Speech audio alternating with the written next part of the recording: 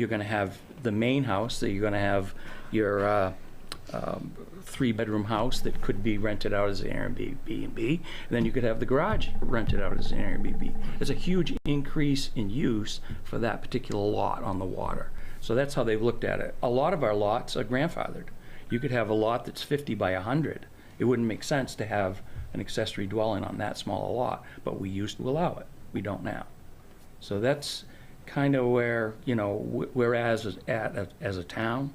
The legal opinion from our law office is we don't have to do anything other than address the short-term rentals for now.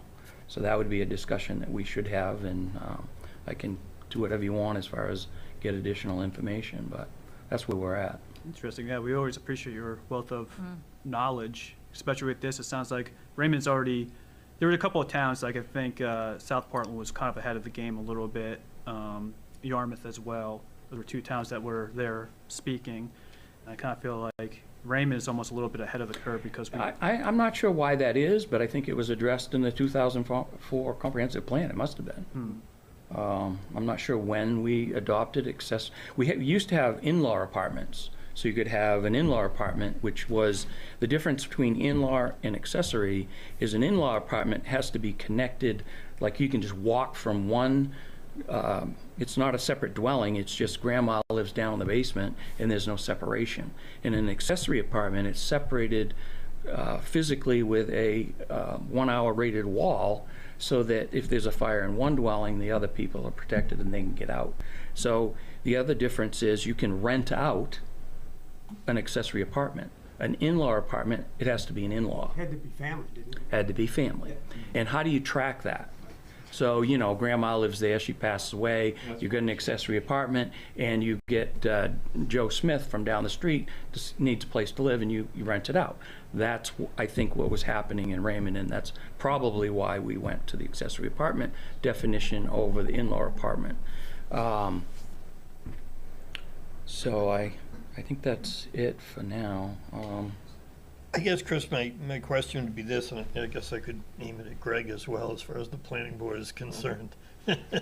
But since this is really, I mean, they postponed it for a year, just about implementing it because of the pushback, as I understand it, from municipalities saying, especially ones that don't have those ordinances in place, it's a process to get an ordinance changed. It's not something that it happens easily. It's like changing the Constitution. You know, it's made to be hard for a reason. But I guess my question would be, what's going on right now at the level of the planning board involving short-term rentals? Because if I understand it, what the select board did at a meeting not that long ago that was attended by a number of people that were concerned about short-term rentals, both pro and con, was that they were going to wait and see. And so, you know, here it is, November 1st. This goes into effect in July, and I would assume that, Sue, can you tell me when does the warrant come out? The warrant will come out, it'll be approved finally in May, early May, and late April if I can finagle it. Yeah. So to me, it occurs to me that it's not that far away, and I'm just curious, what is the planning board, what is the select board, what are they doing? Because quite honestly, I see it as being an issue. When this LD 2003 goes into effect, there could be a rush for people to do things before ordinances are in place. And, you know, after the fact, I think you get back to that, although I think I'm cautious of using the term grandfathered, but that's my concern. And especially if the objective here is to provide more low income or affordable or workforce or places for grandma to live, that you know, these structures turning into bed and breakfasts and turning into you know, short-term rentals is a concern I have. So I'm just curious, either Greg, do you know what is the planning board, if they got this on their radar? What are you talking about? More or less, yes. The next meeting, we're talking about potentially addressing any issues to do with ordinance changes, and I'm sure that these issues will be. Short-term Brought up. rentals would be discussed. Yes, we've talked about that in the past. We haven't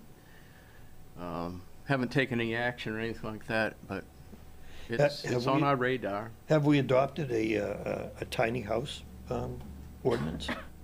No.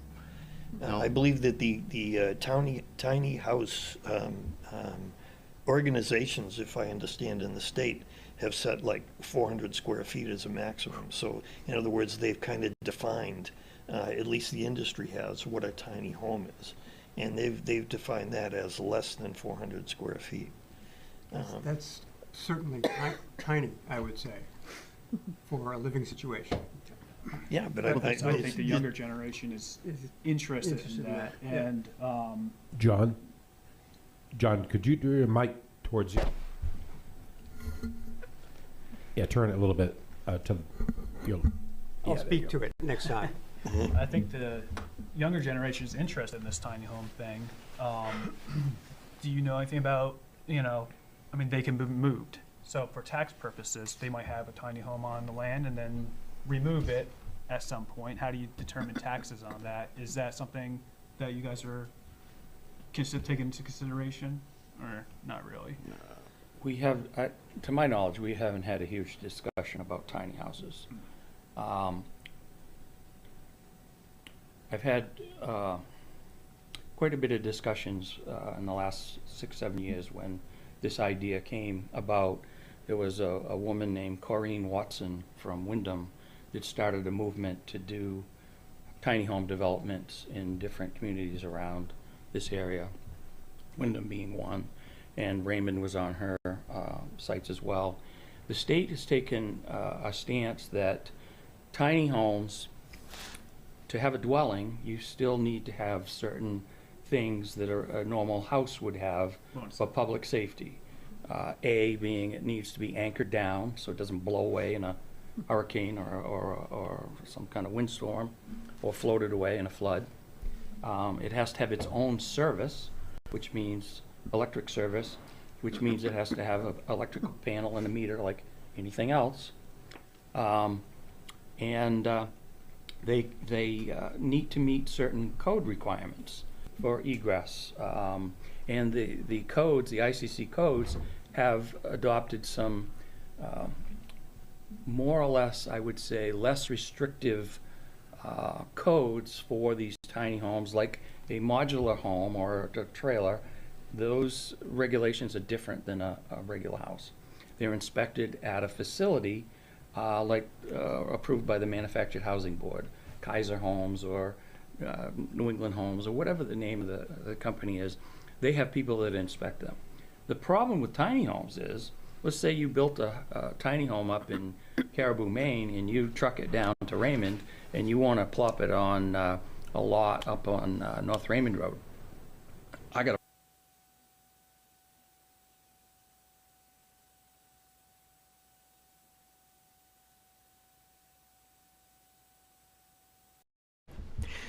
Yeah, we're back. We had a little technical difficulties, but we're back, and the discussion continues on the LD 2003 law that will go into effect in July.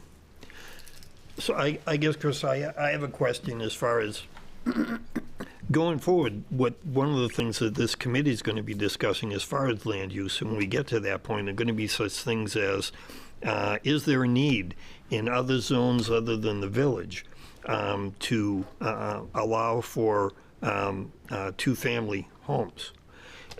With this new law, is that something that's going to be necessary, in your opinion, as far as trying to say in rural residential, we're going to change the ordinance to say you can build a two-family? You'll be allowed to do that by right because of the state law. So even if Raymond doesn't change its ordinance, someone will be able to basically go to Chris, and if Chris says no, sue you and say I can build this here because the state law says I can build a duplex by right on any vacant piece of land. So is it to our advantage to have an ordinance? Do we Yes. have more leverage if we have an ordinance? I would Yes. say that's always Yeah. the rules. So I guess what I'm saying, not to, put the fear of God in Greg, but it's kind of like, it sounds like they're, although on the surface it looks like, and I'm pleased that the town has positioned itself to a point where we're able to deal, or don't have to deal with LD 2003. It sounds like there are a lot of issues that are going to have to come up in land use and in ordinances that are going to have to address some of the issues associated with this new law.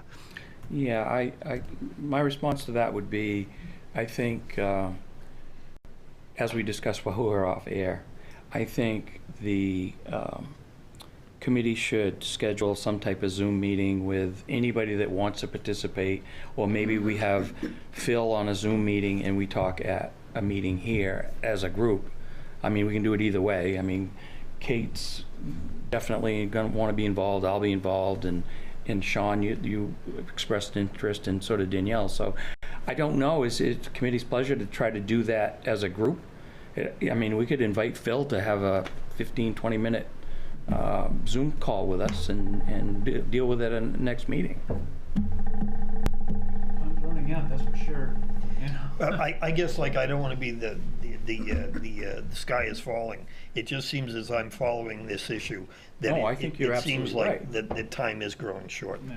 To It have is. some action. Does your so when you change ordinances, and Raymond, does that start with the planning board or the select board? Not select board, planning board. Planning So board, yeah, I would selectmen. recommend, although everyone in this committee is interested and that's awesome, I would recommend starting at the planning board, because that'll be how you'll have to go through That's your what I was sitting here process. thinking, that while it would be interesting for this committee to hear that conversation, to get this moving on, I think we need to get Phil talking with you and Alex and the planning board.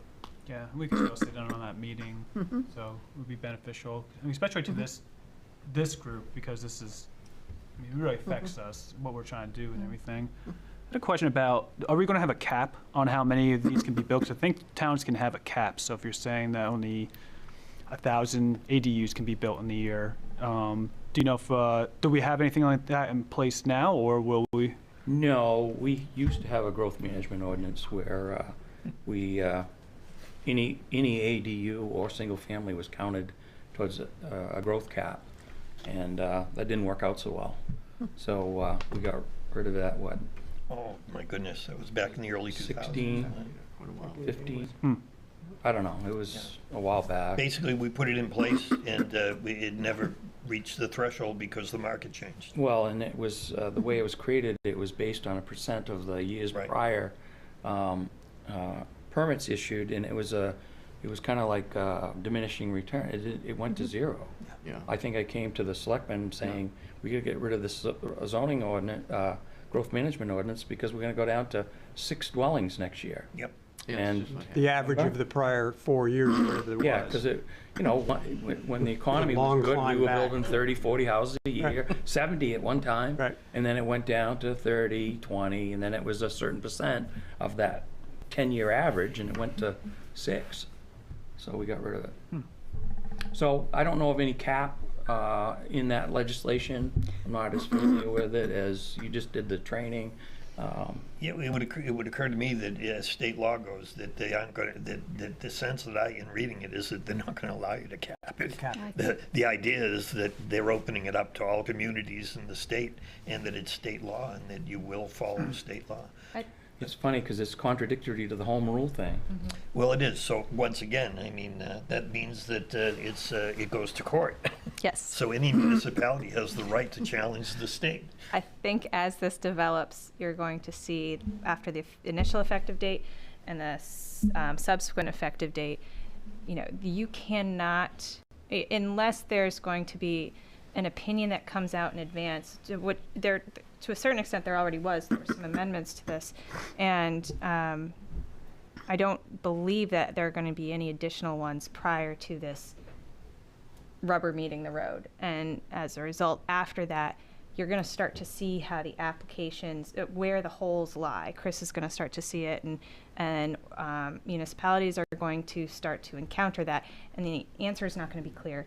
and litigation is the only way to address it after that. And so it's going to be who wants to bring the issue, who has the financial backing to bring the issue. I think you'll start to see some of the communities that do have more, who are more affluent, be the ones that are at the forefront of some of these discussions. And the court is likely going to be the one at the end of the day. I'm sure every single one of these is going to go to the law court because everybody's trying to figure this out. So I would expect that even if we do create ordinances to come into line with this, there could be changes that impact the ordinances that we create within 3 to 4 years. So it's going to be a moving target no matter how we approach it. But with our growth zone in the village, we were set up at least to have one of our zones very well structured to accommodate the new 2003. And in my mind, the question of how applicable it will be in the rural and the rural residential, if it's as equally applicable there, then we certainly want to participate in that process. Well, and Greg, didn't we rezone within the past 20 years the area around village and village residential and? Yeah, that got changed. Yeah. And I mean, what a discussion looks like about what the size of those zones should be and how we direct. I think that's part of the bigger conversation about where we want the growth to be. So. Yeah. Well, I think that's what drove the comprehensive plan the last time, drove the growth into that area so that they, for instance, right now, I don't know how many of you are familiar with the Honey Hills development up right by the Good Life Deli or close to the Good Life Deli. There's 12 duplexes in one single family home, so there's 25 units there. And it was, it has public water, it has walking distance to the town resources, which is great. And it's amazing to me because I see these structures going up and they're really high end. And I never thought that in Raymond you could rent these out, these duplexes, for the prices they're getting. He's already got 8 of them rented for the future. They're not even finished out of 25, and they go for $3,000 a month. Yep. So that doesn't address affordable housing. To me, that's not affordable housing. But it is an example of a well-developed, small cluster of buildings that's in a growth area close to where we want it. So maybe, I don't know how you get affordable because of the prices of materials. It's crazy. And contractors and everything is out of sight. Yeah, I think that when we had this discussion, Chris, at a previous meeting, just as far as the affordability issue, and when I interviewed the chair of the planning board, basically his comment was, well, affordability is relative to the community as far as what's affordable or not. What I'd tell you is in LD 2003, the state makes it very clear what affordable is. In its description, and I guess in the discussion we had last about the Honey Hill, it was basically the fact that had we had a requirement in the ordinance that an open space subdivision requires 10% of the structures being affordable, That would be different. Yeah. would that have changed the developer's mind? And we don't know that, but we Right. don't know that because we don't have that built into an ordinance. But we do have that built into some of the clusters that are in the rural residential. Yeah. For instance, the one that was on Valley Road, Yep. Chase Custom Homes owned, now they don't, it's been sold. That had a requirement for a certain amount of elderly housing over Yeah. 55. Yeah. And that So- was by ordinance? And that Or was by that ordinance, yeah. By ordinance? Yep, they got a bonus. Yeah. If They you got a- had over 55, you get more density. Yeah. There's a density bonus. That's still in our ordinance. So not to belabor this, I guess what I'd take away from this discussion is that there's a planning board meeting next week, and my sense is that it's probably going to be well attended. And that under I better be right about what I said. yeah, and it's going to be interesting under public comment to see what actually gets generated to the board. So just on a related subject, John had forwarded to me an article that he saw and that was related to this issue. And so, John, if you could just share a little bit of the highlights of that article. This was from Sunday, October 8, Maine Sunday Telegram, and our View column opinion piece. And it was quite a strong call to action, or scolding, depending on your view, but a call to action to for all towns to take on the task of making available affordable housing in Maine, and I think they're using affordable with both a lowercase and uppercase a, as we've learned to speak in this world with our little group this week with John Clark. So there's, but the number there, 84,000 new build. Maine needs 84,000 new building units, double the current rate. And they cite the other apparent crises in the state of Maine, and climate and otherwise, but this one is right here in the state. And so I'm not going to belabor the point to read any further from it, but I'll pass it around. And it seems as though this committee is pretty well focused on accommodating that in some way, and we certainly hope that the plan achieves that, and it might be with a couple different versions of affordable. And one piece that came out in our discussions this week, I don't want to steal from that content, but our location constrains the ability for some folks perhaps to be out here. If they were going to be in an employment situation in Portland, and it's a 45-minute mission to get down there and get back, that just might mean a little different version of affordable housing in Raymond. But it sounds like 2003 is going to serve up a pretty significant dish to the Cumberland County in terms of housing, and we apparently are going to, at least initially, not be too impacted by it because of our existing ordinance, if I'm hearing things right tonight. But bottom line, the comp plan ought to have a pretty good chapter on affordable housing, and at a value that our folks can afford.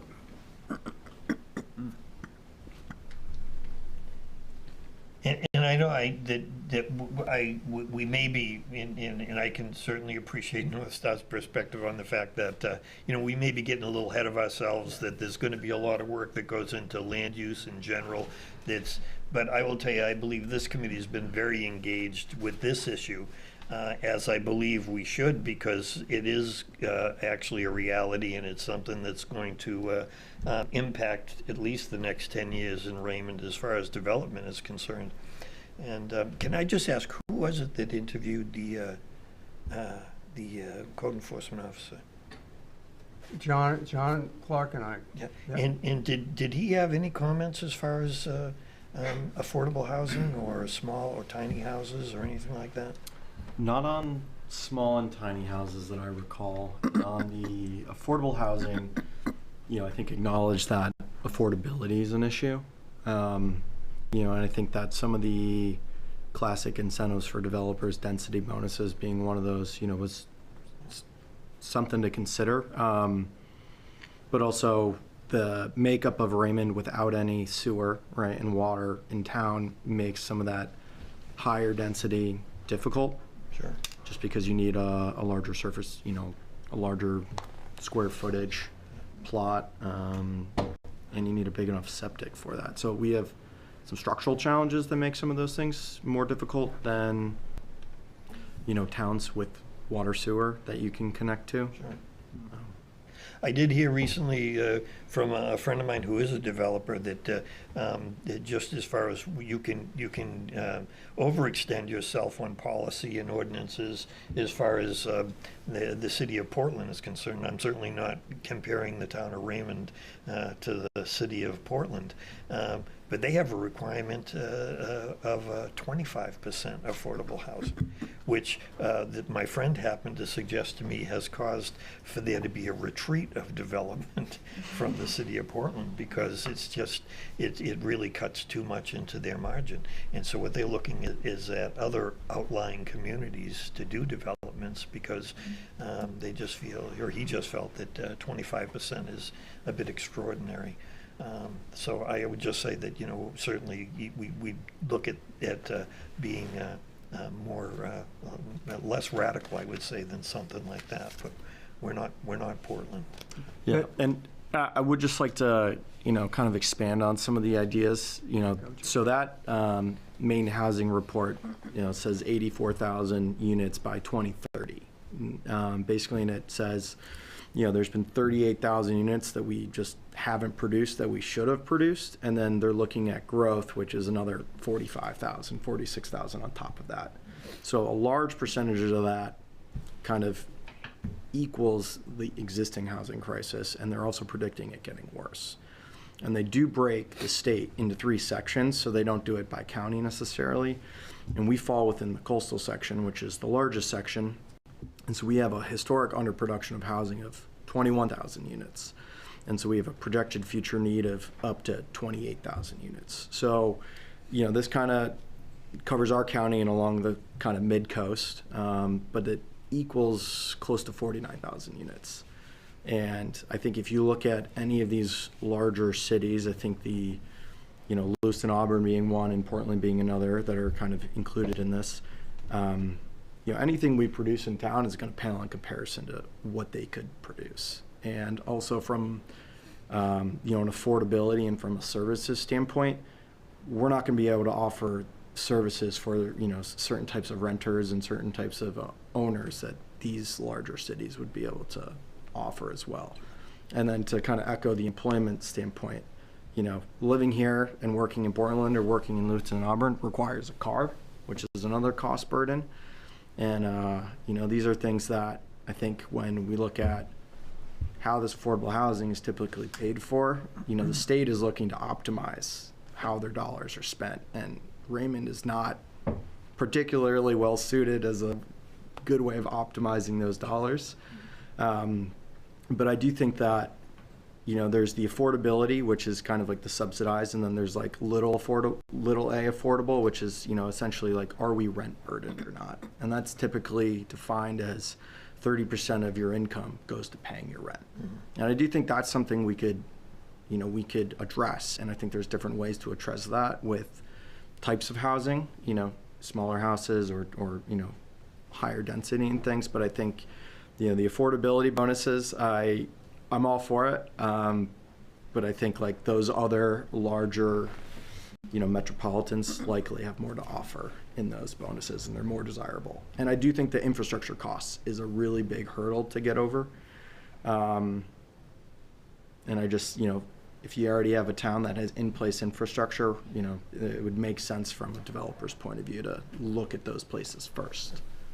But I also, my point is just that, there's a huge need for housing across all of Maine, and without putting too much strain on our town, we can only do so much. Yeah. We're not going to solve it, and we can be part of the solution though.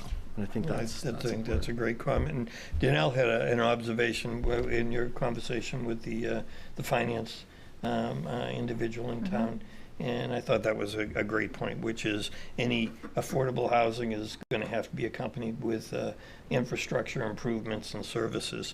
And I don't know, I agree with you, John, I don't think we're positioned to do that. The other side of that conversation is, you know, can my kids afford to stay in Raymond if they want to? So I think we'll be juggling those two issues. Yeah, Any other comments? yeah. The kids have been voting with their feet, leaving the state. A lot of the problem isn't us, it's just a poor business state.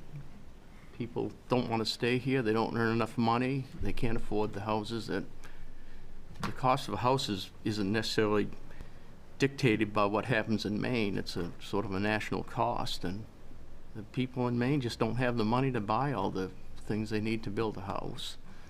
But we're retained income, we're like the lowest in the nation.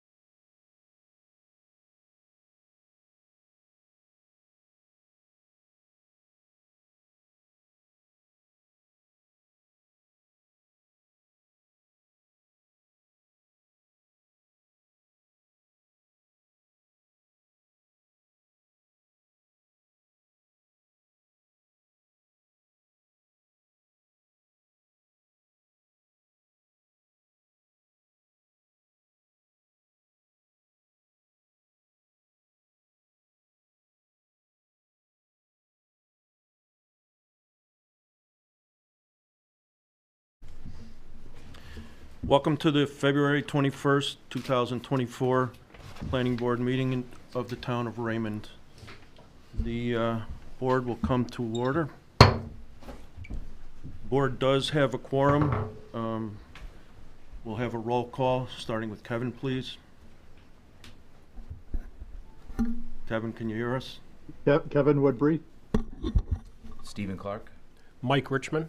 Greg Foster. Ed Kranich. This is a public proceeding, and unless the board specifically votes to go into executive session, you have the right to hear everything that is being said and to look at all the exhibits that are presented. Please notify the chair if you are unable to see or hear. The board works from a published agenda that will be considering tonight's items in the following order. Approval of minutes from last month, January 10th. Old business, we have nothing on the agenda. New business, no new business. This meeting is primarily going to be a workshop. We're going to discuss ordinance changes for the June 2024 town meeting. And then we will be followed by staff communications and updates and adjournment. In each instance, the burden is upon the applicant to demonstrate compliance with the provisions of the applicable ordinances or state law. All persons speaking, including representatives of the applicant and members of the public, are asked to stand at the microphone back there in the end of the back of the room, state their name and address and affiliation with the application. For, oppose, neutral. All persons speaking shall address the chairman. Any conversation must be held in abeyance until after the board has formally adjourned. After the board votes on the merits of each application, it will prepare a written notice of decision. Because the notice of decision may substantially affect any appeals rights, and also as a matter of courtesy, the board asks that those attending the meeting with regards to a specific application not leave until the board has completed its discussion. Appeals from adverse decisions must be filed with the Superior Court or as otherwise provided by law within 45 days of this board's decision. Also, to be certain that you preserve your individual right to file any such appeal, you must be certain that the board's record evidences your appearance this evening in opposition and the basis for your opposition. Okay, the first item will be the minutes from the January 10th, 2024 meeting. Are there any corrections or changes? Move to accept the minutes. Second the motion? Second. Okay, how does the board vote? Aye. All in favor? All in favor? Aye. Okay, Opposed? None. the motion passes unanimously. I think there is no old business scheduled or new business, so we'll move right to the workshop. And that is a discussion of ordinance changes that will be put forward for the June 2024 town meeting. I propose that we dispense with the order of the ordinances that we were going through, the revisions last time, and we just move right to the solar ordinance, because I believe that's what most of the people present in the audience are interested in. Yeah, sounds good to me. All right, let's see.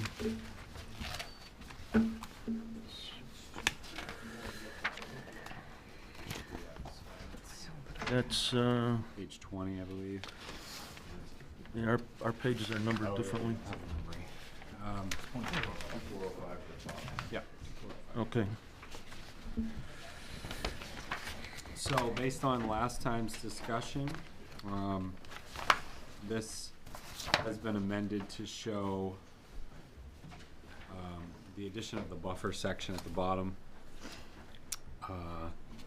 and essentially routes people back to the site plan section of the ordinance.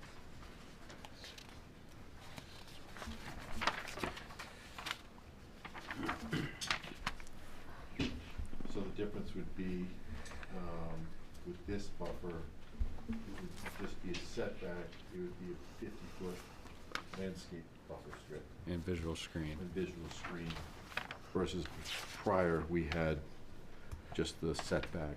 Yeah. The planning board is consistent with this commercial and industrial divisions, districts, when they abut a residence, would have the authority to reduce to no less than 25. That's just consistent with what we have in the ordinance currently for commercial uses and industrial uses when adjacent to a residential district. Okay, so in summary, it's basically, it's gonna require a 50-foot landscape buffer between abutting residential properties and the solar system. 50-foot landscape buffer strip and visual screen. So, I mean, it needs to meet both criteria. So it can't be just a Okay, yeah, buffer natural- and a screen. Right. So it has to satisfy the board that it's a buffer and a screen.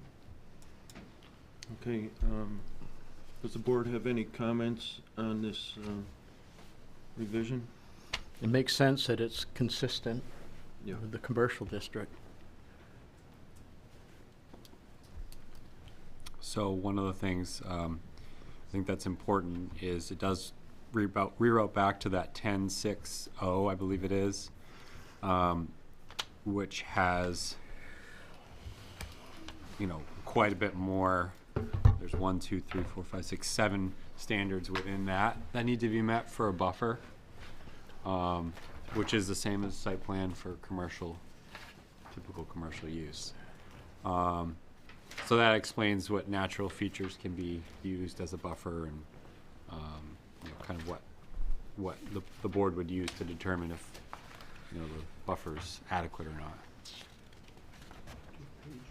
I don't have a page. It would be 310.6. We're pretty close.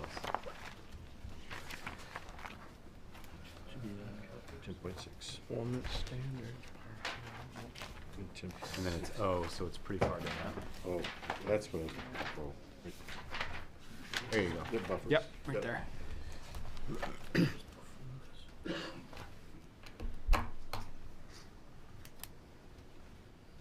So on my ordinance, it's page 118 of 222. I don't know how it compares to yours, but.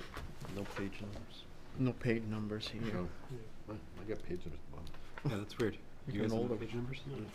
This is the most recent one. Yeah. That's what I, But it's 10.- 310-6. Oh, oh, here we go. Oh, it's buffers. and the buffers.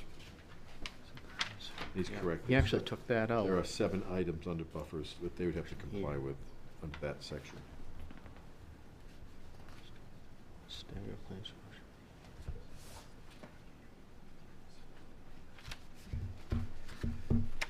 That would include evergreens can be, I'll just read it real quick. Yeah. Evergreens can be used as buffers provided they are planted properly. An evergreen buffer requires 2 or 3 rows of staggered plantings. The rows should be 5 feet apart and evergreens planted 4 feet on center. 2, buffers shall be considered in or for the following areas and purposes: along property lines to shield various uses from each other, along interior roads, parallel to roads, exterior to the site to prevent confusion, particularly at night, parking areas, garbage collection areas, and loading and unloading areas, to block prevailing wind patterns to stop windborne debris from leaving the site. 3, natural features shall be maintained whenever possible to provide a buffer between the proposed development and non-compatible abutting properties and public roadways. When natural features such as topography, gullies, stands of trees, shrubbery, rock, outcrops do not exist, outcrops do not exist or are insufficient to provide a buffer, other kinds of buffers shall be considered. 4, buffers shall be sufficient to shield structures and uses from the view of incompatible abutting properties and public roadways, and to otherwise prevent any nuisances, including but not limited to all loading, unloading operations, storage areas, commercial vehicle parking, waste disposal and collection areas. 5, fencing and screening shall be durable and properly maintained at all times by the owner. 6, fencing and screening shall be so located within the property line to allow access for maintenance on both sides without intruding upon abutting properties. And 7, all buffer areas shall be maintained in a neat and sanitary condition by the owner. Pretty strict. Okay, so H, which is on your on your printed sheets is, H under the solar ordinance. yeah, so that's the only change to the solar Currently. ordinance. Yeah. Currently. So are we going to take a vote on each one as we go through them, if we want to forward them on to the Well, at this point, board? we would hold a public hearing next Okay, month. So after the So- public hearing, we'll do it? Yep. Really, tonight, we're just looking to try and firm these up as much as possible so that we can. Okay. The idea is to get board feedback as to whether additional language, whether you're satisfactory with the language, or where we want to go from here. So, question, can you, trying to wrap my head around the 50-foot, can you help me understand what is this, a normal setback for this? I went through it today and had some questions. So a normal setback for a commercial solar Yeah. operation? I think it varies. Okay. I think is what we're finding. And I think, at this point, I think you guys can kind of decide what you feel is reasonable. Okay.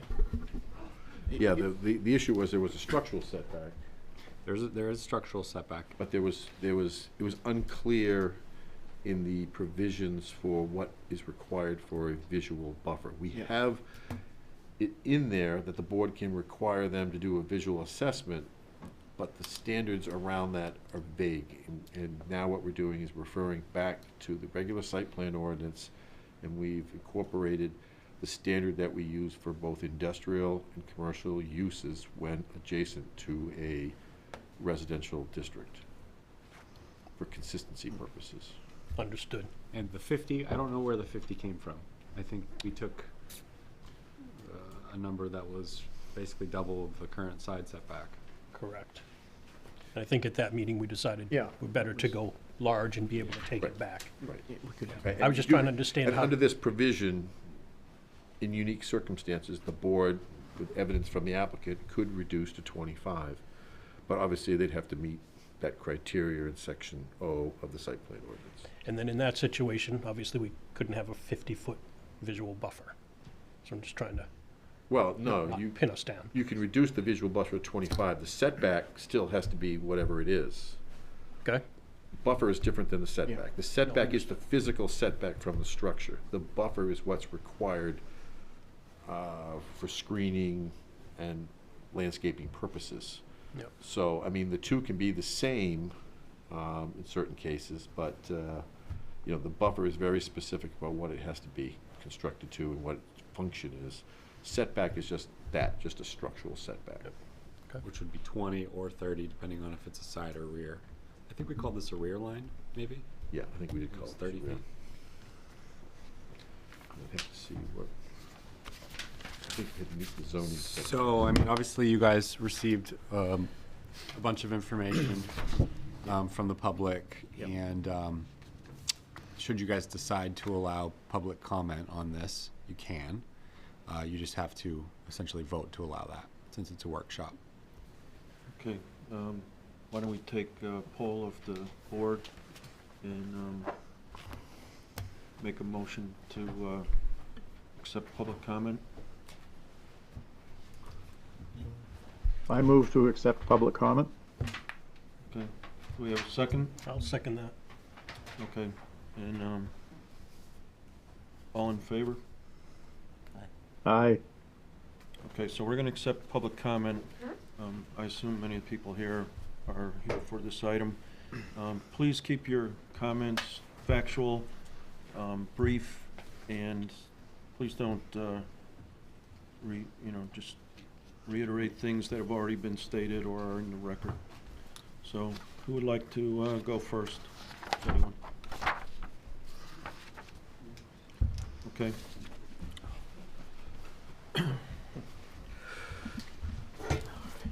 Dave Fowler, mainly solar, Casco, Maine.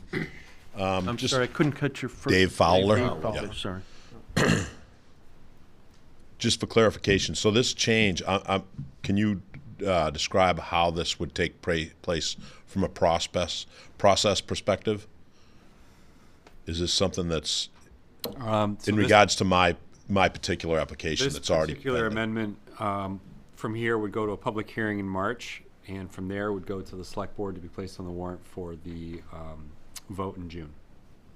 If it is passed in June, then it would go into effect after that. Got it. So how would that impact my application that's already in process? It shouldn't. Currently wouldn't. Yeah, okay. I've already proposed more than that anyway, so, Yeah. thank you. Thank you.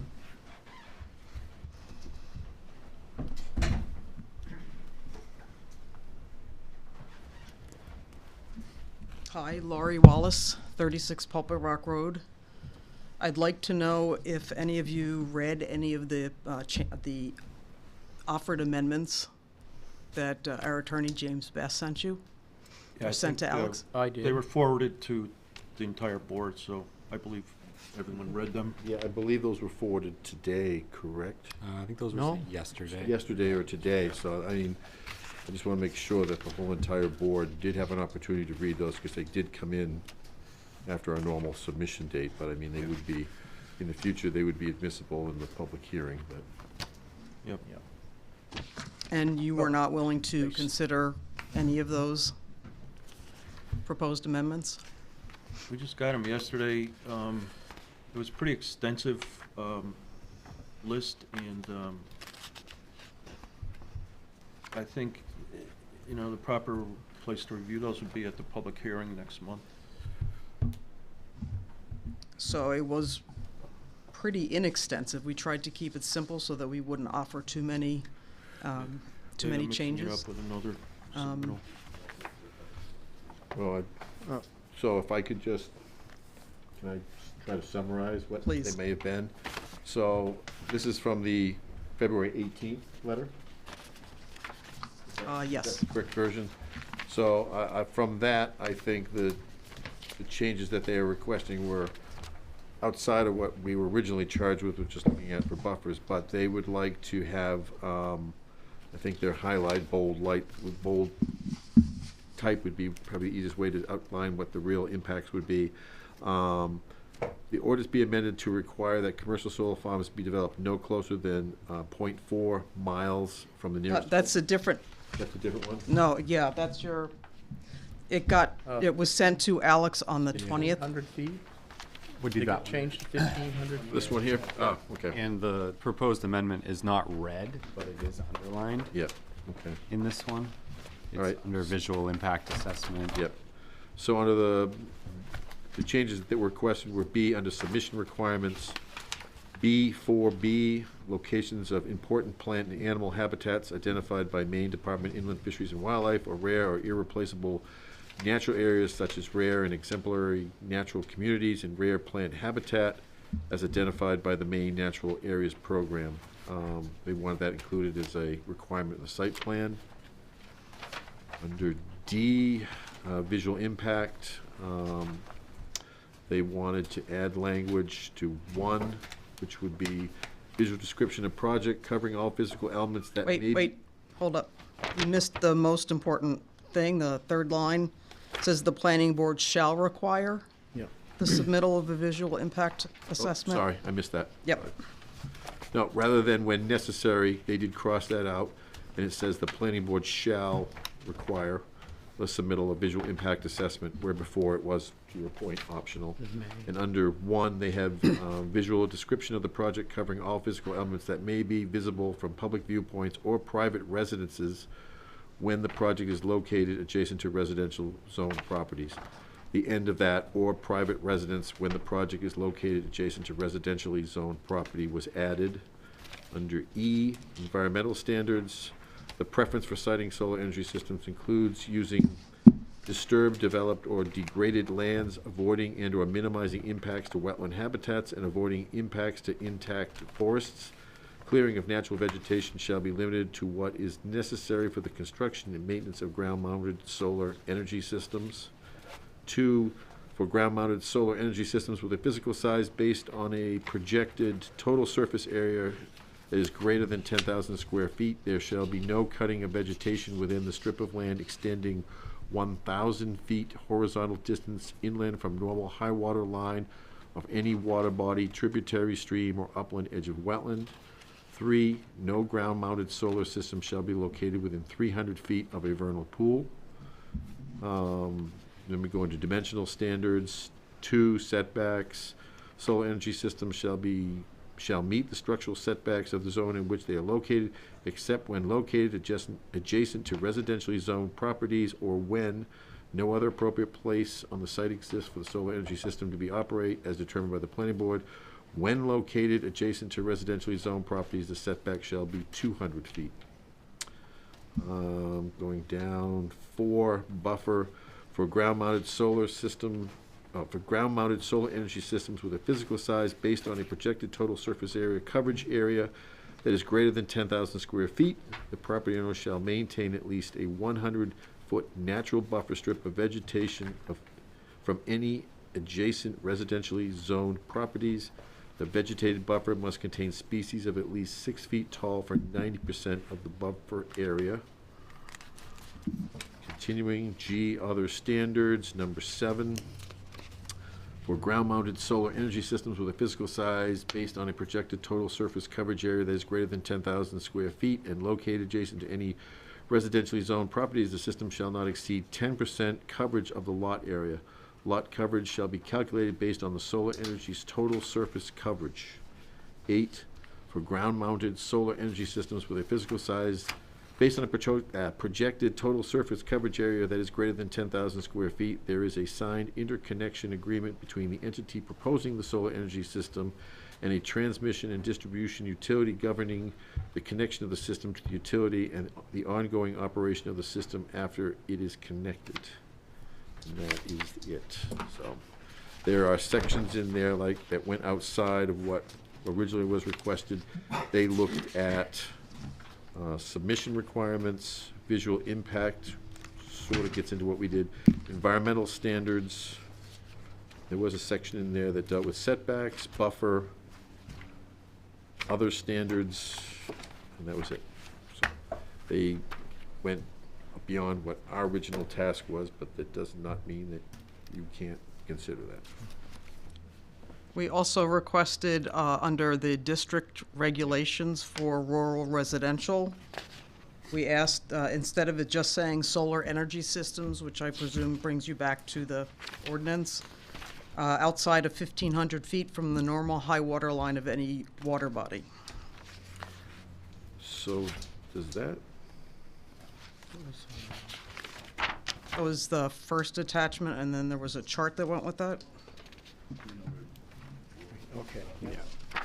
Does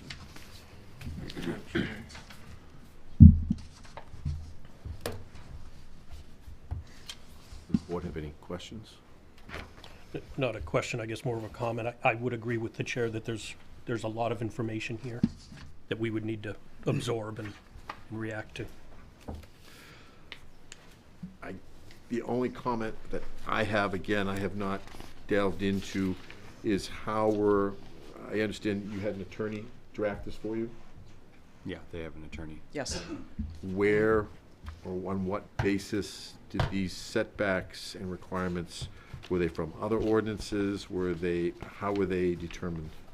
They were evaluated through research by a lot of the people on Pulper Rock Road who did research on on various details, distances in multiple ordinances that exist in similar sized towns in the state of Maine. So there's no answer. It's almost as arbitrary as the 50 feet. Mm-hmm. So it's not a science. It's just what kind of town do you want to have in Raymond? Did any of those towns have 600-foot shoreline zones? Did not look at that. They all had residences, though. Yeah, that's what that was one of them, Greg, that I looked at. Is like, I'm not sure where the 1,000 feet came from, because most of them either preclude it from shoreline zoning, but I don't think typically they allow them in a zone or not in a shoreline zone. Most towns, as you know, state of Maine, are 250 setback from resources. So again, I don't know 75 where the 1,000 feet potentially came from, but and maybe there are towns out there that did that. We just haven't had time to research into. So the select board had indicated that any proposals be in for discussion during this meeting. So I think we kind of hope that you would, but I understand you need Well, more yeah, time one- to really dig into it and one day is not- and look at day and a half. Come on. So thank you. So, yeah, I guess, I'm not sure if you all are aware, last week, Ed and I were at the select board meeting. A number of individuals had requested a moratorium be put into place for a period of time to allow the planning board to draft some amendments to the solar ordinance. And so I had suggested at that point that individuals who have specific changes send them to me last week so we could get them to you guys. And I think they did a great job. They used our ordinance and they put in exactly where it should go instead of just sending us, you know, a letter saying these are the changes I'd like. They went in and they actually added it, which I think is extremely helpful and is exactly what I was looking for.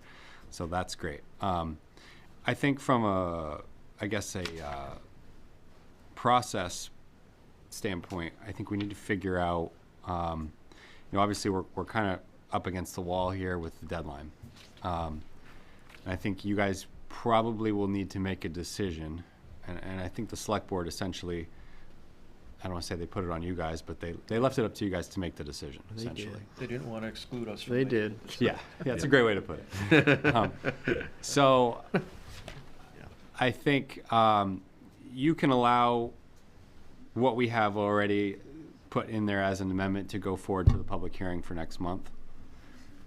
Or you can decide that a moratorium is the right decision to allow us some time to essentially freeze any pending applications while you consider additional changes.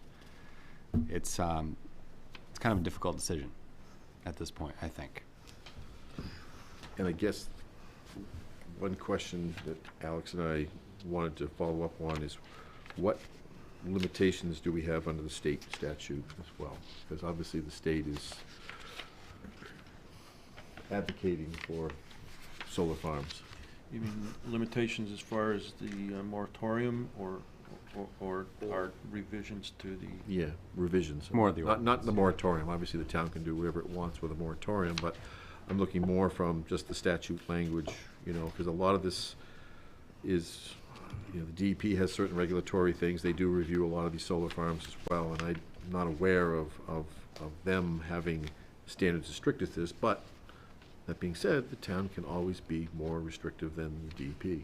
And a lot of this language that we have enveloped in this ordinance came from state and DEP language and from other communities that had, at the time, enacted ordinances. I know more ordinances have been put in place since then as these become more prevalent across the region. So,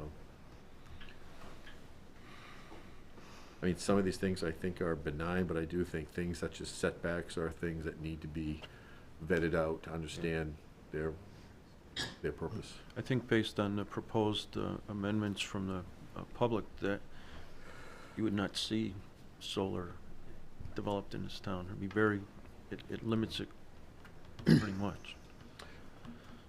Yeah. May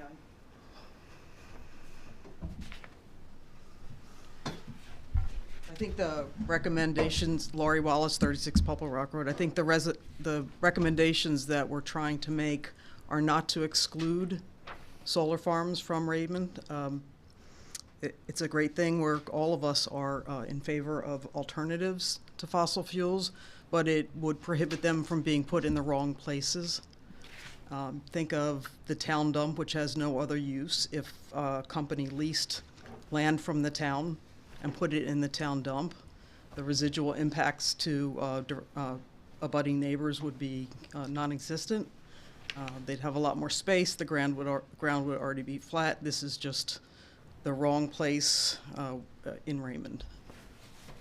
That being said, I don't know, because I don't know where 0.4 miles, there's residents, I think there are residents up there. I don't know if they'd be within 0.4 miles, but that just seems like a large setback based on other uses we have that are probably more intrusive than solar farms that have less. So again, I think Alex and I are trying to be consistent with what we have for other not similar uses, but other maybe more intensive uses that have less restrictions. So where does that put us with our other ordinances if we go really restrict with an unmanned commercial type operation versus a commercial business that has trucking and noise and lights and things like that?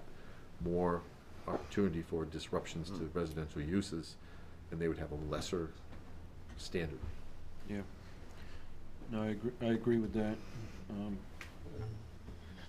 Greg, I hate to put you on the spot, but has there been any discussion about solar at the comprehensive plan? Not to this detail, no. Yeah, we've discussed alternative energies and promoting alternative methods of lowering the cost of, or lowering the use of fossil fuels, but nothing specific. Yeah, and that's the other thing we were looking at is, you know, where's our comp plan guide us? Obviously, the previous comp plan had nothing in it because it wasn't around when the comp plan was approved. Now we have a new comp plan that's in the process of being worked on, and there's, you know, it hasn't been adopted yet, but. We've really only gone through the process of getting things started. We haven't really addressed any ordinances or had any deep discussion about any ordinances, how it would affect the growth in Raymond. So that's to come. Yeah.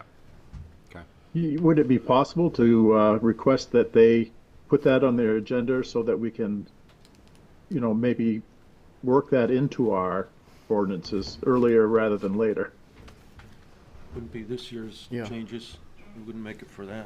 Yeah, and I think that's the dilemma we're in. Is that well, I don't think the plan, the comprehensive plan, would be right. You know, placed into a cement. But right now, would it be? We'd like to get the information from that group, which has a wide reach into the community, to see where they are going with that, and that would help us.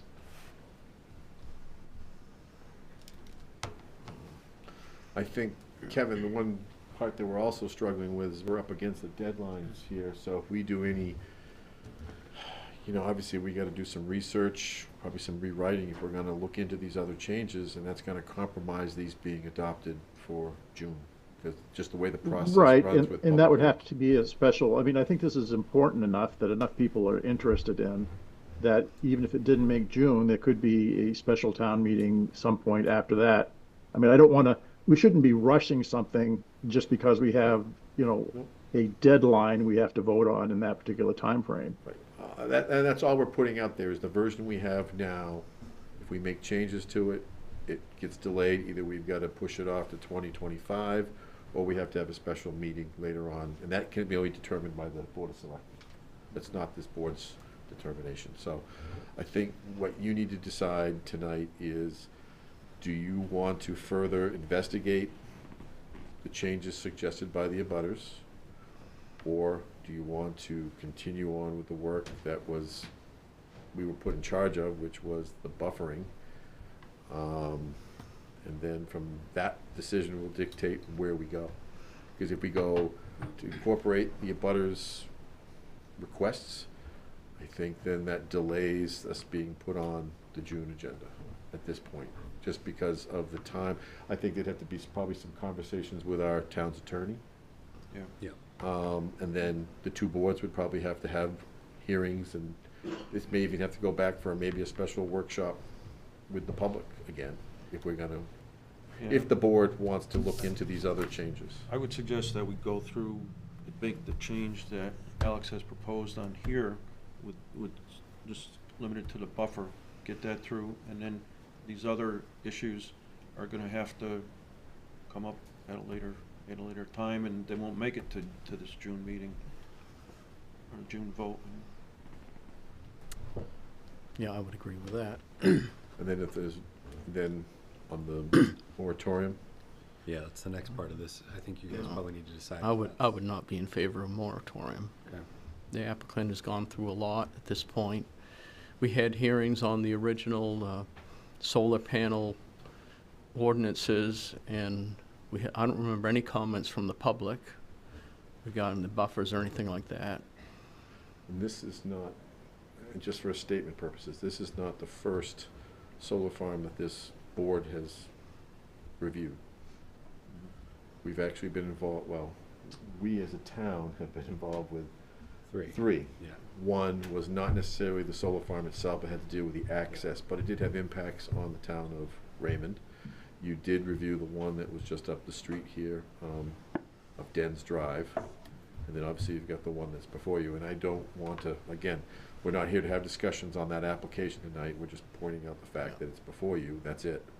But your decision should not be based on that application, it should be just based on what you feel is proper at this point. Yeah. Yeah, I agree with your statement, Greg. I believe we should go through with the proposed amendment that we have.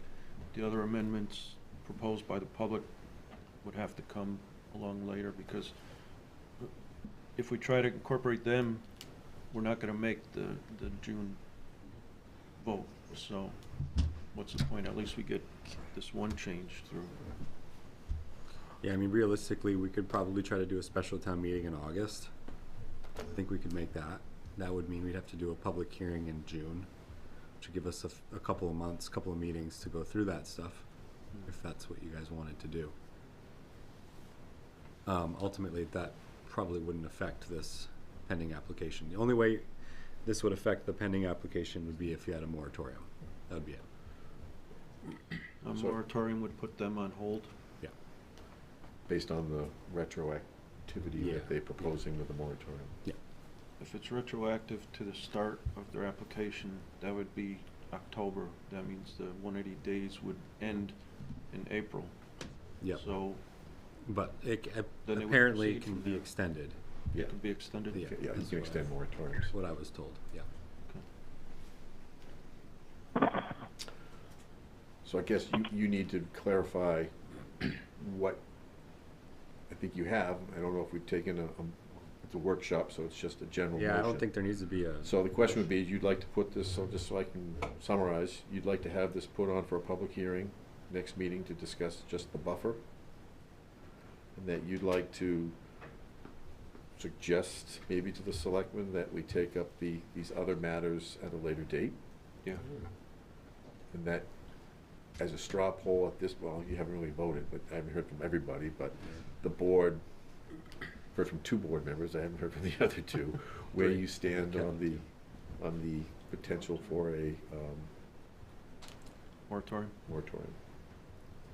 Yeah, personally, I don't support a moratorium.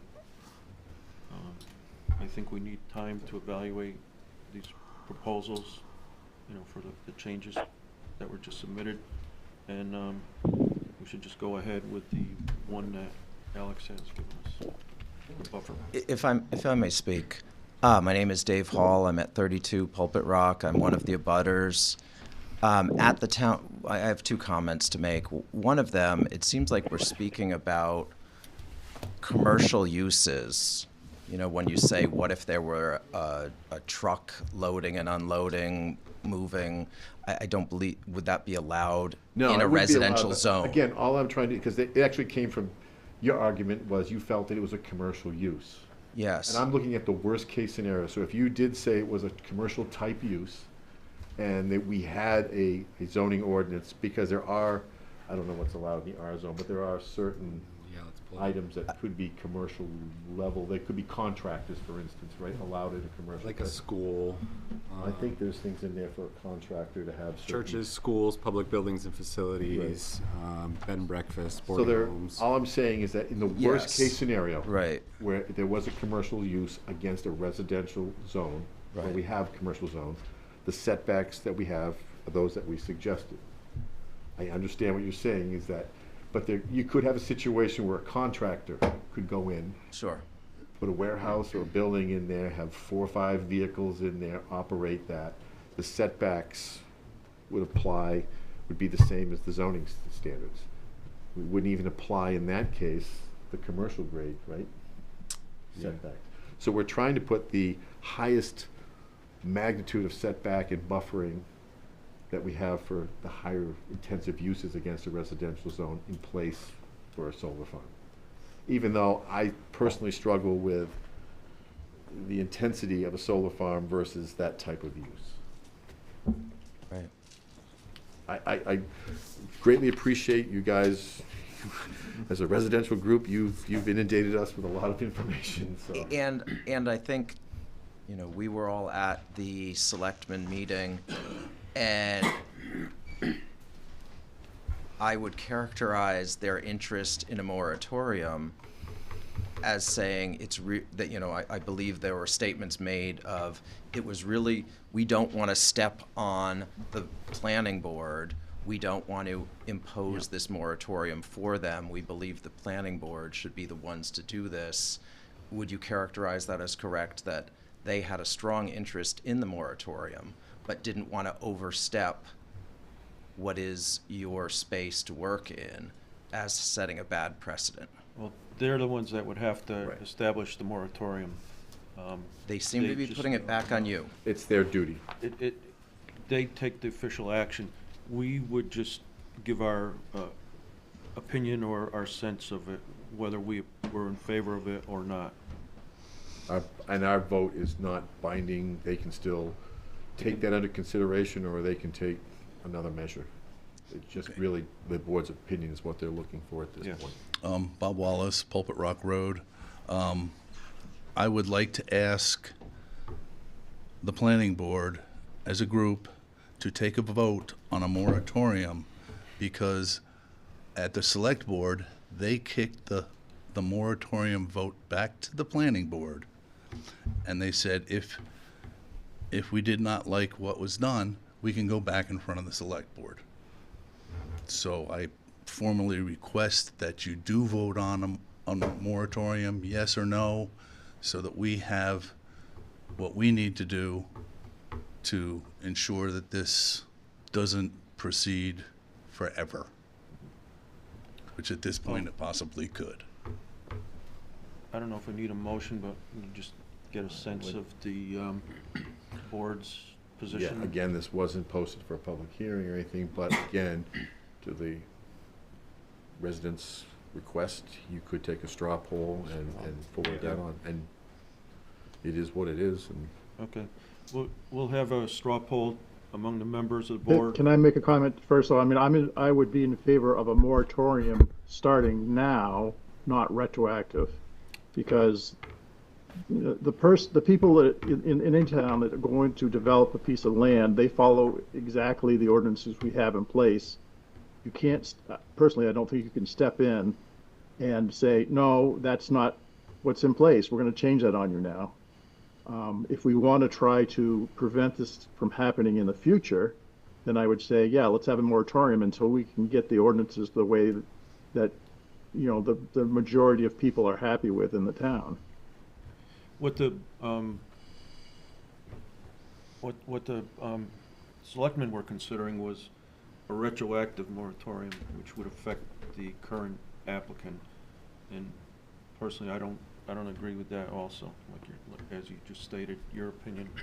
But so I think there's already, is there a specific moratorium language that has been submitted?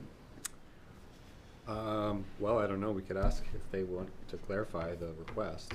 I mean, they're making the request of you guys, so if they would like to confirm that it's retroactive, that's their request, or if they're fine with doing it from today. Right, well, we should give our position before, because they would have another meeting. It would be, you know, 3 weeks out, and then it would be after I that. thought I read, I don't know if I printed it up, but I thought I saw an email. Yeah, where there is an email. There was an email that was submitted that was making, I think the formal request was retroactive. So I think that's what you should base your straw poll on, and then if you want to have a secondary conversation per Kevin's discussion, you can, but I think right now you have October 10th, 2023 is the date that they're requesting. All right, so why don't we take a straw poll if the board is in favor of moratorium retroactive to October 10th, 2023. What are people's opinions? I'm not in favor. Not in favor of retroactive. I would agree with Kevin. I'm in favor of moratorium, but not retroactive, but also with the understanding that I think the submission at hand would still be, open to our review. Yeah, I also second that. And again, back to the buffer zones and clarifying those. So you're Yeah, all that's my stand. Yeah. no. Officially, you're no on this particular one, but there could be consideration for if you wanted to make it Going forward from, going forward from whenever date the council decides. Correct. Yes. So as far as being retro, you're no, but you're open to moratorium from date they, if they decide forward. Okay. Are you clear Yep. on that? Yep. Sandy, you got that? And I know we're not talking about old business, but I still think we do have the power to order a visual impact statement. Yeah, and Kevin, let's not, I don't want to convolute these two conversations, but you are correct. The board still has opportunities to require buffers by the applicant, and that's something we'll take up with the application in March. Also, there's 2 more opportunities for public comment on the proposed amendment. So it'll go to you guys next month for public hearing, and it goes to the select board for public hearing. So there's still time. all right, so we'll inform the select board that we are not in favor of retroactive moratorium. Yep. And then I guess we have to wait from the selectmen what we do next, right? Yeah, I mean, we'll see what the response is. So the second motion would be you are in favor of moving this to a public hearing based on the changes for the buffer. Yes. Somebody should, Okay. do we need to make a formal? No, we need No, a- we don't need a formal, no. It's a workshop. No, No, I think you can kind of envelop it as to one. We only do the motions at the public hearing, Right. or after the public hearing. Okay. Will people be advised, is this public hearing prior to, especially the abutters? So that they can inform some of the 42 Posted in households? the newspapers, it's posted online. Yeah. The meeting will be Well, it's on the agenda to discuss later. We can have Sandy reach out to, if you want to be the point person. Sure, let you know that'd be when fine. that public hearing will be. Should be posted on We'll the post website. it, well, we'll post it on the website. It'd be on the website. Well, That it's bring- funny because you go into the website and then today there's something brand new, you know, and then you get something from the Wyndham Eagle that's been So the dates, filed. the dates are in for discussion right now. Yeah, we're gonna discuss the They're date of the the next meeting. 13th? Well, Yeah, the 13th or the 20th, right? Yeah. Yeah, It's I'd gonna like be to- either the 13th or the 20th. I'd like so- to take a vote among the Yeah. among the board about that Yeah. next meeting. I'd like to hold it on the 20th. I propose that we do that because that will allow our full staff to be here. Okay. Otherwise, you can't make it the 13th, right? You can do that, well, we can take things out of order, but we can do that now just so the Yeah. public's aware. Yeah, that's what made me think of that. Okay, so there's a motion right now by Ed to have the meeting, March meeting on the 20th. and For the- for the 13th. ordinances. Is it Wednesday? Yes. for the- I'll second that motion. Any discussion? All in favor? Aye. So we do, Do you want to just do April 2? March 20th, yeah. Yeah. we have the application and the public hearing for the Yeah. 2-for-1. Ooh, it's gonna be a fun meeting. Bring your sleeping bags. Bob will be back, I hope. Yeah, and then Bob requested too, while we're on the topic, Bob requested the same thing in April, that we pushed out a week. Okay, I move that we postpone the April meeting 1 week. I'll Second. second the motion. Any discussion? That would be April 17th, guys. Okay, Thank you, Sandy. thanks. All in favor? Aye. Unanimous. And that March 20th date, you know, really pushes us to the end of our window with the selectmen and their public process to get on for the Yeah. June meeting. So it's do or die on that 20th, basically. Okay. Just so the board's aware, with the other ordinances as well. So they're all individually taken into account, but just putting it out there. So, okay. Okay, so, Want to go back in the regular order now? yeah, that wraps up the solar Ed, amendment. just Oh, so, Ed, Yes. Peter Levitt wants to say something. I'd like to hear Peter's, that's what I was gonna say, I'd like to hear Peter's input. Somebody had their hand raised online. Oh, okay, yeah, I didn't see. Yeah, All hi, right, can you hear me? Go ahead, yes. Yeah, Go ahead. Peter Levitt, 2 Levitt Road. Just this is more informational than anything else. As far as the comprehensive plan is concerned, I think Greg was right on as far as where we're at. We're about halfway through the comprehensive plan right now, as far as getting all of the chapters in order. At this next week's monthly meeting of the comp plan, we're slated to start talking about the future land use chapter, which I think is pertinent to a lot of the ordinances in the town, and where we've got a sense of what the people of Raymond have responded to as far as how they want to see the land use of Raymond for the future go. Certainly among those topics is going to be things that include zoning and putting commercial properties adjacent or into residential zones. And certainly solar farms will be one of the things. We've touched on it slightly, but we'll be getting into detail on it, starting with the meeting next week. On March 19th, we actually have a workshop for the community on future land use in the town of Raymond. We hope to get a lot of feedback and information from the town concerning land use in general as far as the comprehensive plan, and I would certainly encourage everyone who's interested to be heard to show up at that workshop, because basically the input that we get through online surveys and through these workshops is really the information that the comprehensive plan committee is going to use to craft our recommendations to the planning board, and thus to the selectmen, and thus to the citizens of the town of Raymond on where they want to see Raymond going. I wish I could give you more information right now. Unfortunately, we're scheduled to finish this comprehensive plan January of next year. So we're seeing a lot of these issues come up, a lot of discussions. Everything from affordable housing to what impacts affordable housing, like certain requirements for sprinkler systems and the like. How does that impact the town staffing? How does that impact the town budget? All those things need to be discussed. So just in answer to Kevin's question about guidance, I'd say stay tuned. And there's going to be a wealth of information that's going to come out of these workshops, and the final version of the comprehensive plan that, my understanding, will be voted on either at town meeting or on a referendum for acceptance by the town. And I've said this from the inception. It's not the comprehensive plan committee's plan; it's the town's plan.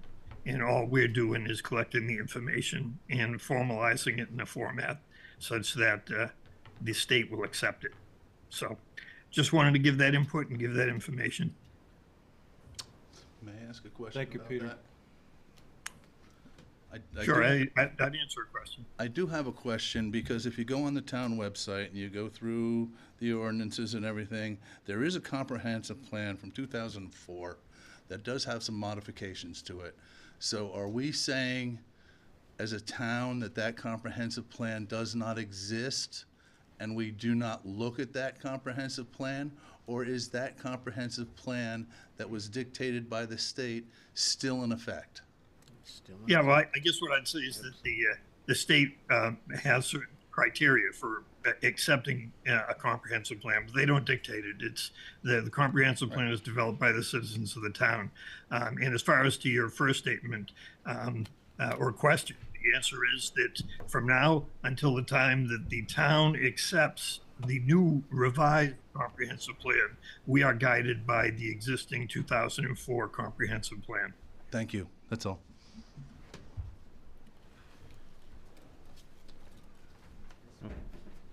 Okay, so we've covered the solar All right. amendment enough. Thanks, Peter. So starting back to the top. Okay. Building. So number one is the building construction ordinance couple of minor changes to this since the last time.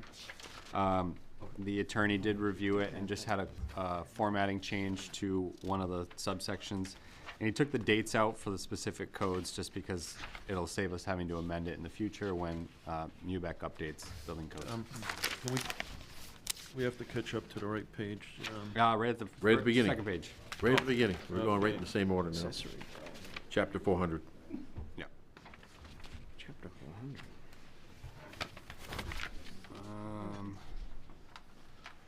Chapter 300, isn't it? This is, Yeah, it shows ours. all ours is 300.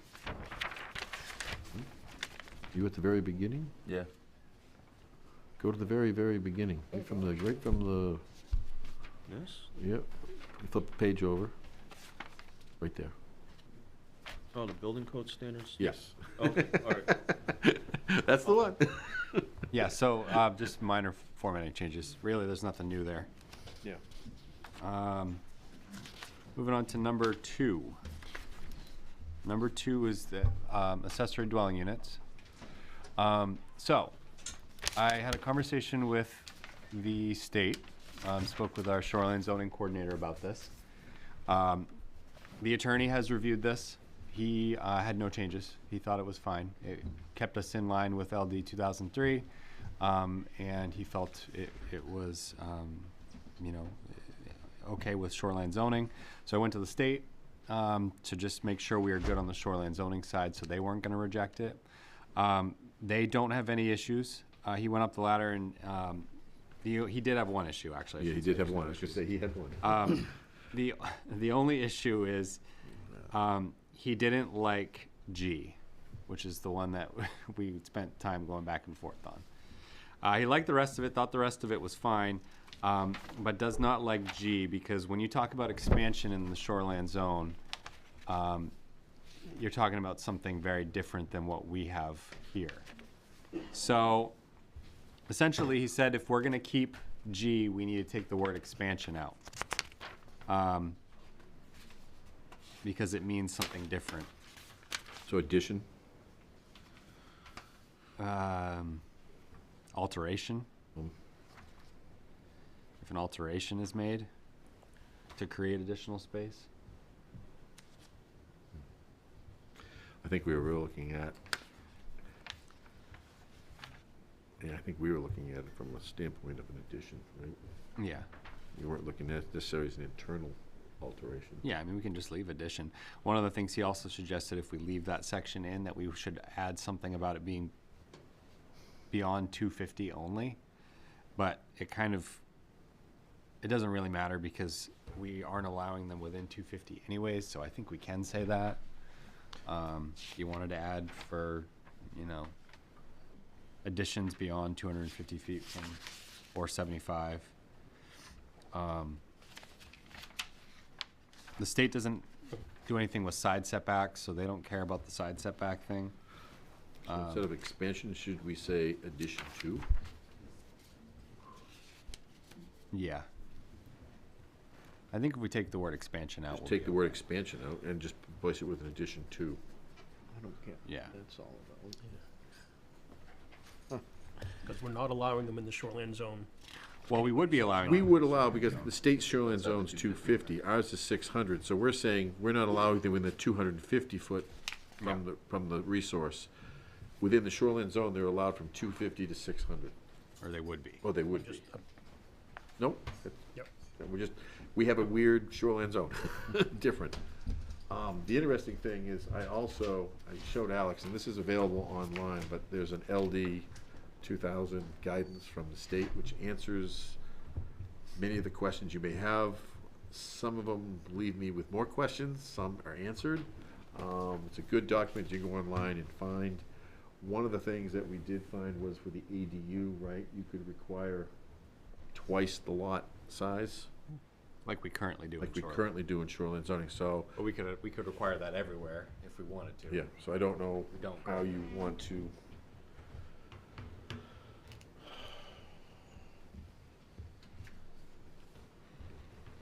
Seems a little bit harsh if it's not. I think the way we have it where they're not allowed within 250, is a fair compromise in the shoreline zone myself.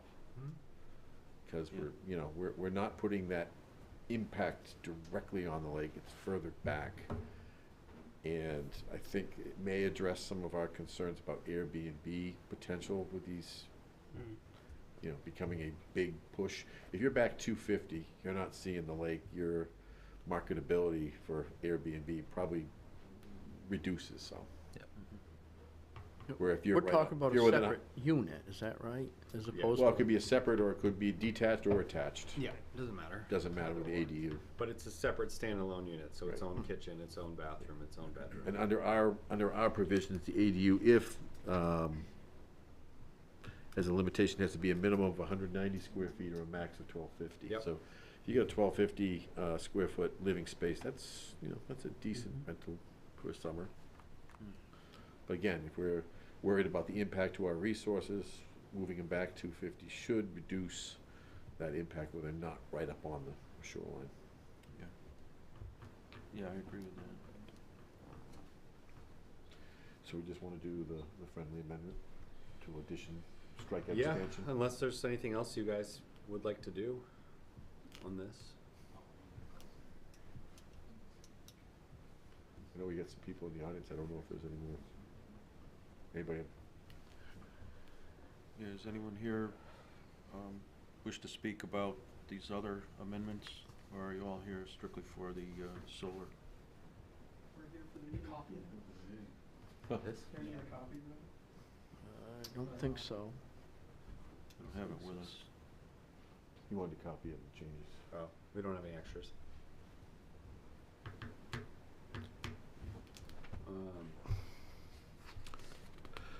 So essentially, they restrict accessory dwelling units closer than 250 feet to a lake, closer than 75 to a stream. The total number of bedrooms or potential bedrooms is, can't exceed the septic design for the system in place. If so, a replacement or expanded system must be designed. The accessory dwelling unit has to be a minimum of 190 square feet or a maximum of 1,250 square feet of living space, which is different than footprint. So that's really, there's a definition now of living space in our ordinance. No more than one accessory dwelling unit allowed on a permitted parcel. Setbacks would be 30 feet for a new detached structure. For an addition to an existing structure would have to meet, which would have to be 30 feet if it increased the living space by more than 50% of what existed at the date of inception of the ordinance. As per state law, no additional parking is required for the accessory dwelling unit beyond the parking requirements of a single family. And living space has been defined as a climate-controlled area within a dwelling used for living, sleeping, eating, or cooking purposes, and excludes such areas as garage, attics, and utility spaces. So that's actually an important definition. Yeah. Forward. All right, we good to move on, or? So you're good with the friendly amendment just to change expansion to addition? Yeah. Per request of DEP? Yep. Anybody else? Good. Everybody else okay with that? Yep. All right. Kevin? Just that last definition, so those you say or, those are all ors or? No, and? it says climate, this is verbatim, a climate-controlled No, area. I'm looking at it. I'm looking okay. at it right now. Yep. So what I'm saying is, so if a person doesn't have if they build this and there's no kitchen in there, is that still defined as an ADU? No. Doesn't look like it. No, I think if it doesn't have a kitchen, then it becomes The a bunkhouse, accessory- basically. Well, that's why I specifically looked at the word or Yep. cooking purposes. So it had to be, Yeah. you have to and all those things to make it legal. Because I think that you have to have the 3-point criteria, right, to become a dwelling. You gotta have living, cooking, That'd be and bathroom. the definition above it. Accessory dwelling unit shall contain a kitchen and bathroom, which are separate That's what from right. Yep. and not used in common. So if it didn't have that, essentially it'd be a bunk. Be a bunkhouse, yeah. Okay, I just worried about that. We deal with that When you one a say lot. "or" cooking purposes, I mean, the thing above it does, but then you define living space, which is not the same thing if you say "or." I'm just saying. You might Yeah, want it has to be all reword three. that. To be a living space, it has to have all those components, correct? Yeah. Well, if you build a bunkhouse that's just a bedroom, it doesn't have a kitchen, that would still be living space. That's not a dwelling. A climate-controlled area within a dwelling. So if you have a dining room for eating, that would be living space, right? What is it? Right. But if you had a bathroom Yeah, it and, doesn't mention bathroom and. Bathroom is not mentioned, no.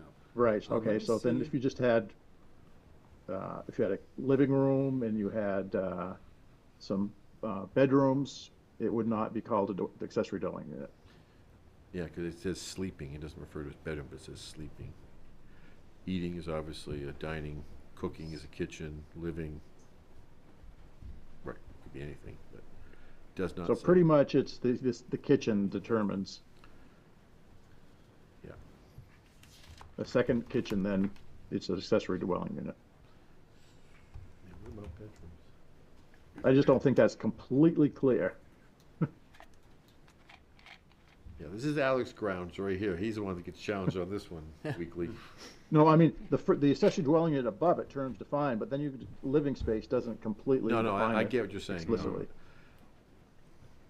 Yeah, I mean, I guess open to, I guess, suggestions on how you'd like to word that. Well, I think you have to include bedroom, right? Or bathroom. Kevin's saying bathroom, because up above it has kitchen and bathroom. So living space, you'd include a bathroom within the living space, correct? I think you'd have to have a minimum of a kitchen, a bathroom, a Sleeping. bedroom, and a living room. Right. That would define So the question a is, do we dwelling need to unit. add bathroom to that definition? That would define a living space. Yeah, it probably should be added because otherwise it's not gonna fall into computation for area. Right. So if you're taking a living area, you're gonna say, okay, I'm gonna exclude my bathroom out of that living area. Yep. Yeah, that makes sense. Some minor Yeah. addition. Yeah.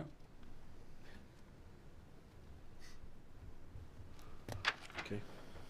All right, cool. Commercial. So commercial, no changes to this one. This is to allow for multifamily dwellings within the commercial district. This hasn't really been updated in a couple of meetings. Any comments?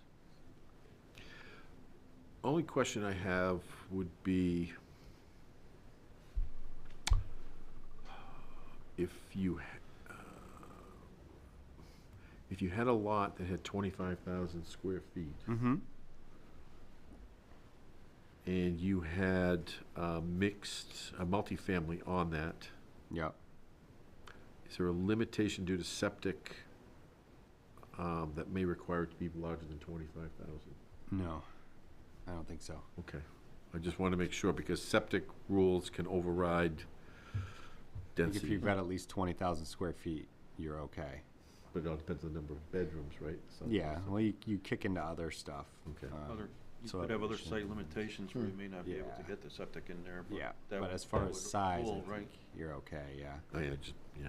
Do we want to put an outlier in there subject to septic rules? I don't think we need to, because it's Okay. gonna, it actually will be, with this new building code ordinance, it'll be in Okay. there. Yeah. Okay. All right, moving on to Well, you had 4. H-headed multifamilies. Yeah. That just allows it, right? Yeah. Okay. Terms? All right, number 4. This was the general code cleanup, I believe. Oh, no, this is affordable housing. Affordable housing. So this is a new one. Yeah. So. Oh, gosh.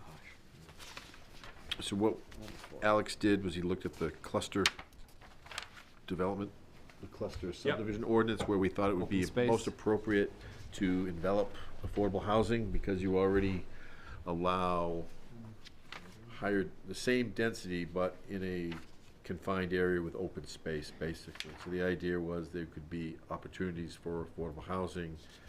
For instance, we look at Honey Hill. Yep. Raymond Hills, the development we just did, you know, obviously there was an opportunity there where maybe you could have done more higher density, and got some affordable units in there. And the idea was to give the developer some incentive to promote that.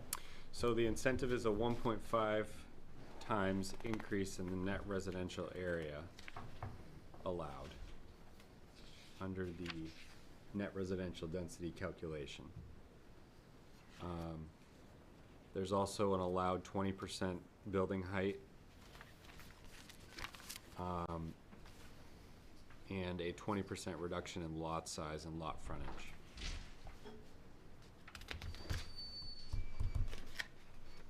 So it's a fairly substantial increase, but with that, there's some standards on, you know, it's got to be affordable housing for 30 years. You've got to have, you know, some deed restrictions. You gotta have the rental, it's gotta fall within below the 80% of the local area median income at the time of the initial occupancy. Is this just for rental affordable housing, or is there any provision for owner?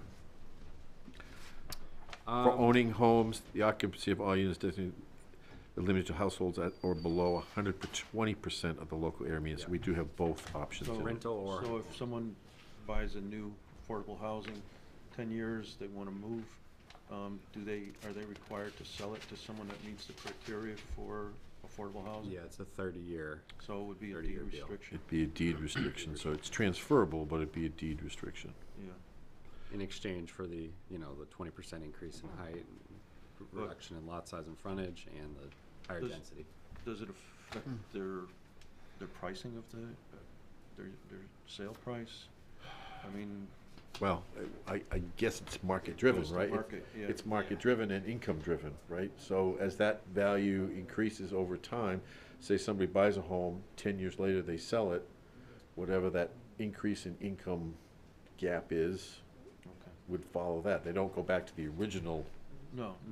It'd be whatever at that time of sales to meet that Okay. purpose. So it could double in value and they could sell it, but as long as they sell it to someone who meets the criteria for affordable housing, Yeah. Yeah, it's okay. I don't think they can make a huge profit on these.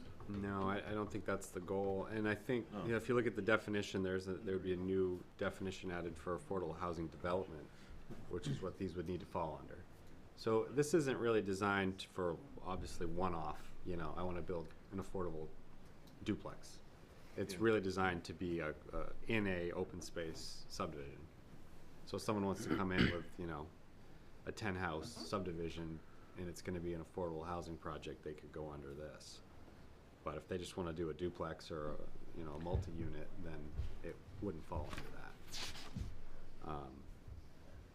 We did get some help from Kate Birch from North Star on this one,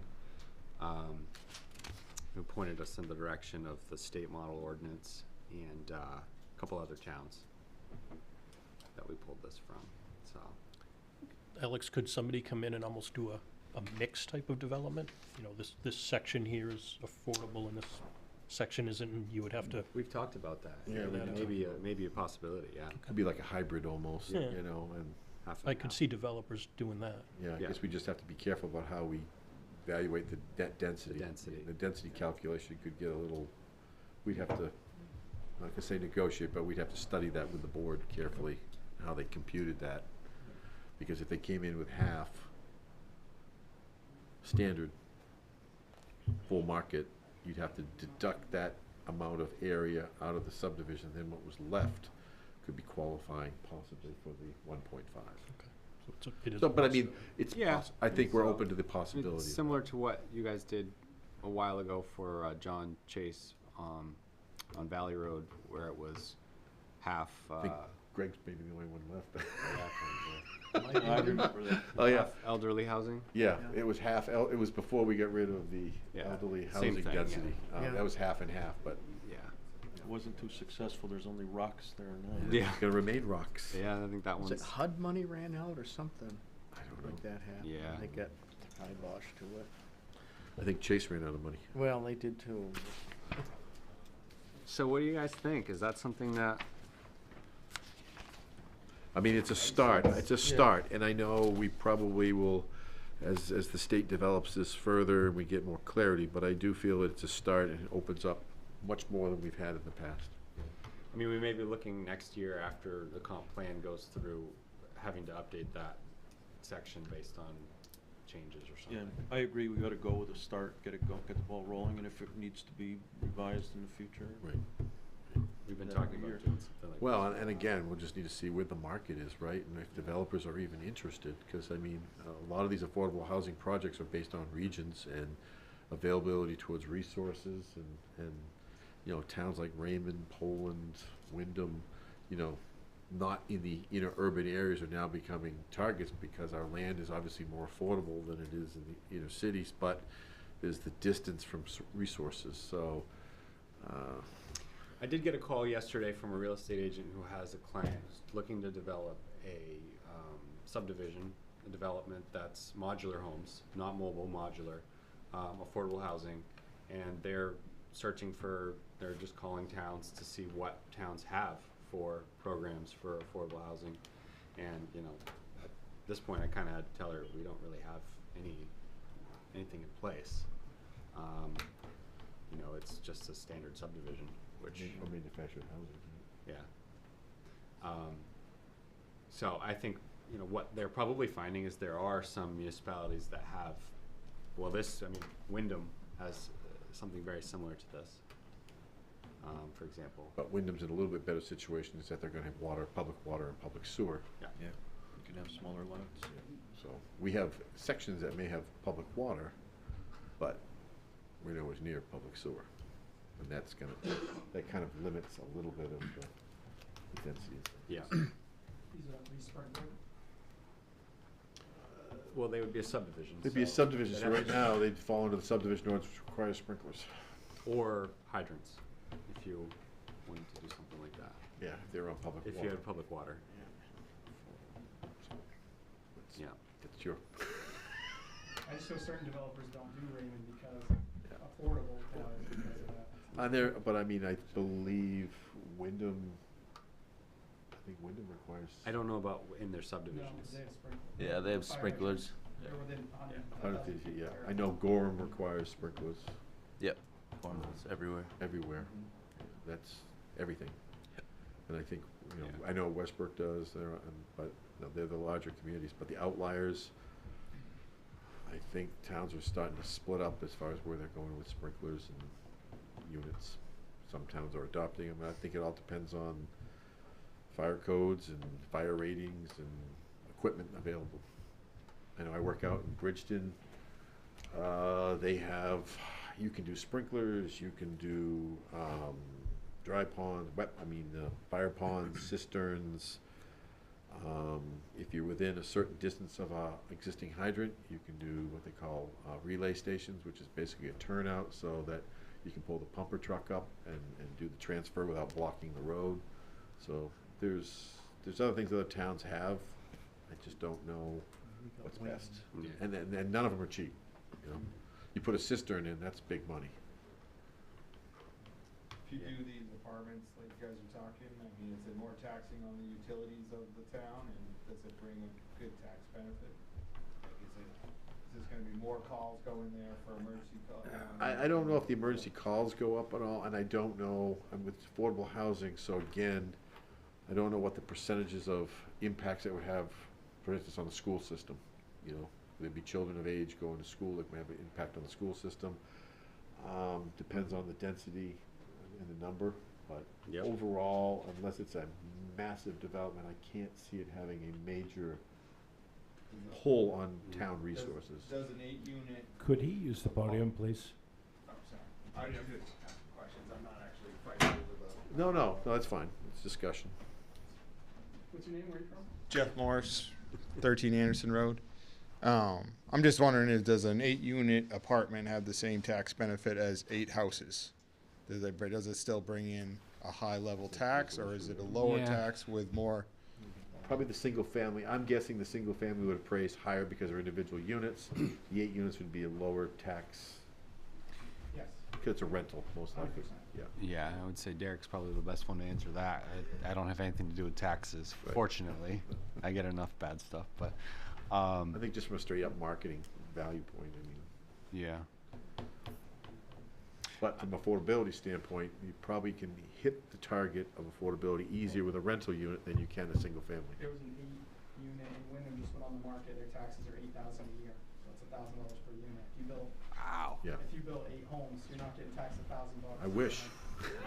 I live in Gray, I wish. Oh, Right, God. yeah, so, I don't know, like, it's one of those things where, I'm not gonna talk about it. No, but I think the idea is that, you know, obviously the benefit, there are benefits to affordable housing. You're bringing people in the community who are at workforce age. You're able to put them in living conditions that benefit everybody. But there's such, you know, and I've said it to this board several times, right now, the way we've got it structured, the term affordable housing in this town's an oxymoron. You can't hit that medium income and build a home with the house pricing, the material costs, labor costs, land costs. You're not even close. So the only way I have seen it in recent developments working in other communities has been through multifamily or rental situations. It's the only way you come even close to being able to reach that. Is that the ultimate goal for affordable housing, to have people rent their whole life? I hope not. Hopefully it's a stepping stone that they can, you know, get their life and their career on goal, and then maybe move up to a single family home if things work out. But at least it gives them living conditions that are reasonable. So, are you guys comfortable moving that forward, since this is really the first bite at it? Or do you want this one to get held off another year? I think we should try to get it going. Okay. I agree, it looks like a good start. I think it puts us in the right direction, and maybe it's not enough, but at least, and I think the comp plan, completion of the comp plan will put us in a position next year. We'll have more information. We'll have more information and maybe by then, some of these things at the state level will be a little more straightforward. I mean, I still think there's a lot of questions coming out of Augusta with, you know, how we implement all these things. Lawsuits All right, so moving on, we already did solar, so going to 6, nothing's changed. That's just general code cleanup. Section that they found some inconsistencies. Clerical, pretty straight. Sandy, you had sent me an email. There was an error in this section on one of the bulks, I believe. I see it. It's on the top of. So I'll Yes. fix that. Area is not crossed out. Yep. So I'll fix that. Which one is that? It's page 3 of 24-6. Oh, area bulk. Very top area is not crossed out.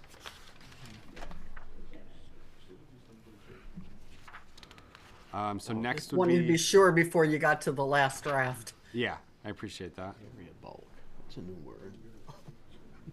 So the next item is the zone map changes.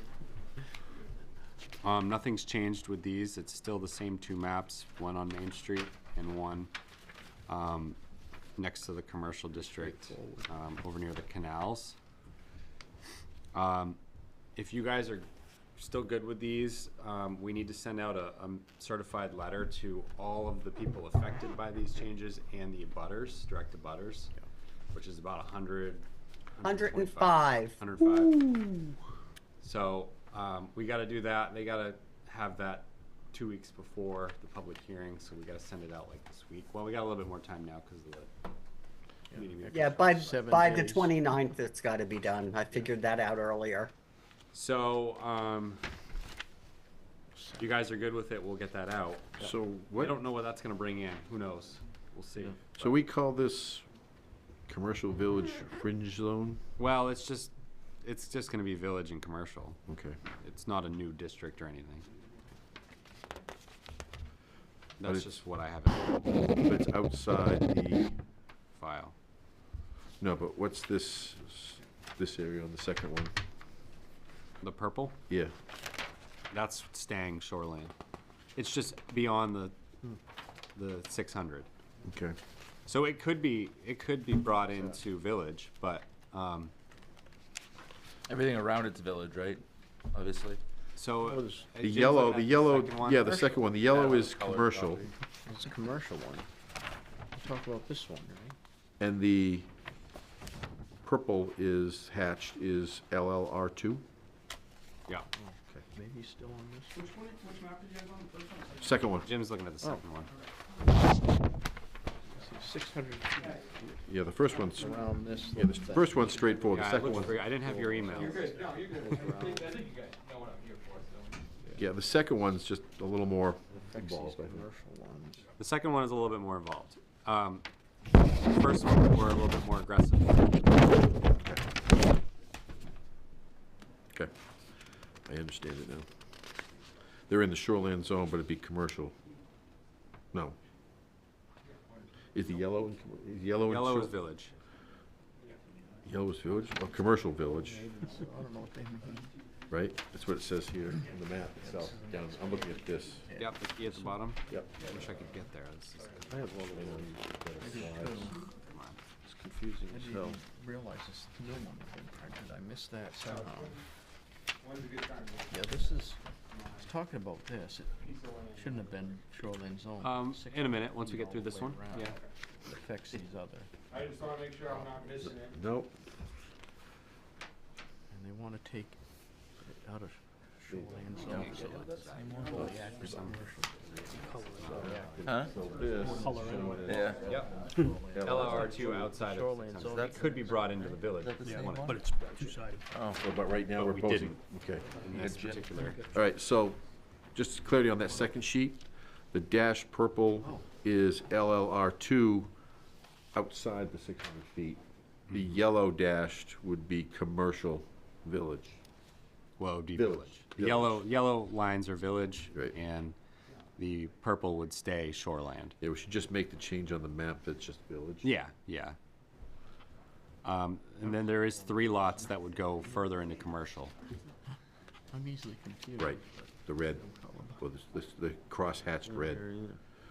Yep, okay. Oh, maybe it's back on this. I can try and bring it up on the screen if you want. Yeah. I don't have any trouble with this at all. Okay. And nothing's changed from the last meeting. No, nothing changed from the last meeting, it just, Everything looked good to me. I think it's just from the public standpoint, just clarifying it a little bit easier, because it's, commercial village kind of popped my head a little bit. Hold on one sec. See if I can do this. Yeah, so there's 3 things. There's village converting to commercial, LLR2 converting to village, and LLR2 outside 600 staying at LLR2. Yeah. Shoreline zone. All separated by basically a road, right? Yeah. In this case, it's the road. The road. Clearwater? Yeah.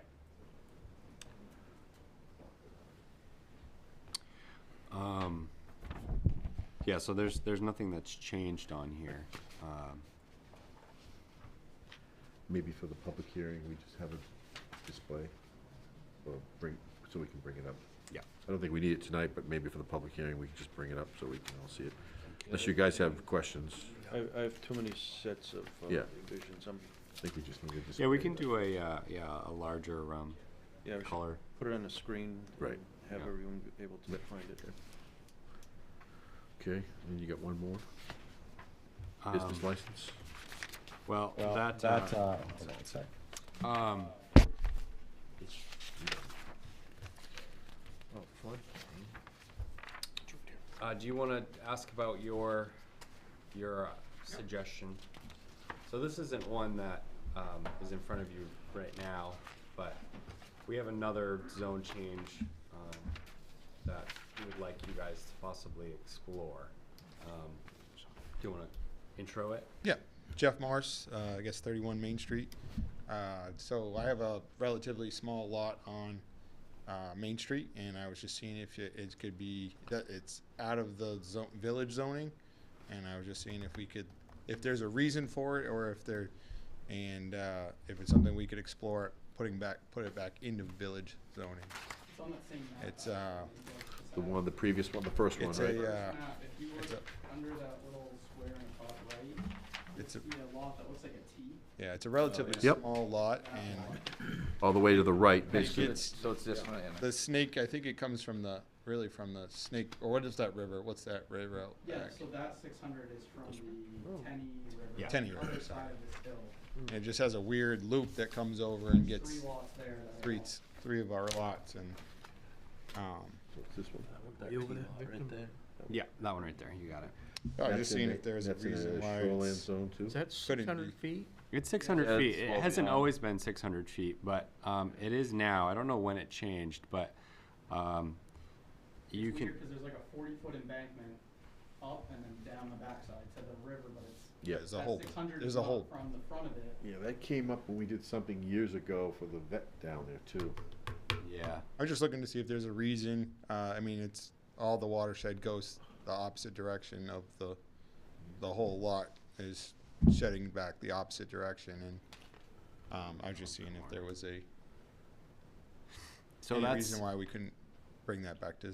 another section in town where we are quite a bit more strict than what it should be, and we are bringing portions of the village into shoreland, which those lots are very small. So if you put these small village lots into the shoreline zoning ordinance, you've got basically nothing you can do with these Yep. already very tiny lots. So it does make it pretty difficult. These aren't, there's no public water here, correct? There is public water. There is not- public water there. yeah. Goes up to the fire station, right? Yes. Yep. Okay. So it's on public water too. So this is obviously one that, we're not looking at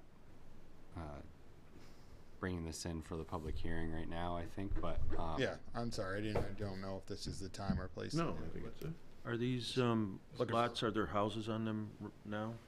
Or There's they- houses on, I So believe, why all did the we lots. incorporate- 'cause we This is said right next to part the of church. Sebago Lake, Hampton Run? I don't know why they put 600, but Is that the old Grange? Yeah, yeah, but I, It's not the old Grange, is it? It's next to, so the Grange, I Or- believe, is on one side of the church, and we're on the opposite side, I believe, Okay. right? It's the old pastor's house. Oh. It's a small T lot that's just, like, it's just not much to It do doesn't with it apply with with- all by the law, different does it? zoning, but I was just seeing if there was a reason why it was not why the village got taken out of that side of Main Street, I guess. Village zoning. so I mean, I can do some research if you guys are interested in looking into it. And it's not anything I'm not developing tomorrow, so it's just more of a question of curiosity. so how does that work if it's village and LRR1? The shoreline zone takes over, essentially. So does it change anything? Yeah, oh yeah. Makes it way more strict. 2 acres and Right. 40,000. So if we do this, when we have to move the shoreline zoning, correct? Yeah, so we'd be looking at having to move the shore. So, and essentially they've given this the Great Pond setback, the 600-foot shoreline off of a Great Pond. So, which it obviously isn't. And it wasn't always 600. At one point in time, it was smaller. I don't know. Is that anything you remember? Gosh, I don't remember. I don't. Yeah, we monkeyed with it a while ago. I don't remember that specific. And I want to say it was maybe 2014, 13, somewhere when that zone map changed. Yeah. But Is it the setback is from the wetlands and not the lake? It's from the river, yeah, it's not the lake. It's not River it's behind not it. a great pond, it's a river segment. yeah. Tenney River. If it flows into a lake, then it's shoreline zone like a lake. Yeah, and I think Which that's may what be the reasoning to it could be, 600 yeah. instead of 250. Do we need a DP determination on that? Yeah, I can reach out to the state and see what, I mean, they're gonna tell us, 250 is what's required for something like that. We need to make all of it 250. That's agree. what I understand. We were trying to bring everything. Well, then back maybe to that's 250. maybe that's what we do here, though. I mean, I have some sympathy here. It should, to me, 600 on the Great Ponds makes sense, but on streams and connections of water bodies between tributaries, That's a big setback. 250 is still very. That whole side of the road can shed water in that direction. It's literally gotta go. I know, 60 no, feet I up. know exactly where you are, because you go down to the corner I'd understand if it was going You've down got even the, you've got the doggy care and the, what was the name of the other place there, the rehab place? Yeah. Same thing, there's a berm Yeah. that goes up, Yeah. and then it's straight down to the embankment, and the water can't get in there, but it's all, it's considered a resource at that point, but I'm just thinking if you guys can get, we don't have to do it all tonight, I just was maybe in curious. that case, where it is, to me, that water body simulates more of a stream than it does a. Yeah, Where we're that's what talking it's about. really. 250 would be, it would still be very conservative, but I think 600 is just, I think if you even brought it back to, I think if you brought it back to like a 500 or a No, it isn't 400, on that map, it but would clean it's- up a few of the. Yeah, although well, I think, Main what Street. do we Penny have, River. what do we have? 75? Yeah. Panther Run is over here. Well, you can make an exception for Panther they got Run, because that is a 600 unique. foot. It is water- unique, yeah. I think with that unique water body, the 250 would be, I- to me, would be reasonable. I remember. I mean, we've got development Shoreline right down zone, there but I with didn't cul-de-sacs realize and we everything. changed that. Yeah, and that And it's weird Panther 'cause Run we're in at States. loops, and then it goes back away. Oh, yeah, it's a not whole even s- it's a- near it, it's a just snake, that one yeah, yeah, steep part yeah. that comes in. Yeah, Kevin, might you have any see it thoughts? better on here. Yeah, it's this. So his lot is. No, I agree that the 250 is probably more appropriate for that. Yeah, it's those three, four lots. I think. Well, it would change a lot of them if we move it to 250. It's a T. But even if you go up Mill Street, I mean, all those houses right there next to the street on Mill Street right there, It was those are still all in shoreland. Yeah. And they all drain down Those to go Main down. Street. Yeah, well, this goes down towards there. Kind of hard But to see. these ones up here, you're right, they go towards Main Street. Can't pick up the T-shaped lot. Yeah, so he's, Hers is I guess that's This something we one can right consider Yeah, for. that's, yeah. And as you can see, it's a pretty already difficult lot to work with. But oh, this thing is so You should. sensitive. yeah, it's only what, 60 But feet that's- wide or something? It's that's crazy. I'm Panther guessing that Run. somebody cut Panther that Run, lot out of the 600 middle foot. of Yeah. Shoreline zone. One in the We middle. the one in the middle of the square one got cut out. onto this lot, and he said it was once village, and then we changed it. So where's the board? You want me to do some research with the state and see if I Smaller can- is better. Yeah. I just think that, I mean, it's a unique water body. I don't think maybe 75 is not appropriate, but 250 is more than, to me. It has to be 250 regardless. Yeah. I mean, if the state says it's 250 and, you know, again, we're trying to make housing easier. Yeah, if it's geographically impossible to, Well, that just, impact with the- it, what's in that shoreline zone, you can't do anything. I mean, you've got the percentage of coverage in the lot, you're handcuffed. Small lots like that, I mean, you barely get the structure on it, let alone a driveway or anything. Yep. The septic and everything else that goes along with it. So I'm just gonna pull this up real quick because I got it right here. Might as well. There we go. This is the color version of what you guys were looking at. So the yellow is all currently shoreland zone. It would turn to village, which is less restrictive, smaller lot sizes, more lot coverage. These two, three, yeah.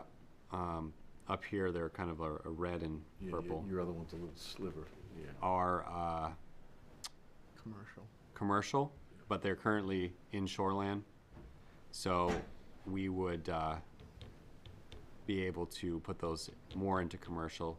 The White Pines Motel, they're the ones, White Pines Motel? Yeah. Yep. They're the ones that have requested this because they're exploring the possibility of converting it to a multifamily at some point. Not allowed in shoreland, would be allowed in commercial with the proposed changes. So, Why are we, I'm just curious, why do you have that one sliver of purple that goes up? It kind of looks like a lightning bolt almost. It goes up, touches the red. Just 'cause Right you don't here? want- You don't want to split the lot? yeah, so with this one, we followed the lot lines instead of actually following the 600 foot, Oh, so those- which we that- could, but But there is a lot that kind of runs parallel to Clearwater? yes, right here. Yeah, inside that long, narrow. Yeah. This thing right here. It just seems weird that we'd have that one. Probably part of the lot across the street, isn't it? Yeah, it's so the reason this one next to it is in purple is because it clips the shoreland down here.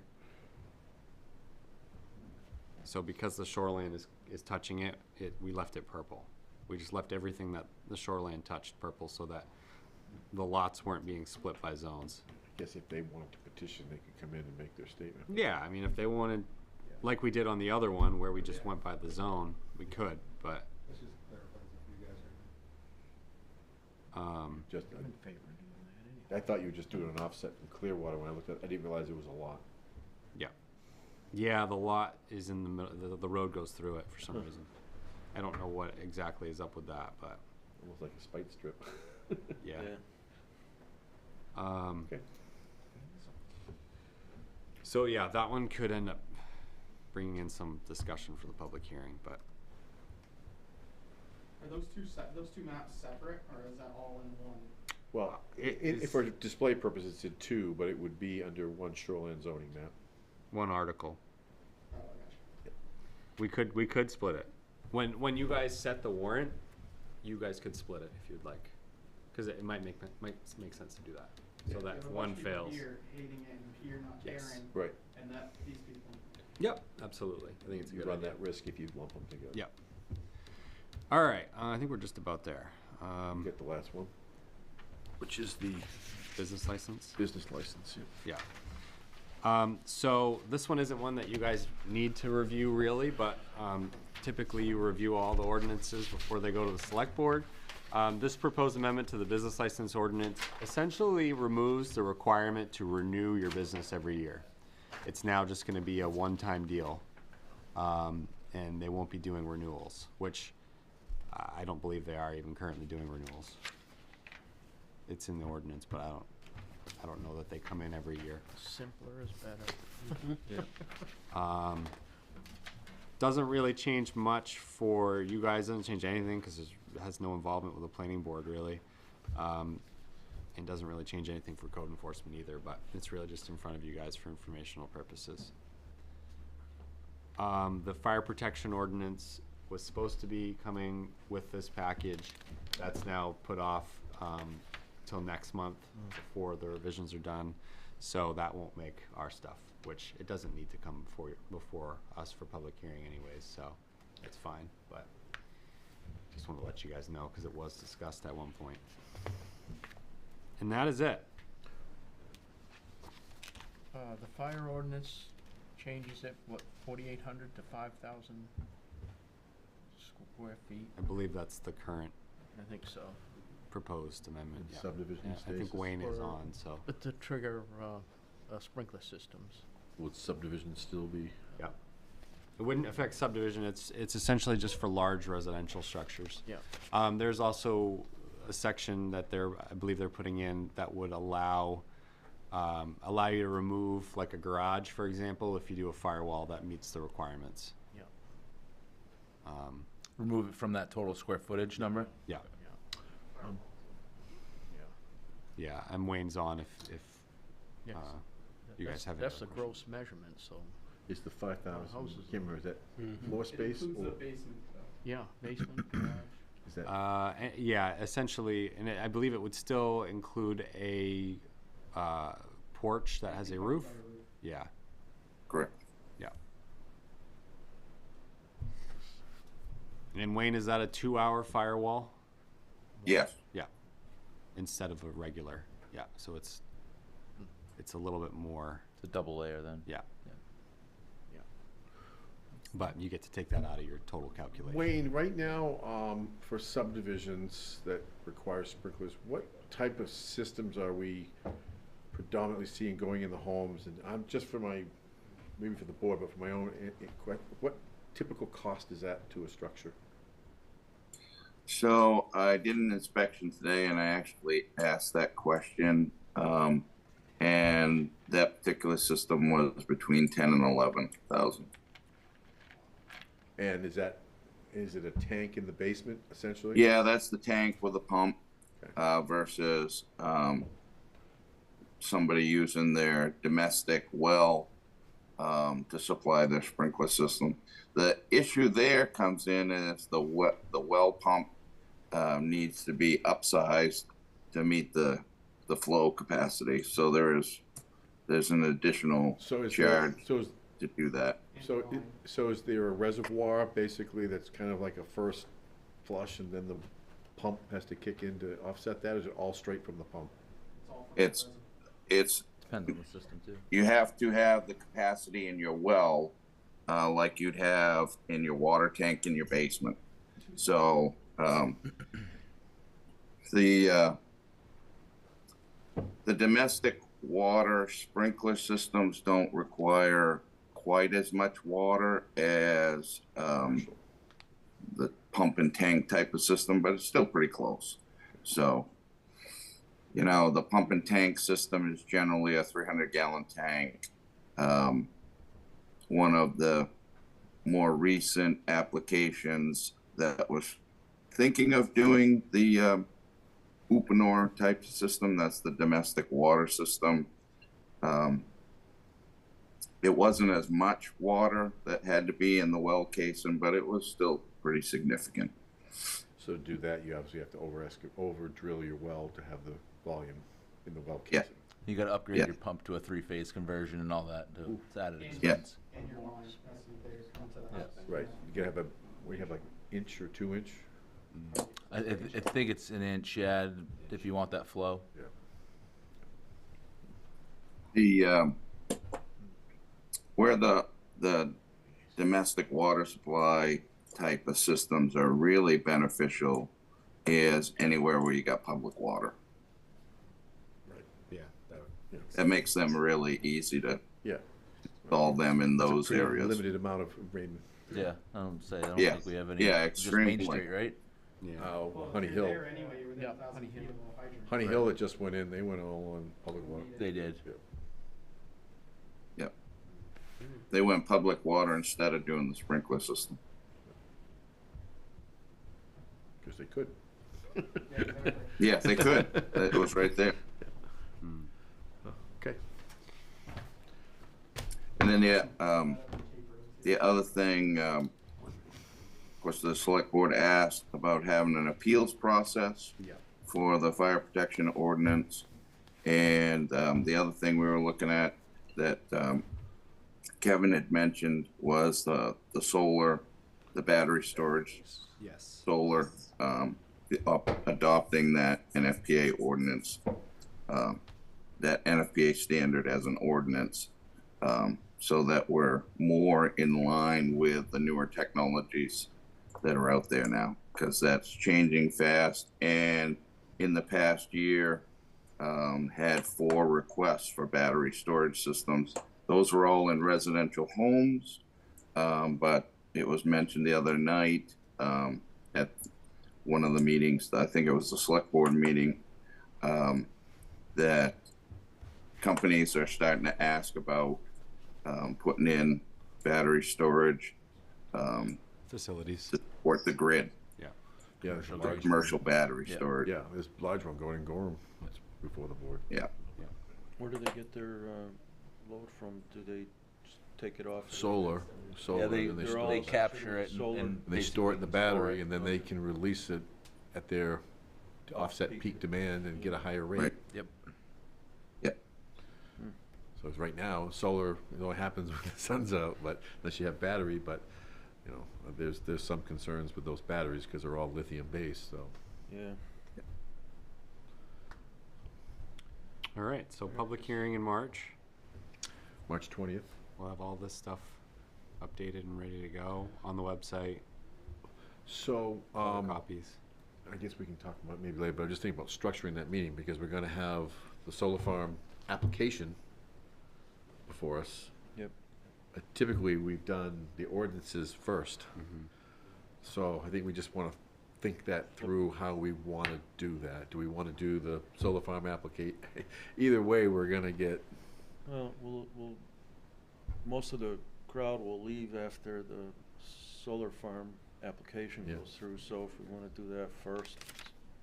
I think it's going to depend on what we get for people, because if we send out 105 certified letters, we may get some interest from people with the zone map changes. Yeah. So if we get 20 or 30 people for that, then I think we kind of have to assess the room.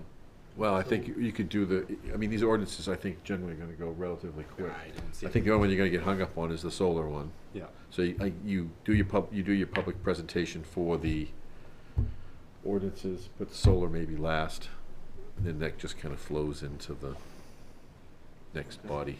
Yeah, I mean, I think Either way, we it's could wait gonna, and see. yeah, either way, and maybe we'll get some more information from the attorney too about moratoriums and. Yeah. Yeah, we'll see what the select board does too, because What do they- they're gonna meet before that, right? Yep. So they'll perhaps make a,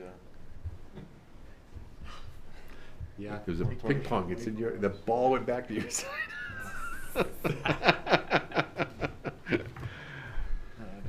Yeah, no, you have a good point. And Bob will be back for that meeting, is the plan. that's good. So, well, you can leave it up to him. Let him decide. And only thing I had is just a little information for you folks, not that it affects you in any way, but does affect applicants. Army Corps now is regulating wetlands and impact fees for that. So now any wetland over 5,000 square feet is subject to impact fees from Army Corps. Now, is that just if that wetland is filled, or if it's just on the Altered, property? altered, yep. Oh, wait, how much was it? 5,000 5,000 square feet of wetland alteration. If it's altered, then that's when you go to the Army Corps? Anything over 5,000. Not if your lot is 5,000. No, anything you alter 5,000. It used to be under DEP when they regulated, it was up to 15,000. Yeah. That would be the trigger mechanism. And it's expensive because in Cumberland County, I believe it's $6.03 per square foot impact. So when you go to 5,001 square feet, you're looking at a over $30,000 bill. Is that forested wetlands or? Any Any wetland? any wetland. Yeah. Hydric soils? Not hydric soils, it's to be wetland. So if it's classified as a wetland, forested, it's even more stringent, I think, if you're insignificant. Are they already mapped? No. So someone. These aren't these aren't just significant, they're all wetlands. So someone has to do an investigation on site and. So you have a single-family home, they want to put a driveway and go across the wetland. They impact 5,020 square feet. It's $30,000 extra they didn't account for. That helps with affordable housing. Yeah. And that's an Army Corps' argument, and they've got a point, is Maine has been the one holdout. New England has already been under these rules for some time. So Maine has been the outlier, so now Army Corps wants to bring Maine into compliance. So if you're in Massachusetts, New Hampshire, those are the rules that have been in effect, so. But, other than Vermont, probably Maine's prices are, you know, that impact fee is less of a percentage of the property value, but in Maine, it's a bigger percentage, because, look at Maine, we probably have more wetlands than maybe all of New England. I think we do, we're like 30% of the state is wetland. Yeah. So it hits home, and that's a per county impact fee, so it changes if you're in York, but Cumberland's around 603, I think. Who gets the fee? Army Corps. Army Corps keeps it. And I think it has to, I think there's limitations that it has to be reutilized in the watershed impacted. Because DP and it has always had programs, you know, where they give grants and funds. So it usually comes out of that impact fee Yeah. for restoration or improvements. Yeah, projects I was. Just on make it was hard. have to- It's harder on you guys, it's harder on us engineering firms, because we get to break the bad news to everybody too, so. We used to have to like donate land or even sometimes create. You wetlands. can, there are opportunities, but that's sometimes very difficult. Yeah, for just a. For the home conservation development. land, because that's a big ratio difference too. But that is an option, but right now they seem to be more in tune to take the money. Probably doesn't matter if they're man-made wetlands or not. There could be some argument made on that, but I mean, there's a limitation to how long it's been man-made too. Yeah, a certain date, right? A lot of the vernal pools are man-made. A lot of the vernal pools that we have seen have been results of sometimes skidder ruts and things like that. Well, a lot of them are made just to for water for animals. They just dug the wet areas. Yeah. So staff communications? Yeah, that's our last item, right? Yep. If anyone has it, do you guys have anything? No, just that Honey Hill, which is Raymond Hills, is finishing up. They're kind of on their last few houses. Boulder Bend, which is Hillside Drive. First two houses are getting ready for installation. And Woodstone, first building permits going out, so that first house will be getting started, well, really second if you count that first one at the bottom. And Rolling Brook, I don't know what we really have much for vacant lots left. So some of these subdivisions you guys have approved the last few years, we're getting there. Yeah, the challenge we have with Rolling Brook is it's changed hands, ownership, and it's getting the improvements completed, the final road improvements completed. We really don't have much. I haven't really talked to any people about new subdivisions coming in, a couple of small back lots.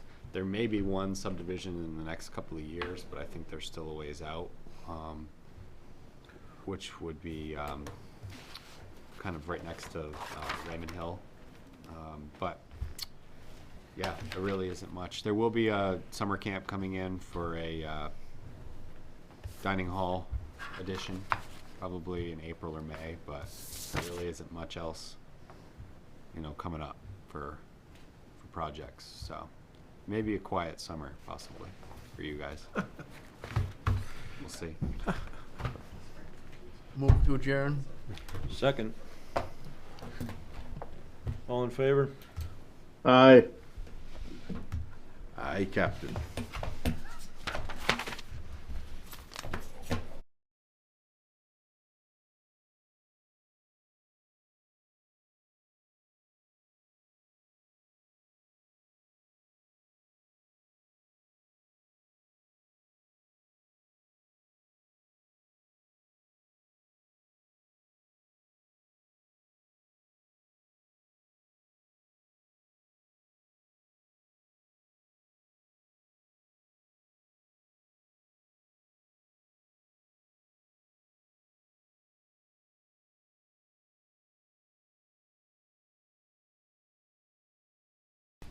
Yeah. So I think before you go, I think the growth area question that you asked, and I'm not sure if we've talked about this, but I think that the planning board has in the past tried to meet that by our ordinances concerning lot sizes. But we have resisted in the past, and Jim can help me out here, because is it the overlay groups, overlay zones that we've really kind of tried? Well, we've got some manufactured housing overlay zones. There's a mobile home overlay, but Right. That's really the only difference there is you're allowed to do a mobile home park. Right. But we've tried not to have multiple overlays. Is that? Right, we try not That's to. that's So really that's all we why have. we don't have a specific. We've just kind of used the ordinances to guide, and hopefully they're. But I'm wondering, is there an opportunity, not that we've seen very many come through, but like open space subdivisions, we allow cluster subdivisions, is there an opportunity within that to say 10% of their homes must meet that Yeah. standard? Absolutely. Or meet the standard of The county, I guess would be on a county basis, right, on value. Sure. Yep. Sure. affordable housing. Yep. Yeah, we've talked about this. Yeah. We've A just number of times. Yeah, it just never had any legs. Yeah, But we don't see very many open space subdivisions for one. we haven't seen one in a Yeah. number of years now. But maybe we could do something like. I mean, we've thought about putting that in somehow, and getting that into the ordinances. And as far as the looking at and how it piqued our attention at first was the fact that the language in LD 2003 was specific about designating growth areas, and that that designation should be contained within the comprehensive plan. I mean, You could say the commercial district. well, I mean, do we look at the village? Do we want to look at rural residential? I mean, I can just tell you, just from background, that in the 2004 comprehensive plan, it basically identified the village 1 and 2 and the industrial and the commercial areas. Yeah. You know, which seems to make perfect sense. yeah, near all the resources for those type of homes, so. I mean, the big thing is the lack of sewer. That's the big Yeah, there's a minimum lot size for the sewer. restriction. So What are if we we had a talking sewer about now? What do system, if we had a sewer system, it'd be a different story. you know, if there was a sewer system in the village and commercial, for example. I'm sorry. Okay, yep. It would make things a lot easier. That's why it's tougher, I think, in the rural communities because of the restrictions of the sewer. Yeah. You know, when you're in a urban environment where you have municipal sewer, your lot size is almost. Yeah, you can stack them. What can you stack? And the same thing happens with the dwellings. It's just dwelling units, because Right, almost exactly. always they're gonna have to Yeah. have a new septic field system, a new leach field, and you gotta be able to do that. So And it's there's a kind of state plumbing self-limiting. code on top of that. Right. You have to You can increase the amount of density in the village, but realistically, you have to have land to support for the septic Yeah. system, and it's getting eaten up by the structures, so Right. you know, you're kind of just maxed out. Yep. And that's how LD 2003 basically, they said there's, as far as designated growth areas, if it's mentioned in the comprehensive plan, it's you're good to go. If you don't have a comprehensive plan or it's not mentioned there, then it's really tied to sewers, public disposal of waste. If you have that, then it's considered a growth area by the statute. So I'm also wondering, is there, it doesn't sound like it at the state level, but at the local level, could we say there must be at least a primary residence before an accessory dwelling unit can be on? Well, an accessory dwelling unit is accessory to an existing Yeah. principal structure. Yeah, LD 2003, once again, they do cover that. They say that as far as that question is concerned, the existing has to be existing prior to or built at the same time as the accessory dwelling unit. Yeah. So it's fairly comprehensive as far as the plan is concerned. Yeah. It did go through rulemaking. My information is the rulemaking for now is done until, I guess, we all meet in court. and then maybe it'll change. Let's look at seeing if we can come up with a model for that 10%. You know, In the cluster? Yeah. Or the open space? either one, Okay. either Or one of both. those, or both. Yeah, I mean, it's something we've gathered around for a while, and we see what happens when there's a approved subdivision, and then somebody wants to build a multiplex. That's going to be a lot cheaper. We get We did have one of those that did come in, remember that at one Yeah, point? I do. It That's was a- Westview, right? Right. Yeah. You know, and the residents get upset, and rightfully so, because they weren't expecting it, because it wasn't in the. Well, the question would be, does it have to be multiplex, or can it just be an affordable, single-family home? Sure, no, I just use that But as to your point, do example. we want to go that far as to say that a certain number of those lots could support duplexes, or? Well, if we did that, then that would, I mean, I would assume those are going to be less expensive, right? Yeah. So- But, I mean, it's always that compatibility, multiplex with single families, but if it's planned ahead of time and known ahead of time in the subdivision, then it's not. Exactly. That one kind of sprung on everybody because they assumed it was all single Yeah. family, and then they got hit with a multiplex. Right, and that's fair. I mean, that was fair on both sides there. But if we plan it out and it's approved like that, I think that's a different situation. If I learned anything in this process, it's the fact that, as I mentioned before, a town's comprehensive plan is not a regulatory document. What I also learned is that a comprehensive plan of a municipality forms the legal basis for every ordinance that we write. And we don't really have one right now, right? Well, you know, there's also, it's stated in the statute that it would be a matter of defining whether or not your comprehensive plan has expired.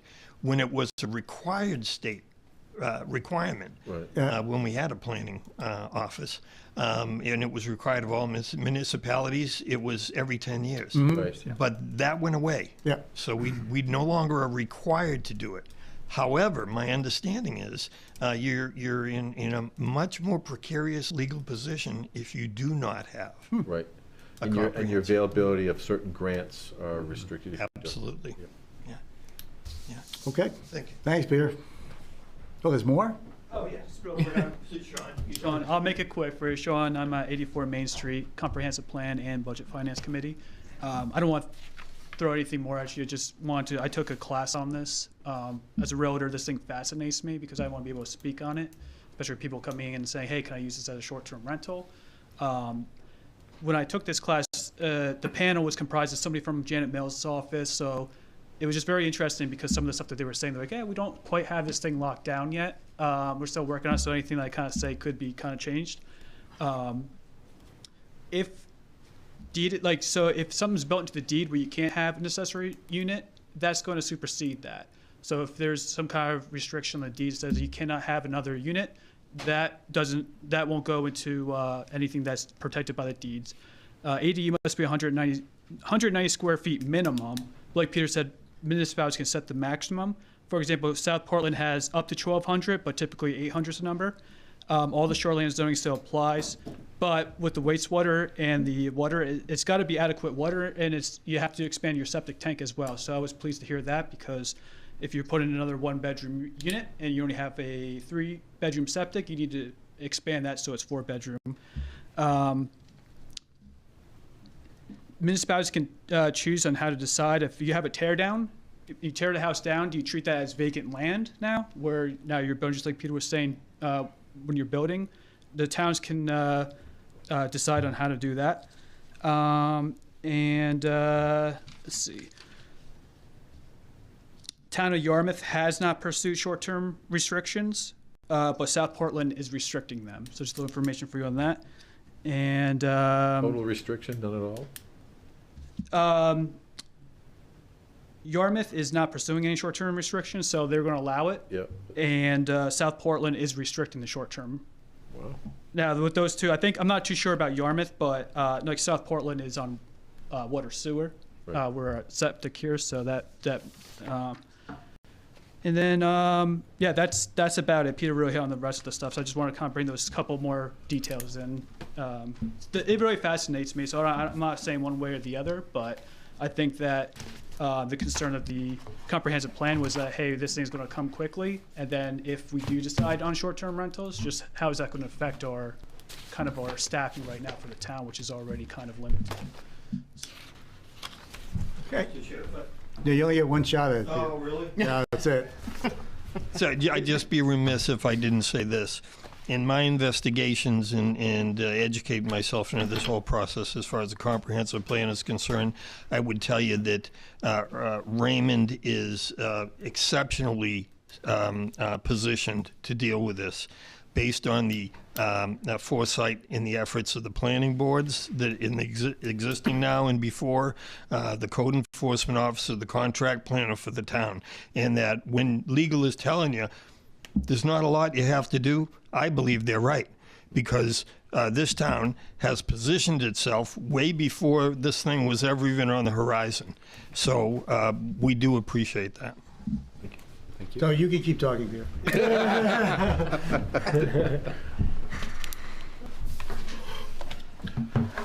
So, I guess path forward, do you want me to reach out to the attorney and ask him if he can just make sure that the changes we made last year are still up to snuff, or do we need to make any amendments on? Should we make changes if the rulemaking portion is done? Can we start He was very heavily involved with this. Yeah, when it first started. One of the things that we have talked about, and we just kind of batted around as asking questions, is we've gone from accessory dwelling units that were attached to the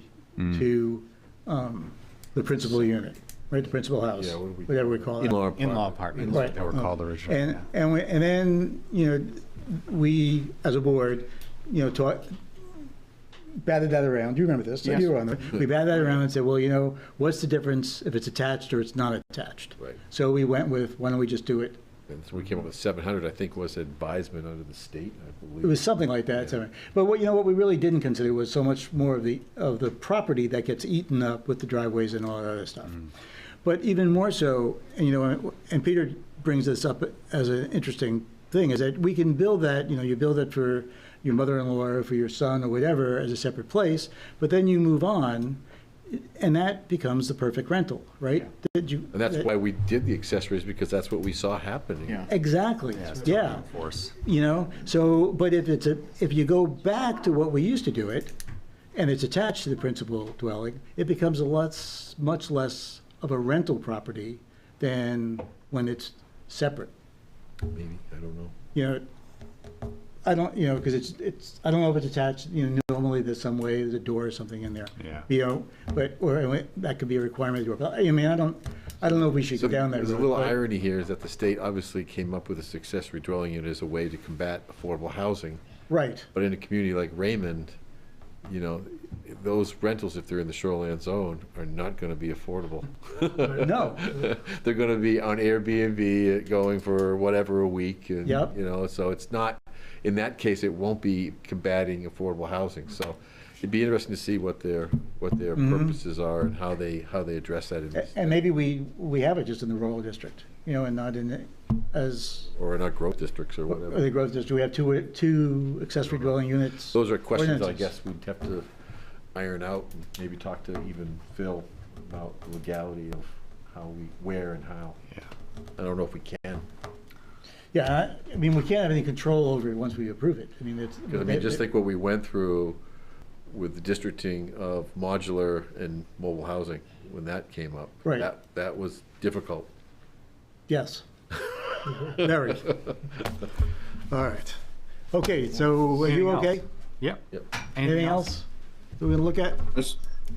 Wayne, do you have something? Yes, just a quick comment on the events that we're looking at, the events language that we might be looking at.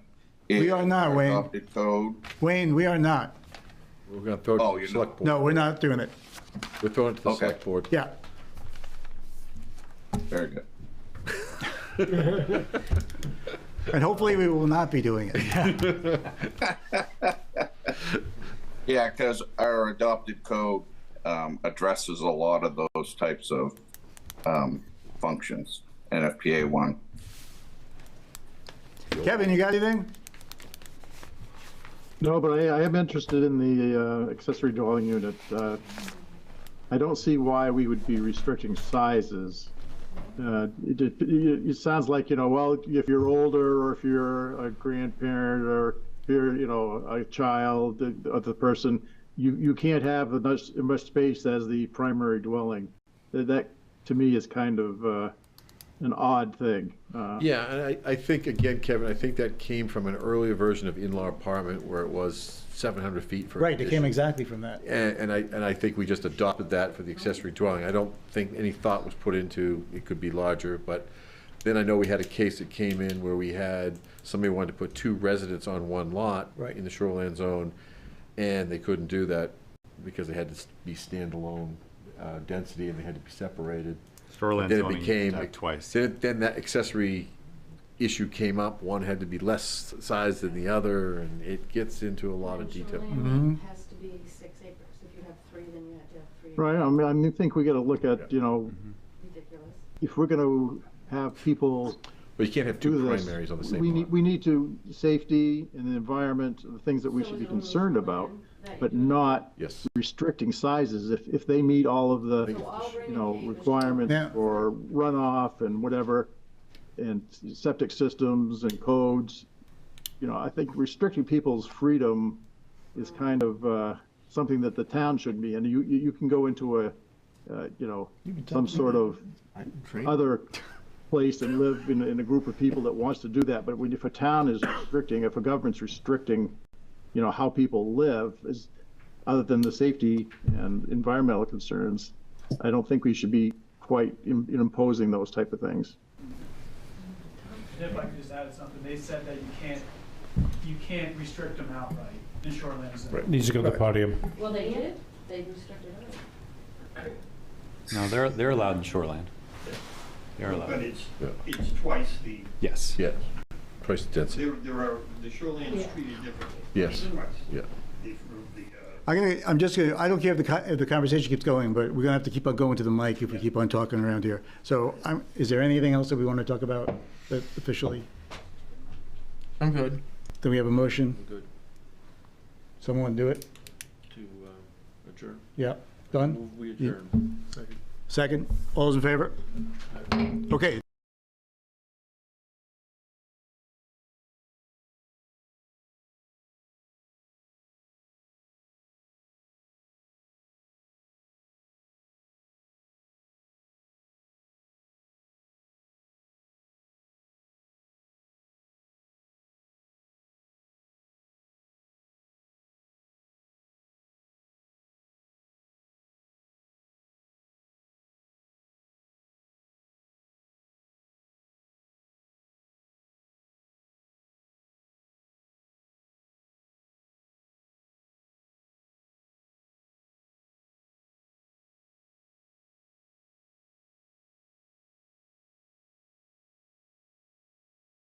3, 2, 1.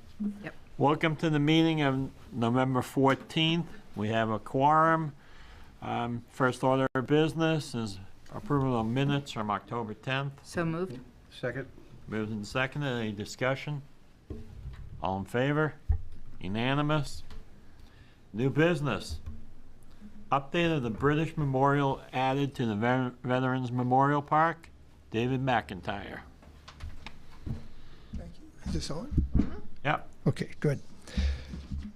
I don't know if I'm Dave McIntyre, if you don't all know me, but been with the Veterans Committee for quite a while. You may have heard some rumors or whatever about this memorial, so I thought I need to let you know. And an email to Sulik a while back from Joe Crocker recommended we let you folks know what's going on. Back in July, first Joe Crocker got a phone call from a British folks, somebody down in Massachusetts, and because he's in charge of the parks, and then he handed it over to me because it happened to be something to do with veterans. And what the gentleman was from the British and Commonwealth Remembrance Project USA. And what they are, they're an organization that are in remembrance of British soldiers and the people from the UK, both World War I and World War II. And they manage they have volunteers, something like 200 grave sites within the New England area. Maine, I think there's about 16 or so that I know of. So after I established who they were, Joe got a hold of me. I called him back, and there's a gentleman named James Normington who is a representative for them, and he's located in Massachusetts. And he wanted to bring my attention to he'd like to establish a memorial for the pilots that were crashed in World War II in Sebago Lake. Now at the time, I've heard about the crash, but I didn't realize they were British pilots. We trained, and again, more research and looking at it, we trained many British pilots in World War II at Brunswick Naval Air Station. And they were on a training mission because they were US-made airplanes that they were using over in World War II in Europe. They were on a routine training mission. They were in a formation flight over Sebago Lake. And at some point, one of the airplanes came in contact with the water or had some problems. Another airplane flew into it, and they both crashed, and they're entombed in the bottom of Sebago Lake right now. So, and you may remember that Bill Green did a special back in 2018. It's about a 5-minute segment if you Google it up, and it kind of goes over it a little bit because somebody was trying to recover those airplanes for the value of them, and it was a no-go, couldn't do that.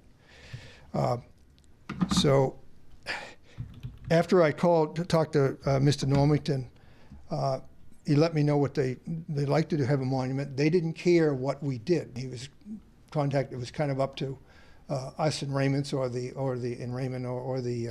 Veterans Committee, if you will, to come up with something. It could be as simple as a plaque on a tree, or it could be a monument or something of that nature. I geared towards making a monument. We already have granite benches. Our main memorial is granite, something substantial that would last, not maybe a tree that could blow over and people forget about it. So we started working towards that. Did a bunch of research, came up with a narrative that could go on a stone, and there was several emails back and forth with Mr. Normington to verify that it was historically accurate, had the pilots' names and stuff like that, and he okayed it. I had some meetings with Joe Crocker and also Don McClellan from his, not only he's a Vietnam veteran, but his dad was a World War II in aviation, so he was kind of, and flew in Europe. We settled on the narrative. And at that point, I went to Colette Monument, who does all of our pavers and all the other monuments and the cemeteries, as far as I know, in Raymond. Yeah. And they came up with what they could do for we had a budget of $2,500. That was the max they normally go to. And came up with a monument that would take the narrative and also have some descriptions on it. We went back, at that point, to the British folks in Massachusetts, because they had to approve what they liked what they saw, but they got approval through their various whatever organization they had to do. And from that point on, I went back to Colette and said it's a go. We had to make some minor changes. We had some airplanes on a monument that was dedicated to aviators. They didn't want airplanes on the monument for some reason. I couldn't understand that, but it's their money, so I didn't argue with that. So I went back to Colette and I let them know that this was strictly being paid for by the British. It's going on our veterans park, but all the costs for that is going to be borne by them. I'm not sure where that is. A month ago, when I was going from the last month's meeting, it hadn't been paid for yet at Colette. It's kind of out of my hands now because it's up to them to pay the bill. I've had just one piece of correspondence. I tried to check with them today, and he didn't mention the payment of it in an email. So I don't think it's a big thing. I'm not worried about it. But we finally went to. It was going to be the stone is about a $2,500 figure. That's placed. That Colette puts that in place for that, and then there'll be another slight charge for a piece of granite that it will sit on. And it'll be right, like I say, right in. It'll be separate from our park and monument, but it'll be on our park that people can see about the aviators. And one of the reasons that I obviously need to let you folks know what's going on. They intend to have now this was May 16th of 1944 that this accident happened. But when they like to have a ceremony to commemorate the stone, or remembrance of the stone, and they intend to bring a senior Royal Navy officer, whoever that might be, senior probably anything from a captain on up, and a representative of the British government at this ceremony. So the protocol of who comes, I don't know. Oh, and I probably left the important thing out now that I just said that.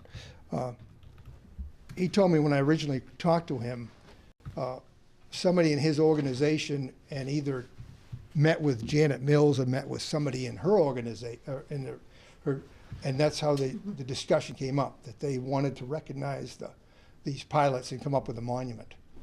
So that's one reason I went. As far as protocol, I'm not sure I'm sure that politicians like to get in the papers, like their pictures taken and stuff. So who would go? Who knows? I think if this comes to fruition, and I don't know how big they necessarily want it. If they're having a couple of which I would call kind of dignitaries, I would think it would be, kind of a big deal, if you will. Right now, there's, and I've talked with Nate about it, it's 17 years since the vet park went in when Howard Stiles, we got it all established. But there's many bricks that they crack and everything from the frost, and it kind of needs a facelift. And Nathan is kind of working on that. It probably isn't going to happen before that ceremony. It would be nice, but he's having trouble getting contractors. He can tell you more about that than I can. But other than that, that's probably the biggest thing. If you've got any questions for me, I didn't bring a picture of the monument and stuff. I didn't really kind of want it out there yet because it really isn't really. I don't know that it's paid for. I don't know it's going to happen just yet. And I thought if you want them, I can send a picture to any of you folks in a little bit of the background. But a permanent stone has been picked. It's a black stone that I think would look very nice down there. So the only thing missing is the writing on it right now? No. It'll be there. They have to order it isn't in place yet. Okay. They have to order the stone. Colette has to order it in unless they already have them. I don't know. They said they order it, and but there's plenty of time for them to do it between now and next May. We've got, like I said, this started in July and we kicked it right off, and to try to get it, knowing how long sometimes things take. So right now we're just waiting for it, and I'll check with Colette. I'll give him another 2 or 3 weeks and just check with them, say is it paid for yet, because he was going to get going on it so it can be put in place by May 16th. I think it takes like almost 16 weeks to get it done and everything on it, doesn't it? I can't give you a number. When I've ordered, it depends on how they're working. When I've ordered pavers in the past, it depends on when we get in, I guess, their cycle, if they're doing certain things. I've got them as soon as 6 weeks, and sometimes it's taken 10 or 12 weeks. So I don't, it depends. This is like any other really burial stone, if you will. So I don't know. I don't think, I mean, I think it's all done by machine. Once they plug it in, it probably just cuts it. So any other questions that I can? Anything else? I just have a question about, you're gonna keep us apprised. Yes, yes. Everything that's going on, the dates and everything else. Yes, yes. Like I say, May 16th is right now is when I suggested that, or I asked, I said, you know, I might consider Memorial Day, even though it's our Memorial Day. We set up a bunch of flags and everything like that to make it look nice. We'd be doing that 2 weeks in a row. You can't leave them up because grass has got to be cut. So if we could do it on one day, it'd be nice. But it'll probably be, again, it's going to be at their convenience, and whoever. And I imagine if there's a fairly senior person, he's probably going to be locked in a few months out. So that's what I can tell you right now. Great. Okay. Thank you for the update, David. No problem. That's all Appreciate right. I'll let you know. Yeah. Thank you. Okay. Mr. Chair, I think we're having some difficulty with sound on Zoom. Wayne, can you hear us? Joe just texted me. Yes, I can. Okay. And Richard, can you hear us? Yes, I can. So I'll text Joe and let him know that it's just him.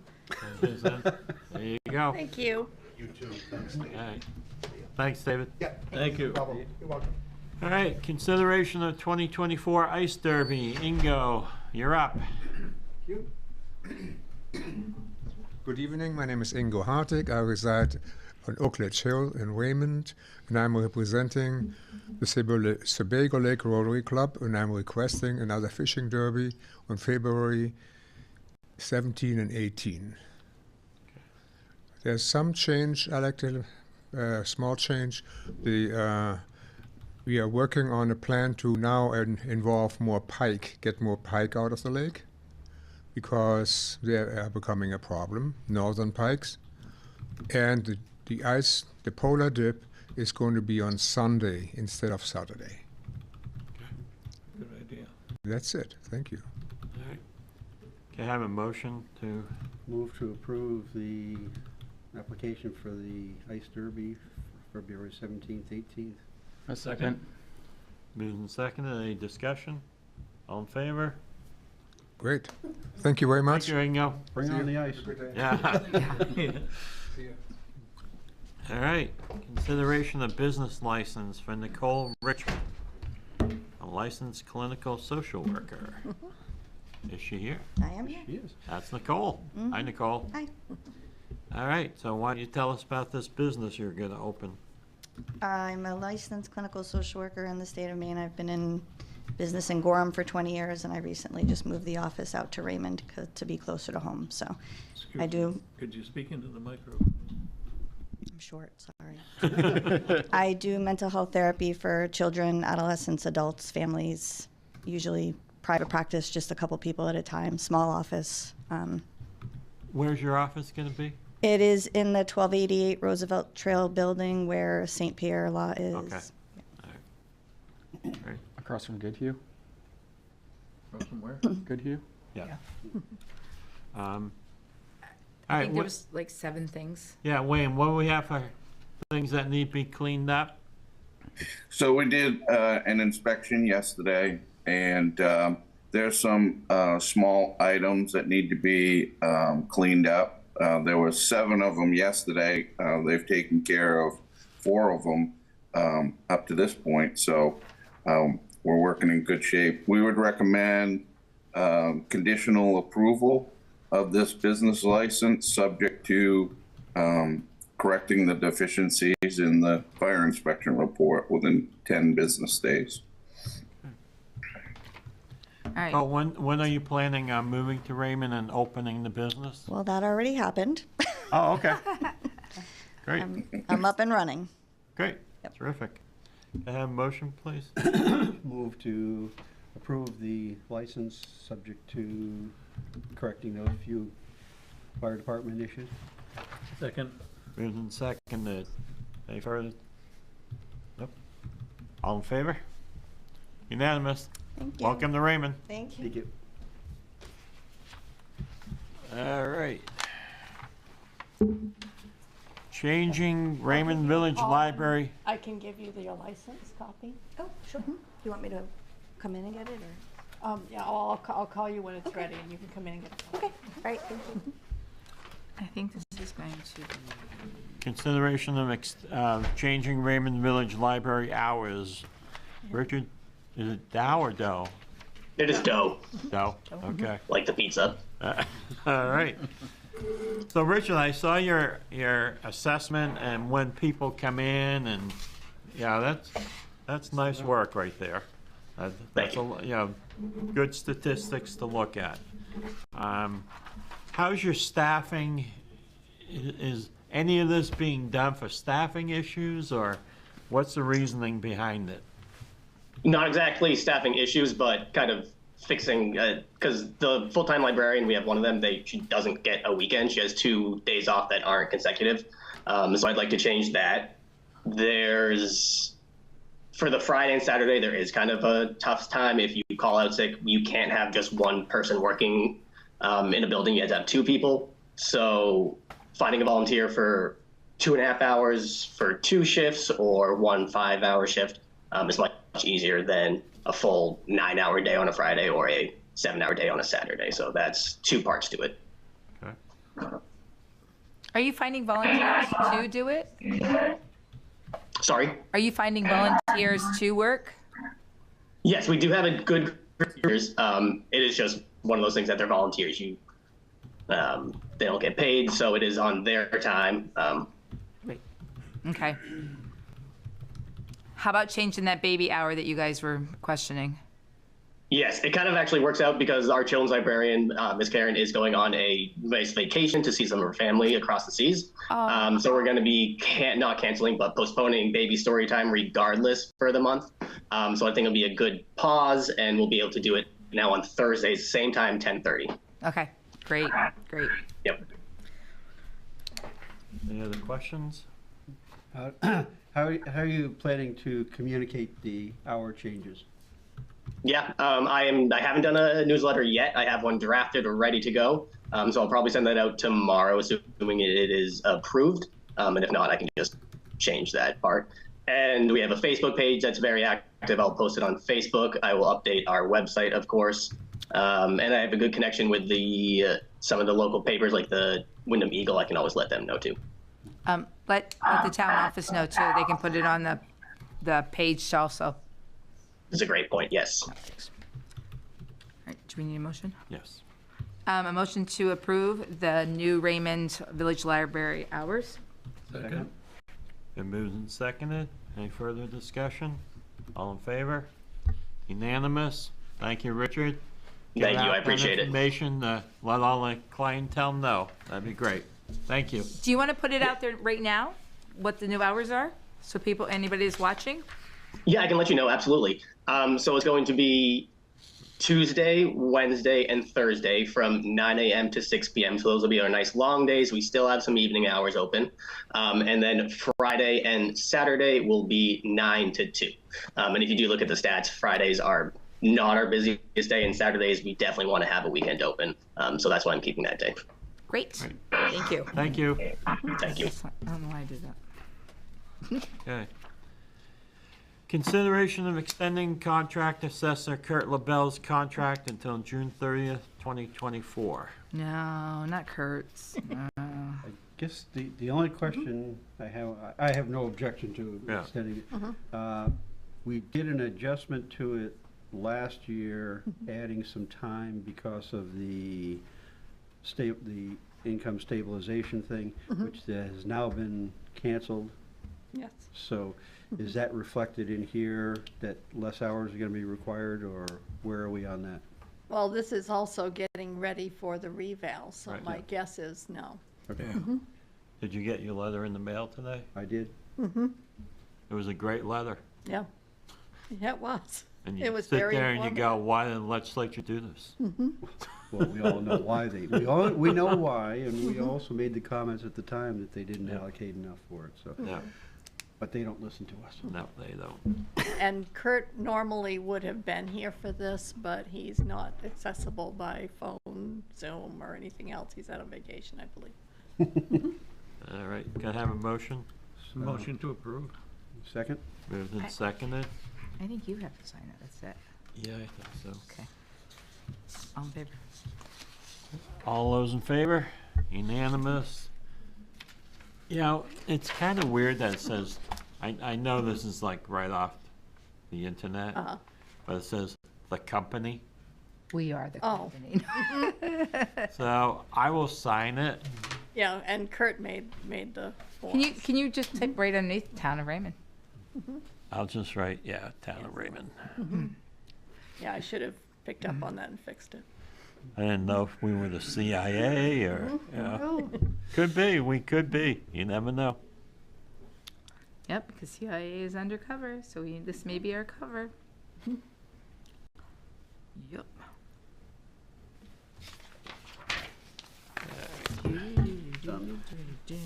Consideration,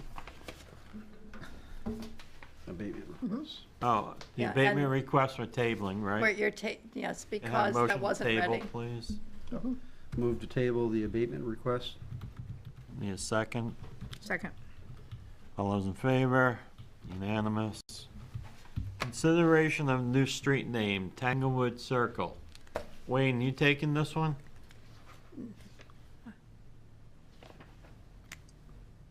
No, Mr. Chairman, I'm not aware of. That would be me. Oh, This just- it came from Bruce. It Yeah. did, and Bruce couldn't attend either. She was switching hats underneath back there. I don't know if Ah. you saw that or not. Yeah, I'm gonna get one with multiple brims. Are I you can the turn- interim fire chief now, too? That's what it feels like. I mean, That's not a seat I want to sit in. But as far as I read it, it's just a technical correction. Right. Yeah. Yeah, all, it yeah. is. That street has existed how long, sir?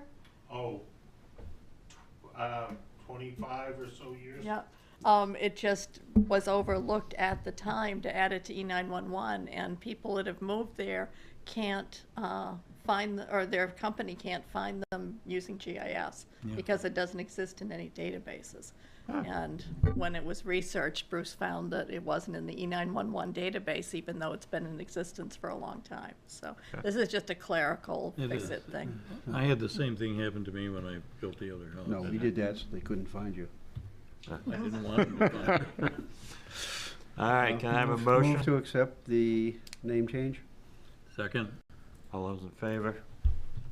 All right. Consideration of town office emergency action plan. And this was brought forth by Kathy, who is doing very well, by the way. Good. Um, She had a knee replacement, Yes. if anyone doesn't know. Her second. Oh, second one. Oh, Yeah. okay. Good. And I hope and pray it goes as well as the first, Yeah. because she literally bounced back up. But the question was asked, I believe Sharice asked it first, if we have a fire, what do we do? And she came and asked me, and I said, we've had one fire drill since I've been here, and was 9.5 years ago. So Kathy looked, and we really didn't have an emergency action plan. So she did some research, and she and I have been working back and forth on this to get the wording down and whatnot, so that's the history of it so far. I believe the one thing that hasn't been added is the location of the fire extinguishers and the exit plan. That's a map that she has yet to draw, but it doesn't change the verbiage of the policy. So I don't know if you want to wait to approve it until we have those two things, or if we'll just add those as addendums afterwards. So isn't this supposed to be in any business? Pretty much. Yeah. We just didn't have a formal one. Do you guys have, I didn't even look at this, because I have to have them on my walls in my own house, Yeah. maps Well, you have as to how to get You have out. to have your exit routes and things like that. Yeah. And we do have some maps hanging around the town office walls. Some of them got taken down when painting happened, and we're not quite sure where they went afterwards. So that's going to be for the next steps. And then come up with a plan to have an occasional fire drill, so everyone will know you You leave do the it when they're not building if you hear expecting this it. noise, yes.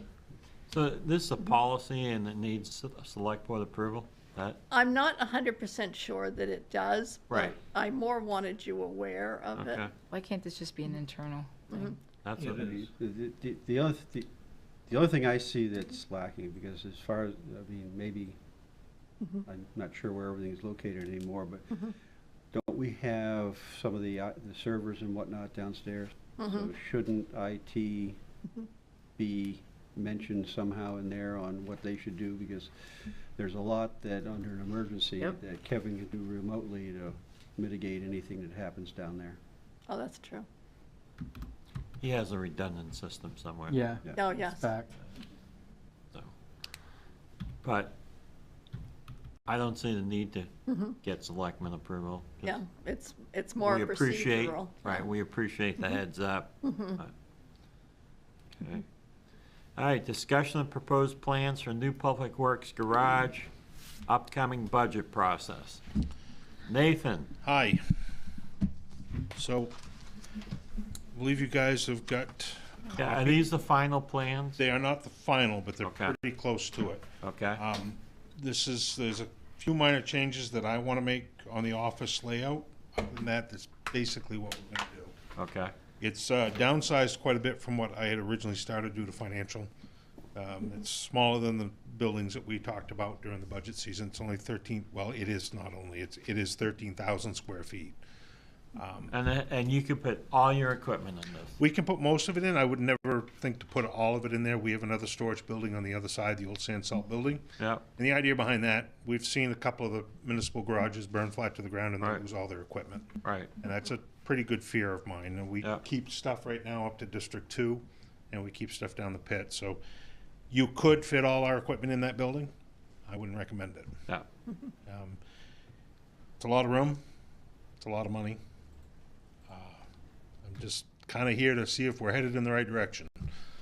Yeah, I mean, I think when we talked last time, it was like 4 million we were looking at, and now we're at 5.7. Yep. What's your We ticket? were What's at your big ticket? six and change, almost 6.2, I think is where we started. Yeah. And I walked away from it. I went, no. And we're down to that.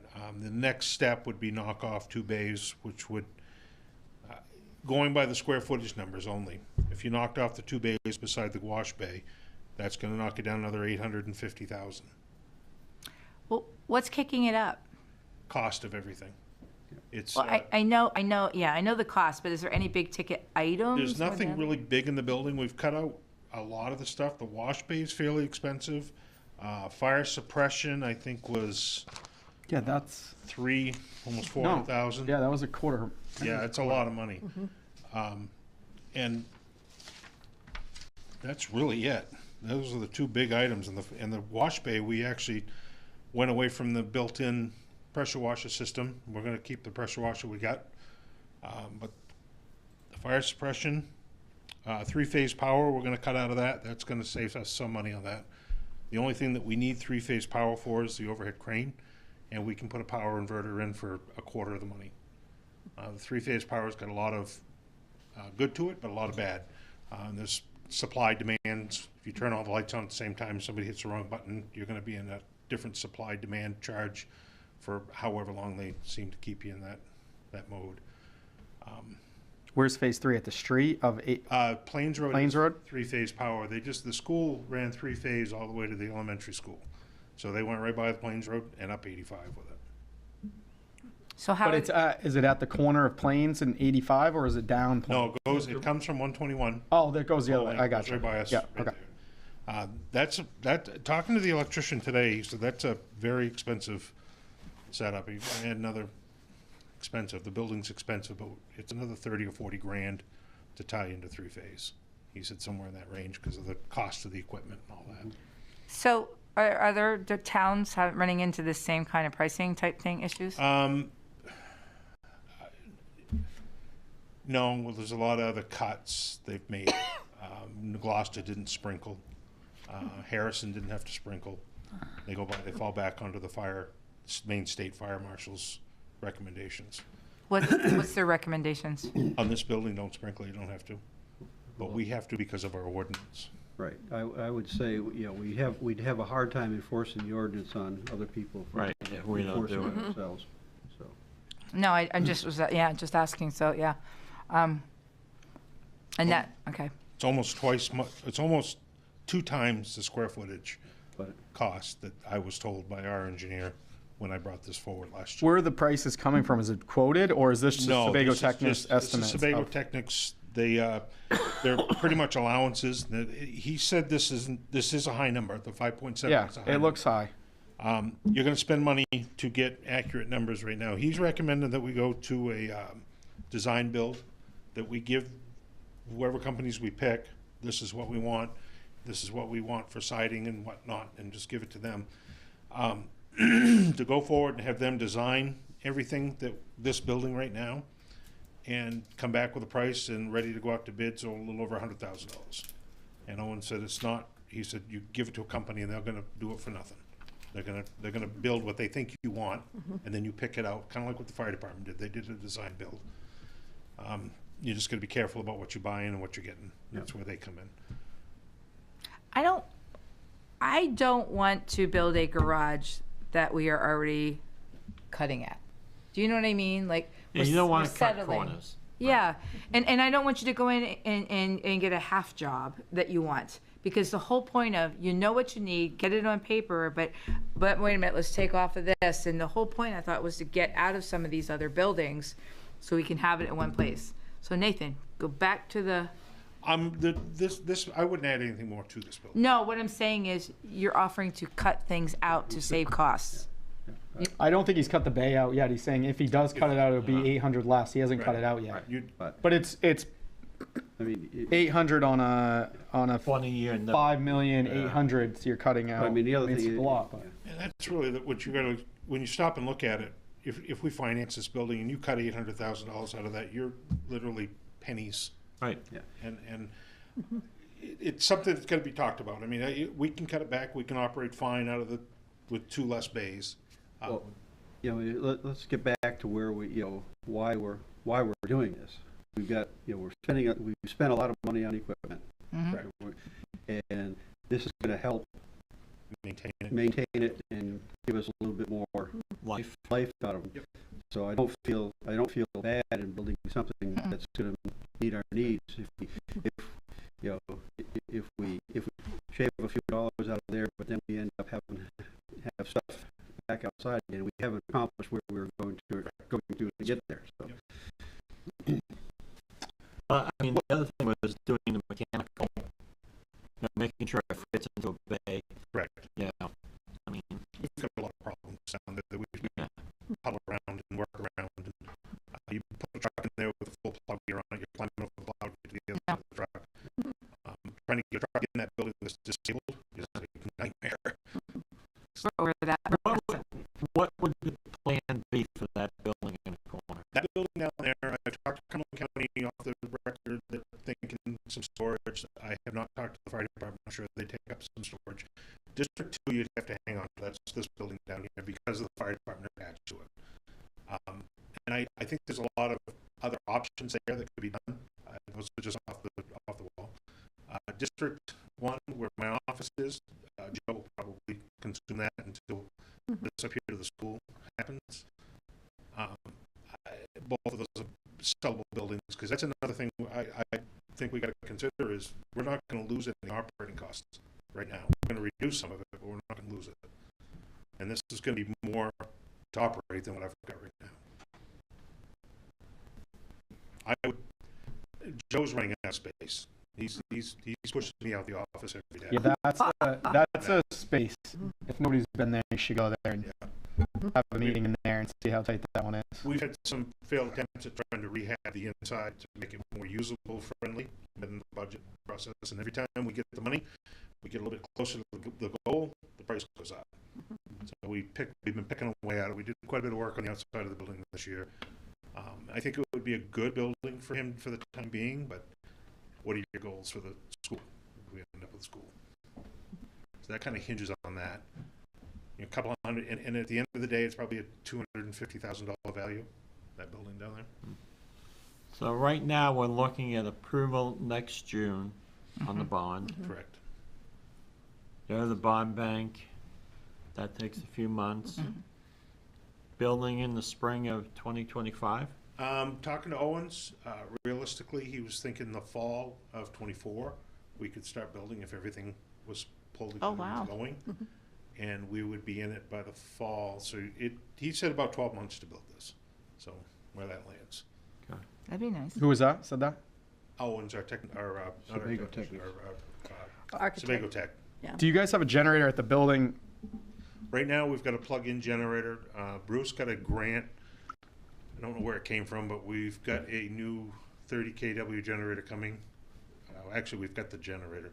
They're coming on the 20-something of this month, December, I'm sorry, to hook it up. So yes. On Do you? District 2? Yeah. And is that? That's been 2 years in the makings. So this new building will have one also. Well, this new one has a generator for 250,000. So what's that one? This building right here? Yeah. Well, you know, it's funny. When he told me that $250,000, Because I'm wondering how much you use that other one if this one's. Well, I don't think it's going to be $250,000. Okay. I did argue. I that can't point. imagine. Yeah, that's a lot of money. That one down there is I think it was $32,000. Yeah. The generator was $22,000 of that. This one out here, I think, was in the 20s, and the one at the town office is about the same. Wow, and 250,000? Well, I mean, he's. Well, they're big yeah. generators. Yeah, but This is still. a 30 kW. The town office is 40, and we put a 30 in at the building. They're pretty big generators. But I mean, that but this is- that 250 is an this- allowance, so. Yeah. Oh, I that's realize. allowed. Yeah, I'm just. Worst comes to worst, the portable one now becomes the one that's plugged into District 2 right now becomes just. I'm just saying if you want to make cuts, I think those Yes. are easier cuts Yeah. than trying to shrink 2 bays out of this thing. Well, and then you go back to the 250,000. It's kind of like that isn't even cutting a penny in half when you're at the end of the day. But yeah, that's one of those things. We've got a generator, portable. It's portable, and that was a permanent mount one when we bought it. I mean, it's not brand new, but we never lose the power down there. That's yeah. And move it down. If there. things are going haywire where you're losing power, I think you guys are all busy out and about anyway. Yeah, we're outside. Well, We're- yeah, but that's usually, I mean, that's when they also have to go in and work on things. So did I see it was $275 a square foot? for Yeah. the building? Is that what I saw? Yeah. $434 a square foot for the total project. The building is The building two itself. something, Yeah. Yeah. The total project would be $434.26. Which is equivalent to what the school is, the middle school. That's Yeah, the middle school is way more than that. Yeah, Yeah. they said 430. Did they say 430? Yeah. I was thinking it was like 8 something, but yeah. Uh. That's total project. That's going off that bottom line number by the square footage of the building. Yeah. So there's a lot of moving parts in there. Right. He also has stuff in there for wastewater. We've got a brand new septic system down there. He had stuff in there for water. We've got a brand new well down there. Those are all things that you'd pull out that will all reduce. What about earthwork? Anything you guys can do to cut out of the one? Well, I 108? thought of that. Sub everything out. And he's not, the engineer is not thinking that's a great idea. I have no fear of anything. So it's something we could look at. We've got the ability. We'd rent a machine, but at the end of the day, you're better off to have a contractor do it. So if something goes wrong, you can. Yeah. Hey, the water's running back in the building again. Yeah. I mean, Yeah. the other side of it is, if you're working on that, you're not working on. Correct. Well, yeah, you only have so many Yeah, you guys, don't have so, much manpower. yeah. So We haven't figured out how to clone them yet. I want to, yeah, really. Budget season's coming up. Correct. This question's going to be coming up. What question would that be?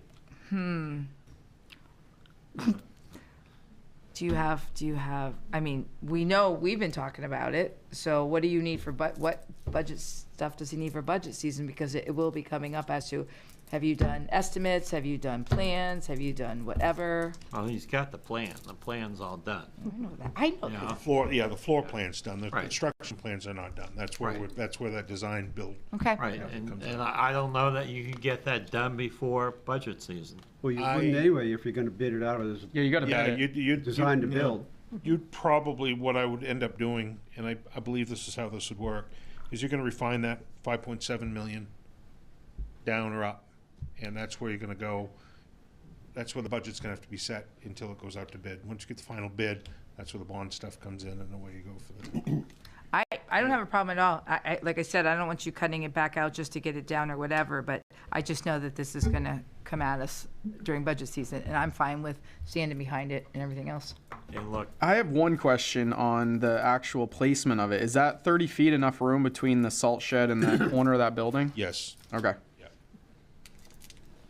You know Derek's gonna be down there looking at you going, nope, that's too close, shift a little to the right. No, I'm just wondering for left." equipment wise. I'm just teasing. I just want to make sure. And the elevations look steep on this, but it's really not that big of a. When you're coming towards closer to Plains Road, that does go right up pretty good right Yeah. there. But it's all sand. It's really Yeah, it looks. digging. Yeah, you can see where it fits the land pretty well. If it moved more, there's a lot of fill that would have to go there. But if 30's fine, then that's a good Well, spot for it. And that was part of the problem. Yeah, Moved it you're back towards that property line that drops. Yeah, off you're pretty- spending another 50 grand on fill. So. well, I think it's an investment the town needs to make. We've been doing a lot of investing lately into things that the town should have done, planned out more. We need to protect the equipment. Mhm. You know, We need to protect our employees. right, and the employees. Just when they're in there working, they can't, yeah. I mean, we still have a AAA rating, you know. I mean, the bonding on the other project went out at 3.65, which is phenomenal. So if we could stay in that ballpark because of our credit rating, I think it's a very affordable project. It's not going to be a 5-year bond like the last one. It's going to be 20 years. And it won't be a big impact on the taxpayer. But it will be a good investment for the town. Yeah.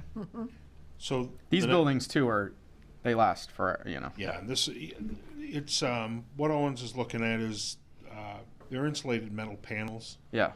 And he said they're 20-year life expectancy without any maintenance, and if we've got a pretty good maintenance program. We try to run a pretty good maintenance program, and he said keep the building up. It's a 40-50-year building without any problems. Right. Just got to open the doors and then drive out. Correct. Yeah. Correct. Well, we got one bay that's drive-through, so if we see them coming, we get them both open. All right. Any other questions for Nathan? So go forward? Yes. Oh, yeah, Okay. absolutely. All right. Fantastic. Thank you very much. Thank you, Nathan. The other one is Tasseltop. I didn't get the plans to Sue quick enough. The floor plan, floor plans for Tasseltop Snack Shack and what's going on down there. We're in about the same stage as we are with the garage. We're a little further ahead of it. There you go. That's the roof view. Oh, there you go. Yeah, go down, Sue. So the floor plan, he's got an option, and I don't think Joe, can you hear us yet, Joe? I'm here. I can hear you. So why don't you take the floor plan from here, because you've been more involved in it than me. Yeah, of course. So this is going to go where the two trailer toilets are currently. So it'll sit maybe just at a slight angle, kind of running along that ledge, but they'll be facing that way. So you'll see the order pickup canopy, which will be closest to the cul-de-sac. So that's where you go to order your food, beverages, stuff like that. There'll be a kitchen there with a pizza oven. I would try to keep this minimal to not have any fire preventions, hood and stuff like that. So it would just be basics of oven, cold stuff, hot dog roller, stuff like that. So it won't be full service kitchen, but it'll be enough to get something different than what we have right now, which is microwavable food. The back will have a grill canopy overhang too. You kind of saw the roof view of it. So we could have a grill for burgers, stuff like that. We'll have a kind of a drive-in for my truck to unload into the dry goods area, storage area in the back there as well. So I'll have plenty of storage. That'll be where our internet and Kevin's IT stuff will be as well. And then you'll have three bathrooms facing towards the current snack shack, and we'll have 3 bathrooms on the back side of the building as well, with 2 outdoor showers on the end. So So that's the general layout of the snack shack. Let me interrupt you for a second, Joe. On the back, Go ahead. I downloaded the wrong plans. On the back of that building, where you see the doors swing out, that's going to be open with 3 shower heads, so you can rinse off coming out of the lake. That won't be enclosed. This All right. part right, The very end. yeah, right here. That's correct, This yes. here is not. Good catch, Nathan. And so this is going to be all open with just the roof overhang with, I think there was 3 shower stalls that are going to be open. So you're not going to be able to take a shower. You're just going to be able to rinse off it. Yeah. Yeah, this is an Open older on 3 copy. sides? Yeah, or I just op- realized that. Open on 1 side or 3 sides? No, There's stalls in between and just open on the outside, or? You're going to have, this is the last building Yep. wall. And there's going to be a wall here and a wall here with a, Yep. it's kind of a. And just the probably head. open about that much on the side. Yep. And this will be open to the back. And there'll be a 3rd wall right here. Okay. You have I think there's 3. I think there's 1, 2, 3 on the back. Okay. Go down to the next? Or stay here? Yeah, just go down with the, are you done, Joe? Yes. Yeah, this is Yep. the outside, just the outside picture of it. So yeah, you'll see the canopy off both sides. One of the kind of order concession area on the back side was where the entrance to the kitchen and grill would be. Then you'll see on the rear, the back here, where the bathrooms are, and we're going to keep this with a fake log sided. Help me out, Nathan. Not a Log sided? just log sided Okay. This is where the finish, shower's kind gonna of be. keeping everything with the tassel top theme. So this will be open from here to the roof line. then And what's that? go across. 4-foot frost walls and a slab? Yes. Yep.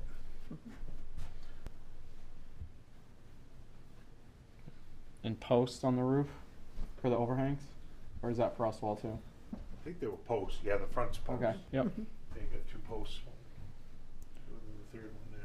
So there's one where Joe's right here. Kind of in the way. Behind you. Joe, can you move? Wayne's giving, there you go. And when is this starting? We've already started the process. The septic system's all designed, and that's going out to bid, I hope, next week. And that'll be included. The slab work will be, or the foundation work will be included. We're waiting for construction plans for this building and a quote on pricing, and then that'll go out to bid. Hopefully starting in the spring? No, finished in the spring is where we're aiming. Really? I want to be out of there by middle to end of May, so when he opens, he won't have any disruption in operation. And they're able to pour a slab in the middle of winter? Oh, yeah. Yeah. Yeah, that's not a problem. Okay. And it's. Let's hope for a mild winter. Huh? Yeah, Hope we for hope. Praying for no snow. Right. 70, 80 degrees, it'll be fine. Oh, it looks good. Gonna change it down there. It's gonna look great. Yeah, So, a lot of adding on down there, which is great. anything else you need to add, Joe? I think that's it. I think we'll have a new maintenance garage in that master plan that we'll be working on as well. That's where we'll get away from the cabin rental. So Barry can do his woodworking away from there, and the Bear and Karen will be staying on site as well. So that would be the goal as well coming spring. So it would be nice to have our caretakers live there. It's a model that's been used at a lot of parks like that, and it helps protect during the hours that staff is not there. So that's the next phase of this project. Great. Joe, you look good with your hat on before. I don't know why you took it off. Oh, Joe. My hair's getting a little long. That's why I had it on. All right. Anything else? Great. Just one more informational thing. Our playground system is going up as we speak. They started today. Oh, good. Talking to him, the contractor, they should be done on Friday. Good. So What's the thing back in the right-hand side of the swings, the new swings? Yeah, the swing set's there, we just haven't hung the swings on it yet. Oh, cool. But that should be, that's been a long time coming, a long battle. I think it's gone up pretty quick. It's snappy. You guys are- Yep. It's pretty, I found that paper, yeah, I told you I found that paperwork. Yeah. Yeah, it's been a couple years. and of course, this year it's been wetter than wet. Yeah. It's been awful down there. Got our loader stuck down there this morning, putting stuff around. It's been good. Cool. It's been good. Yeah, it's been good. Thank you very much for your time. And Thanks, Nathan. hopefully get Thank you, something out everybody. to you soon. You know, it's kind of exciting, all this stuff happening in Yes. Raymond, though. It's Huh? moving forward. It is. But it's not moving forward so fast that people can't take it in. No, That's what's cool. but you're seeing it happen, which Yeah. is kind of nice.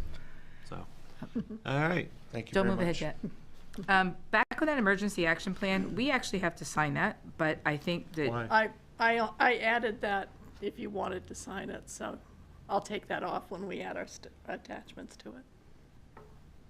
All right, well, one of the other things it says, rescue and medical duties, only designated employees are expected to render first aid, and employees will be trained in first aid. Who is doing all that? Well, Kathy's organizing it, but we'll talk about it within ourselves, who's going to be trained. Okay, so you 'Cause, don't, for instance, I would love to have training on how to run the fire extinguishers. I've never done that, so. Ken told me that. PASS, PASS.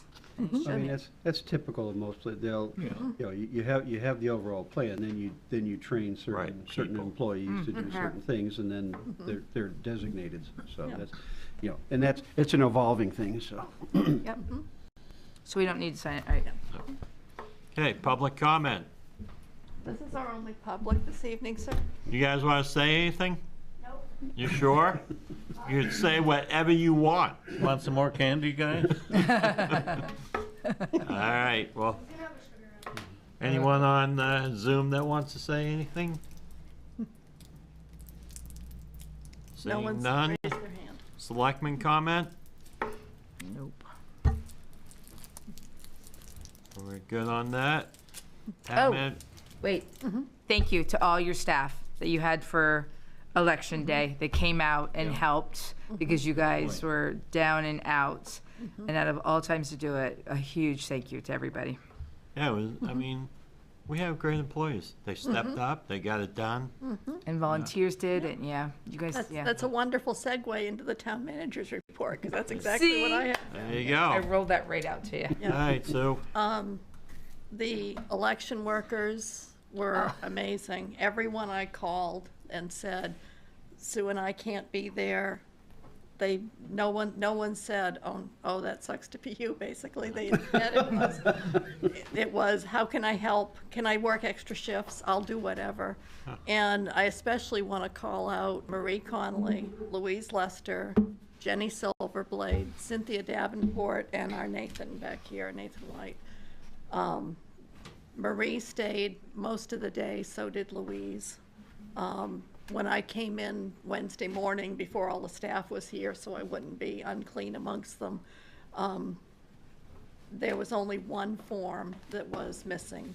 Everything tied out perfectly. Wow. And the form that was missing was one that neither Marie or Louise had ever seen before.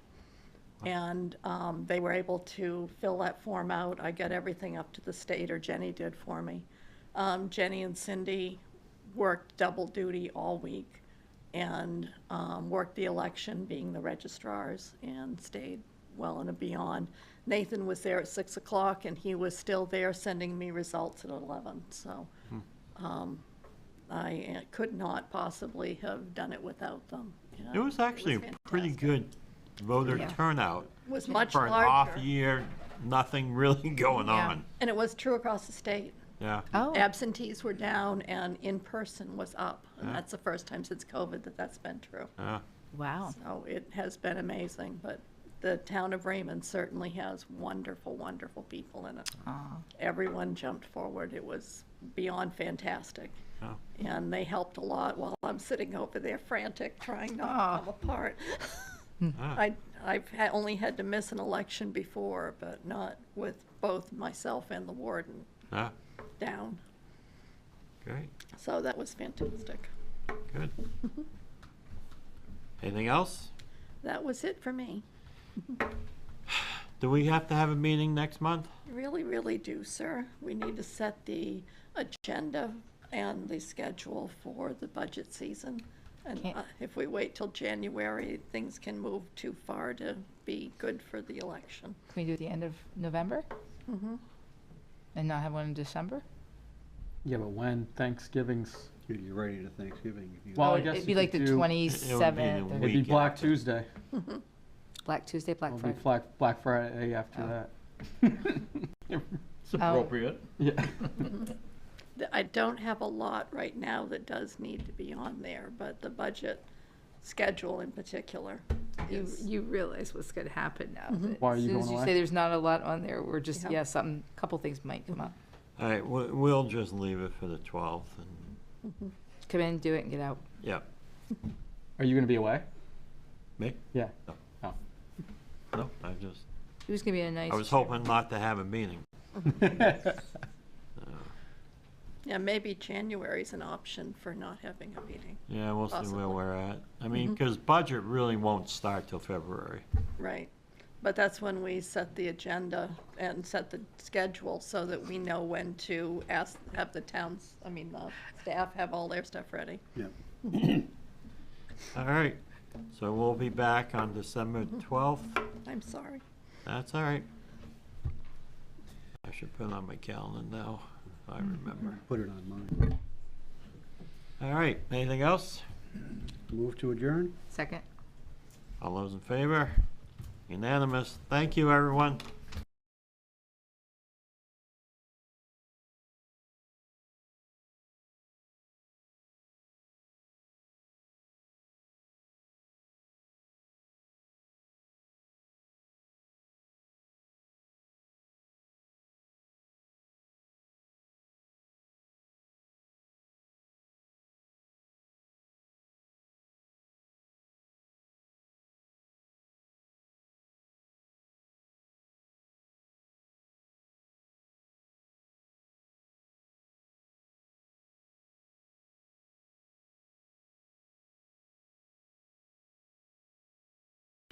Good evening. Welcome to the Comprehensive Plan Committee meeting. It is December 6, 2023.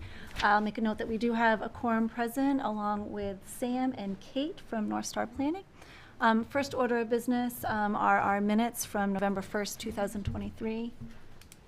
Can I get a motion to approve? Approve. And a second, please? Second. Okay. And do you have any discussion? I just have a question.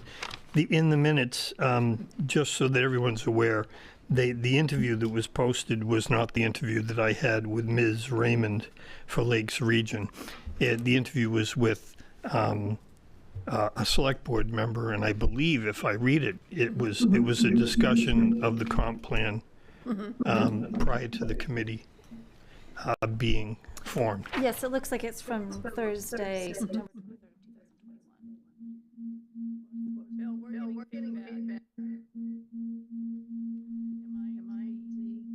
I'm not muted again. Thank you. That was me. So just to clarify.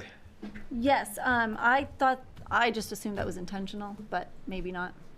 Okay, so let me get into there.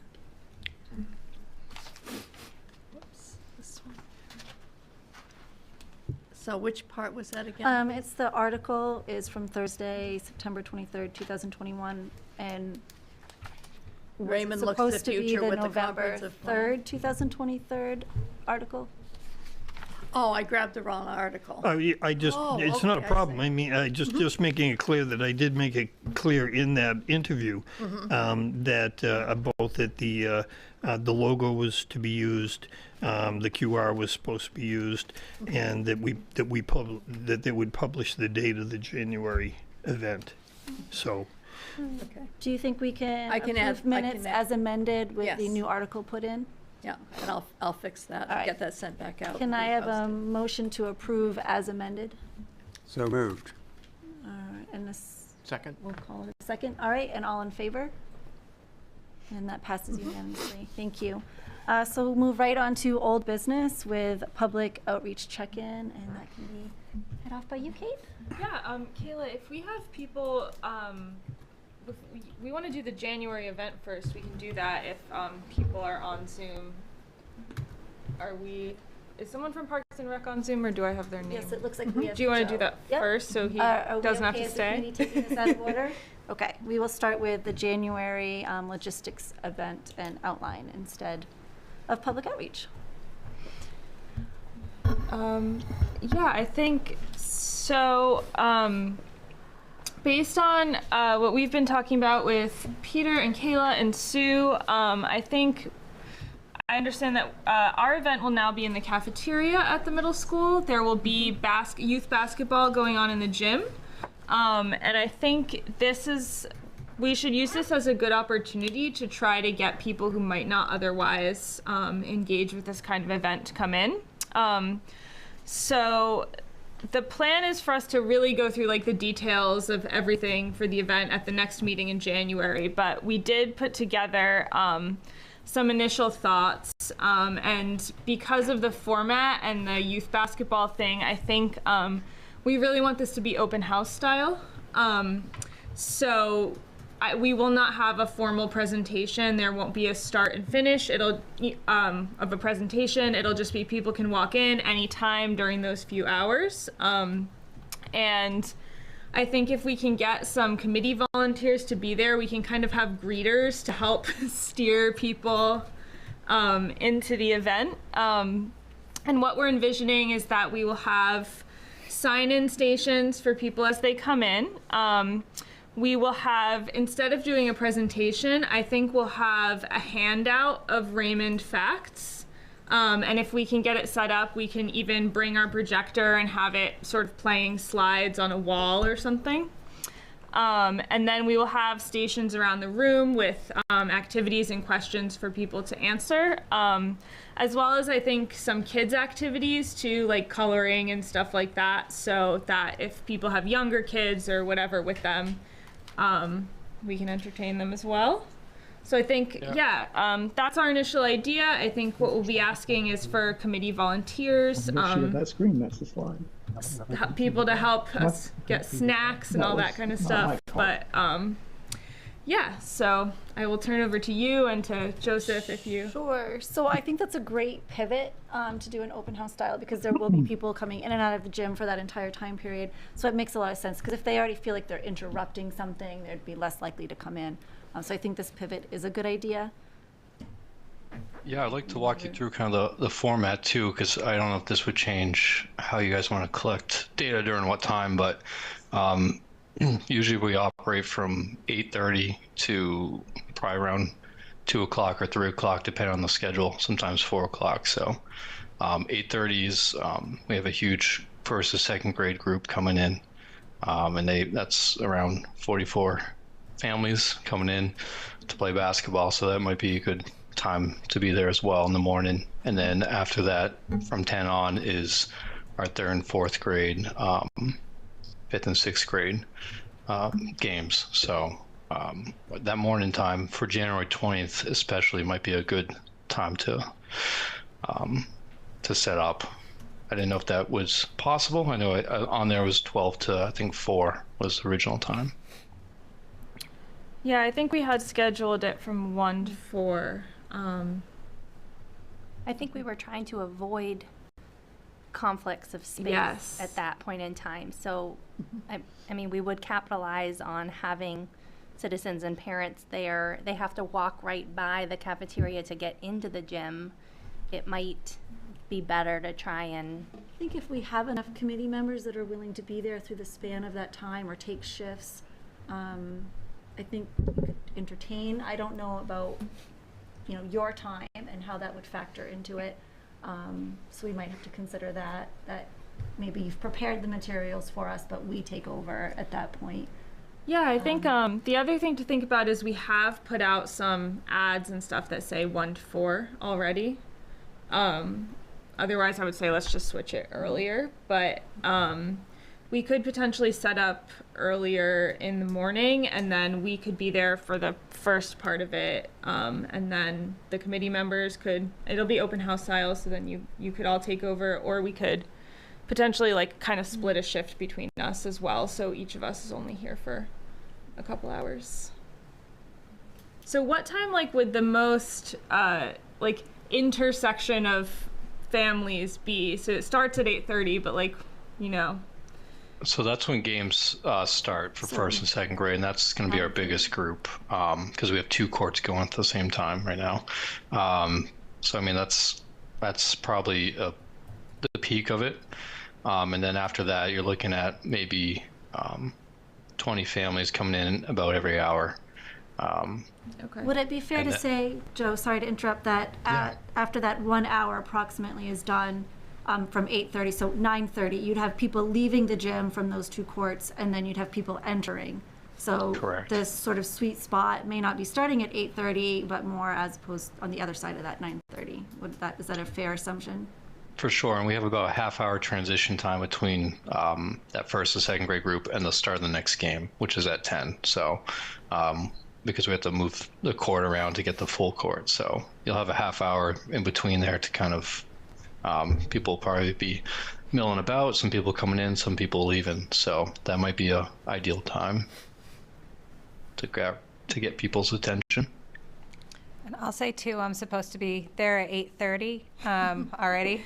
My son's got a game that day at 8:30. So from my perspective, when the games take place, I think it's a great pivot. I think it's gonna really catch a lot of the groups that would maybe see some hesitancy or some difficulty in getting out. And there's, just to throw it out there is a lot of foot traffic during the game too, because for myself anyway, I have younger kids, and usually you have to be moving around. So they go up and down the hallway all the time. So I think you're going to start to you could get traffic as early as 8:30, and you could get significant traffic as early as 8:30, because that's a really big crowd. Yeah, and that's January 20th, and January 27th is a different setup because the Wyndham High School we don't have the gym that day, so our kinder group, which is run by the high school varsity basketball teams, they're coming to Jordan Small on the 27th. So that'll be our kinder group mixed with the Wyndham kinder group, and then you'll have the first and second grade beginners league with Wyndham during that time as well. So that's going to be a different setup for Jordan Small. I think you could collect a whole different set of people on that day. What's running through my mind, I think it's a great idea to capture and combine these, but I'm just going to flip the other side of it, and will we be able to get good engagement with parents if they're going and coming from a basketball game that they'd probably feel some obligation or maybe love for watching, more than coming to a comp plan info session. I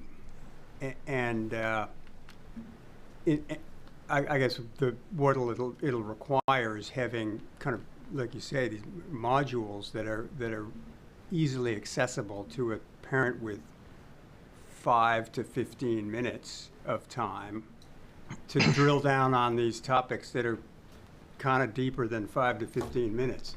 I see a little bit of a conflict there, but I'm not going to be a naysayer. Just throwing that out there for a little more discussion. And can we really get good engagement with the parents and not worried about the other folks who would just come, who weren't coming for basketball. They'd probably be inclined to stick at it and make the full circuit around the room for the stations. But certainly the parents with younger kids are a target audience, and I think I can help with that. I could always send.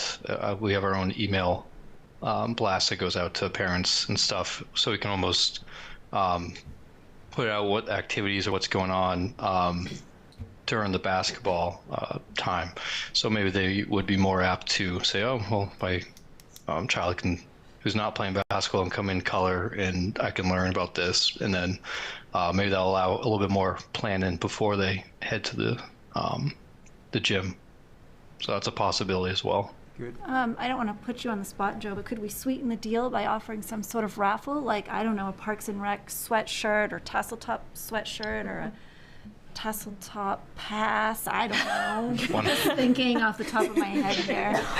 Of course. No, I think this would be, I'm getting rid of some of the tassel top swag, so I'm trying to find some ways to unload our past inventory, so that can be one thing. And I haven't given away any tassel top season passes this year yet, so we can use it for this Just event. thinking, is at least if we could say, you know, I'm just trying to think of what our kids have to do when you take them to those like movie and our nights at the like at the school where they have to get all the stamps in order to enter into the raffle to win the prize. I mean, what if we did something like that where you have to like hit the stations to enter the raffle? I don't know. Yeah. We're treating adults like kids here. No, I thought the same We thing. do. We have done events where we've done like passports like this, but for this, I would almost say I would rather just say sign in and give us your email and you're entered into the raffle, because then we have them. Yeah.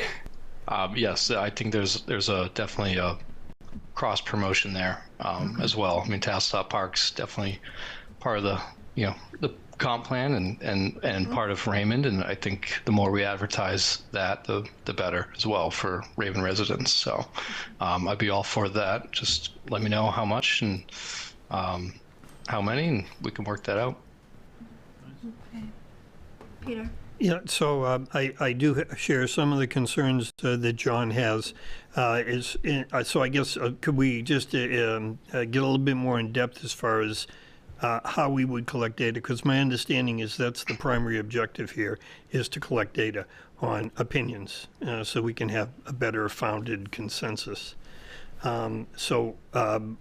We would have stations, and just as an example, something like the election with pom-poms. We'd throw up 4 or 5 issues involving Raymond's future, and we would say, you can select 3 pom-poms and have your first, second, third choice, something like that. And then have other stations similar where we'd ask questions or ask for feedback.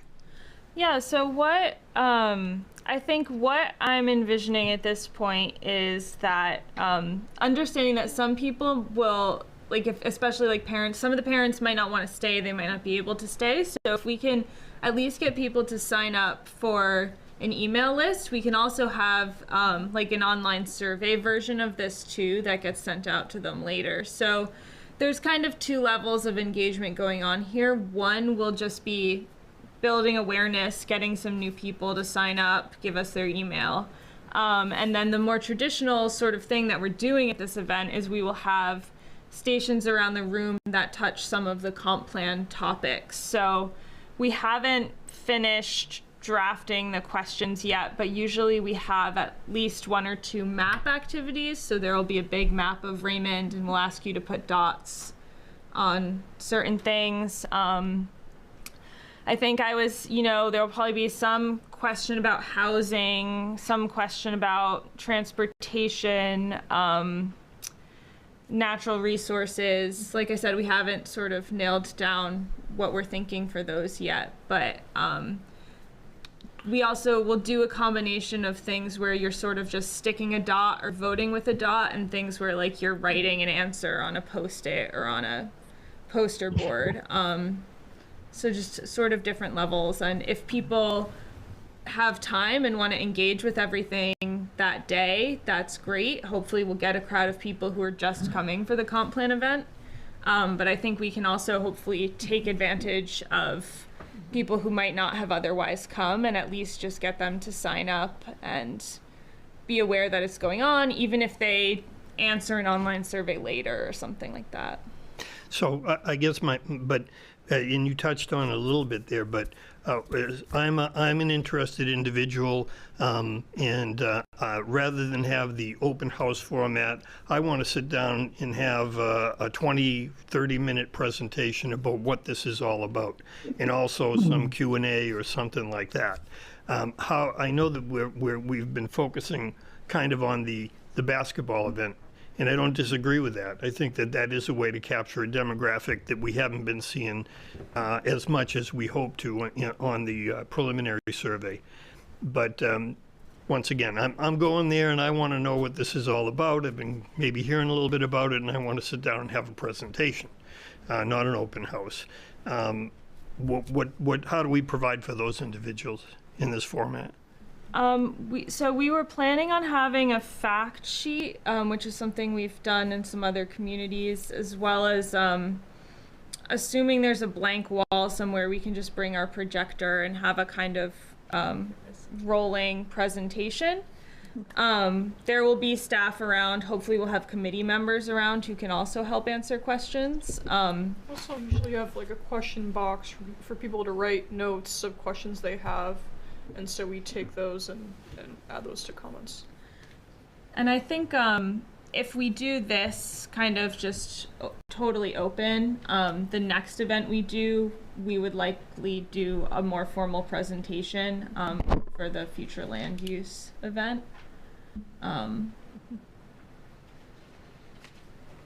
Does it make sense to have a sort of, I don't know, like a 5-minute presentation that we all know and have like somewhat memorized, so that that's the basis of our pitch, so that it is like formal in that sense, but then it's open in the sense that, you know, we can ad hoc answer any other questions. Does that mean in the middle, or like a framework that gives us, so that we're each saying like that 5 basic facts we need to be saying, hitting all the high points, so we're all consistent, you know, A, B, C, D, and then we can answer any questions I kind individually. of feel like if we also had a lot of handout materials, something that is saying what we would have said otherwise might help with that as well. Maybe just a thought. Maybe that's just the fact sheet too. Is that just the Yeah, fact and sheet, or we is can. Yeah, we can kind of customize that. I think. Can we put on there too, like the dates of our meetings, like upcoming meetings for the next 6 months or so that people can see when the dates are that we're meeting, and invite them that they're always welcome to come and attend and participate? Yeah, definitely. I think, you know, we could consider doing something like having a presentation that we do a couple times during the event. I think I just hesitate sometimes because then you wind up like standing in a room full of people like clapping your hands, trying to get everybody to be quiet for a little while. But I think definitely something we should put a little bit of time into is, I think Joe's vehicle, as far as informing the parents of the basketball players of exactly what's going to be offered, and designing that in such a way that it's quick, easy to read, but at the same time it's pretty comprehensive and kind of directs people as to what this is all about. I think that's going to be essential. So the committee should put something together, or North Star put something together that does that. So Joe has that to get out. Joe, what would the time frame be for that newsletter or that email notification? I mean, I can time it up any time before that week. The schedule will be coming out hopefully by then next week. We got the first 2 weeks down, but we're waiting until next week to finalize the rest. That's January and February's schedule, because we take about 2 weeks off for Christmas break there. So I can time that out anytime. We can do 5 days before the January 20th, and then we could do it again maybe a few days before January 27th. So it's very customizable. Sure. that sounds great. So I think January 27th is our snow date. Yes, Joe, that's our snow date. So Okay, so it's a one-time. It's a one-time thing with a Okay. snow date of the 27th. Yeah. I think Perfect. though, at one point, some of the committee members had asked about like, could we if we're just doing this at one time slot, could we replicate it at another time? So that was also something we were thinking of with having it be more open and informal, is then, you know, we're just making printed materials. If you want to, we can print another copy and you can take it, you know, to other groups, other places around town, things like that. Well, one thought that came to me as we were talking about Joe's schedule of when people are coming in and the whole having a group of people there at 8:30. I think one of the premises that we were thinking about with having an event for the kids to do was that during that time period it would free up the parents. So if we aren't there at 8:30 when the parents are getting there, dropping their kids off, or at least have the flexibility to go and do this, and we wait until they're leaving, then they've got a group of kids that they're trying to shepherd through with them through this. That might be worth thinking about. Would the kiddos be, would the kiddo activity be envisioned to be in the same room as? No, that's Joe's point. I mean, That's they'd Joe's be responsibility. ushered- they'd be, that would happen in some adjacent room. Well, they're playing basketball. They're playing basketball, got that piece, but But there's is there some. like a classroom maybe we could have access to? Maybe we could even get some of the kids that helped with the summer rec program, like to volunteer a few hours, or I mean, maybe we could even pay them, I don't know, to kind of be, you know, run activities with the kids or do coloring activities or crafty kind of things with them. You put on a movie and give them popcorn and they'll be set. Yeah, movie. Actually, running a movie is not a bad idea. Yeah, if we can lure people with snacks and ways to entertain their kids for 5 minutes, I think that will help us. And as far as the game, Sue, you make a good point. As far as the game goes, a lot of you'll see a lot of both parents there, so they may be able to tag team. Divide and conquer. Yeah. And I think I really do think it's a good opportunity, starting at least at 9 o'clock. Yeah. If not 8:30. I mean, I don't need to watch the game. I'll be there. You're looking forward to it. Yeah, let's get the movie on. I suppose the other thing we should be discussing is snacks and how we'd like to do that. Is that correct? Yeah, we can. So I was thinking we would finalize all these logistics at the January meeting. Like, we don't need to figure out who's buying snacks when at this point, I don't think. But if the committee is okay with kind of moving forward with this path, we will work more on questions and activities and have materials and things to share with you at the next meeting. And we can also figure out who wants to volunteer to do what, basically. I think maybe we can figure out either we'll sort of tag team it or figure out a way to at least be there for the first part of it, get it set up. And then just in case somebody got a business card that says 1 to 4 and shows up at 3:30 or something, we don't want it to be totally gone.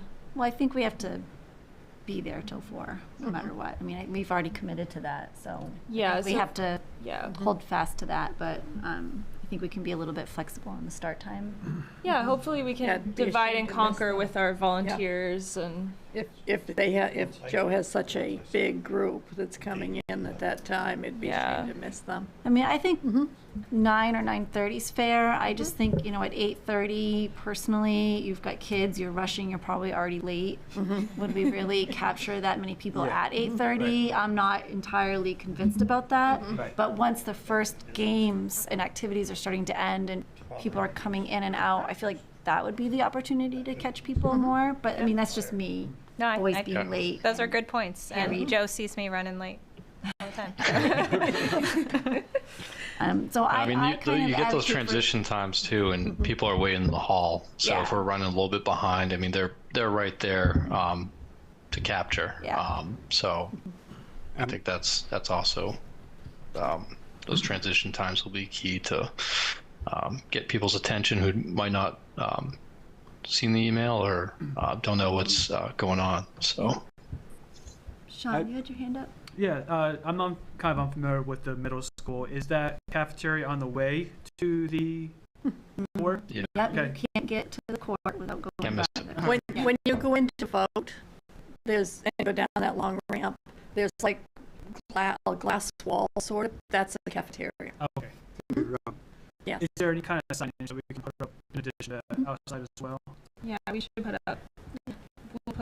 We'll make more signs than usual. And I think also that, like, if we can divide volunteering up and maybe have somebody kind of outside there. I haven't been in there, so maybe this doesn't make sense, but kind of outside the cafeteria, kind of directing people. You can almost stand at the doors of the cafeteria and just pull people in. Yeah, like that. It's not like a. Be like, hey, sign up for the comp plan. Yeah. You could win a free tabletop pad. Yeah. Yeah, it's very easy to solicit. You can't walk by without seeing it. Or if someone give you a sign right, in the entrance way, and then that gets their attention, and they have someone right near the calf. I mean, you're going to see everybody that comes in and leaves.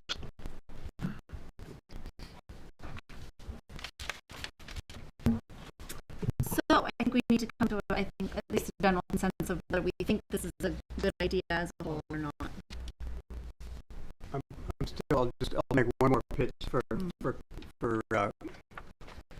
caution, only that we make sure we get the attention of the parents that we need the input from. I mean, we've put a lot of time into this committee, and this is about making good decisions and planning for the town of Raymond, and I don't want to belittle the importance and the opportunity of engaging with the younger population. Some of those basketball stars could be the future leaders of Raymond, and but I'm going to say we had Jordan's Raymond Elementary School, and I think we probably had 80 people in that afternoon session, and it was 1 to 4, I think, or something in the afternoon. And if I'm recalling right, I think the kiddos were all in another part of RES, and they had activities going on separately. And so we basically had undivided attention of the parents for a good solid 2 hours to walk them through what we'd spent time working on, and then there were some kind of perimeter activities to provide input. So not saying we have to stick with that model, but I just underscore for the importance of this event to get good input from a wide range of voting parents and landowners. That's really the focus of it. And I just wonder if we'll get impaired with our ability to do that with the traffic happening and basketball happening and kiddos to manage in and around the room and movies going on, and we're trying to get content for a comp plan. Frank? So I'll be silent for the rest of the evening. No, you don't have to be. Frank? Is there any chance we could break this into 2 sections? One session where we capture the young adults who have children coming to the rec programs, and the one we are talking about now, continuing at those particular hours that we've set to do it, where we hope to catch other areas of the community, other people in the community besides just the younger people. Is it possible to do the basketball piece the following week at the 27th and continue with the time schedule we have for the week before? I guess I'll ask that. Was that on you? Because that's almost double the effort on your part. So as far as, our agreement and contract and what's been laid out, how would that affect that? I think for budget reasons, we'd probably want to stick to one event that we go to, and then if we do it kind of open house style and give you the prompts and activities, you can have another event, as many as you want. We can just kind of give you the materials to have another meeting somewhere else or at another time. I think the opportunity would be to do that on the same day and have the AM piece for the basketball, and the parents that are going to be focused on that, and those that could be captured have access to all the content and information from, pick a number, 9 to 11 or something, 9 to 10, and then as we've advertised, and 1 to 4 would be a more formal come in, and be probably some folks without kiddos attend to that. I think that's a good solution, Frank, to do it all, but do it on the same day, so we don't have 2 mobilizations. That would be fine. I do think, we haven't had a big open house event for this plan yet. We haven't kind of done anything like that or any public big event yet. So we do have another event that I think it's on the agenda because it's supposed to happen in March. That is usually a more formal workshop. So I think, that will happen too. That discussion's land use primarily, right? Yes, but we usually, the way to sort of talk about that is usually to summarize everything we've heard so far and all the sort of things we're working on so far. So another potential as far as blending the John and John ideas would be something like, is it possible to arrange for breakout sessions? So you have basically the open house available for anybody who wants to come in, primarily aimed at the basketball parents. And then we have a couple of breakout sessions where we have a room. It would have to be in a separate room because the noise would be too distracting. But a small classroom is something where if someone's coming in and we say, well, at 1 o'clock and then at 2 o'clock there's a 20-minute presentation in classroom B, and there'll be one of the committee members there to basically answer questions and go over the idea of a scripted, these are the 5 things we've primarily been working on and that sort of a thing. Have it the same day, but get that offering. Because what I'm hearing, what I'm concerned about is missing that group of people. And I do know that we'll have another event in March, but if we're not successful in capturing people in March, I'm going to be a little bit more on the glass half empty in this situation. We really only have a couple more shots at this. That's the sense I'm getting. So that launching into the unknown, and I guess also with me, and this is my own personal opinion, I think I've made it clear before, 206 responses to the initial survey did not thrill me as far as arriving at a consensus as to how we formulate our vision statement, but because I just think that's a little underpopulated. And so I was hopeful that this event in January would be a filler for that. And even if we came home with another 100 or 150 opinions to add to that, my comfort level would be higher. So I just throw that out there. You could combine having both events the same day, but just offer to people that come in, and we could publish this in advance. There's a 20-minute presentation at 1 o'clock and at 2 o'clock in Classroom B for anyone who's interested. If nobody goes, nobody goes. But really all you'd have to do is consign to 1 or 2 committee members with a script. Or let me ask too, if we're doing it this open house style format, we could do a 2-minute session with somebody and give them a general overview of it, or they could sit with us for 5 minutes, 6 minutes on that one station and go a little bit more in depth about whatever that activity and topic is. They could spend however much time they wanted going through and get to the depth of what they wanted to do, if that's what they were there in order to do. And perhaps people that only have 10 or 15 minutes to go through can still at least get a general taste of what's going on and a sense of it. So even though, I guess this is where I'm starting to fall, even though we may not have a lot of meat to offer them at this open house style, I think we will get a lot more people's attention and we'll get those emails. Sort of thinking of that glass half empty scenario is that we offered the people an option to give us their opinions on in their comfort of their home, in their sweatpants, eating their guacamole and chips, right? And they didn't really take us up on that. So why would we be under the impression that they're going to leave the comfort of their home and come out and listen to us talk for a few hours? Sure, I guess Yeah. that we don't know that. No, and but- they could. And maybe they could, and maybe we would only reach 25 people through that format. We will reach 200 people through this other format.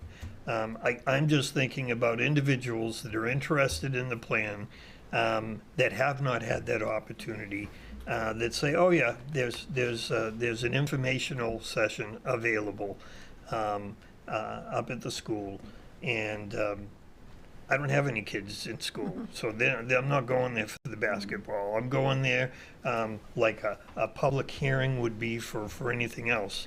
I believe in this space next Monday. There is going to be an event where the internet provider is going to hold an informational session. And it would be interesting. I plan on going, but I would guess that that's probably not going to be an open house style. That's going to be a kind of a business presentation of what we're offering and what we're all about, and we're putting it out to you. And they also have an online survey, by the way, which I took the other day. So they're kind of that's how they're getting their information out. Maybe it will be an open house style, but my sense is it probably won't No, be. it'll probably be a presentation. A presentation. Well, it's also to answer questions, definitely. That's one of the biggest things. They want to find out what people want and want to get out of it, and to answer any questions on how we're going to approach using this, working with this vendor. Absolutely, Kevin. And that's kind of, we're after the same thing. We want to know what people want. Yeah, one thing I don't know is whether or not we can get a classroom to do that. We can have this space because we control this space. Yeah. And which is, exactly. I think the only way we could do it in a hybrid style is where we choose 9 to 1 is the open house style, and 1 to 4 is the traditional style. I think that's probably the only way we could really break that out in a way that makes sense. If you think that's feasible, where the committee members take on the open house style with some materials, and then we have you for the formal, is there some way we could handle that? I don't know, but it sounds to me like that's I think that's the way to go.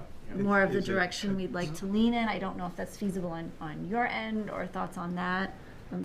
Frank, you. As far as collecting people. I think a double session is fine, and I think the afternoon session could amount to 3 different presentations of the same material, and let people know that we're going to be there.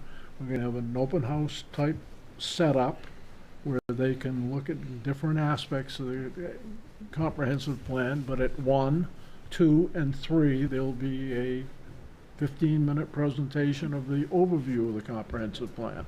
And then they could go around and look at the different parts that we got set up within that hour and, find out what is going on. And then you might get a few more coming in at 2 o'clock to do the same thing, and at 3 o'clock.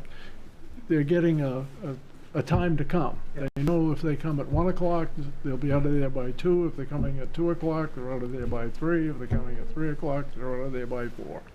And you've had your chance to make the full presentation to them and have them also circulate through the open house portion of the program. Seems like that level of effort would leave us all, I think, with a pretty good feeling about the different demographics that we're trying to get at, and without leaving out the capitalizing on the basketball event and capturing that traffic, and at the same time doing something like Frank's talk in the afternoon. It's the best of all worlds. Yep. Basically. I think Kevin had a comment too. Well, you might ask Bruce if you can use his conference room down there, which is also set up for Zoom. So you can get a lot of people in there and have some, displays and things like that if you need them. It was closed for public meetings, but he might have it open for something like this. I think let's sit on it. I think we can figure out the final logistics. I think we need to think about it a little bit. I just want to be conscious of staff levels, town staff levels, and volunteers, because 9 to 4 is actually, you need time to set up, so that's actually 8:30 to 5. So you all have lives and other things to do on a Saturday as well. So making sure that we have at least a few committee members throughout the day. We just don't want to spread ourselves too thin, is what I'm saying. Maybe, if this all seems like too much, we have someone who's there, who's just collecting emails during the basketball time, if this is all too much. Like if trying to do the open house and the more formal stuff is just all too much. I'm sure 1 or 2 of us might be willing to stand there for a little shift and at least have a fact sheet to hand out and get an email address, and that be the end of it. If this seems like it's too much to do all of it, I don't know. I mean, if we keep sitting on it, it's going to be upon us before we know it, too. I like the idea of making it a lot more informal in the morning, Yeah. open house style, and even if the afternoon is taking the fact sheet, and which I think is a good idea because people can then take it with them, and we're all well versed. 1 and 2:30, and we leave those times open. We advertise for those times. I like Frank said, I think gets the best of both worlds, but I don't think you guys need to spend as much time at the open house. I'm happy to volunteer the morning, because I think it would be a good opportunity. But we kind of bookmark the morning as the kind of crazy. And I think Joe, correct me if I'm wrong. Throughout the day, there It'll are be fewer slower. teams, so it will Yeah. be slower. So Yeah, I so think- you're looking at like probably 1 to 4 will be the slowest part of the day. Sometimes it's a double header with teams. Sometimes, it's a little bit lighter. So it would make sense to have maybe something more formal. But if you want data collection and people who you might not capture, the mornings will be the best time for that. And we can even say, if you want more, come back. We've got a 1 o'clock. We've got a 2:30. There'll be So a maybe we can presentation. have some committee members who will volunteer to staff the morning, even if we have a couple people do it in shifts. And we can see how comfortable you feel with, I mean, we could potentially, give you some of the things to start to help set up, and people can start putting stickers on a map, if you feel comfortable with that. And so, I think originally I was thinking North Star will set it up and then we'll hand it over to the committee, but maybe we do it the other way around. Opposite way, where we're setting it up. Yeah, and getting it having primed. the open house in the morning, and then in the afternoon we can have a more formal. I think we will get the best bang for our buck by doing 2 Yep. and making a Yep. big commitment and ruining all of our Saturdays. Saturday. But hopefully it'll be the one Saturday, and then we've got a lot of interest. We've hit a lot of people, and then that will make March hopefully more successful.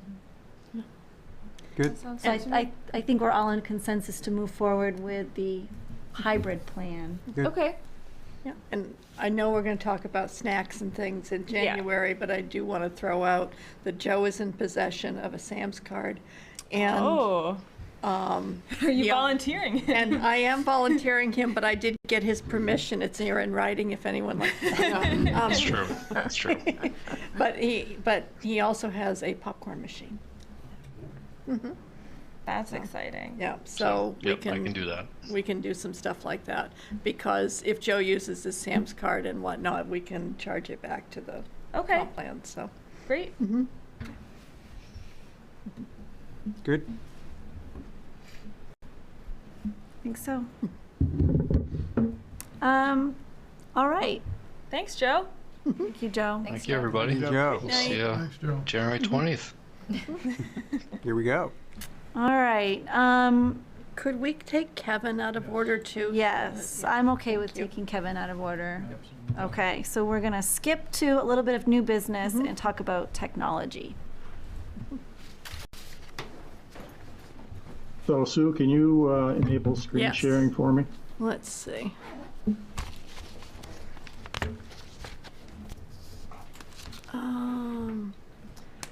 No, I don't want to share me.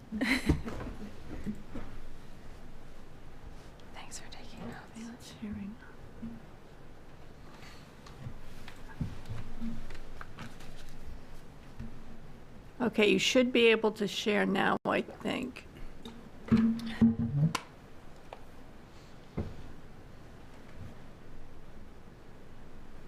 Yay. Okay, now hopefully you see the main slide, or the first slide in the Yes.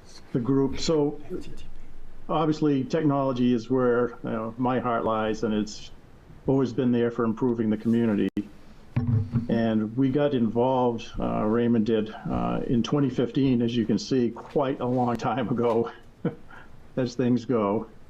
And been working on trying to get the best possible communication for everybody in the community in our area developed. And so Wyndham had actually taken the lead back in 2015 and engaged a company called Tilson to study what existed for broadband service in the area, and what could possibly be done to improving those services.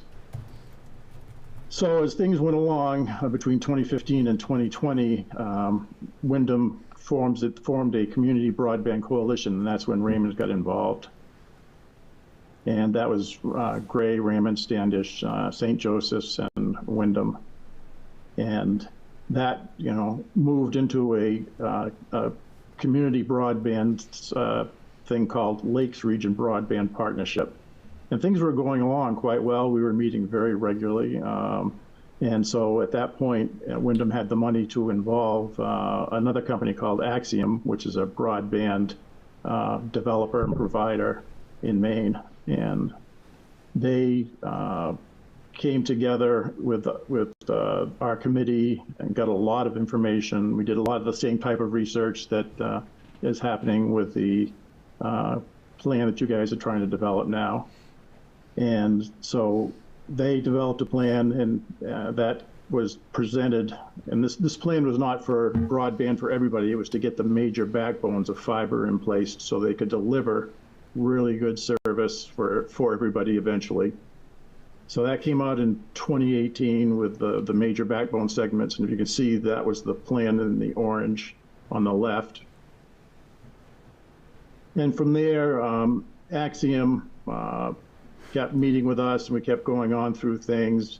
But at some point, there was a lot of politics involved, especially in Wyndham.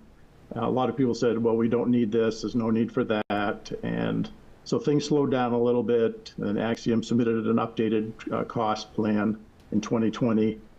And shortly after that, because of the politics, the group kind of just dissolved, and which is pretty sad because we put in, over that 5-year period, a lot of work, gathered a lot of information, and it just kind of went by the wayside. So at that point, we were still really wanting to, and I forgot to mention that we had started to look at GWI, just Raymond alone, because we could see the writing on the wall of the other coalition. And so then we said, okay, well, maybe we have to go it alone, and it would be nice to do it together and have everybody on the same bandwagon. But like I said, that fell apart, so we kind of dropped that. And then Cumberland County, because of the huge interest in everybody now getting into a better broadband situation and trying to deliver, service to everybody, not just the people that can afford it, but a good service at a good price and everybody having equal access. So Cumberland County has done an excellent job, and they formed a committee called CoLab, the Cumberland Oxford Lakes Area Broadband Initiative. And it started out with quite a few more towns than you see here, which are now Casco, Naples, Sebago, Standish, and Raymond. Making everybody was really interested, but then everybody says, oh, it's going to cost too much, and we can't afford that. And and it just, which really bugs me, because you can't afford not to have people have equal access to the best possible communications, because communication is one of the things that every community is built on. Good communications, good public service, public safety, good roads, but communications, being able to call somebody when you need them to do any number of tasks. Everything depends on really good communications. So we ended up with these 5 towns, and we're really moving along quite well with that. We developed a huge RFP, which was very much similar to the one that Bangor put out. It's a highly technical RFP because a lot of the towns have put things out where they rely on the vendor to come up with what they would like to provide us. So we turned around and did it the opposite way. We said, we wanted the vendor to supply what we would like, which is doing it the correct way. So the RFP was developed, and if anybody's interested in that, I can get you a copy of that. We put it out for responses to anybody that was interested in, replying to it. I think we got 5 or 6 good responses, and then we looked at those and ranked all the different areas that we were that we put out to see how people would respond. And based on the rankings, and one of the things that we said is we really want to work with a company that's interested in keeping our interests that are local and will not be just a big corporation, based in some other country or based in some other state. So we got a really good commitment and the best response from Sebago Fiber. And so we, after looking at all the stuff, we chose Sebago Fiber to start working. And right now, Sebago Fiber has actually got to the point where, with the town of Sebago, the selectmen over there have approved their fiber proposal to put in a dark fiber network backbone for the municipal end, and using that backbone to build out to people in the community. So that's where that stands right now, and we are working right now with Sebago Fiber, and as was mentioned earlier, there's going to be a meeting on Monday to explore with the community, the people having questions about what's going on and why all of a sudden is Raymond promoting this company. And there's a lot of background, and we've been working on it for 3 years, and I think this is going to be an excellent companion for us to work with.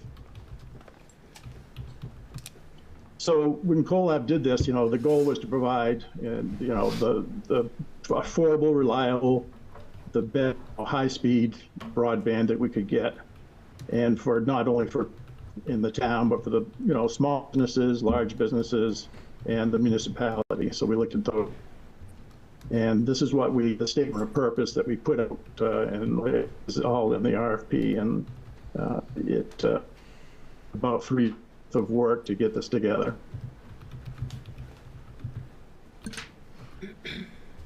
Oops, going backward here. My mouse is really, there we go. So in order to understand these things, and people throw around these terms a lot, I just thought I'd come up with a little primer here on what some of these terms mean, because everybody's saying this and that and the other thing. And so bandwidth, is, everybody says bandwidth in bits per second and what that means, and people really don't understand what that means. For instance, well, what does bits per second mean? Well, what is a bit? So if you look at a character, any character like the letter T, it takes 8 bits, which is a byte, to make that letter up and transmit it over the network. So when you say bits per second, if you divide that by 8, you'd get sort of the raw capacity of how many characters per second you could send. But there's a lot of extra overhead in that, so you really should divide it by 10. And then you'd say, well, I'm not really getting as much speed as I thought I was, even though I'm saying I'm getting gigabits.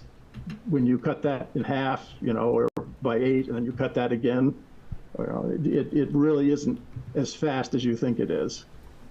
And right now, you look at the state and the federal government, they've defined standards for what a broadband connection is. But if you look at the rest of the world, and you will see that 1 gigabit per second symmetrical connection, and symmetrical means I can send data upstream or I can receive data to my place as, with the same speed, and that's really important.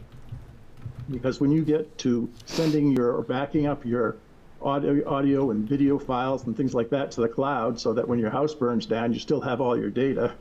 You will see that you would be very happy to be able to have the 1 gigabit per second symmetrical fiber. The latency means when they deliver these packets, and so each packet contains about 1,500 bytes in it, and so those bytes made up the bits. They come down per packet, and they send millions and millions of these packets, obviously, to make up one. Maybe it's a movie, maybe it's a document, and so the latency is the time it takes a data packet to be sent, and then the receiver says, okay, I got the packet, and the next packet's being sent, and so forth. Jitter is if there's a inconsistent delay between a packet arrival. In other words, one packet gets there, and let's say in a second, the second packet takes 2 seconds, the third packet gets there in half a second. They can get out of order, and if you're doing voice over the internet, or if you're doing video conferencing over the internet, when the packets get out of order, there's a delay in putting the whole image or word, or, audio together, and then you will have a very inconsistent reception and in that kind of transmission. So those are really important terms that everybody should just be very familiar with when all these vendors are saying what they can deliver and when they can deliver it. For instance, you need to have a service level agreement saying, we want these packets to always have this latency, under this latency, and under this jitter, so that you can have a reliable, good network. So these are the things that we came up with for the minimum network service levels for the different types of delivery. So for residential, we said we wanted to have a passive optical network. And what that means is over a single fiber, multiple transmissions to multiple people can take place, so it's multiplexed. And we said we want everything to be, a minimum symmetrical 1 gigabit per second, with a latency less than 30 milliseconds and a jitter less than 15. And if you look at the term down below that, IP, which is the Internet Protocol, we want to have version 4, which is the very first one, basically, that was put out there that was reliable. It is very old, and everybody says, well, we can't get addresses anymore because we've used those up. So the address space, the number of physical addresses that can be allocated out, has almost run out for IP version 4. And that's why when you try to get a version 4 address, say if you have a small business, they charge you quite a bit for it. IP version 6 now has made it so there are trillions of available addresses, so they don't charge you for the IP version 6. But we're in the process now, at least for the town government, of starting to transition to that IP version 6. But you want your network to support that. So for businesses, we said we want an active optical network, which means dedicated fiber to your business. So you would have no chance of being impacted by anybody else on the line, and the ability to go up to 10 gigabits per second. Because when you're transferring large files, for instance, this meeting tonight, I'll be transferring this file from the portable over to my office. I'll be working on it, and then I'll be transmitting it up to the internet to put on YouTube, where we store all of our meetings. So that takes, it's easy for me to send it downhill from the town, but when I try to send it from here, my connection, which is through Spectrum Business, is slow, and it takes, hours for me to transmit one file for a meeting up to YouTube. So people think that 10 gigabits per second is a lot, but it's not. So we wanted the vendor to have that capability for any of the small businesses that do large data transfers.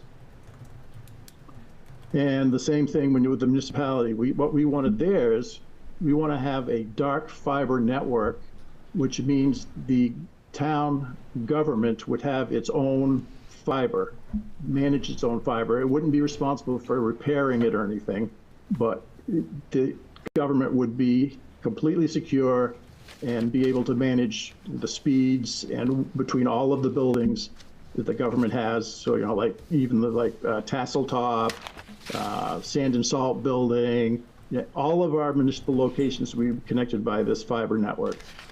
And you can see the specs for that we definitely want to have a fiber ring, which gives the redundant paths to no matter where you cut it, and we'll have a slide in a few minutes on that, and redundant paths to the internet service provider.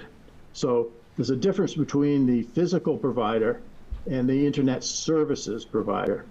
So the internet services provider gives you links out to the internet so you can access things like, the YouTubes and the Twitters and all that stuff. The physical network service provider, which should be separate, gives you the ability to let some ISP give you that data. So we want to have the physical network be Raymond's network and have control over that. Okay, so what we're talking about is fiber, and why does everybody want fiber? Because we had a lot of discussion on this committee about whether we'd have, why can't you use, Wi-Fi technologies or some type of other wireless technology, or why can't you use, Spectrum, which has, the coax, technology, and it's not just as good because they say, it's just as good, and the differences are that you just can't even comprehend how fast the fiber offers you the speeds. You can go right now up to, they've tested fiber, the type of, almost the type of fiber that we would be using, up to a terabit per second. So the fiber is much more reliable. You don't have the electronic, interference, electromagnetic interference. It can rain on it. It's not penetrable by water. Even if the water got into the fiber, it would not affect it.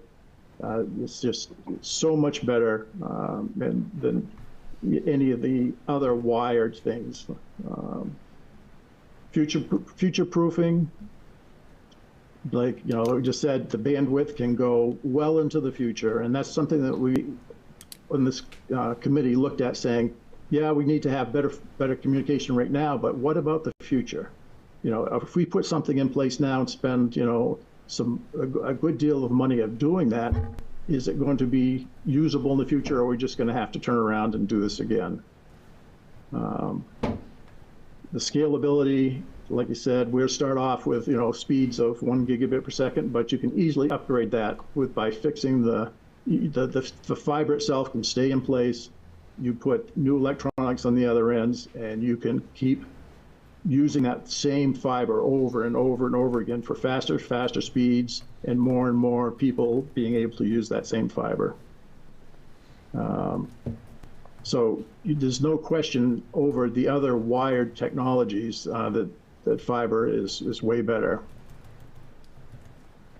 Okay. So, whoops. Am I going the wrong way here? Okay, the wireless technologies is the same thing. There's obviously no signal interference when you're using fiber.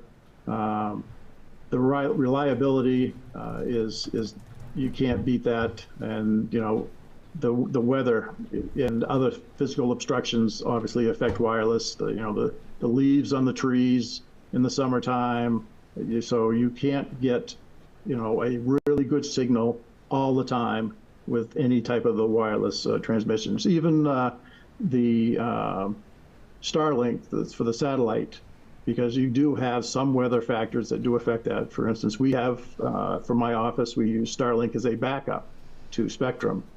And it's not bad, but it still no way would be the equivalent of having fiber. The latency is, it's the fastest method of transmitting data through it's faster than radio waves. It's faster than going through copper. So, fiber optic cable is the fastest way to get data anywhere. Security is very good. You can't, unless you actually cut the fiber and break into it, you can't tell or you can't, intercept anything, any data physically without doing a cut of the fiber.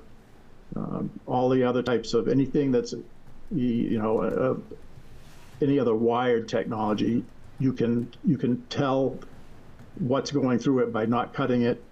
So in the same thing with wireless, you can always pick up that. And even if it's,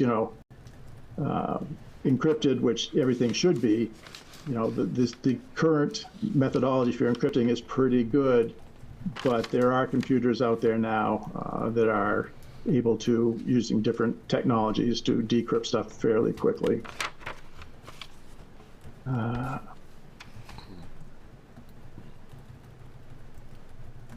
So this is way back when we were working with Wyndham at the start of things, about 7 years ago. I actually did these tests for the different types of data. And it was pretty interesting because it's not what, the mainstream publishes, and the mainstream being the vendors like Spectrum and other vendors that are trying to sell you the service. Because what they don't tell you is when you go out to stream, let's say I want to stream a movie. If my streaming is, the capability of my bit rate is very, very low, they're going to compress that data and you're not going to get a very good movie on your, your TV or your music, or you're downloading. I mean, everything is going to take longer and may have, errors involved with it. So these are the pretty interesting things that, if you look it down through that list, you'll see a lot of things that people don't think about. And here's what they take, the bit rate in megabits per second per one person doing those items. And if you add them all up, and if you had, a spouse or a couple of kids at home and doing some streaming and stuff, you easily go over what the state and the federal government say you should have for, a minimum bit rate, and calling it broadband. So our committee said, this is not broadband, what the state says and what the federal government says. And so if you look, one of the issues we had is, are we going to be able to get any of this money that's been put out there? And you're only going to get any money from the federal government or the state if you live either in a non-served or underserved area. So if you meet the state's requirement for broadband, you're not going to get anything, which is one of the issues that we had, with trying to get new service in place, because everybody thought, oh, look at all this money that the federal government's putting into broadband. But it's not for people that live in a place where the definition doesn't meet what they say. If anybody has any questions about stuff like that, just give, or you can wait till I'm done. So I think this is one of the last one. Yeah, this is the last slide. So this is specifically what we're trying to do in Raymond, is create this dark fiber ring. And what it will do is enable all the municipal locations to have 10 gigabits per second connectivity. And it's basically a private network for the town government. Much more secure, extremely high speed.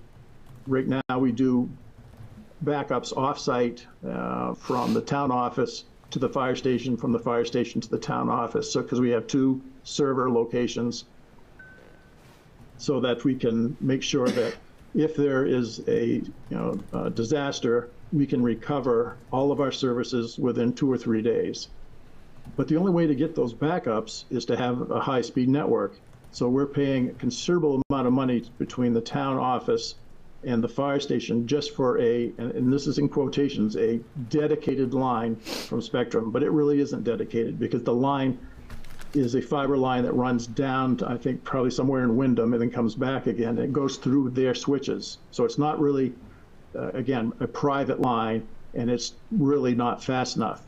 But we're paying on the order, I think, $600 to $800 a month just to be able to do our backups for disaster recovery.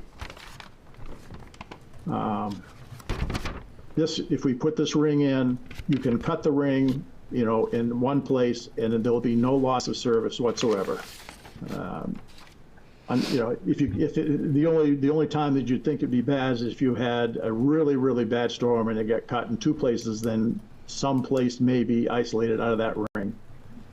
But one of the things that we're going to do with this ring also is when they put the fiber in, they're going to put in maybe 128 fibers in the line, and we'll get some of those, and then they'll use those other lines along this ring to build out to the other locations for the community to be using for their service.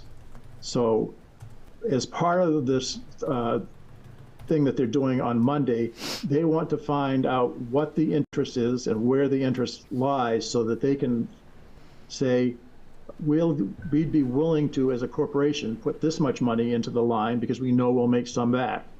And what we're looking for is as much public interest in doing this, because I foresee that hopefully at some point Raymond will be completely fiber to the premise, because that was one of the things that we said when the CoLab committee was formed, is we want every single house, premise, business, town building to have high-speed fiber service. So, and that's where we're at right now. Anybody have any questions on any of these slides? Peter. Yeah, Kevin, just a couple of questions. First of all, with this fiber system versus the cable, my understanding is that in what this committee is primarily interested with, and I think he answered it as far as fiber and future proofing, what we're talking about is at least 10 to 20 years down the road. So the sense that I'm getting is with a fiber-based system, it is better future-proofed. I think that's the term. It is indefinite. There is no degradation of the fiber. I mean, there's been fiber around for 50 years, and that fiber is still in service with no degradation at all. And like we said, the amount of, the only thing that has to be replaced to increase the capacity and speed are the endpoints, the electronics. Yep. And as far as what I'm interested in mostly, and certainly, we've got businesses here that absolutely rely on the internet for them working. But my understanding, and certainly correct me if I'm wrong here, is that it's something in the neighborhood of 50-50 megabit, not megabit, 50-50 megabits per second on a symmetrical system. So that means that your uploads and your downloads are the same speed. It is necessary for home use. In other words, if I want to, my employer's in Boston and I'm living in Raymond. Is that accurate? You need 50-50? You would need a minimum of that. What we're saying is businesses should have a 1 gigabit per second symmetrical. Now, there's going to be options for paying for, I think, the way they're promoting it is 100 over 100 would be the minimum speed that they would offer. And that would be offered for residential? Residential, I think you can get up to, they're saying 1 gigabit per second if you're willing to pay it, and I'm not sure what the price is. And they will also offer 2 gigabits per second. Okay. And if I understand it correctly, Sebago did get money, but that, as you explained, is because they had no real system in place at all? That's because they had underserved and non-served, no service in certain areas.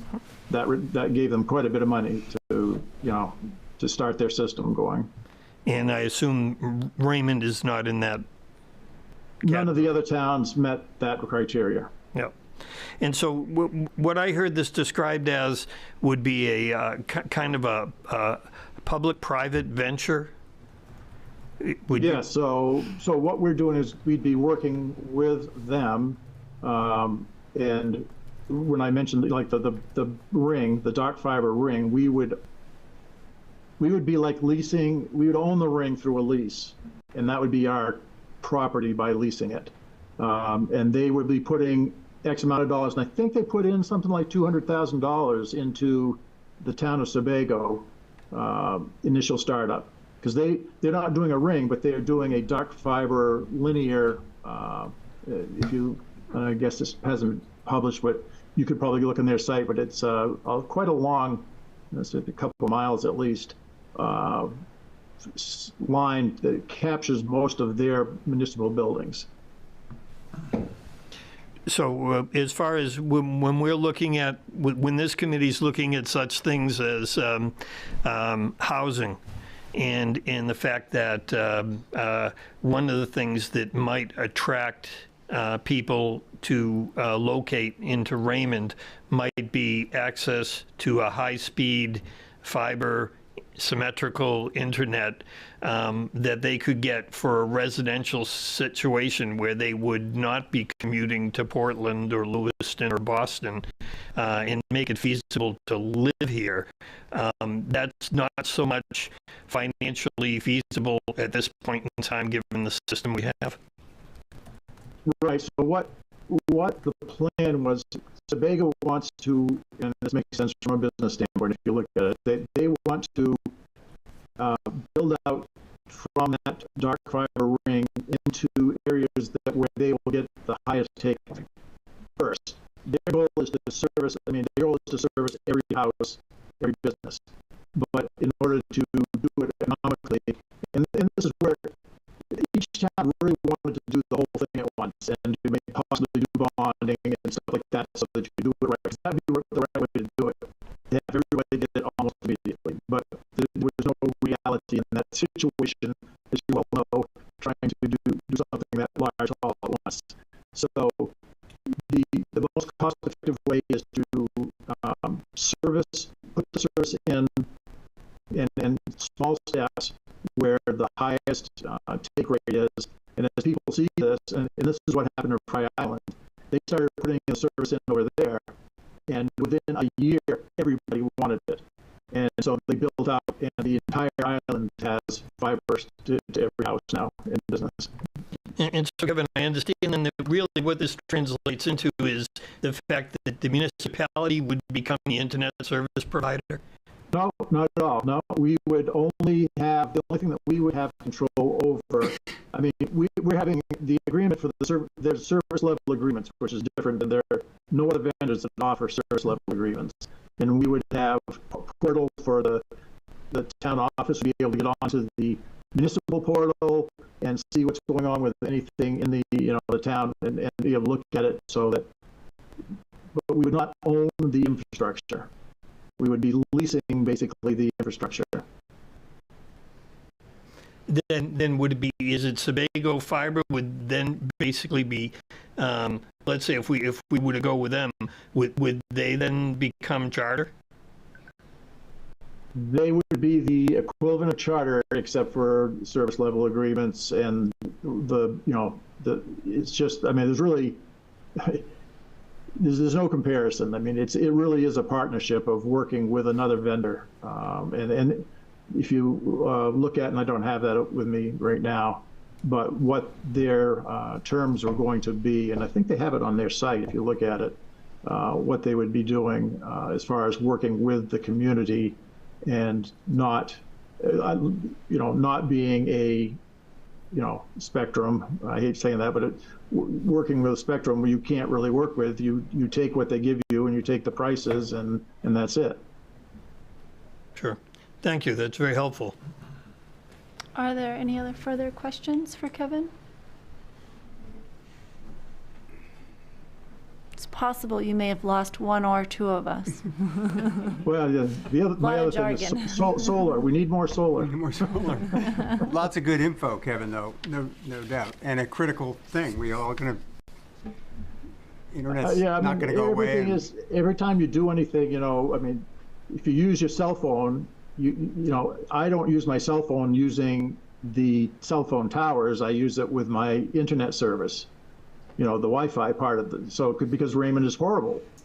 So again, everything we do, every call we make, every time we want to buy something or research something or anything, it's, we want to make a doctor's appointment. We want to have the doctor's appointment online.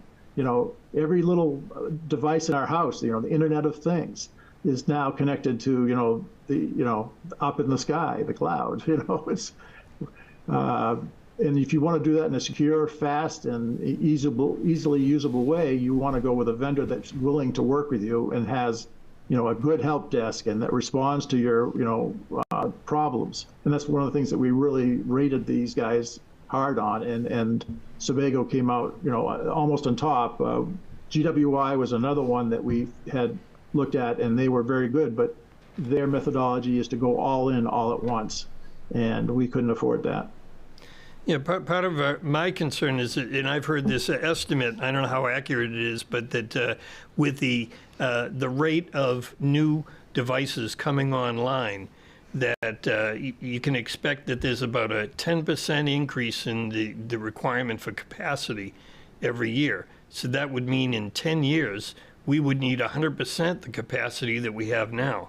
Is that even close to being accurate? Yeah, I mean, that's probably a little more, you know, but we would have that capacity and more if you go the fiber methodology. And that's the nice thing about fiber. I mean, like I said, it blows your mind if you think that you could, in a single piece of glass that's the size of your hair, could put through a terabit of data in a second. I mean, it's amazing. Question for North Star: how many towns, rural in nature, like Raymond, have internet issues like us, and to the level of incorporating it into their comp plan and having it be an elevated item for attention? Have to be honest, this is not my area of expertise. I think, you know, I'm trying to think of some of the, like the Bristols and Tremonts, but I don't know if... Yeah, it wasn't really brought up. I don't think either of us have worked on a plan where it was brought up. But like I said, this is not Sam and I's area of expertise. Yeah, my understanding in the research is that the model that Kevin's talking about is very similar to FDR's model for electrical extensions in the 30s, where basically they got electrical co-ops together because the feds simply weren't going to build the infrastructure. So what happened was they developed electrical co-ops in order to extend electricity. And so in a very crude way, this is kind of the same idea. Yeah, there are a lot of models. In Vermont, they actually have that type of co-op for, you know, broadband co-ops, and it has worked out very well there. But doing that and getting all the towns to agree to do that, and the biggest thing is fighting against the other incumbent ISPs, because if you don't have government backing of that, you kind of lose the battle when the ISPs, and they've done that in Maine, come in and tell you, you know, do a lot of false information on what you're trying to do. And we may even see that here in Raymond at some point once we make the commitment. We haven't seen it yet in any of the towns that we've been working with, but it has happened in several towns in Maine where the incumbents have come in and, you know, put forth a lot of false information. Right. And Kevin, I at another time offline, I'd love to talk to you about your thoughts about Title II and the decisions coming up in the spring of next year, but that'll be for another topic of conversation. Right. Kevin, are there any advantages to the town owning the network? Not leasing, but actually owning it, stringing it themselves? Okay, own it. Well, you could do that. You could have somebody string it. You could own it, and you could then put out. And that's one of the things we looked at, whether or not we wanted to have, you know, a vendor, us own it completely, and a vendor run it. So we looked at that, and the cost, again, the initial cost for us to get into it, we wouldn't have the vendor at that point willing to put, you know, some money into the game early on, which would help us out getting this going without so much initial expense. And that is really what stopped any of the other models, was the initial expense of getting this going, and competing with the incumbent is really hard. Because there's a lot of people going to say, oh, I'm fine with Spectrum. Well, yeah, but we're going to give you better service, and it's going to be more reliable, and you're going to be able to talk to people about that service you know, and it's going to be better for the future. And you know, we just all of it. I mean, everybody agreed that definitely we wanted to work with this local vendor. And GWI was a close second, but because of their model, we just couldn't afford it. Kevin, do you have a sense for what, like, you know, rates are going to be like compared to what people are paying now for internet? If you go to Sebago Fiber's site, I think it's sebagofiber.net, you will see their published rates, what they expect to offer their service for. And I think it's equivalent, or I mean, I'm paying for, and this is a small business, paying $250 a month for 600 megabits per second down and maybe, I don't know, 30 or 40 megabits up per second. I'll be able to get 2 gigabits per second symmetrical for $200 a month. It's not even in the same ballpark. I'll be saving so much money and getting so much better performance. You know, it's just, so in that, but it's not as, the difference is not that big when you start getting down to the slower, you know, the end users for the residents. But I still think you're going to get a much better service level for the same cost, maybe even a little less. And Kevin, I did go on their website and look for the residential rates and compared it to what I'm paying for Spectrum now, and they were about equivalent for residential. But I got more capacity. I got greater speed in my uploads and all of that stuff. Kevin, do you have a ballpark figure for what it would cost if you went with the GWI? If we were to bond, and this was for all 5 towns, it was about, I think, $10 million for all 5 towns together. Because they wanted to, it wasn't like one town at a time, it was the whole group, again, so that they could capture the highest take rate for them. And they were willing to build up fiber to the entire thing and put the whole thing in, but it would be about $10 million. I mean, having fiber to the schools would probably be a great idea with the use of technology. Right now there is fiber to the schools, but they're paying and it's not that fast, and they're paying a lot of money for it. Now, the nice thing about this, there's one thing that's good, is the library, which still could keep it for now anyway.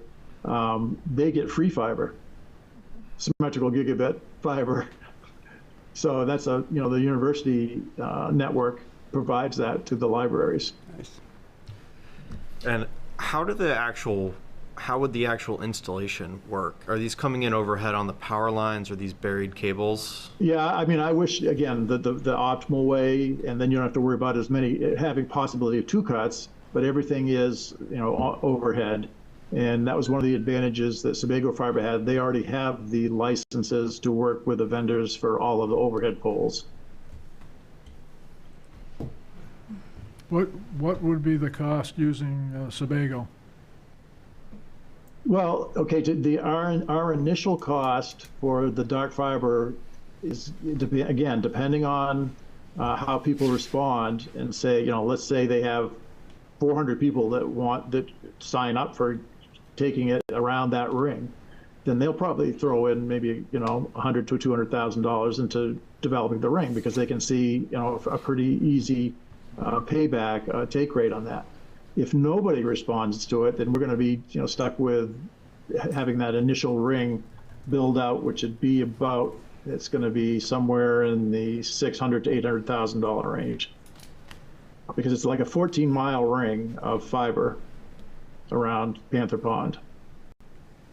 Well, it sounds like the comp plan ought to have some language around studying this and urging and supporting Kevin in his research and work. I think communications, again, having everybody have the ability to communicate with any other person or any other group or any other location. Another thing I forgot to mention, so fire rescue is going to have a great payback with this too, because right now they have multiple towers, and the communication between towers is pretty bad in Raymond because of all the hills. And in order to get really good communication, you've got to build, you know, a $500,000 or $600,000 tower, high enough up to get all the rest of the towers. What Sebago Fiber is doing with other towns is starting to build the fiber directly to the towers. So when, you know, a call goes out, every single tower gets it, and you have complete coverage. And they actually work with, what they do is they work with the town next to you, and then so that the towers from that town get the overlap. And it's really, they've been working with Bruce, and he is kind of, you know, anxious to get that in place. And so it will be a big benefit for public safety. It might be a new chapter that we need to add to the comp plan. And well, Kevin, yeah, I mean, if you talk about transportation and roads, I think communication is right up there. Communication. Absolutely. Kevin, how long do you see it taking to build out to the entire town? I know it depends on how many people are going to jump on it, but I can't believe there aren't going to be the vast majority of people in town jumping on something like this. Right.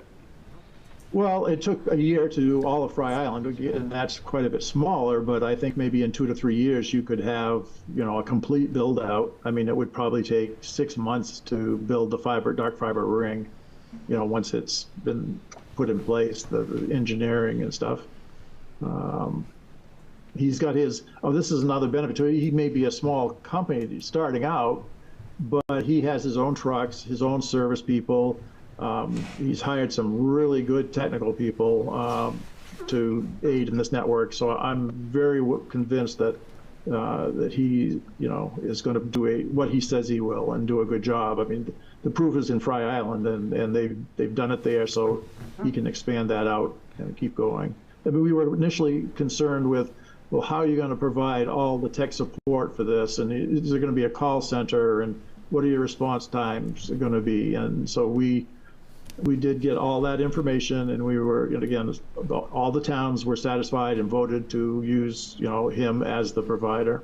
And like I said, Sebago is already, I mean, they'll probably be building the network. They are starting the next 5 or 6 months, their dark fiber network, and expanding out. Kevin, thank you so much for your time tonight. I think just in interest of the rest of our agenda, we probably need to move on for tonight, but really appreciate your time and educating us on this. Anytime. Thanks, Kevin. Thank you, Kevin. All right. A lot of good stuff. Night. Good night. All right, so let's make a really quick shift and talk about public outreach. Yeah, okay. So, what we've been sort of calling listening sessions, Sam and I have been doing some direct outreach to local businesses, road associations, and lake associations, as well as some other community organizations. We've been in touch with a few people, including the Sebago Lakes Region Chamber of Commerce, a few summer camp owners, a few road associations. We also talked to the Raymond Waterways Protective Association, and I've been emailing back and forth with someone from Sabre Yachts who promises they will call me soon. So we're hoping to just sort of keep nudging some people. I think we're getting some good, like, very specific feedback that I think once we get to the part of the plan where we start talking about goals and policies and things, I think some of this information will be very useful. I don't know if anyone else has had a chance to reach out to any other groups in town at this point. I did a PTO session. Nice. A couple weeks ago. Yeah. Good. Yeah, and if you got any feedback, you can share. I mean, they were very. They had mentioned trying to cooperate with us for our outreach event and stuff, and put on kind of a simultaneous event that could occupy the kids while we were doing the meeting. Maybe for the March one that might be appropriate. But I gave them the information about the survey and asked them to spread the word. Great. I took the liberty to send Russ Hutchinson an email at Crescent Lake Watershed Association, just alerting to our date on the 20th of January. Okay. From 1 to 4, I took the liberty of saying. So we'll see what he gets, see what, if they come back. I said we could provide information to them to help stir some attendance, hopefully, from their group. We had that, of course, that great presentation from their vice president, I think it was, that came.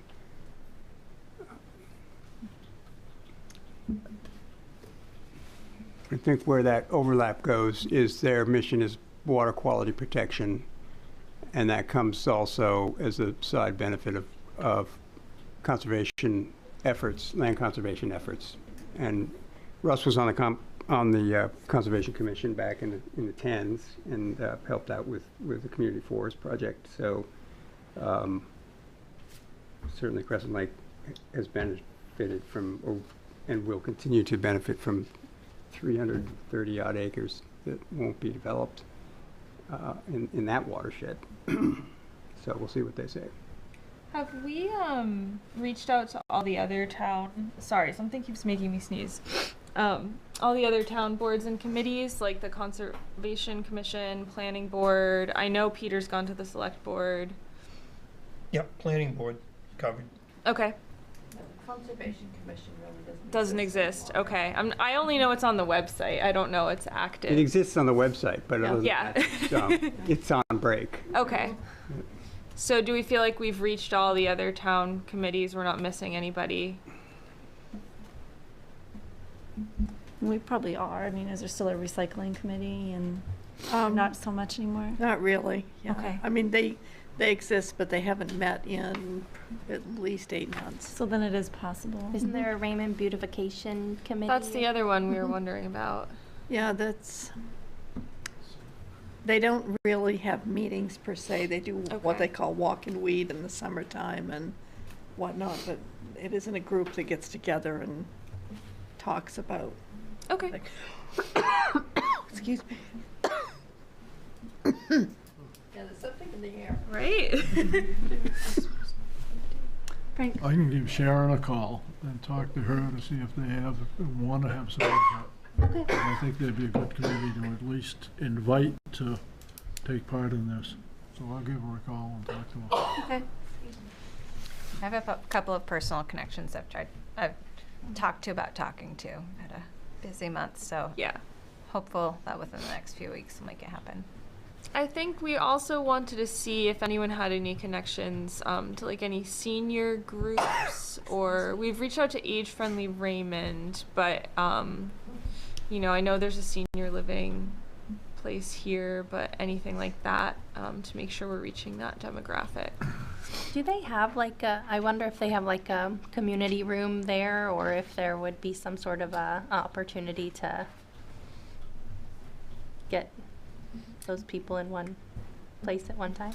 Do we have anybody that knows anybody that lives there?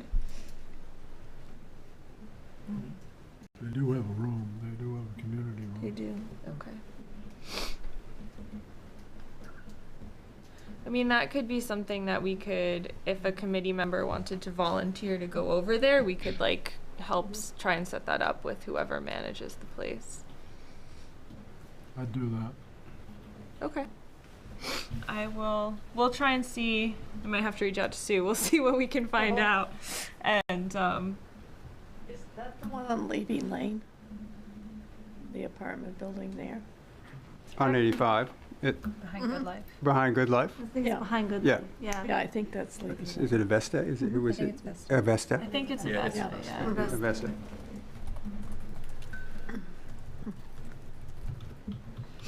Okay, Kate, did you have anything further for that one? I think that's it. So yeah, if people can just keep reaching out to people in the intervening time before the event.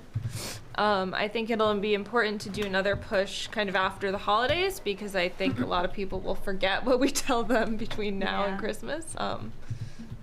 Is there anything that, content-wise, that we can be adding? I know you made a Facebook page or an event. Yeah, I or did make a something. Facebook page, and I can Maybe post some. I did post a few things on there, but I can get back on it, do some more.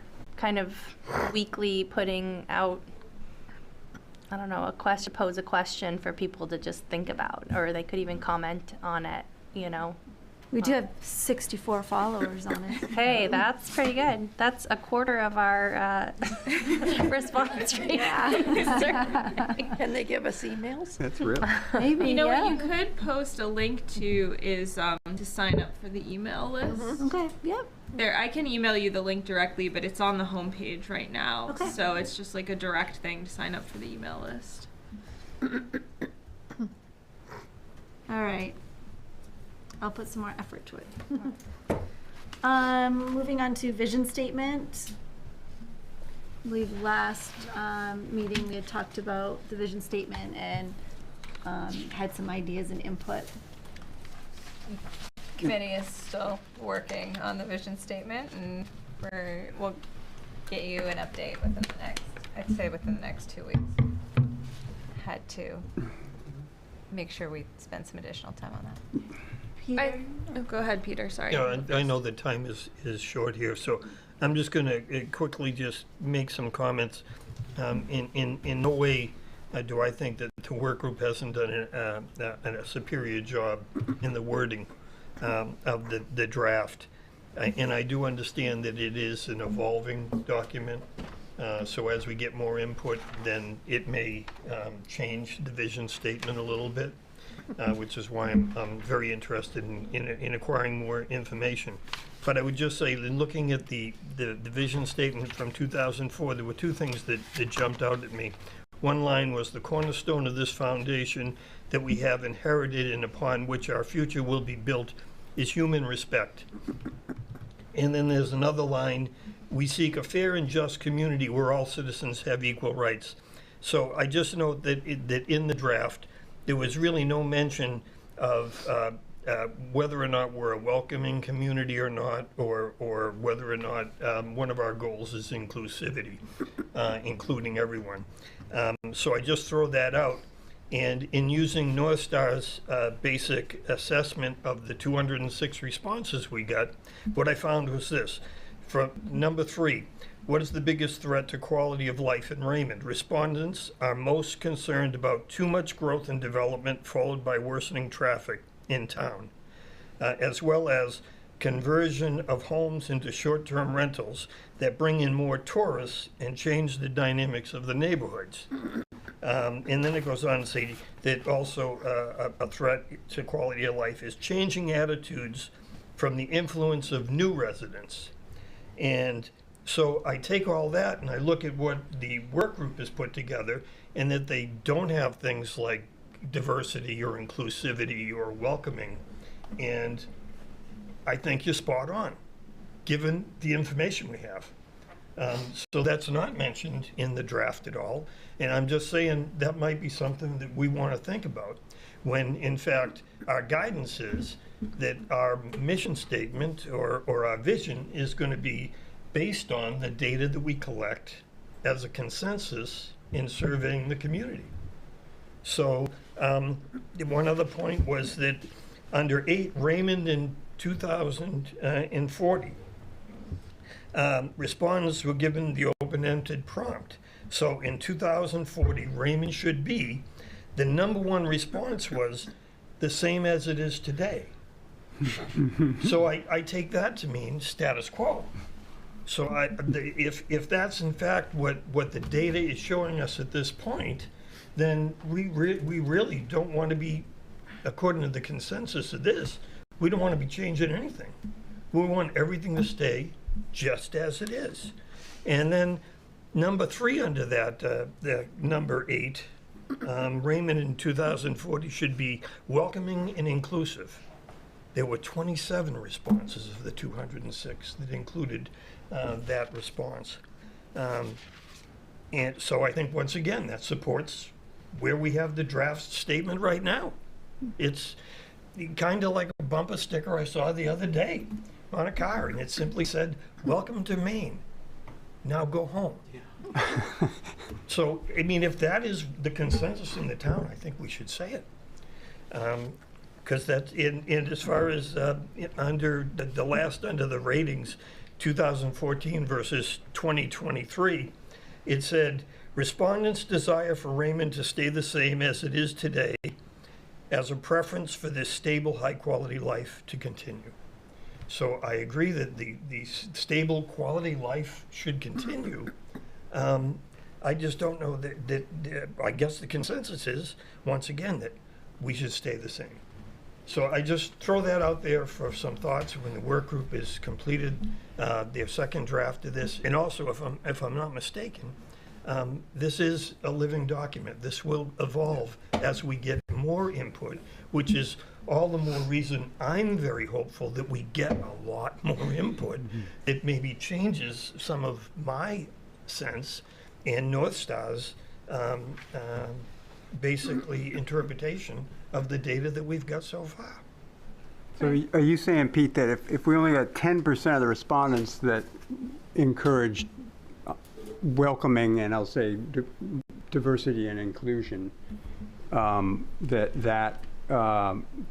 that's not a strong enough signal to have that be a foremost motive or a foremost item in our plan? Or what it's telling me is that it really, right now, if my understanding is that the vision is based on the data that we get, then no, that we shouldn't be making statements like we're a welcoming, inclusive town.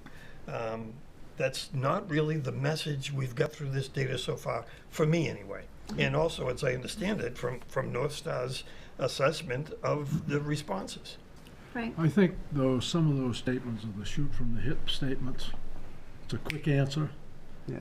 What we need is more dialogue, because a dialogue with someone who gives you that as their first response may end up in a very different place after a discussion, a thoughtful discussion with people. So I'm not as upset about that as Peter is at the moment. But I think he has a really good point. I think we need to find a way of getting more dialogue with these people, because you just can't take, and a number of those things that are shoot from the hip statements. It's a quick, easy answer to something without a lot of thought put into it, to what they're really saying. So I'm not as upset about that, but I think we have to find a way to have a much more in-depth dialogue with people when they make those kind of statements, to find out where they're really coming from. Peter, I hope it helps that the vision statement committee, we talked about that extensively in our meetings as to what message we wanted to make sure was coming across and including a lot of the content from the survey, and also writing the statement in a way that was extremely flexible to the point where we were delivering on that to people. So we're good. It's a working document, and we'll keep working on it, and we'll have another update to you within the next few weeks. And believe me, it's not that I don't appreciate the work. It's just in looking at the data, at first blush, when I was reading it, it's like, geez, this really is a little bit, kind of elitist and standoffish and whatever. And then it's like, well, no, it's what they said.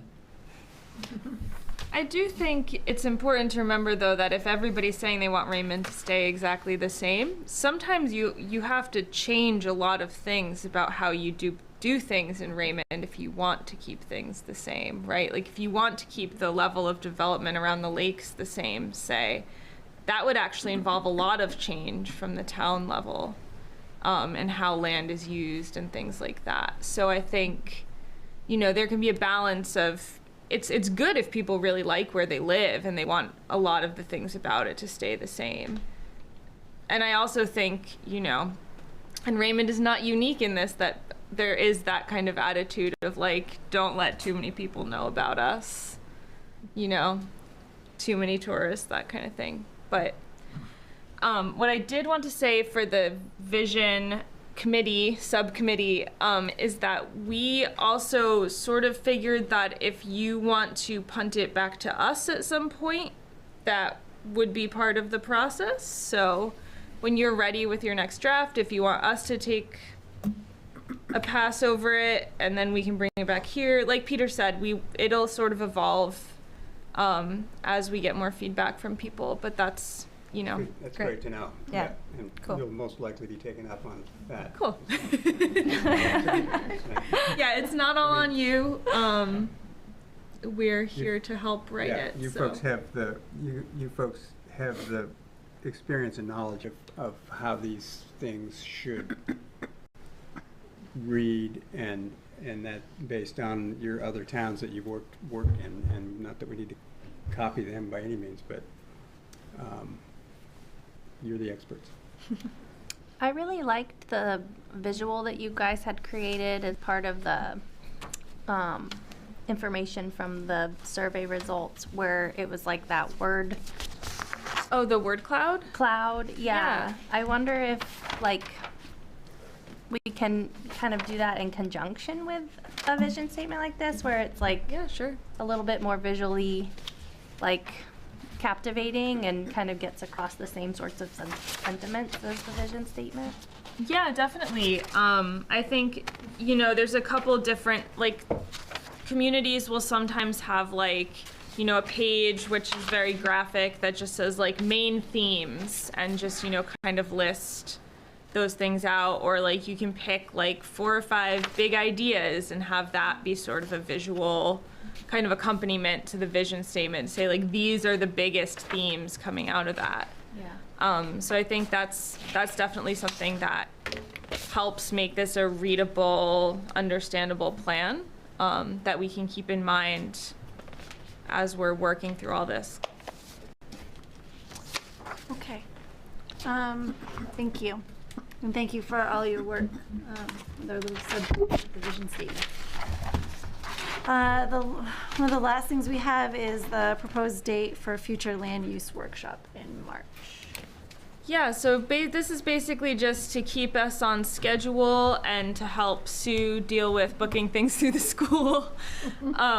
We are, by our project schedule, supposed to have a future land use workshop about 2 months after the initial workshop, so that would put us at the end of March. We can plan to do the same exact kind of afternoon time slot at the school if on a Saturday, if people like that. We can also do a more traditional, like, evening meeting. Just have to figure out where. So I want to throw that out there. Just from a logistics standpoint, basketball will be over by then, so we won't get the same crowd and won't have the same maneuvering with the schools. I'm not sure if the school lets you have evening events or if they're booked up. Weren't we talking that about I'm not sure. I've only done all day. So Okay. elections tend to go longer than the Yeah. evening. It might be a good alternative if we're doing one at the school. Where did you say? Sorry. Public safety building? Yeah, they do have a good-sized conference room there. Yeah, so I think we don't have to come up with a final answer right now, but we probably by the January meeting should be trying to put something on the calendar. So whether we want to do another Saturday or whether we want to do an evening meeting, I don't know the town's other committee meeting calendars. Sue will have to help with that, but. Sue, can you get a pulse on the public safety building availability in March, end of March, just to get an idea of what, you know, if they have things going on, or I don't know if they would know at that point, but. Yeah, I don't know. They aren't advertising, and I don't believe they're letting public come in. And they used to do birthday parties and things like that, and they aren't doing that still. But I think for a town event, they probably would. But even that's probably because they are starting to a bit. But I'll check with Bruce. Just for dates wise, the 31st of March is Easter. Okay. 2 weeks before that is St. Patrick's Day. A week before that is Daylight Savings Time. That's not a good day to do it. So maybe like the 23rd, 24th, that's the weekend between St. Patrick's Day and Easter, or, you know, sometime within that sort of week. Yeah, and that's far enough after the election, so that makes Okay. it okay.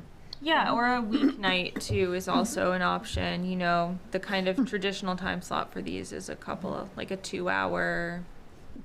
How long was the Yarmouth one? 2 hours? Yeah, 2 hours. Like a 2 hour weeknight slot where we do a presentation and then people go and look at some maps, basically. So maybe then we would like to aim for the week of March 18th. That week, there aren't any regularly scheduled meetings. Okay, that looks good for us too. The 26th could be ZBA. The week before is Select Board and Planning Board, so. The week Right, before is so you folks. the week of the 18th, extending into the weekend. I guess put a little bookmark on that in your calendars, and we'll try to nail down a date. Yeah, that would be great. I guess just a reminder, actually I wanted to ask about our next meeting date. Technically, we'd be meeting on the 3rd, but I don't know if a lot of people are on vacation. That's right after the new year. Would we rather do the 10th? But of course, we have our 10th event. is Planning Board week. Is it? Okay. So the 3rd? Okay. So next meeting date will be January 3rd of 2024. Are you back for that? I see no public. Sue, is that correct? That we have no public. Okay. So next is the Comp Plan Committee comment. Sue, just real quick, I don't have my email with me, at least the Raymond email. So we were going to poll the committee's availability for the select board thing. And Can I've you- only heard back from Bob O'Neill with dates, and he said the week of the 8th of January would work for him. January 8th, Yes, or during that week, during that week. yes. And can you please tell the committee what that would be about? It's the select board members have been watching your committee meetings and the planning board, and the select board have been talking about ordinances, and they're realizing you're all kind of talking about the same kind of, what about for affordable housing? What about a short-term rental? What about ordinance changes that are kind of major to the town? And they just want to get together and have a conversation with the planning board, with the comprehensive plan committee, and themselves to just chat through what are people thinking? What are you seeing? What are you hearing? And try and kind of get on the same page, or at least have an understanding of what each committee is looking at. So this is, the format of this is a workshop? It's a workshop. So it would be a workshop between the select board, this committee, and the planning board? Yes. I think if they're looking for input on what we're hearing, unfortunately, by week of January 8th, we haven't heard much. Yes. So I don't you have know, more I mean, just for like, what would we have to offer as far as what we're hearing? We haven't really heard anything yet. I'd be more than happy to attend a workshop, and I don't know if anybody else would be willing to do that. I just don't know at that point if we would have as much to offer for information, but we certainly could listen and be a part of the conversation. Yeah, well, the sense that I got, and Sean and I did attend the planning board meeting of last month when they were actually discussing ordinances. And what was really, and Sean certainly chime in on this, but my impression was that there really wasn't a lot on their radar regarding LD 2003. There was some discussion, but it seemed like nothing had come yet of discussions of tiny homes or but I guess one of the hot topics that they're probably going to want to discuss is going to be short-term rentals. And especially from our perspective, how does that apply to accessory dwelling units that will be available for all municipalities as of July of next year, unless, of course, the law court says you can't do that. but I don't believe that that's going to happen. So I think we pique their interest a little bit in the fact that time is short to get on the warrant if you want to have some sort of ordinance at least addressing that. So there were actually quite a few things that came out of discussions at this committee that I'm going to say pique their interest a little bit. And I know that there has been discussion at the select board level about short-term rentals, but that discussion basically was over a year ago. Yeah. And I believe the decision at that point in time was to basically let's wait and see. And I think that we agree that wait and see and time has gone past. Okay. Well, and it was really wait and see what the state does. Yes. Yeah. Yep. And so far, the state hasn't done a whole heck of a lot. No, my understanding is that there were two amendments that were submitted through the legislature on LD 2003. One was to say, don't apply it to municipalities less than 4,000 in population, and that got voted down. And then there was a second one that said, an amendment that said, we'll delay this implementation yet again until 2025. And that got voted down. So I believe rulemaking is over. So I think the time now has come. And I think this committee has some valuable insights, and we also need some guidance as to where we should be going. I think personally one of my goals is to say, although I've looked everywhere in two previous comprehensive plans, it has not officially been identified as to what our growth area is. Now, it is by ordinance suggested that our growth area is the village area in the industrial commercial area. But that's insinuated. Yeah.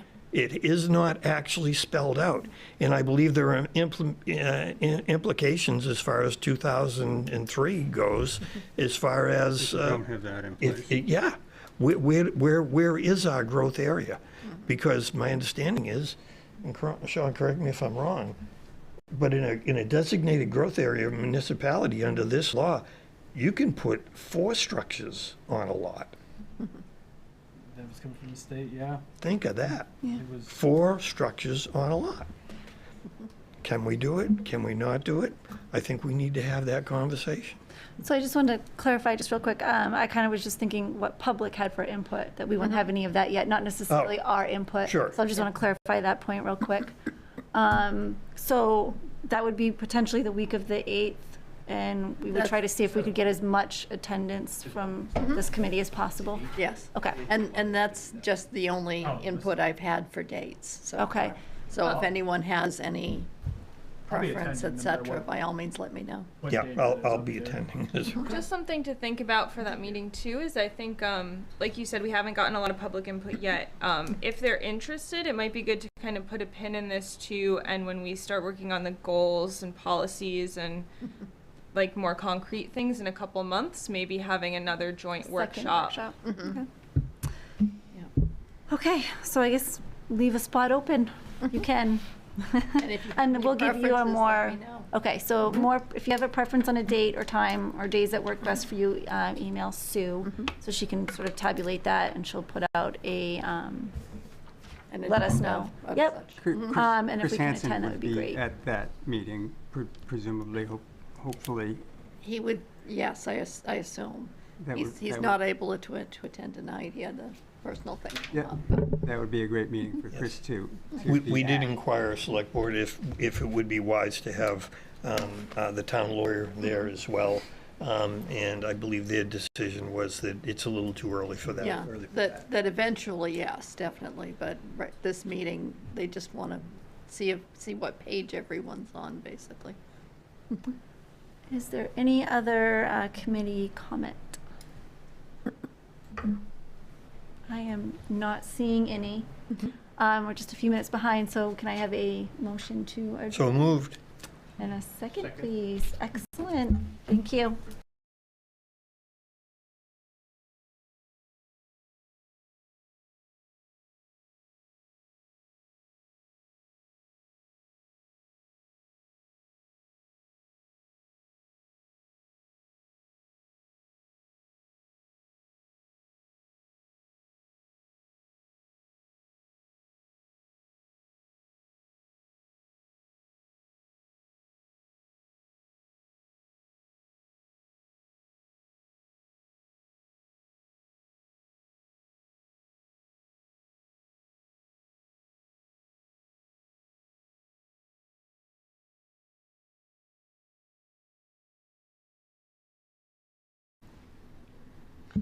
Welcome to the Select Board meeting for December 12th, 2023. We have a full quorum.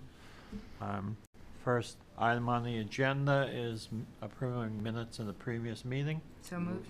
Second. Been moved and seconded. Any discussion? All in favor? Unanimous. New business. Consideration of request to amend the consent agreement for 402 Webbs Mills Road. Alex. Good evening. I'm getting over a cold, so my voice is not what it should be, so I apologize in advance. So you guys have before you, or you should, the amended consent agreement. So to kind of get us back to where we left off on this, you guys had authorized Dawn to negotiate a consent agreement with the Starretts, and then shortly after that motion was made, Dawn went on FMLA. So we got Sue up to speed on where we were and had a meeting with Nicole, made some changes to the consent agreement, and here we are. So you see there is a letter from the Starretts that was in the packet. But essentially where we're at on this is we'd like to get your input on their request. Most of it's pretty basic stuff. I think the big thing is the fine amount, really. How much do we have into this, Alex? So this one's a little bit complicated because it was actually two separate situations. We had the violation, and then we had an appeal from the abutter. The abutter had sent us a letter essentially saying that they thought there were many more violations. They wanted the town to do something. And we said no. We felt that we had adequately addressed the violations. They appealed that no action to the ZBA. And so we actually ended up spending $2,312 on that, the appeal. So I had Bernstein Sure kind of break it out so that we weren't counting that as part of this because it was all referenced to the same property. The total ends up being $1,449 that was spent on the actual violation for the Starretts. So it's a little bit lower than what we had originally thought after they went and split everything out. I got a question for you. In their letter to you guys, it's the second paragraph that talks about the premises was clear in accordance with the timber harvest plan approved by the state of Maine. Mm-hmm. What is the rule of that? Is it home rule? Yeah, so that's probably honestly the most complicated thing in all of this because they got they did timber harvest in I believe 2017, and at that point in time, our ordinance said you could not clear a lot by more than 25%, and that was it. One of the things that I changed in 2021 was that section of the ordinance because 25% is not a lot, and in their particular case, they actually kind of fall under the amended ordinance, which now says you can't clear more than 25% unless you get site plan approval from the planning board, unless you are following the timber harvest rules under the state's forestry program, because we do allow that. So they actually did do this as a timber harvest. So if they were to do this today, they could do it. They would just get a code officer permit, which is really just us checking to verify that it is a legal harvest with the state. Okay, but when you're talking timber harvest, to me, that is clearing trees, correct? Vegetation is all the stuff underneath with all that stuff. So that isn't the same thing as the harvest. I mean, so the area that they had originally harvested ended up being half. It was half of the parcel essentially, and since then they've allowed most of that to grow back in. So the area now that is left that's not vegetation is probably pretty close to that 25% if I were to add it up. But essentially where we're headed with this is because they did a timber harvest, under the rules of today, all they need to do is get a code officer permit and they can exceed the 25% lot coverage as long as it's a legal harvest through the state, which it was. Any other questions? So, yeah, the Starrett's asked for a fine of 1,000.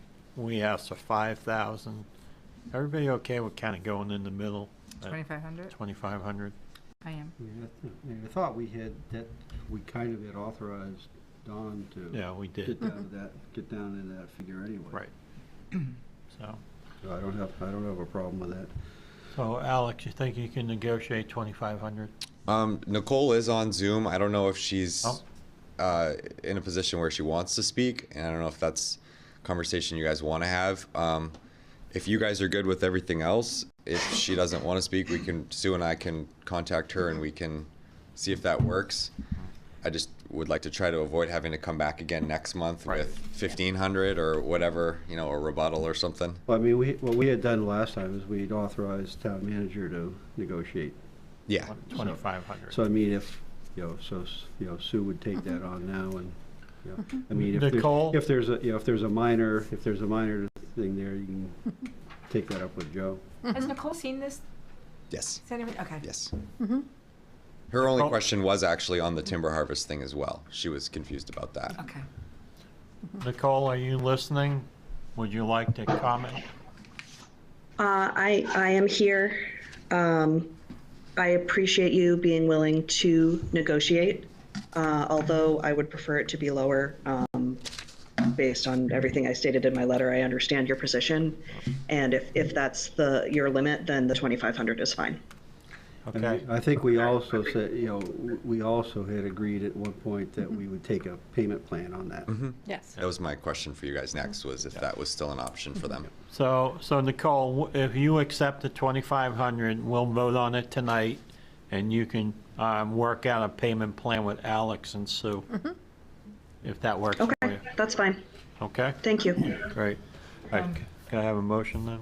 A motion to accept the administrative, the amended consent agreement for 402 Webbs Mills Road with the amount of the $2,500 fee. Do I have a second? Second. Moved and seconded. Oh, hold on. What are you guys going to do about the sign? Never mind. No, I'm looking at something else. We're good. Okay. All those in favor? Unanimous. Thank you, Nicole. Just Thank you.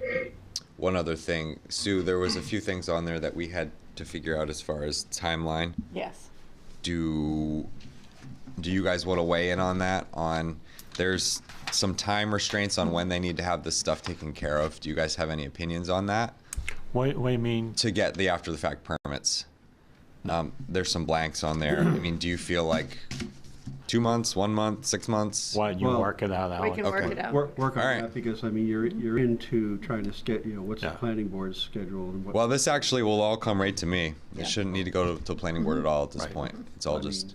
It's in your court. Okay, all right, we'll take care of it. Perfect, thank you. Thanks, Alex. Yep. All right. Item 3B, consideration of consent agreement for East Shore Tavern. Alex. Yes. Where are we? So I'm sure you guys have seen the recent communications. Kyle's made quite a few significant changes from the last time he was here with barricading the parking lot. And we've had a couple of conversations since the last meeting, and he can get up to speak for himself as well. But the thought process at this point is to resolve the violation, we would need to do a consent agreement, similarly to what we just did with the Starrett's, that outlines what's happened and what the path forward is to keeping this resolved. And in my opinion, in our conversations, as long as that parking lot is blocked off from use, then I think it's fine to stay, dirt. It doesn't necessarily need to be revegetated as long as it's not used as parking. If he wants to use it for his own personal use to park a car or truck or whatever, then that's no different than the guy who lives back there parking there. So I think that's fine. I just think we would need to be clear in a consent agreement what that looks like. I did see that there was also a photo of the trash truck, I believe, that came in last week that showed them, I think, emptying the dumpster and then turning around back there, which we probably should discuss that, because that's kind of part of this. I mean, these really are permanent barriers to get back there. Yeah, so on one side, he's got a couple of Jersey barriers with the chain, and then on one side, he's using the dumpsters to kind But of the act as dumpsters that. are on wheels. Yeah, so, and that's what I believe happened. I'm sure he could probably tell us, but it looks as though they picked the dumpster up and it may have shifted, or I don't know what exactly happened. But so that's something that probably should be figured out.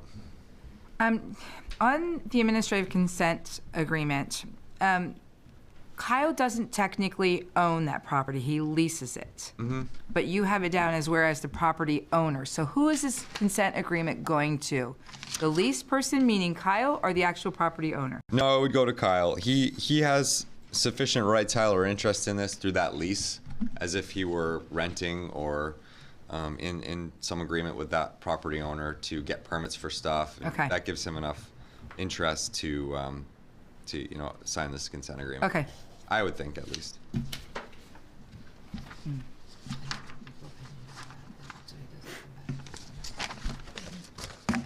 So the consent agreement we have in front of us, we would need a whole new consent agreement, correct? Because it talks about being seated and loaned. No, so what I had the attorney do is essentially put in all of the options that we had originally discussed, Yep. so that there could be a conversation here about what the town feels is adequate to resolve this. If that's loaming and seating, then that's on there as an option. If that is not the option that we go with, then we can strike that on the final. Okay. But I wanted all the options at least laid out for discussion. And if you wanted to have me sign it and authorize me to sign it, I can make those changes tomorrow, whatever's decided. Yeah, we have the Word documents. Otherwise, if you folks want to sign it, I can make the changes and print it right out back. I don't think I have any need to sign it. But I just want to make sure we're on the same page here. So we're talking permanent, you cannot get back there. Yes or no? So right now, the option that he would like to go with is what he has currently, which allows him to the chain so we can open the chain and get through. But it's blocked off during business hours and everything so that patrons of the restaurant don't go in and park there. No parking signage. And there is no parking signs, yeah. But the last time we said that, the no parking signs were blatantly up there, and people were parking back there. He put up Jersey barriers, and it was a thoroughfare all the way, all the time. And we had big, like beer trucks going in there, Pepsi trucks going in there. So that chain can easily come down for anybody that wants to open it and go back there and drive out. Yep. So I think in order for this to work, there needs to be something in here that says if that chain is taken down, or we notice that people are using it, that, it's back in violation again. I guess I'm not okay with that because we've been back here several times, and this has been going on for over a year. So to me, I guess I just want to get this on the right path forward. Yeah. And say either all the Jersey barriers go up right next to each other, boom, so nobody can go back there at all. The garbage cans are on this side, so there's not in anybody's property. I don't know as far as the delivery trucks. He's gonna have to figure that one out. But I mean, the only issue I see though is you actually cut off access to his property.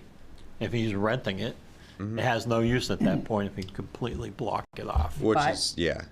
But on the other hand, is right now it's being used as my view. As part of the commercial business. Exactly.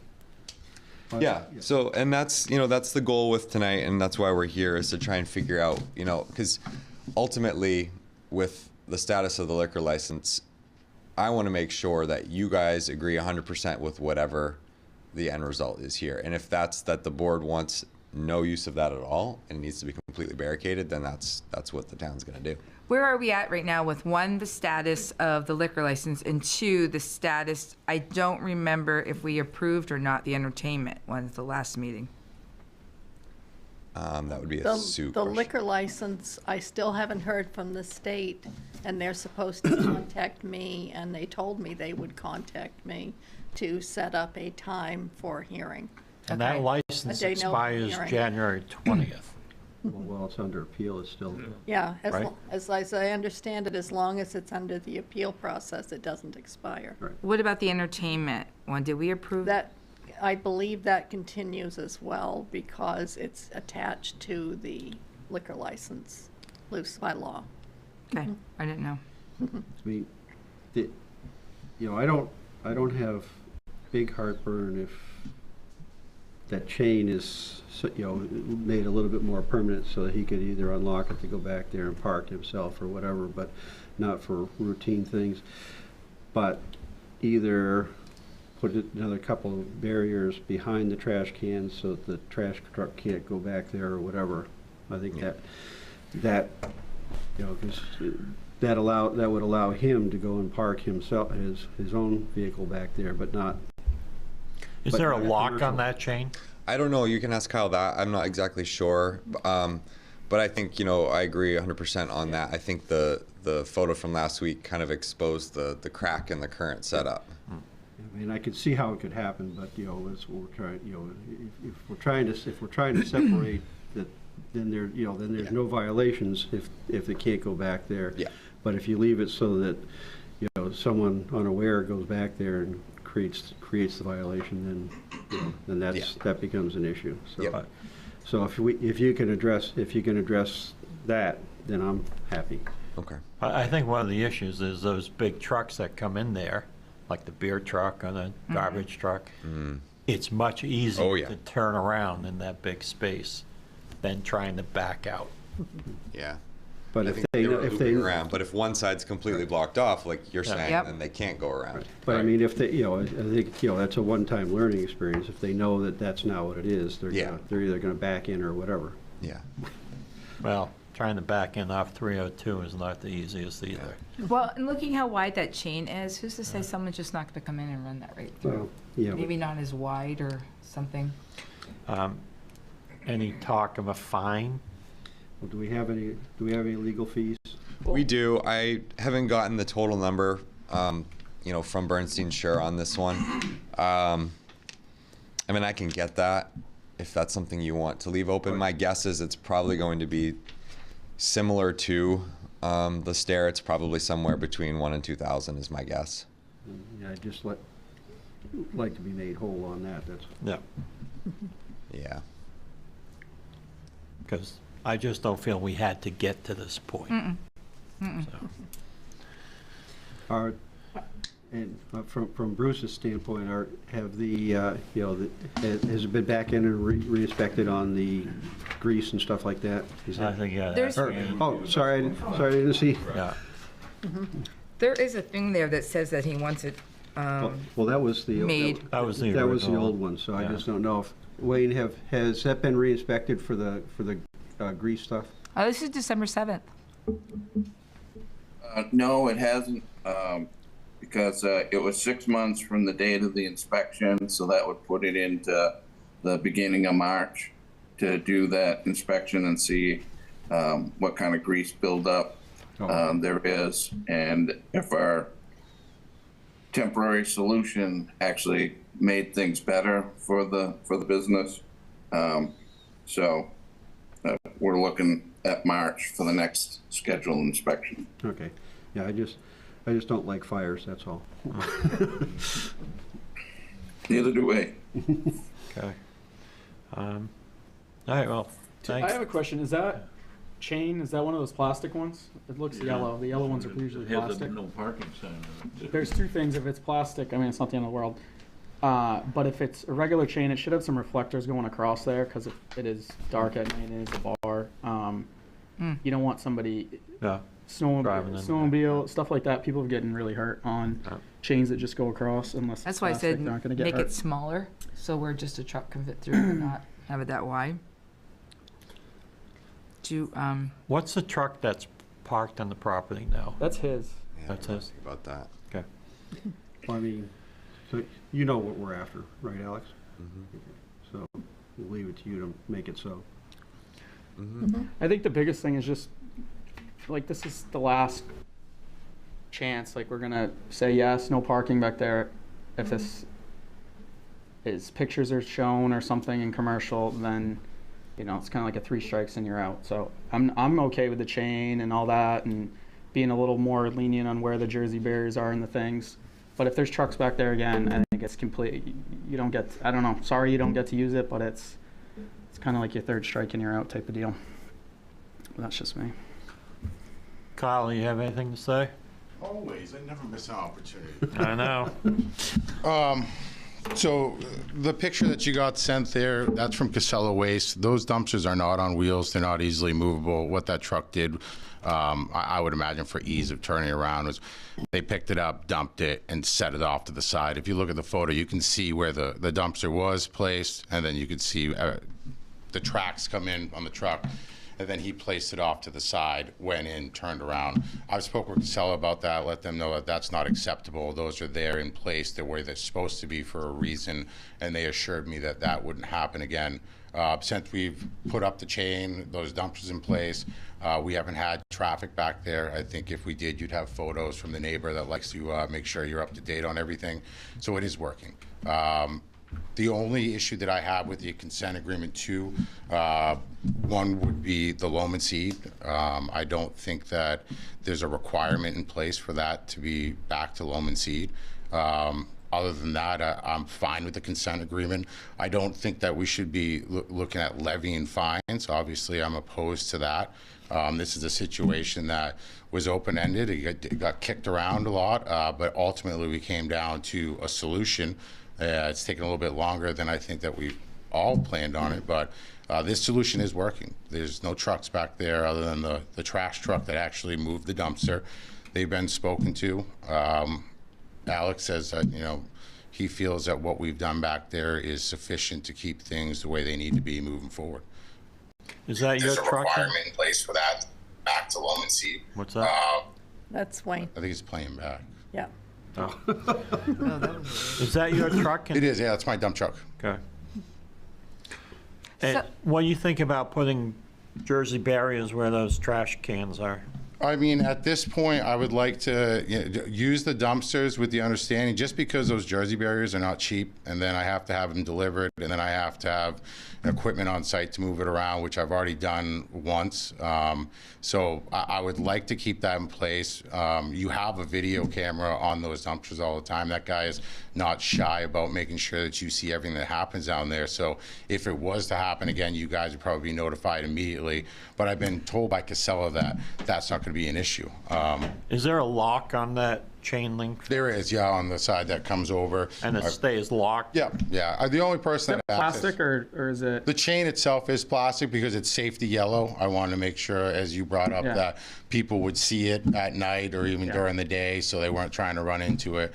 And, you know, I check it every day. I've been down there on a daily basis, so we make sure that it's upright and the signs are in place and nobody. For me, it's like 4-wheelers, snowmobiles. Somebody probably shouldn't be there. That is, that night can get hurt with. Yeah. That's why we went with the safety yellow. I mean, we could have went with a metal, but again, I think that the yellow really made it's safer for everybody to make sure that they're not back. And then we hung the sign in the middle as well. So that sign's there. It says no trespassing.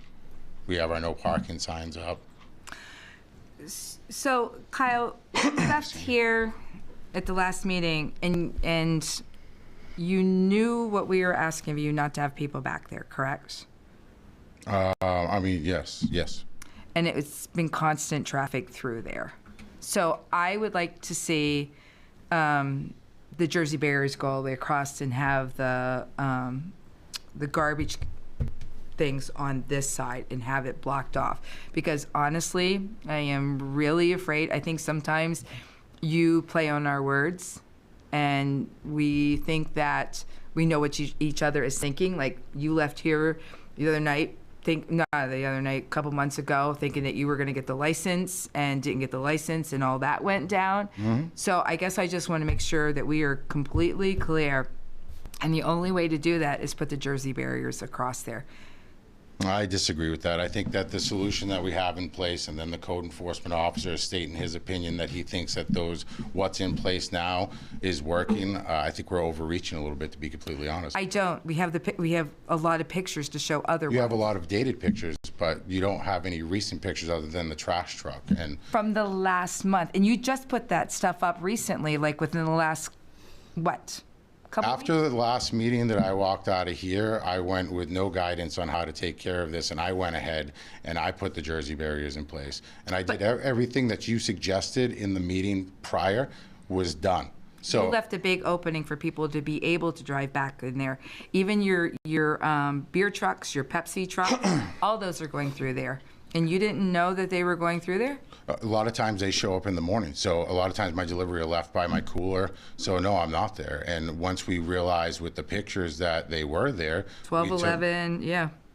So Kyle, would you put a chain where those dumpsters are? Behind, put a chain from that Jersey barrier behind the dumpsters into a post.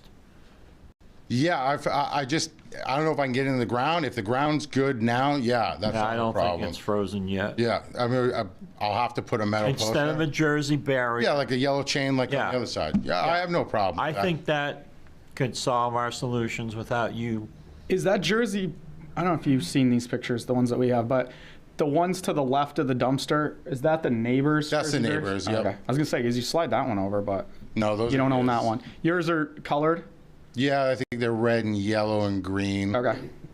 So what do you guys think about, instead of another Jersey barrier, just put another chain with a lock on it? I'm fine with that. And that garbage can, Behind the On the back side, so they On can the still back come in side. forward, yeah. And Right. so, but even if the garbage guy comes in and doesn't see that chain and he breaks it, He's already been made aware of the situation, and his route manager has spoke to him about what needs to happen there. So, I mean, I would assume. If he breaks a chain, then he goes after Casella. Right, I'll have them replace it. and they don't change people that do the routes or anything like I mean, it's beyond what I'm responsible for, so I really don't know. Right. It'll be up to Casella to replace the chain. But Derek mentioned some reflectors or something on the chains, which Well, can be seen at night. Yeah, I was doing that. If these were, I had a friend in high school get hurt really bad on a chain that was gone with no reflectors at night, and he went through.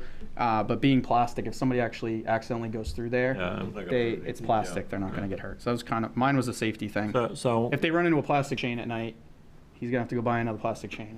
So It's Alex, not me. a chain as part of the consent agreement? Yep. Everybody okay with that? Yeah. That kind of seals it off. And a lock on that chain, both sides. Yep. So only Kyle has the key. And as far as the fine, I mean, I'd like to at least cover our attorney's fees, $1,500. I mean, We gotta find out what it is. find out what it is and just cover the exact cost on it, don't add to it. All right? Could I read back what I have?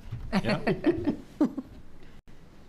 So, motion to, and I formed it in the form of a motion. Okay. To authorize the interim town manager and code enforcement officer to work with Kyle Bancroft, owner, to apply a fine of exact cost of attorney fees. Yeah. Add another chain with a lock to a post from the Jersey barriers behind the dumpsters, and agree on the timeline for the consent agreement. Yep. Yeah. So you're taking out the And receiving. if you're doing that, then you can strike the seating and Right. and whatnot. Yeah, I pulled that part out. And we would like to have it done by the end of the year, Okay. by the end of this month. And I think if there's something that happens where these are broken, we need to have, just so everybody's, Yeah, aware, and- what's and- gonna happen Right. if this doesn't, all of a Right. sudden you If go by and there's there's any beer trucks every week. violations, the Then the consent hammer's gonna agreement come is down. gone. So, And it's another violation. Okay? Everybody okay with that? Yeah. All right, can I have a motion? So moved. What she just said. Moved and seconded. All in favor? All right, Kyle. Thank you. All right, consideration of abatement request.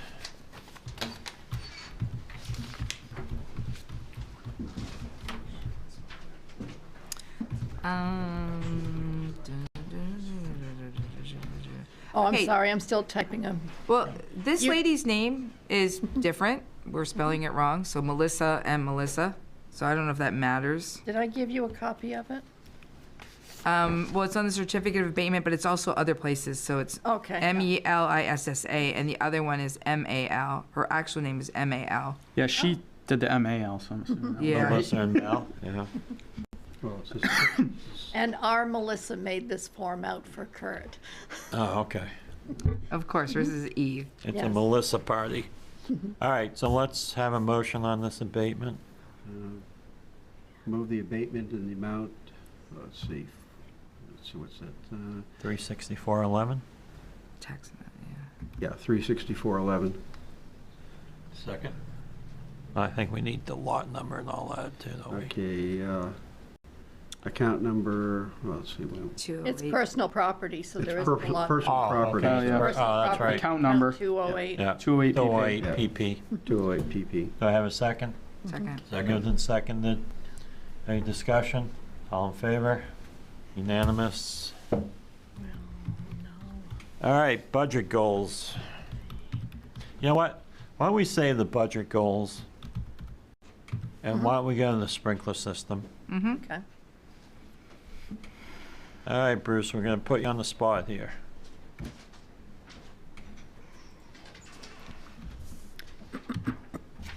So, looking back at this sprinkler ordinance, Yes. it was always very restrictive.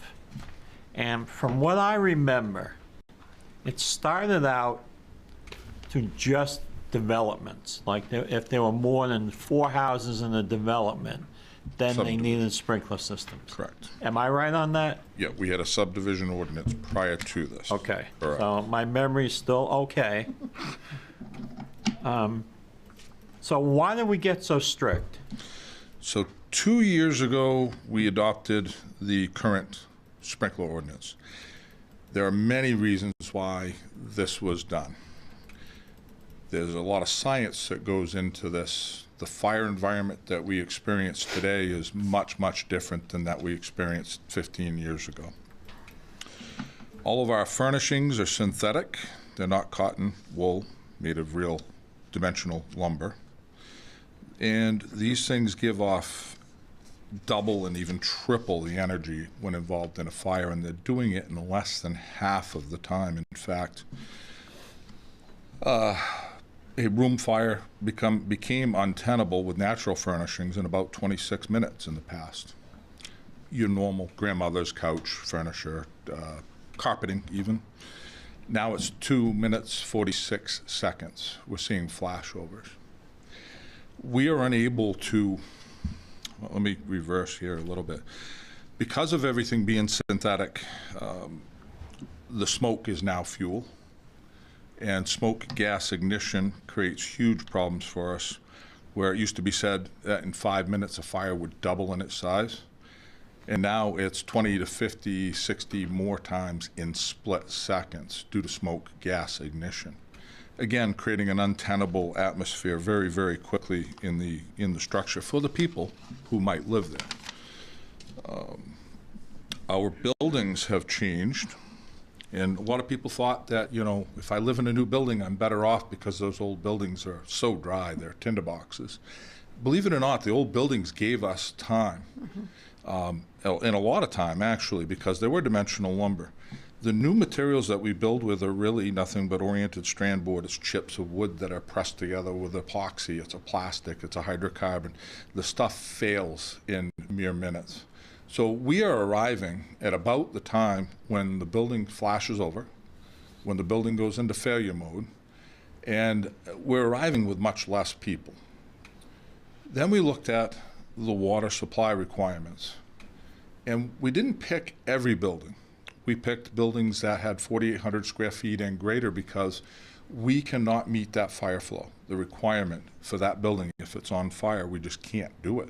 But we're allowing them to build these buildings in our community. We don't have water supply. I'll go into that in a minute or two in a comparison. But we don't have water supplies like a lot of the other towns around us do. If we had hydrants everywhere, it would be a little bit different. So we truck our water, and trucking water is extremely manpower intensive. It's dangerous because we're moving vehicles, large vehicles, back and forth from the site to the scene, back to the site to fill again. And it takes manpower. And as you've heard me speak and preach a lot about staffing and manpower, it's hard to come up with it. The Rand fire, not a new building, an old building, but we reached as far as Westbrook and Poland to get enough tankers so that we could supply water for this fire. And it was a successful event, but still, it was hugely manpower intensive. So we looked at the water supplies, and I'm going to ask Wayne in a minute to go into that and how we developed that. We also designed the ordinance with parallels to the state-adopted minimum code so that we weren't exceptionally out of line. We wanted to be in line with those issues there. So NFPA 1 is the minimum state code, so you'll find a lot of references within our ordinance to NFPA 1 so that we align with that. I guess I missed one point back on the buildings themselves. We used to build small compartmentized buildings. In other words, they had 12 by 12, 12 by 14 rooms in them, low ceilings for heating costs, etc. And these hindered fire behavior or fire growth. Now we build these massive open cathedral ceilings. If your house is like mine, it has a big open concept. It allows for uninhibited fire growth very rapidly. These are some of the changes that we've experienced in just the buildings in the last 20 years, easily, even 15. The other change that we experience is what manpower and staffing we have are often tied up with EMS calls. We are 65 to 70% rescue. That's what we do. That takes 2 minimally of our 3 staffing out of town for 2+ hours. A lot of times it's up to 4 hours by the time we get the call, respond, treat the patient, get to the hospital, do reports, decontaminate the truck, and return back here and get in service. So that takes 2 of your staff out of the picture quickly. And that makes us rely on mutual aid, who's in the exact same boat as we are with EMS calls, if you look at all of them around us. Wyndham, for example, is running 3 ambulances right now, 1 more than we do, and they're often all 3 out, like we were this weekend, twice at a time. So we had to consider all of these things when it came to our to this ordinance, particularly. I'm going to skip the fire flow for 1 more minute here. And I talk about staffing, and I talk about hose lines and weights and things like that and what we're expected to do. So now imagine you got 3 people, 3 firefighter EMTs, and you got 2 chief officers. 1 has to take charge, 1's running water supply, and an 1 3/4 hand line that we have weighs in excess of 280 pounds. Dragging that around makes you really worn out quickly. You don't get a lot of stuff done. A 2.5 weighs 516 pounds. So these are 4-person hand lines. We only have 3. So consideration of these things, and you're going to hear it when Wayne covers the water supply, and I think it will really cover the basis. I'm going to skip to Wayne right now and let him go into that before I return back to, if I may, a comparison that I just ran between our area towns. But Wayne, are you ready to cover that water supply issue? The fire flow, Chief? Yeah, fire flows, if you would. Thank you. Sure. So, like the Chief was saying, we didn't use any arbitrary numbers. We actually looked at what was around us for ordinances to try to guide us. I think it was Yarmouth or North Yarmouth that we looked at. Of course, Wyndham's. Gorham has everything that they're sprinkling, and we didn't want to go that far. We wanted to address the issue of fire flow and being able to provide the fire flow on our scenes. So with NFPA 1, with ISO, the Insurance Services Office, that 4,800 square foot figure is what we came up with as a benchmark where the ordinance is based on. At 4,800 square feet, what we're looking at is, of course, these are wood frame buildings. The Chief talked about their open concept buildings. And what we're looking at for a fire flow that we need to be able to provide on that size of a structure is 2,000 gallons per minute for 2 hours. 2,000 gallons per minute for 2 hours, we need to have on site 240,000 gallons of water to be able to handle these calls. You can't do that with tanker trucks. That's 83,000 gallon tankers that you need to get that water to the fire scene. So that's what we're looking at. Under, not that at 47.99 that we're able to magically provide the right gallons per minute flow. You just have to have a square footage that you target, and based on, again, like I said, ISO and the fire code, that's where the 4,800 came from. So can by the code,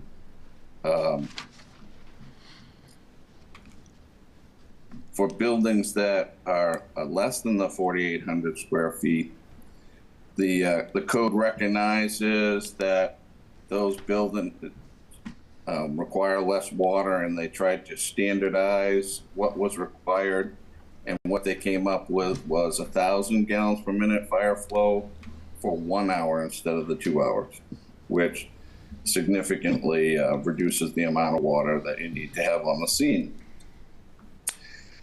The other part of the fire flow formula is if a building has a sprinkler system, the code recognizes that the sprinkler system would reduce the impacts of a fire by 75%. And, with that 75% reduction on the 4,800 square foot building, we've knocked 240,000 gallons down to 60,000 gallons that are needed, which is 20 tanker truck loads. That's within our capabilities. So that's where the sprinkler ordinance came from, what we were trying to do with the sprinkler ordinance. So could I ask you a question, though? That 4,800 square feet, yep, that also includes outside living space. Like if there's a wraparound porch, it includes that as living area. And garage. And the garage, right? Attached garage. Yeah. Right. So, yes.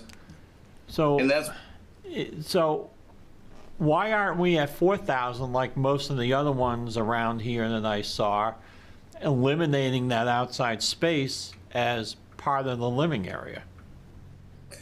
So where we got the, like the outside porches, where the garage comes into play, is all based on the fire code. The fire code directs us that we're going to need water to put out fires in those particular areas. So that's part of the calculation. And that's why it's part of the square footage for whether our building needs a sprinkler or not. When I looked at some of the other area ordinances, they do not count the outside area. They just count the 4,000 square feet of living space. I guess the other thing too is why are we going with like these big towns with the houses that are all the houses are really right close together. Yeah, Westbrook exactly. and Wyndham, everything's 20 Right. feet apart. Well, that's what I mean. Raymond's ordinances are more spread out, I think, than. We are spread out, but you also will have, you have to understand that Westbrook or whatever, they got, 15 people on. We have 3. We're kind of behind the 8 ball. We are behind the 8 ball immediately. One, we don't have hydrants on every corner. Westbrook's pretty much all covered. When we start looking at some of the other communities, they have a lot of hydrants.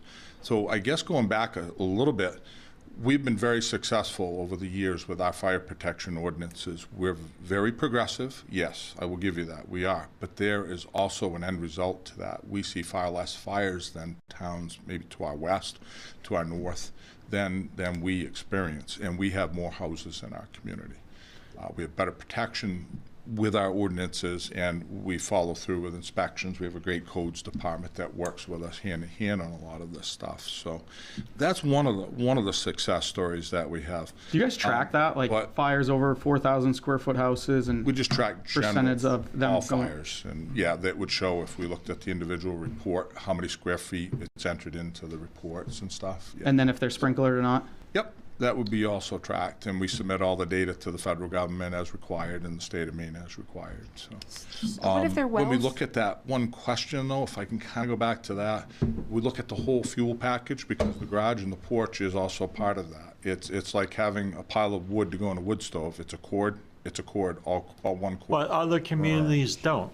They didn't, and they may have given up something that they shouldn't have. They also may be very different than us. And if you look at Wyndham, for example, 9 people on during the day with 3 chief officers. I can't compete with that. I mean, they have a depth to their staff that we just can't provide.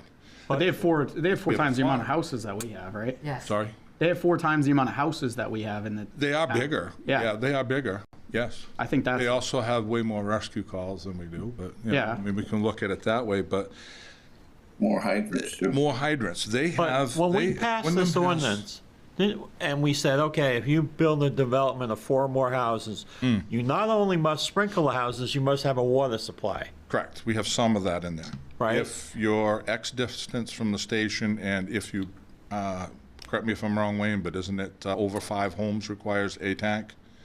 After 10, it's another?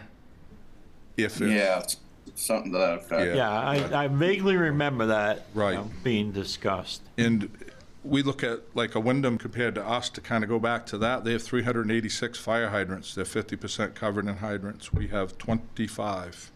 We're less than 1% covered in pressurized hydrants. They just aren't there. So I guess one of the reasons I want to look at this, you're building a new home, it's an extra $15,000, $20,000 to my put in a God. sprinkler system. Yes. And you have a 24/7 firefighter in your home. Yeah, but not Now if their when wells it aren't flashed good. over.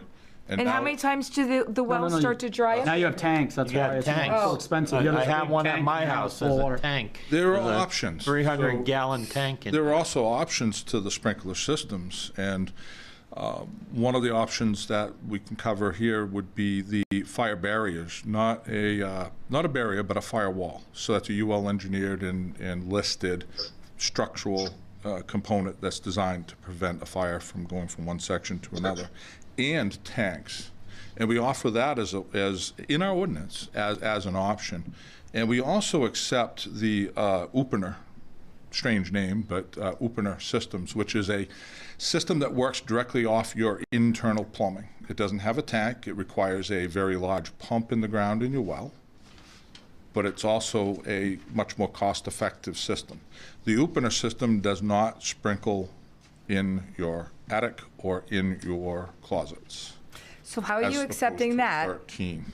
It's just an option that we allow. Well, If we right. can get a system put in. Do you know I'd roughly rather what- do that with a fire department connection, which is above and beyond what the opener system will do. But So we will accept I that. guess I am not understanding that then, because you're doing the outside. To me, the main goal, and I know people are not going to agree with me on, is making sure everybody gets out of that Correct. house safe. Yeah. So it's not, yeah, I'm going to cry and scream, my house burns and stuff like that, but at least my family is all out. So you're doing the garage, you're doing the porches, We but aren't sprinkling those areas, but it's part of the fuel package. But you Oh. count it as part of your It's Yeah. square part of the footage. square footage, correct, because it is part of what will burn and cause that to become so. well, so will your catastrophic. attic. In your attic, and that space is included in it, but not, am I correct in that, Wayne? Yeah, you're correct. It doesn't get a sprinkler But it up doesn't get there a in sprinkler. the attic, but it is part of the gross square footage. Because, you know, we have to look at it as, you know, we're drawing a line when we're looking at buildings. You know, the 4799 building requires an X amount of water. Correct. The 4,800 square foot building requires another X amount of water, but we have the sprinkler. We lost. Uh-oh. Uh-oh, he froze. You look good, So Wayne. we also, look at Gorham, and Gorham, you sprinkle every home regardless. They have 400 houses sprinkled to date, and they have hydrants in over 60% of their community, and much Buy more some staff. time and get some manpower on scene. You froze up, Wayne, sorry. You had Oh, frozen that up, so we got you when you said get manpower on scene is all we heard. Oh, sorry. Sorry. Yeah, I'm having some, But what made me start thinking about this, Bruce, is Nathan came here on the public safety building that we're talking about, not public safety, but public works. $850,000 to sprinkle that building. That's what was told to us by the engineer. Yeah. I've done a little bit of follow-up on some of those things, and immediately off the bat, if we just switch to a three-phase pump, you'll cut at least 50, maybe 75, and 80,000 off the top of that. I don't believe you're 800. I believe you're more like 350, 400. Still, that's not cheap. Cut some money out of that, and then, if we lose our fleet, it's not cheap either. I mean, that's the other issue. But and if we lose a person fighting the fire, then we also have another issue. So, that's what I have to look at it as, is we've got people that are charged with saving people, structures, etc. And if we can prevent it, let's prevent it.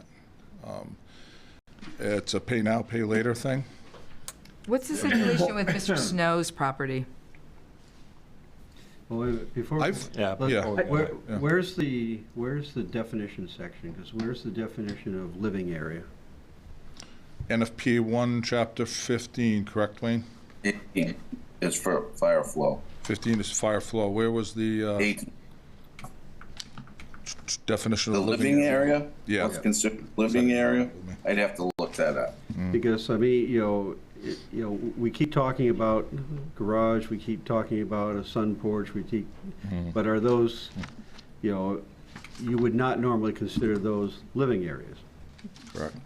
And so if they're part of the calculation, then we're not in compliance with our own definition section. So that's why I say, where's the definition for living area? Not how we the old ordinance. It didn't have that. Where that we might find that in code, I'd have to look that up for you. I think that's important because it could, this could be a discussion where we're having a discussion that doesn't have as big of an impact if living area is defined as one thing and somebody else is thinking it's entirely, it's being calculated differently. Right. And at this point, we can't find that. Can I have John Fasella, who was our public safety educator for the fire department, and the NFP committee member, stand up and give a couple words? That would be great. Thank you. I think some of you know me. I'm a part-time employee with the town. I'm doing public safety education, but also I'm a fire inspector, and I work with Wayne. I want to make a couple of points. We're talking a lot about garages, and one thing very interesting that happened, yes, we don't sprinkle garages, but as the chief said, they contribute to the fire load. So back in 2015 in Derry, New Hampshire, not very far from here, a 14-year-old girl was home alone, garage caught fire, snow blocked her primary exit, but the sprinkler system in the house took its time to slow the fire down, getting into the house, and she got out. She's alive today because of that. Okay, second thing is, we're talking about costs. I actually called one of our local sprinkler companies who was working in Rolling Brook, and their charge for a Rolling Brook house, which is typically a 3 or 4 bedroom house, is $10,000 to $15,000, not $20,000, not $25,000, and that's their charge to sprinkle that house that they charge the contractor. I don't think anyone said 20 to 25. I said 15. I heard up to 20,000. Perhaps I heard wrong, but I just want to clarify that. That's what they're charging is 10 to 15. Now, what is that in terms of the price of the house? Well, it's 4% under worst case conditions, which is the highest sprinkler, 15,000, against the cheapest house, which I didn't write down. Oh, it's 369. But if you look at, for example, what people pay or granite countertops or a remodel of a kitchen remodel is between $14,000 and $41,000.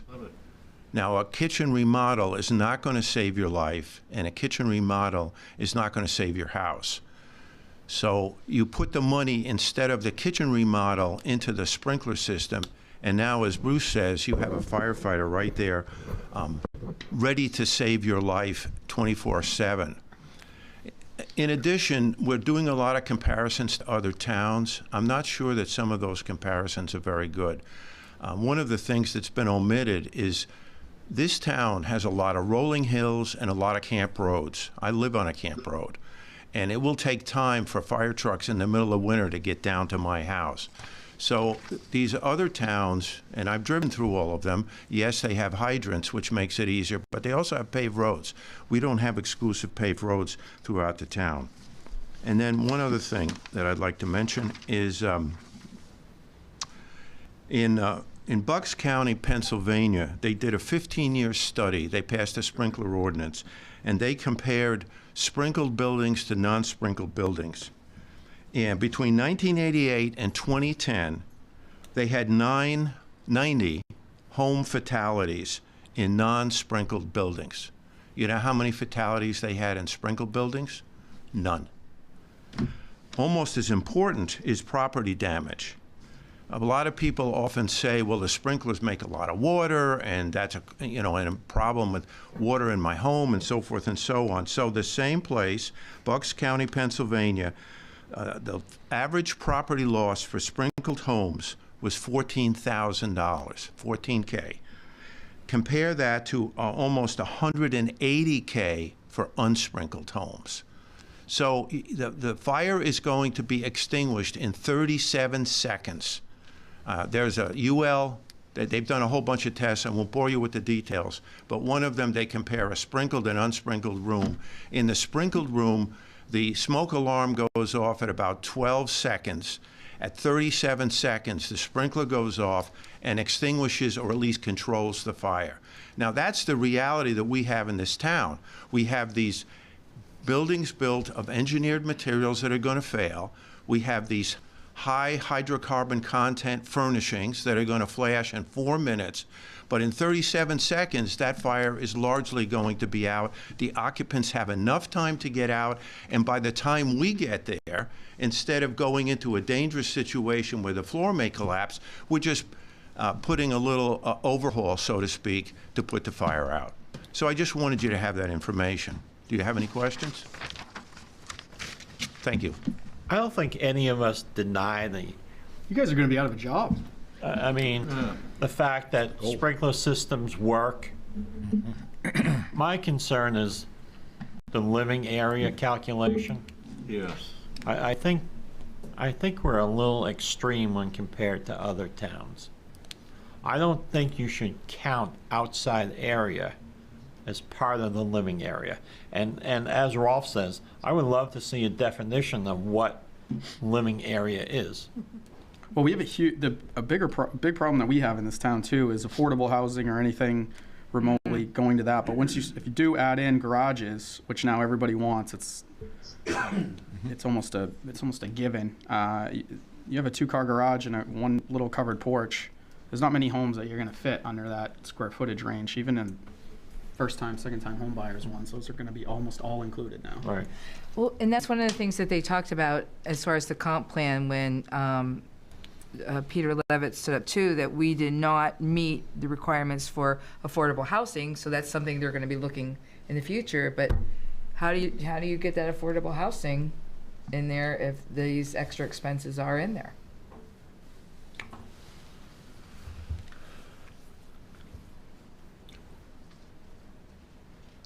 So I guess what we want to see, Bruce, is a definition of living area. Okay. As Rolf requested. I think it makes sense to see what that definition is. I mean, I guess the other thing would be get with Alex on new home permits and whatnot and see how many that would affect.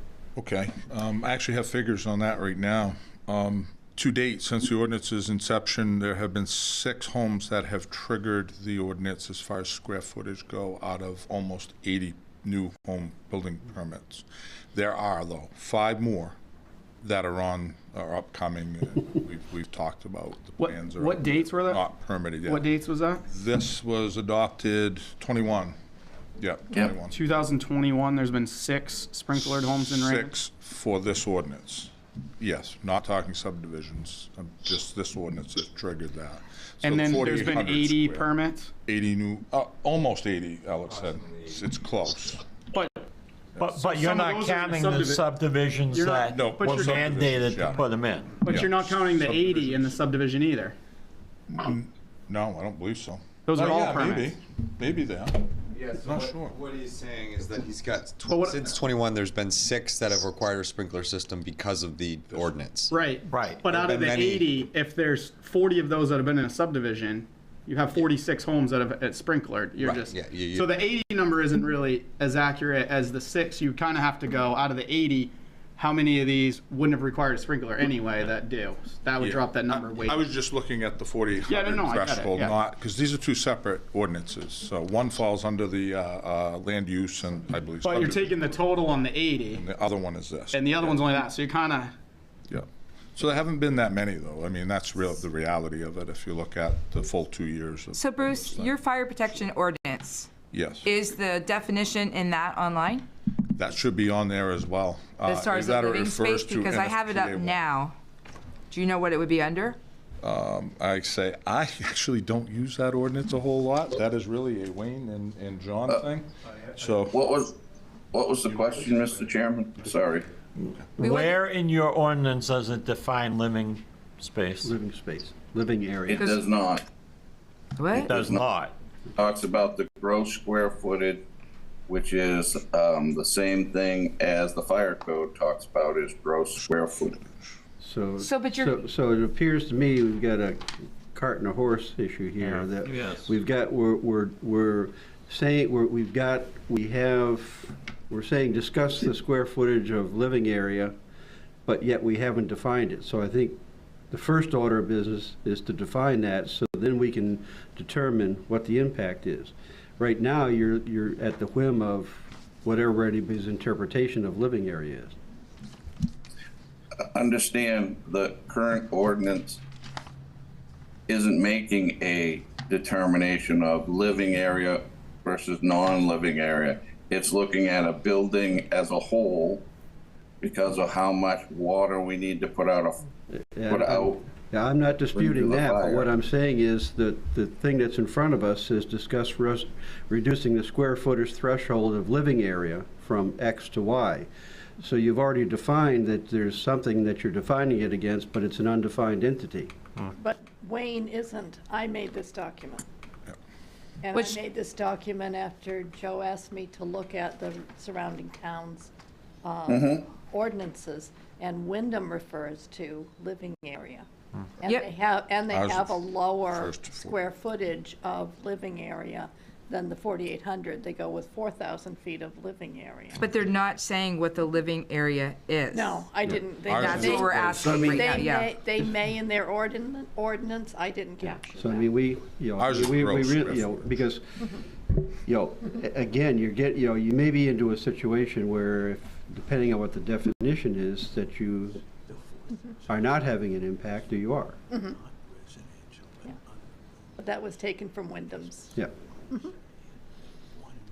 I think for next month's meetings, I would like to hear a definition of what living area is.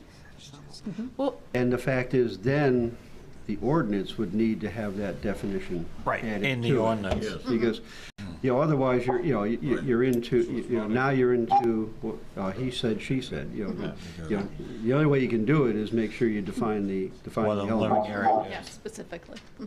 Yeah. Okay, but in this So who in this changed? case, we go back to the situation with Mr. Snow. What does he do in the meanwhile while we try to figure this out? He's kind of in that limbo state. But I mean, I'm looking on here for the purpose of this ordinance. The term building shall mean any structure except single-family dwelling unless specifically included by local ordinance or state, two-family dwelling of 2 stories or less in height. Barn or stable used exclusively for agricultural purposes. Shelters having roofs. So, yeah. Well, no matter what we do, you're at least 6 months off, because this would have to go to town meeting for an ordinance change. But what does he do in the meanwhile? When did it get, so when did it change from the original one to this? 2021. 2021. The original one was about 2018. Simply based on the gross square footage, not a living area. That's what that ordinance is written. And we changed that one and voted on it?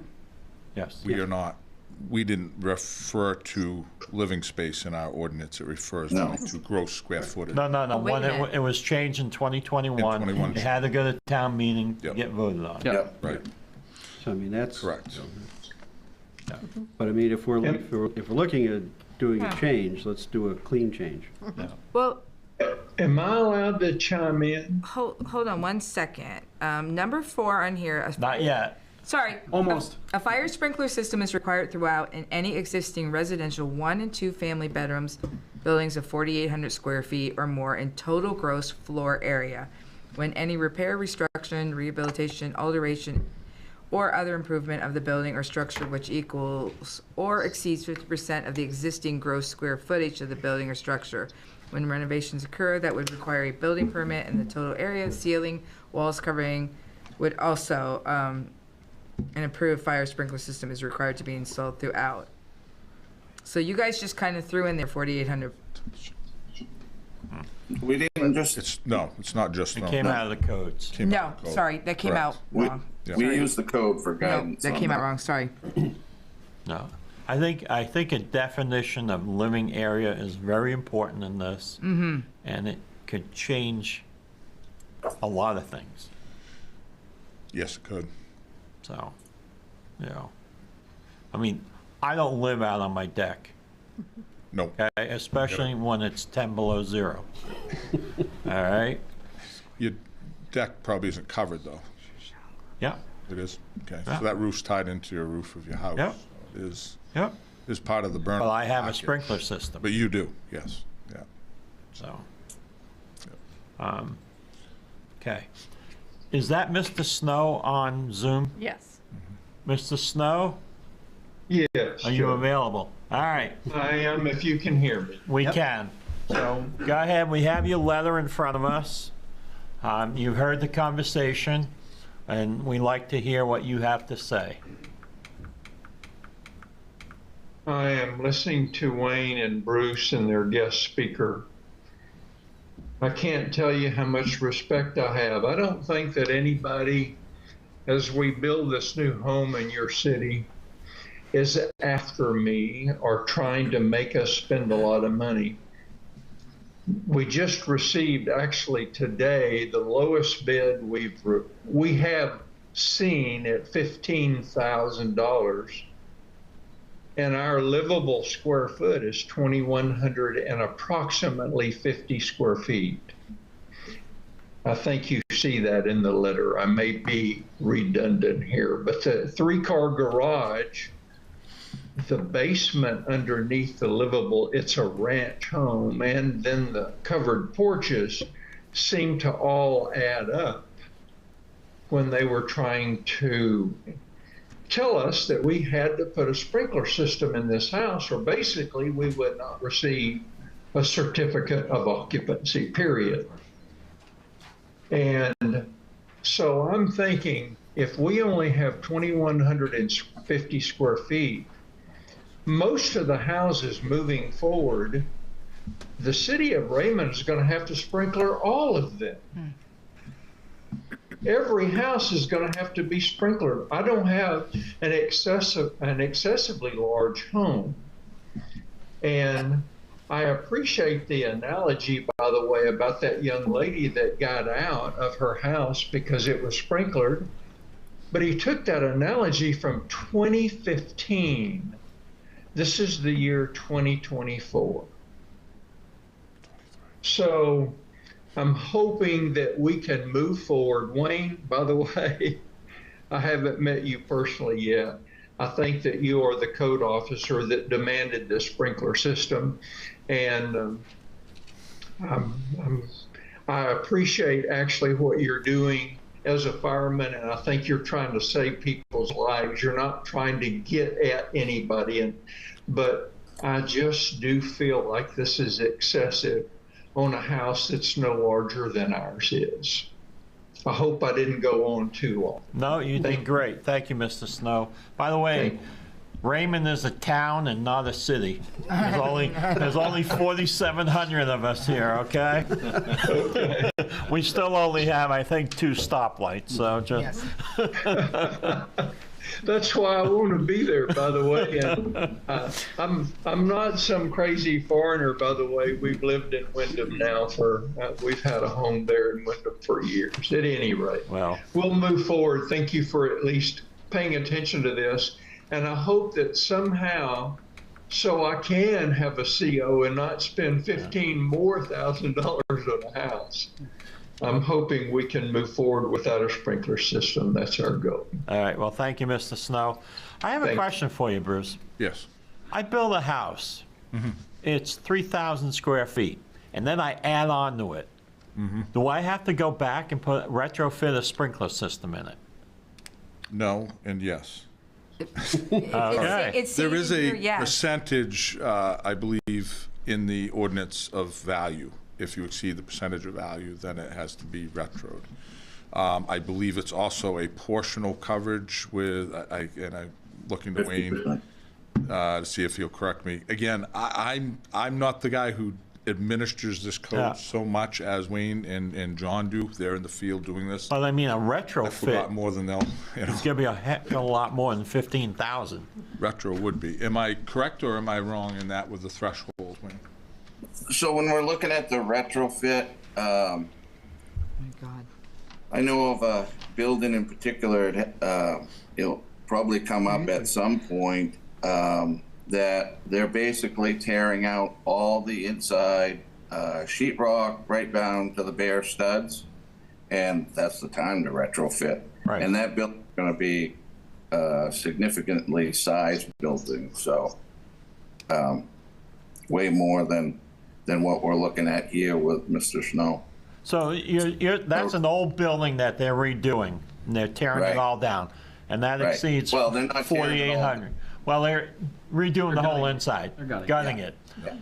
That's already over 4,800 square feet, so so they have to put in a sprinkler system at that point. But if I have even a 3,500 square foot building, and then 5 years from now, Want to add an in-law? yeah, add an in-law apartment, which is in our ordinances now. Yep. You're telling me I'm going to have to go back and retrofit the building? You're going to have to, shall require the entire building to be installed with an automatic fire sprinkler system. Wow. That's what it's saying here.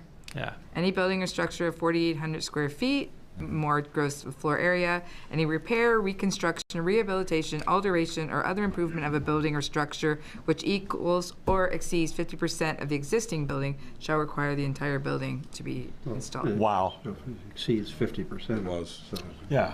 if you're adding an in-law apartment, you're not increasing by 50%. Well, I mean, No, I think but it's- you may get the 4,800 square feet. And it's not, I don't think it's adding the 50%. I think it's remodeling the 50%. So if Yes. you're adding on a certain Modeling amount, but you're 50% gutting of the that. rest of it, what you're fixing is that Yes. amount. The yeses and the no of that. Yeah. And I get the argument of I like- sprinkler I like it. systems. You're like, Sorry, I can't really no, define it. yes and the no's. I like Exactly. that. It's the yeses and the nos. I mean, sprinkler systems will save lives. I get that. Will save maybe a portion of the building. I don't know if they'll save the whole building.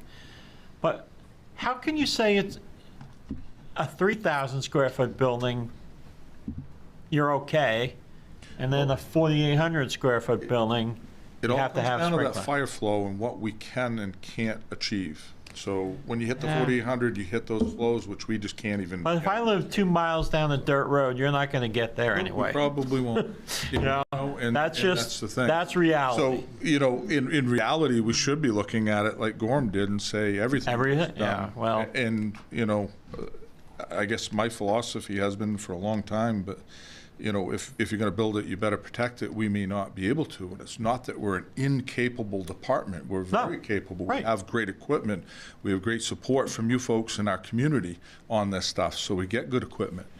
However, It's it's logistics. 15 minutes from Yeah. our station. It Yeah. takes 3 minutes for the fire to get Right. discovered and reported. It takes 3 Yeah. minutes to take the info. It Yeah. takes 5-10 minutes to get. No one would ever blame the Show up fire at school. department, ever. It's just, it's a fact of life that if you live far away, you're not going to get there in time. Even And that's a fact of life. I think that you know that. Even Yeah. the close Building it, too. one. Right, when you move there, you know those things. Should I build next to a fire hydrant? Anybody Yeah. can put a sprinkler Theory. system in. Right.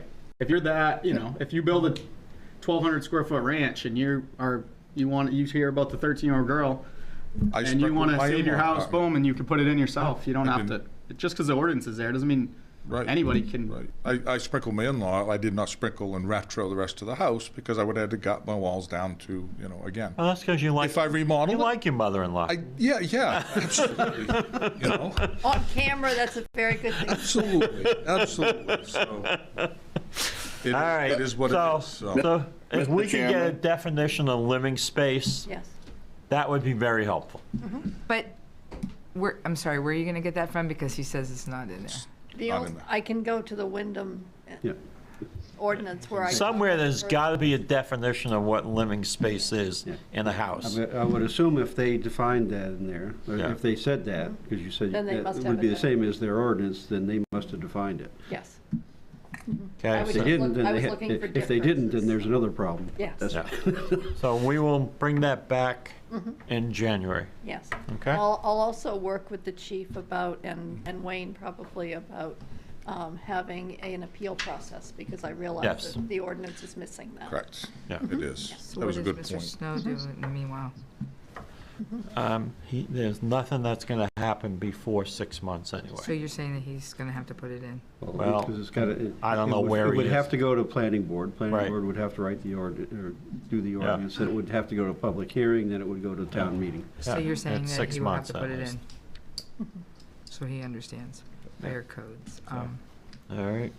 May I ask a question? Yeah. Did I just hear that I have to put this sprinkler system in because it'll be 6 months before anything's done? Is that what I just heard? That's pretty much what you heard. Yeah. The ordinance changes take about 6 months. An ordinance change can only be put into effect by town meeting. But And even we if- have town meeting in June, unless we had a special town meeting.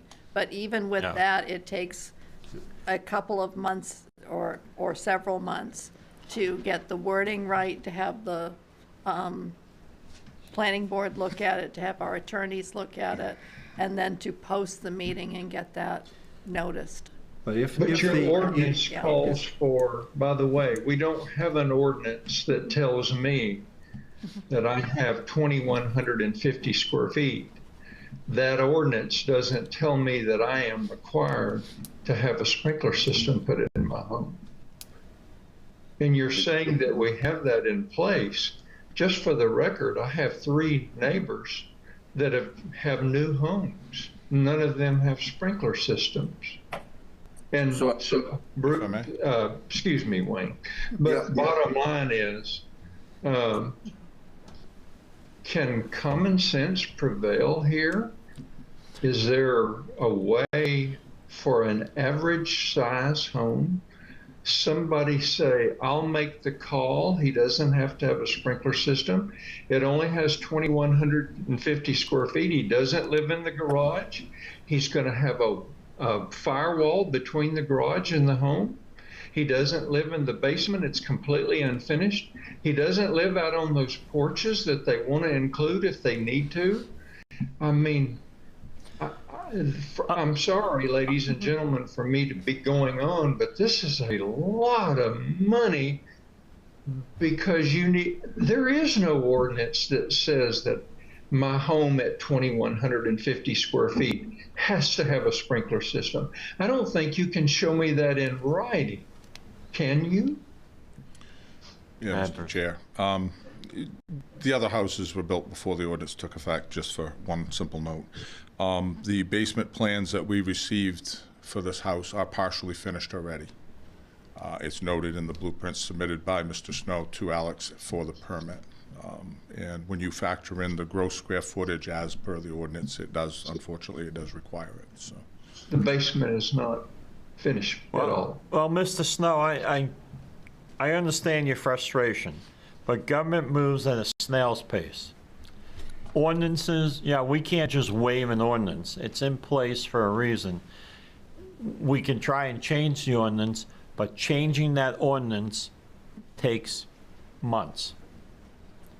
And we received your letter. We're trying to help you here. Believe me, we're trying to help you. But I can't just snap my fingers and make it go away. All right. I mean, I guess the other question would be, so, I mean, appeal is not built into the ordinance as it is now, but it is a land use or a planning, so there is an appeals process that he could. Can he go to the zoning board of appeals? Can he go, Alex? Alex, can he go to ZBA to request a variance? No, there's no appeal section in this ordinance, so. But there is in land use ordinance, right? Well, that would require me to probably deny a building permit, and then him appeal that decision, I guess. I mean, I don't, the section for administrative appeals in the ordinance is specific to a decision made by the code officer. So I'm not sure how that would work. Yeah. I don't know that it would, I don't think it would be a possible solution, to be honest. I think there should be an appeal section added to this. Well, obviously now we know that. Yep. And that's going to be at least part of this. But I really do think the living area question also needs to be a part of this. And I think ideally, my plan is to do a public hearing on ordinance changes in March, the planning board. Okay. So if we can get drafted amendments to this, February. Yeah, well, we're going to have our next meeting in January, and hopefully we'll have some suggestions for you. Yeah. Okay, cool. Okay. All right. Wow. Next, can we do the cybersecurity next? We'll save the budget goals for last.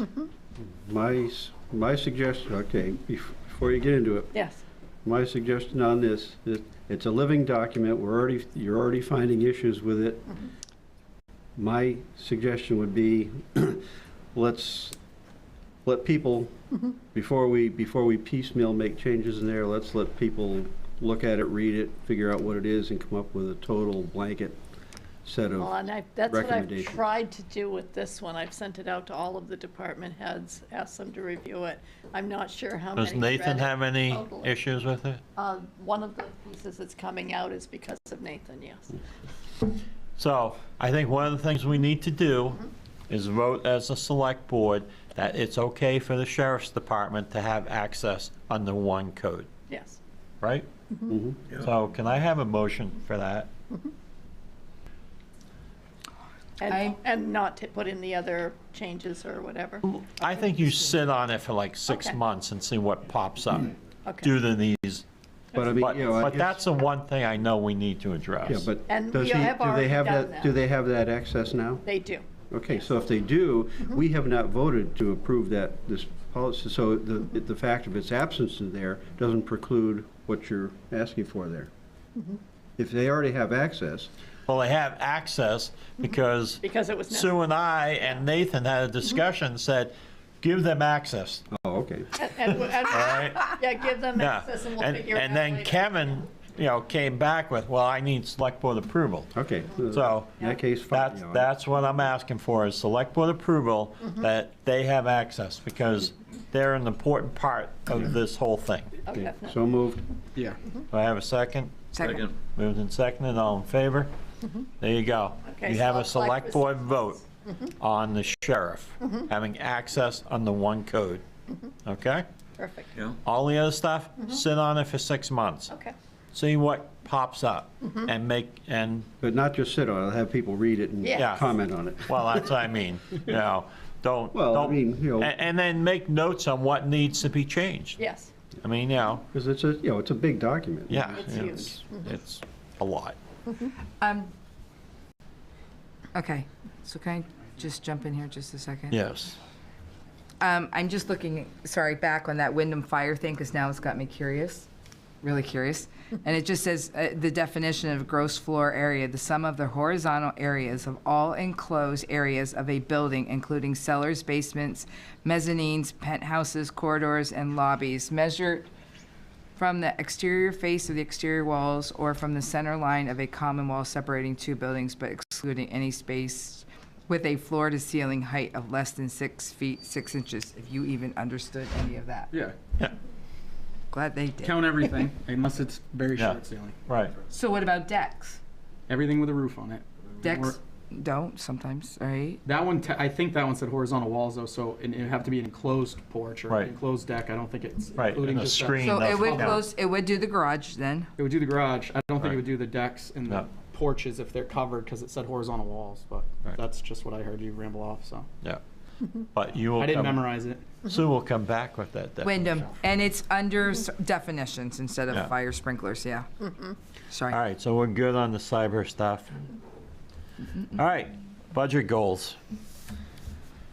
So Derek, this is where we all talk about what we want to see in the next budget and give the departments Our 2 cents. our 2 cents Yeah, and some sort of direction. and some sort of direction. And one conversation Sharice and I have had is that number one that's on there from last year, we're not sure is attainable. The what? What's number one? Number one is don't raise taxes, period. That's Joe's every year. No, I didn't say that. I second that. Oh, wait, we're not. You second that it's Joe's? or- Yeah. Remember, that's what, No. Oh, we're not. but the fact is, you know, I mean, you don't we know, should- you don't know if it's attainable until you try it. It's a Right. goal. It's not a, It's definitely a goal. Yeah. Should be. So, And it has been taken sometimes a little stronger than a goal in the past. I mean, obviously you want to keep the taxes down to a minimum. Look at your core services, as we always say. Garbage pickup is, you know, people want that. You want a good educational system, right? And you want good roads.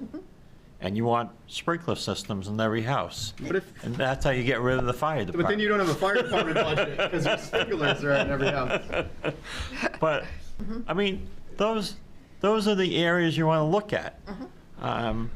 well, but I like it that if our taxes are going to be going up, you give them a reason for going up for things that are being added to the town, like the rec programs and Right. and doing like the The public safety garage. yes, so where we're taking Public care of the Works. buildings and Public yeah, Works. public Yeah. works.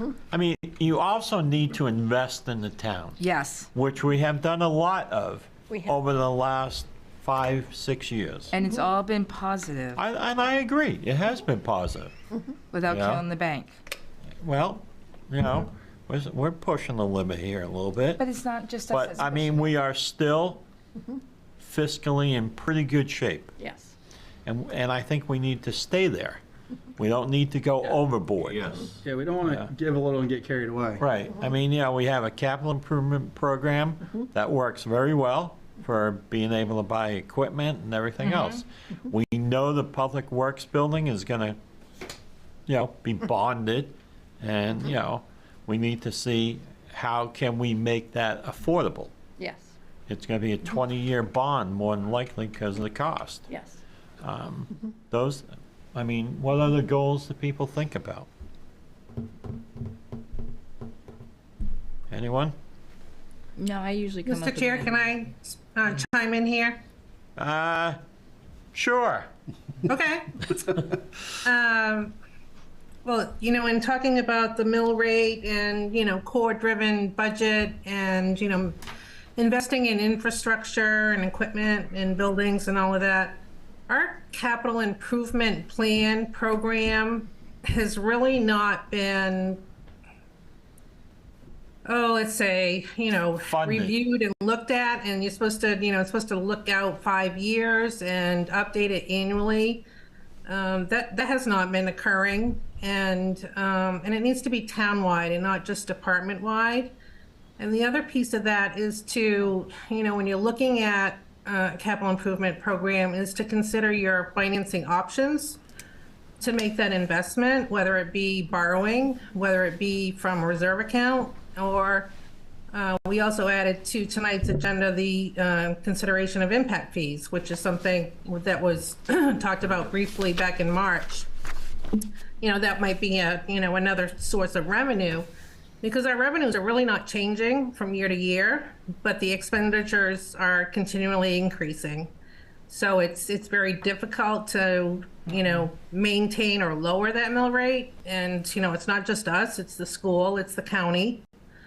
So I just want to, put that out there that, the CIP, the capital improvement plan really needs to be looked at in further detail and worked on. And, those impact fees, I'm trying to think of other revenue sources for us. Well, I mean, revenue does grow every year because the mill rate goes up, so you're collecting more in taxes every year from everybody. So to say that revenues aren't growing is not true. I'm talking about types of revenues. The types of revenues that we have are typically the same. Right. But that's because we're a residential town. We're not a commercial town. We don't have a lot of commercial property here. Most of the funding comes from residents and their property tax bills. That's just the way it is. And more people are moving in. We're having more businesses come in, so it's more money there. I don't want to get off of this, but those impact fee, that will be a conversation we'll have here. Well, I mean, that's part of the conversation. Oh. Sharice has asked about impact fees because we had a discussion when Chris talked about it. And I don't like it. I think it's just another tax. You can call it whatever you want. It's just another tax on people. We do the budget for everybody to cover it, like recreational, we pay for those things through it. But then if you add on to people's houses, besides that 15,000, then you got another 4,000 or whatever impact fee for certain, there's prices, I get it. I mean, the developers pay the impact fee, but that just gets passed on to the consumer who buys the house. The first time home buying house go up another 15 grand for sprinklers, $5 grand for the impact, I feel like they're getting double taxed. And then they're going to still pay the mill rate. Yeah. Yeah, I disagree with that. A tax is an ongoing annual thing. These impact fees are a one-time charge. Yeah, but they get passed down to the consumer. It's just because it's a one-time thing. They get charged that one time. So when you pass it down to the consumer, the price of the house goes up. The valuation goes up because you put in a sprinkler system and you had impact fees added to it. So what they pay in property taxes goes up. So it's a tax. I know it's one time, Poor Bruce but back there. down the road you're paying more because you added more value to the house. I just don't want Raymond to be the town that taxes the crap out of people. Oh, I agree. And Raymond's always been pretty good about having a reasonable mill rate, and oftentimes the lowest mill rate in Cumberland County. Yes. So, and if we want to bring people to town and have more development, you keep the housing affordable. And I think that's something they need to work on now, but they can't pass that affordability to the people because everything is so freaking expensive now. But I hate to throw on another fee. Oh my goodness. So Sharice, not that we shot down your impact fees, but what else do you have to add? The only other thing that I could think of as another potential revenue source was I think we could probably do better in grant revenue. Kathy and I have talked a little bit about it. We have, they don't bring in a lot of money, but there are some that, that we do apply. I mean, the fire department, public safety had one for Homeland Security a couple years ago and did a pretty big enhancement for their security system, technology-wise, in their server system or whatnot. I think that was about $30,000. I think there's a lot of grant funding out there that we never apply for. Yep. Yeah. I mean, like open space, which was one of the things mentioned in your impact fee thing. There are grants out there from a lot of these land trusts and everything to buy open space. And I don't think we take advantage of it. So who's going to be charged with looking into those would be my next question. Well, you brought up the idea. I I thought Kathy was looking, yeah, you and Kathy looked Yeah. into No, the we've grant had thing. discussions. We Oh. didn't, she has not been, you know, she used to do some grant writing when she worked for the fire Right. department. Yeah. But searching grants, applying for them, financial reporting for them, like we have for the ARPA grant, the American Rescue Plan Act, it takes time. Yeah. And it's time that my department doesn't have right now. Well, Then we put it on hold. yeah. I mean, I don't think you just go and pick someone to write grants. Someone has to be good at writing grants. You know, they have to have done it before or know how to do it. I don't think you just say, well, my department doesn't have time, so pass it on to Sue. Well, Sue's a little busy too, and so is Alex and Chris. Everybody's busy. Everybody's picking up. You know, everybody's picking up slack everywhere. So I would never say, Nathan, you're in Nate can charge do of it. grant writing. Nate can do it. Nate, Give me the money. But there are also, Yeah. there are people that specialize Yep, there in is. finding and Right. applying for those. So, you know, then it's a function of, you know. And they get paid a portion of the grant What's the, you know, if what's the they're cost for it? successful. And, you know, if it's something that makes sense to subcontract, or to sub out like that, then that's fine, because then, you know, you're gonna give up a little bit on the backside, but on the front side, you still get the work done. But you still If it's come down to the commission-based, it wouldn't person of matter. who's gonna be in charge of it. So that's something we can think about and Well, come it's up. something I could research and see if Yeah. what I can find. There are for grant writers writers. out there. When you find time Yeah. to do that. In my spare time, yes. Yeah. When I'm wondering. I mean, I think, as this says, everything should be on the table. Yeah. Yeah, no, You no, know, I say is there And a I've- better way to do what we do? Mhm. You know? And I've gotten grants. I've gotten election grants for us before, so Yeah. they aren't, there is an act of writing them. For I mean, I think every department needs to internally look at itself and say, what can I do better? Mhm. And is there a different way of doing it? See, You know? Nathan, you got a public building coming up. Is there any grants that can help us with that? Look at the look on his face. Aren't you glad you came tonight? Yeah, I'm thinking, yeah. No, it's a, yes, it is money into the town, which is great. It really is. But when you present the budget to us, you know, they're going to get presented to you, so, and when those are presented, I would like to see that people actually looked at it and just didn't go, okay, you know, inflation's 3.1%, I'm just going to add 3.1% to everything. That's not budgeting to me. That's just math. You know, Not good enough. but I think there ought to be a way of saying, I could be more efficient if I had this, you know, we could cut down on this. That's, to me, how you budget. So, I think too often we just add more money to the current budget and don't actually look at the services and how we apply them. So, anything else? Have I missed anything on the budget? Oh, schedule. Yeah, I mean, the schedule is what it is. I think it's, from what I looked at, it looked fine to me. Yeah. I mean, days may come up or something that one of us can't make it or whatever, but yeah. Well, and I thought I would explain why some of the meetings are moved to Wednesdays or Thursdays, and that's around ZBA meetings. We don't know yet if they'll have one. Right. So when it gets closer, if we needed to use the Tuesday, we probably could. Yeah. But I mean, it would be preferable to keep it on the same day, but if we have to move it, we'll, yeah, that's why February 28th is on a Wednesday, and March 7th is a Thursday. March 7th was a Thursday because that fell in the same week as the comprehensive plan. okay. I'm trying to find where the dates are. Where I know. I know, it's on Page 86. 86. Oh, I'm way the wrong way. Yeah, and I will look at Adobe and see what went awry with the being able to go to documents. I'm sorry. Yeah, so if you can just send out just the budget schedule. Yes. Instead of having to search through everything for it, that would be helpful. It's right here. I can do it.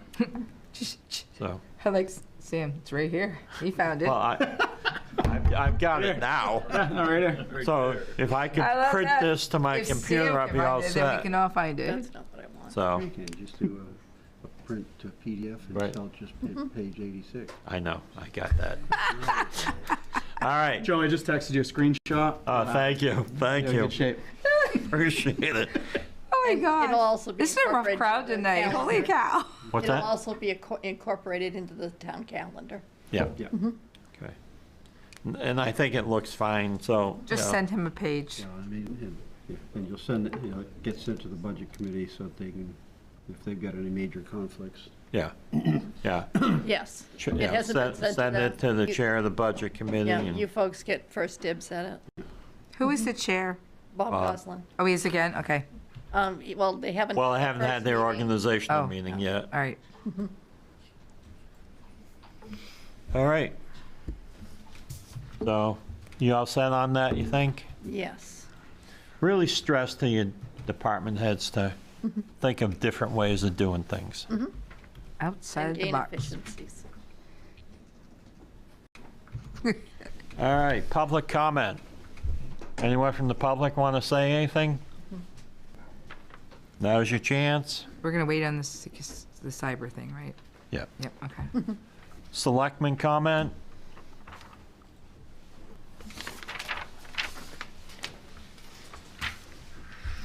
Town managers report. So we've got regular upcoming meetings, January 9th and February 13th, which at least isn't Valentine's Day this year. Yeah. Um, Hey, I already have January 9th on my And calendar. upcoming holiday closings, because of how Christmas falls, we won't be taking Christmas Day off or Christmas Eve, but we are going to close for half a day this Thursday for our office Christmas party at noon, and we'll be closing Friday, December 22nd at 1 p.m. for a long weekend for the staff. So the next selectmen meetings, can we get them back to 5:30, you think? As long as Sam's not on vacation, yes. Sam's not allowed to go on vacation anymore? Well, yeah. No, Oh. so. Teresa likes the late ones. I think we should just want to do a. Would you like me to repeat what I said? I'm just saying. This is almost bedtime, Motion Yeah. to continue. just so you past know. 6:30. It's almost bedtime. Table it. Sam actually has been accepted to 2 different colleges, so she won't be with us, I don't think, at all, not around here. She's still looking, because she graduates, yes. Wow. Yeah, so, that's up. Can we do a motion to adjourn? Well, all in favor? We are adjourned. Thank you, everyone.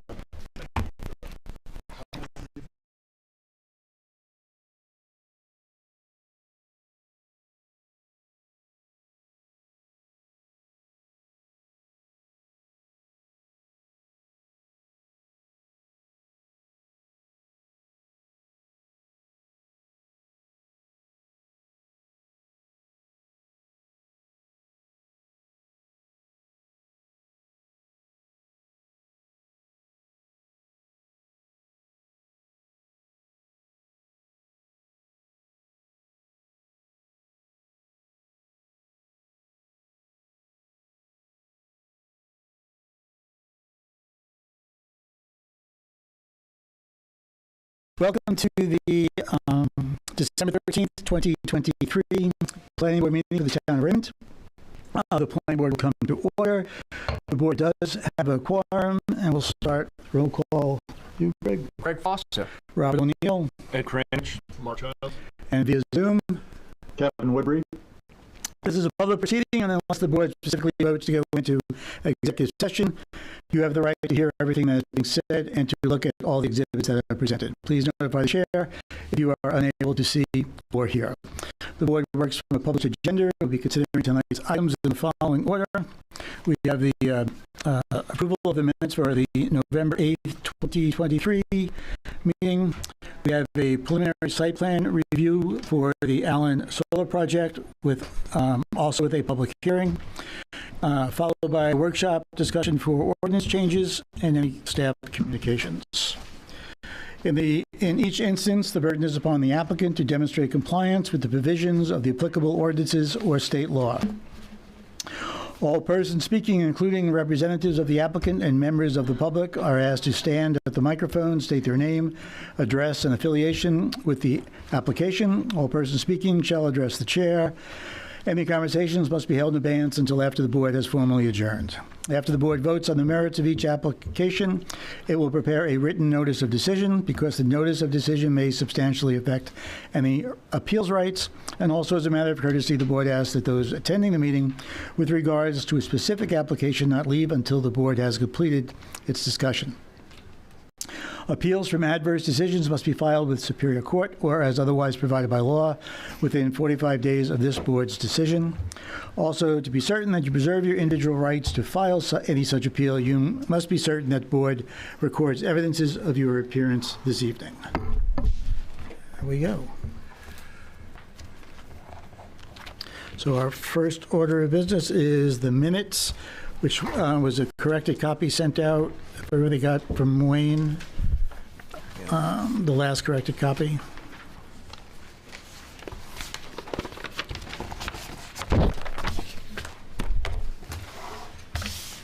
Yeah, move to accept the most recent November 8th minutes. Second. Any discussion? All those in favor? Aye. Passed.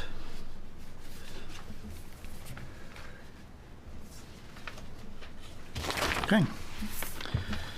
First done. Next order is our preliminary site plan review for the Allen Solar Project. I think we'll start off, I don't believe we have accepted the application yet. Is that correct, Jim? For reading your memo, it is, we have everything we can, everything is in to accept, right? So our first order of business would be to move to accept the Allen Solar Project for a preliminary site plan review. So moved. Is there a second? Any discussion? Everyone okay? All those in favor? All right. Aye. Thank you, Kevin. All right, Jim. Thank you, board members. Tonight, Allen Solar Farm Project is before you. It is a 996 kilowatt ground-mounted solar generation farm located on 6.8 acres off Route 302, located in the rural residential zone, and a portion of it is also in the limited residential recreation district, which is a shoreland zone. Overall, the property consists of 29.4 acres. This was before you last month, I believe, in some discussion. Mm-hmm. Since then, the board has conducted a site walk, and I know there were some comments that were generated via the public, which is also here this evening. We prepared a memo, but where this is a public hearing, it may be best to let the applicant present the project and then take public comment. Sounds good. Our applicant is via Zoom? Both. No, both. Both. My name's Dave Fowler, Mainly Solar. I'm the applicant, but Kirk is my engineer on record, and I'll actually let Kirk do the presentation on the actual physical site itself. Okay. But I'll be here for any questionings. Thanks, Dave. Kirk? Sandy, is there any way I can share screen and I can share the plans? There certainly should be. Give me a minute to figure that one out. I always have a problem with that. Okay. Let's do this before the meeting. No, that's if it's for me to do it. All right, I'm gonna...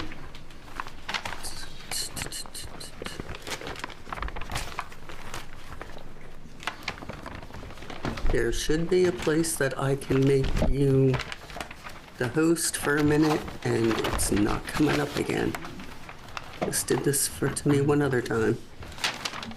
And I think it was me.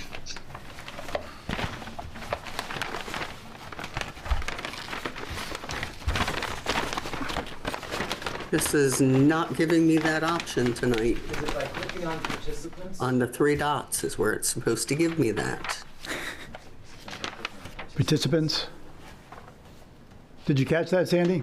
What? By clicking on participants. She probably can't hear you. Yeah. By clicking on to participants, you should be able to give him. All right, let me see where it says participants. Aha.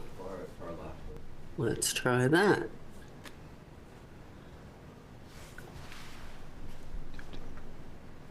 Aha, thank you. They changed these things on me. There you go. Now you should be able to share your screen, Kirk. I sure can. What are you doing next month? Zoom teacher. Yeah. Zoom Oh, you really? We're always ready to learn. You guys good? You can see my screen? We can. Okay, great. First, just kind of give everybody the location within town where we are. So here is downtown 302, Raymond Marine. This is behind Raymond Marine. The blue lines here is the shoreland zone, and the yellow line is the project parcels. It's made of 2 parcels, one here and a small one here. Now I'll switch over to the plans.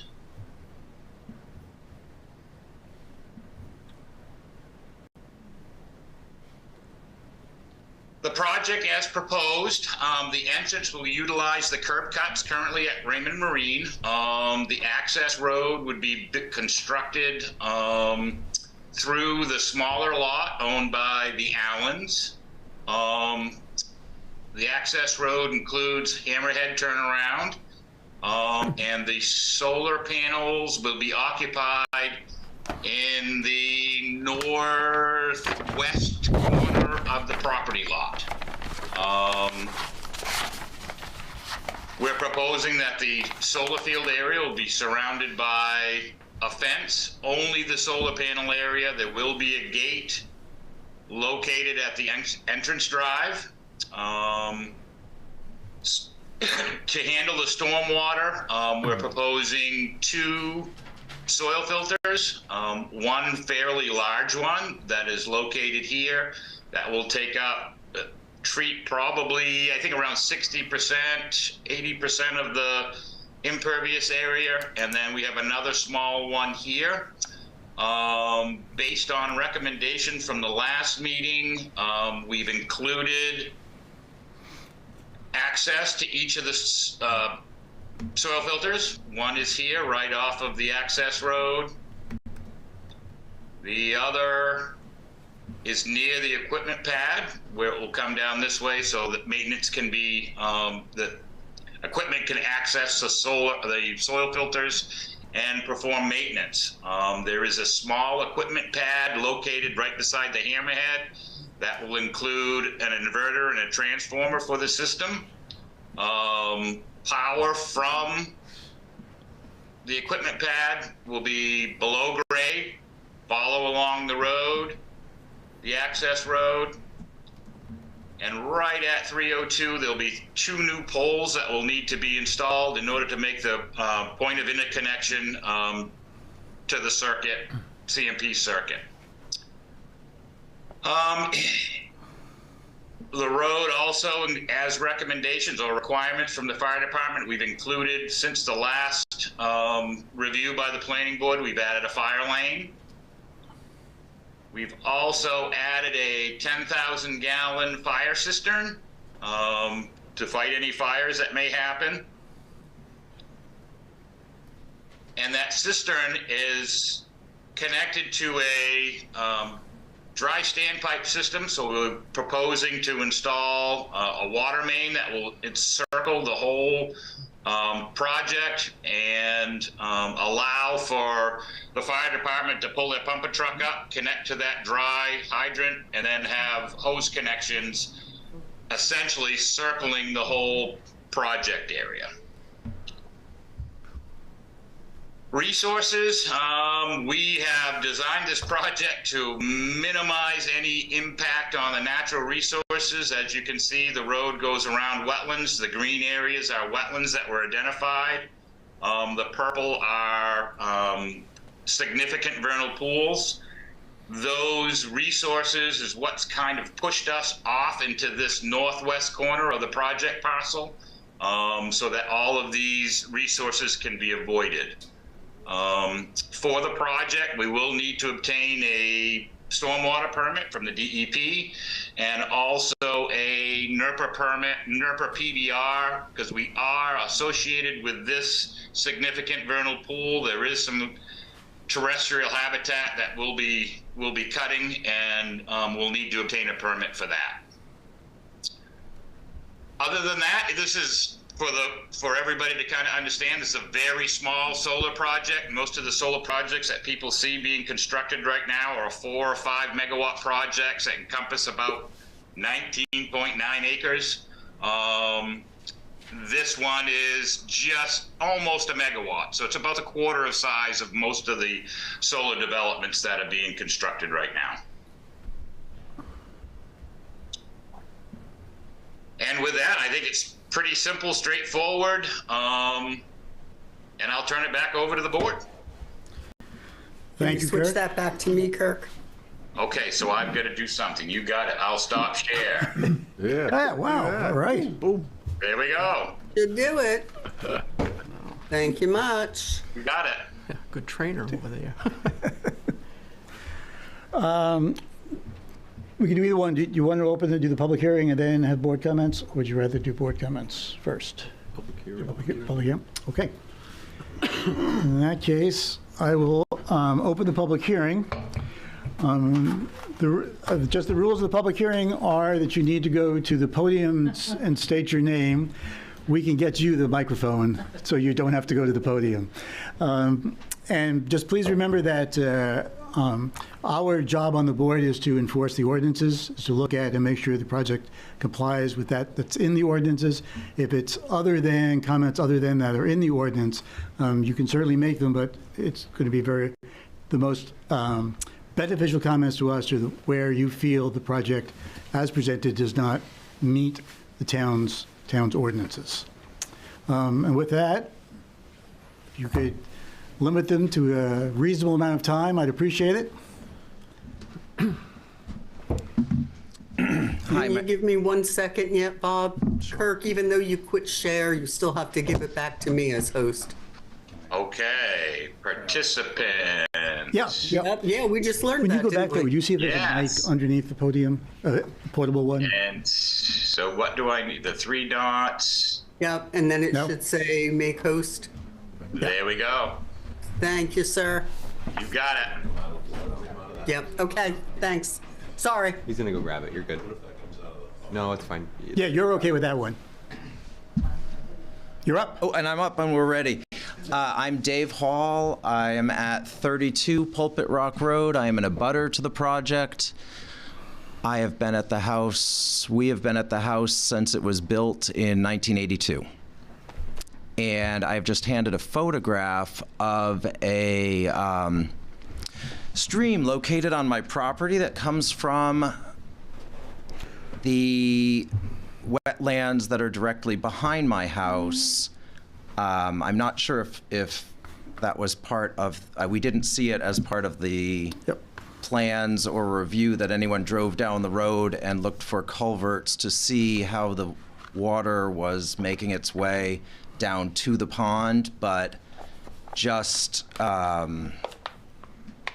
south of where the project will be a very significant, as well as uphill from my property. Runoff from this property would be a significant problem heading down into the stream and then directly down into Thomas Pond and further on into Sebago Lake, Portland's water supply. Were there ever to be a fire or any other problem and chemical suppression were used, not only would it ruin our wells, but it would travel down my stream into Thomas Pond and on into Sebago Lake. This really feels like the wrong piece of property for this type of project, even though it's only 7 acres. It's having to accommodate so many different vernal pools and significant wetlands. It's really a watershed of our lake. It's a watershed of the larger surrounding Sebago Lake and public water supply. Having such an industrial project in, and so that photograph shows the one that has my house in it is where the stream actually goes all the way to the road and then on under the road. To the left of that is the wetlands behind the house that are directly below the project being proposed. Really feels like the wrong project for this piece of land. The neighbors and I have been meeting a couple times to sort of streamline what we're interested in.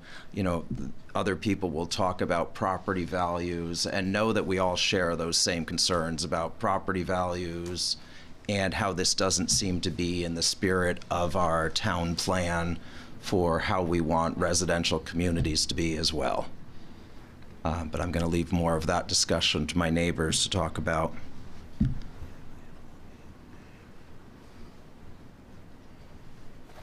And I'm going to say thank you for your time. Yep. Well, before you go, Dave, just so I can orient the picture here. Sure. Coming out of the wetlands that's behind your house, this stream would be going to the right or the left side of your property, of your house. Is it coming down to the left side of your house? Is that correct? From this down, you know, the view we're seeing is down below. Sorry, we're seeing down below in the center photograph. We're on Pulpit Rock Road, and the stream runs down the right side of my driveway, goes in a culvert, and the other two are it coming out the culvert down through the next property down towards the lake. The picture to the left of the one that has my house in it is what we see behind my property, which was not classified as a significant vernal pool, but just wetlands. But I would wonder if where it is a stream and travels directly down to the lake, if it really should have more of a significance than that. I think it has to do with the critters that are hanging out in there. Okay. Thank you. Thank you.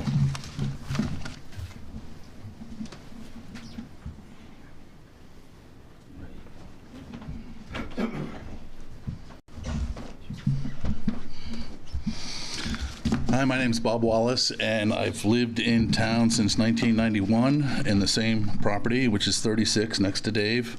And I'd like to thank you for letting us voice our concerns. And I'm just going to read this because I'm not really good at this public speaking thing here.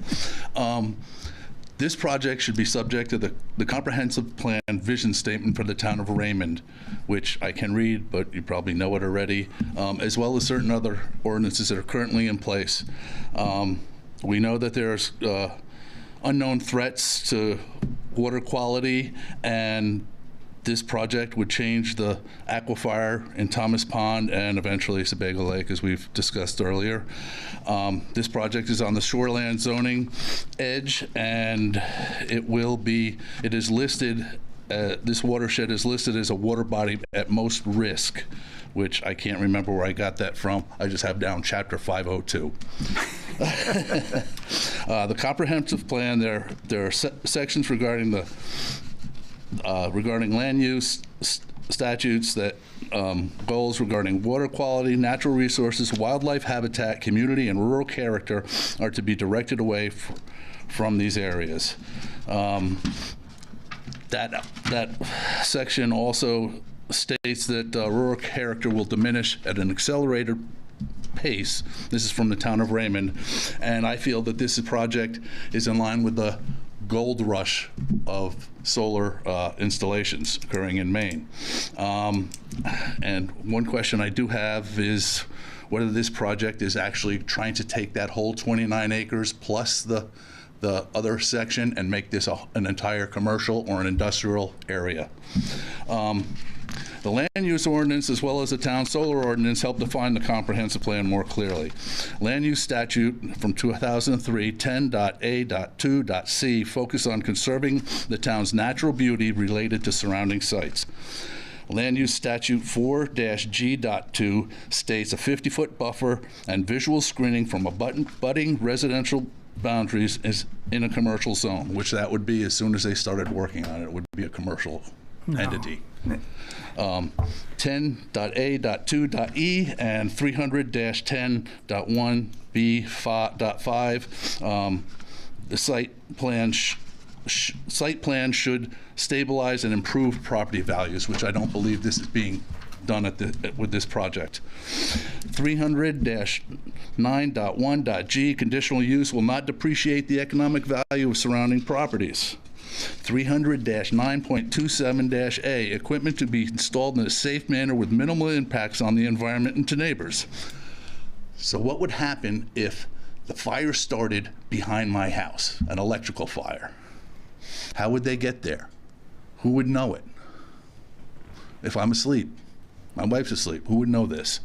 So it would, an electrical fire would be the worst case scenario, granted, but also in the plan 300-9.27-D, the planning board can ask for a visual assessment to be completed, which I feel that should be done because the visual assessment should also include the road, which you can see past my garage, in between my garage and my house, and you can be able to see that solar farm.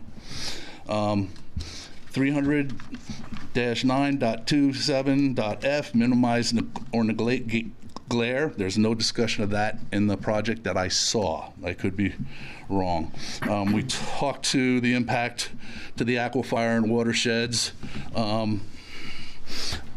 We need to know if there'd be a disturbed during construction, what's underneath these things to keep anything from coming off those and down into the aquifer. Also, as we discussed, I discussed on the site walk, 300-10.5-A.1, if the site includes a ridge or ridges that are elevated above the surrounding areas and provides scenic vistas, which that's open to debate also, for surrounding areas, special attempts can be made to preserve the natural habitat of the skyline of the ridge. The other aspect, and I don't know if somebody else is going to talk about this or not, is the noise. Did they do a noise study before they logged that? They've never logged that heavily. I've been there, they've logged it 3 times. They never logged it that heavily. And now Route 302 can be heard all the way down at the lake.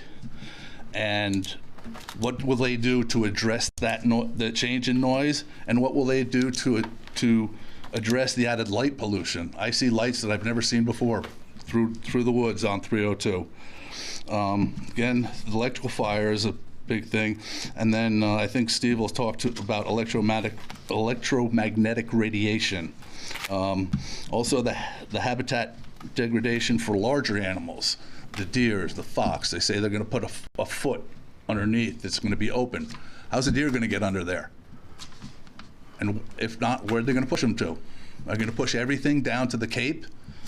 And we were just discussing earlier that it looks like they're trying to get an exception for wetlands. What was that, Dave? I can't remember what that's. It was just one of those circles on the map. It looked like there are 2 semicircles, almost a B that is not open. But I think it says somewhere in there that there is, they're looking for an exception to be near the wetlands. Is that right? On the third vernal pool, there should be a 250-foot clearance, and there seems to be about 50 feet before the beginning of their fence in their project. They're looking for an exception in where the road is and where the farm's going. Yeah, I certainly don't mind you blending in, but you... Yeah, I'm all done. That's why I kind of went to... Yeah, because yeah, okay. you got to say, you know... I'm all done. Thank you very much for your time. I appreciate it. Well, okay, Bob. Do you have a question? We probably will, but no, that's okay. Go ahead. You can. We'll get back to you. Sorry, I apologize for not being at the podium when I was speaking. What we were looking at and what Bob was speaking about was at the third vernal pool, there is a shaded arc. There is a circle around all of the vernal pools of 250 feet. Yep.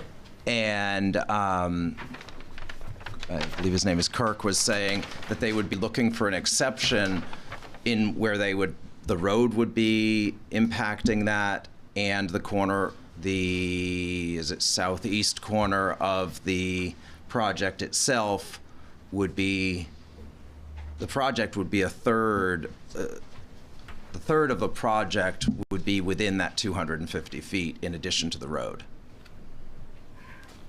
Okay. From that third vernal pool in purple, a little deeper behind my house. Okay. And then if my wetland were considered a more significant wetland and given a 250-foot buffer, it would put it all the way into the middle of the Wallace's property and take over more than half of this property. It seems like there's very significant impact on wetlands and watershed. Okay, thank you, Dave. Thank you. Are you ready? Are you coming up? Should I bring a microphone over? Coming up? All right. They're coming We're up. ready for you.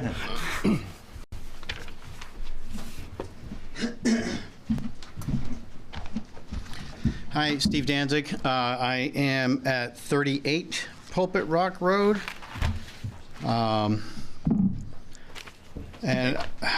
Okay, so Steve Danzig, 38 Pulpit Rock Road. We bought our home there in 1998 and been there ever since. Plan on being there for a while yet. So I'm just gonna read what I wrote. I'm not much of a public speaker like Bob and the rest of them are. So I just wanted to highlight a few pieces of information I found while trying to research what comparable studies have been done around solar installations in and around residential areas to include any confirmed or suspected issues with property values declining as a result of solar farm installations.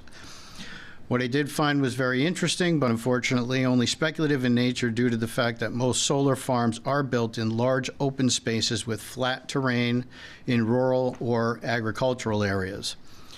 Whereas the solar farm being proposed in Raymond will be set in a forest of trees on uneven terrain between two rural residential neighborhoods, making it extremely difficult to properly evaluate the effect of the installation on the neighboring property values. However, there are some conclusions that can be reasonably drawn. Rich Kirkland, who's been working in real estate and solar appraisals for well over 10 years, provides expert witness testimony in local community jurisdictions as well as state regulatory boards. His work has been accepted by the North Carolina Superior Courts as competent material evidenced on a number of occasions. He's provided expert witness testimony in hundreds of times across over 20 states in hundreds of different jurisdictions. He regularly addresses the question, would this hurt property value if this were built? And performs analysis to make that determination. Kirkland has prepared property value impact studies for solar developers in 19 states, performing nearly 100 matched pair analysis on properties. He believes that issues can arise if a solar development is situated too close to a property, if nothing is done to conceal it from view, or if there isn't enough landscaping to hide the panels, such as when the elevation of the land being considered for the project provides no opportunity to conceal it from view. The proposed... Did you give him the picture? Oh, no. Can I give you guys a picture? Yeah, sure. Might make what I'm saying a little easier. That's... Oh, thank you. Yeah, well, there's a eloquently written piece by my wife on there as well. The proposed solar farm in Raymond will be installed on uneven terrain in the woods 180 feet from our home, where there will be no way to adequately conceal the view of the solar panels, not only from the first floor of our house, master bedroom, kitchen, screen porch, living room, but also from our 2 second-floor bedrooms, as well as our in-law apartment above the garage. In addition to that appraiser, in a policy research project done at the LBJ School of Public Affairs at the University of Texas in 2018, the project director indicated that 70% of respondents believe these installations will decrease property values. A public opinion survey on solar facilities by the Idaho National Laboratory found that 43% of respondents in the Southwest United States believed that a view of a large-scale solar facility would decrease the value of their home. In the same survey, 21% of respondents indicated that a buffer of less than a mile would be acceptable between the solar facilities and residential areas, while 26% believed the buffer should be between 1 and 5 miles, and then so on and so forth, each person wanting it further and further away from where they resided. In addition to the above research, various media outlets have provided evidence of a perceived impact on home prices by homeowners. News articles from California, North Carolina, and Tennessee, for example, identify communities that express displeasure over solar installations proposed or constructed near their homes. Some common concerns over proximity to solar farm include changes to property values due to the solar installation's appearance, safety, or health concerns, or changes to the environment such as water runoff or displaced wildlife, like we've already heard. As an add-on to that, we have a game trail that's about at the end of our property, right between the abutter's property and back where the solar farm is going to, where it's being proposed. And the deer have now changed their game trail to my backyard. So it's very, obviously we know where we live. We get all kinds of stuff in the yard, but it's a very noticeable difference now that the woods are gone. In September 2020, University of Rhode Island released property value impacts of commercial scale solar energy in Massachusetts and Rhode Island. They came up with the following conclusions from this study. They studied the states of Massachusetts and Rhode Island, which have high population densities and ambitious renewable energy goals. We observed over 400,000 transactions within 3 miles of a solar site. The results suggest that houses within 1 mile depreciate following construction of a solar array.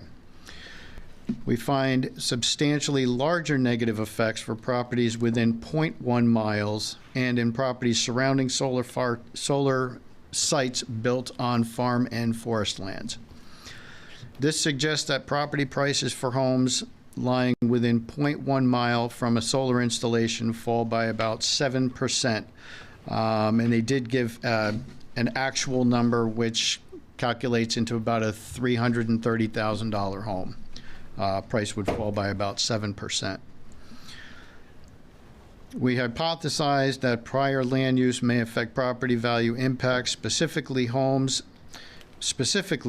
in proximity to farms and forests that are developed into solar may depreciate more than houses in proximity to a brownfield or capped landfill.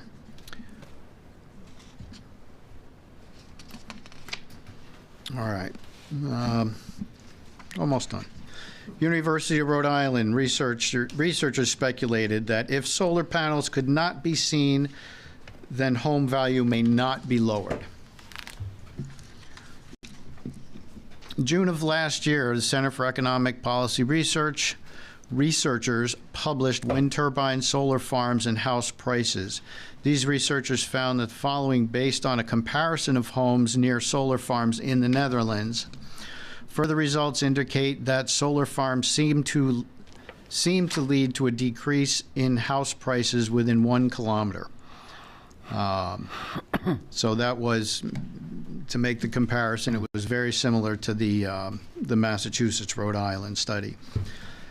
From independent research, one might conclude that the adverse property value effects of solar farms are most likely when a solar facility is developed on forest or farmland, most acute for homes within 0.1 miles, 528 feet, in case you were wondering, of a solar farm where a decline in property values was documented. Adverse effects extend out to other nearby properties farther away than that. These excerpts are not conclusive evidence as they fail to capture the essence of the location of this project being proposed. As I researched, I have been unable to locate any research done on a comparable project to this one.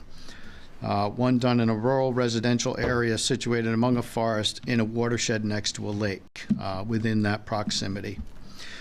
The majority of these cases have been in the South and Midwest, covering farmlands and larger forest development that weren't near bodies of water. For this project to move forward in this location will set a precedent in Raymond, I feel, in the Lakes region and in Maine, that most of us who move to this area for its natural beauty believe is not worth risking.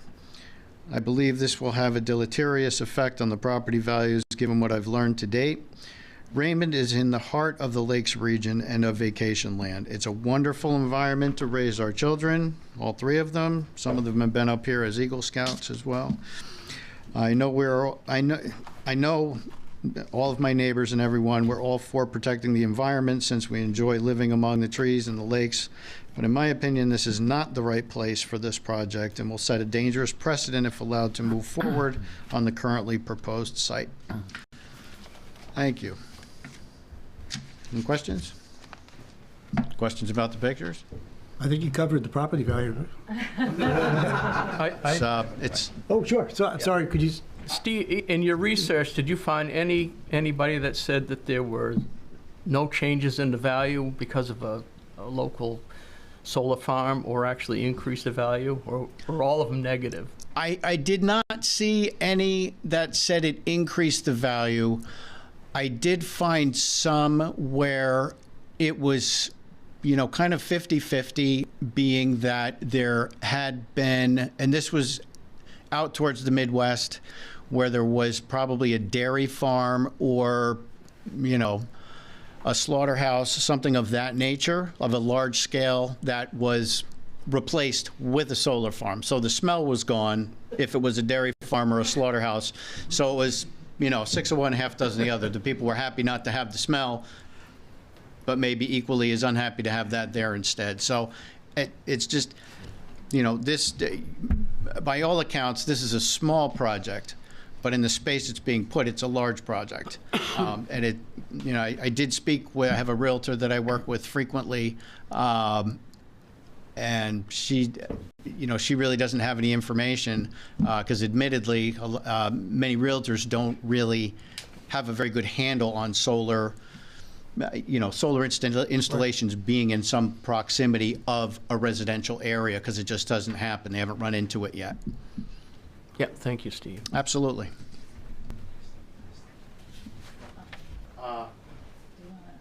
What do you need? We have a, yeah. I'll stand. I think it'll be easier. No, that's fine. It's fine with us. Okay. All right. No sense. Okay. George going to PT. She's got brand new parts. Oh, okay. Yeah. Can you do that? Yeah, that's a good idea. Thank you. That's lovely. Thank you. You're sweet. Should be all set. Yeah, should be. Okay. So you have the picture. So. You need a mic closer. Yep, we got it. Hello? You got it, Bill? You're good. Okay. Okay. All right. So first, I'm just going to thank you everyone for being here tonight, because we're close to the holidays, and I'm actually, instead of at my daughter's Christmas concert, I'm here because I think it's that important, and my concerns about where the solar farm is being proposed. You got to start off with your name and. Oh, my name is Jennifer Danzig. Okay. I live at 38 Pulpit Rock Road. We bought the house from the Papalardos in 1998. Okay, thank you. And You bet. Jennifer, could you hold that a little bit closer? Sure. Okay. So, as I said, I'm not at my daughter's Christmas concert because I'm here because I want to talk about concerns. I've done extensive research. This entire bag, all of this is reams and reams of paper full of research, and could go on for hours. But in the interest of time, I'm just going to touch on a few key issues. all of which relate to the close proximity of the proposed solar farm to our rural forested residential neighborhood, which is located between the Thomas Pond and Sebago watersheds. The solar panels would be a mere 180 feet from the back of our home and not much farther from our neighbors' homes. As such, I have a lot of concerns over safety. Safety to humans, to animals, to the land, to the watersheds, to our lakes, to our property values, and to our way of life here in Raymond. Basically, I'm going to kind of summarize what Bob started with, addressing the comprehensive plan and all of the things that you guys are responsible to follow, as Mr. O'Neill said in the beginning, and that we sort of delved into more detail. And I'm just going to kind of talk about the safety concerns that I have. It's the ordinances that we are interested in. The comp plan, the ordinance come out of the comp plan. We don't have a recent comp plan that's being worked on right now. So the old, which I think is like 10 or 12 years old, comp plan is what these ordinances have come from. So your comments would be most helpful for us if they are directed to the ordinance and not directed to the comp plan, because we have no impact at all on the Well, I comp think plan. Bob spoke of the ordinances, didn't you? Yes, He did. So he Yeah. spoke of the ordinances. So, and these is just more detail on what he cited in those ordinances, just sort of drilling down. Okay. So the research that I've done says that a safe distance to live from a solar farm is at least 1.2 miles away. And their proposal has a row of solar panels installed 180 feet from my bedroom door and 50 feet from the fire pit in our backyard where our family plays and sits and spends a lot of the summer. Solar power produces electromagnetic radiation that can affect the health of nearby residents, including vision problems, headaches, anemia, and behavioral issues, especially in children as they're still in their growth stage of life. The studies are too scarce as to be conclusive about whether or not solar farms are carcinogenic, but there is some disagreement between health and scientific organizations over this, and they want to do more research. So I sort of say it's akin to the power lines, where people didn't know it was dangerous to live under power lines until they did. And that's what scientific and medical organizations are saying. Some are saying we think it's safe enough, and others are saying the studies are too inconclusive. We're not sure it's safe enough. So should it be discovered that there are health effects, it would not only harm our health, but also property values, right? We could be like the next Flint, Michigan, by having a solar farm installed so close to a residential neighborhood if the recommendation is 1.2 miles and this is 180 feet. On hotter days, solar panels get above 140 degrees. The closer that the panels are to buildings, such as neighboring houses, the more electromagnetic radiation the houses absorb. Again, 180 feet from where my children live. In addition to the human residents, risk to wildlife includes loss of habitat, stormwater infiltration and runoff that can affect soil erosion and plant species that animals rely on. And they also disrupt migration corridors, which my husband talked about. Also, many birds are often found dead near solar farms due to the heat and pollutants emitted from the solar panels that birds are sensitive to. And having an abnormal amount of dead birds in the area, again, 180 feet away from my home, and having could bring disease to us as well as to our pets. The inverters, DC combiner boxes, connectors, and cables are the most common places where solar fires start. Electrical shorts, flying sparks, extreme heat buildup inside the equipment are some of the leading causes. Where the solar farm abuts our property, we have woods and leaves ripe for catching fire within 180 feet from our home. If there were to be a fire requiring chemicals instead of waters to extinguish it, that would be an environmental concern as well. And if there's a heavy storm, we're seeing more tornadoes as climate change happens in Gorham, in Casco, et cetera, in the surrounding areas. If a heavy storm damaged a solar panel, then the harmful toxins that are encased in the solar panel could be released into the soil and groundwater, which could contaminate our well, in addition to the aquifer, Dingley Brook, and into the Thomas Pond and Sebago Lake. Since we're between both watersheds and all of, if you read Raymond Waterways Protection, our WPA just came out with their new thing saying because all of the water is connected, anything that happens in one location spreads to all of the locations within Raymond, including Sebago Lake, which is the Portland Water District water. And then I'm also concerned about the fact that Raymond sits on a shelf of granite. So with clearing, grading, and road building, because of the granite, there could be an increase of radiation in the air and water. Again, only 180 feet from my house. Other issues are that my husband touched on it, the topography of the proposed site is hilly forested terrain. So the acres of trees between Route 302 and Pulpit Rock Road will all be clear, but the area is not graded uniformly according to the plan. So rather than the panels all being in a row, like Arlington Cemetery, you know, headstones, like do, like solar panels are going to be up on this hill, down here, up, like just littered all over the forest in the back of our home. Solar farms convert DC into AC power to distribute electricity to the local grid. This conversion process creates noise pollution. In addition to the noise pollution caused by the solar farm itself, we also have the clearing of all the woods that were a natural barrier to 302.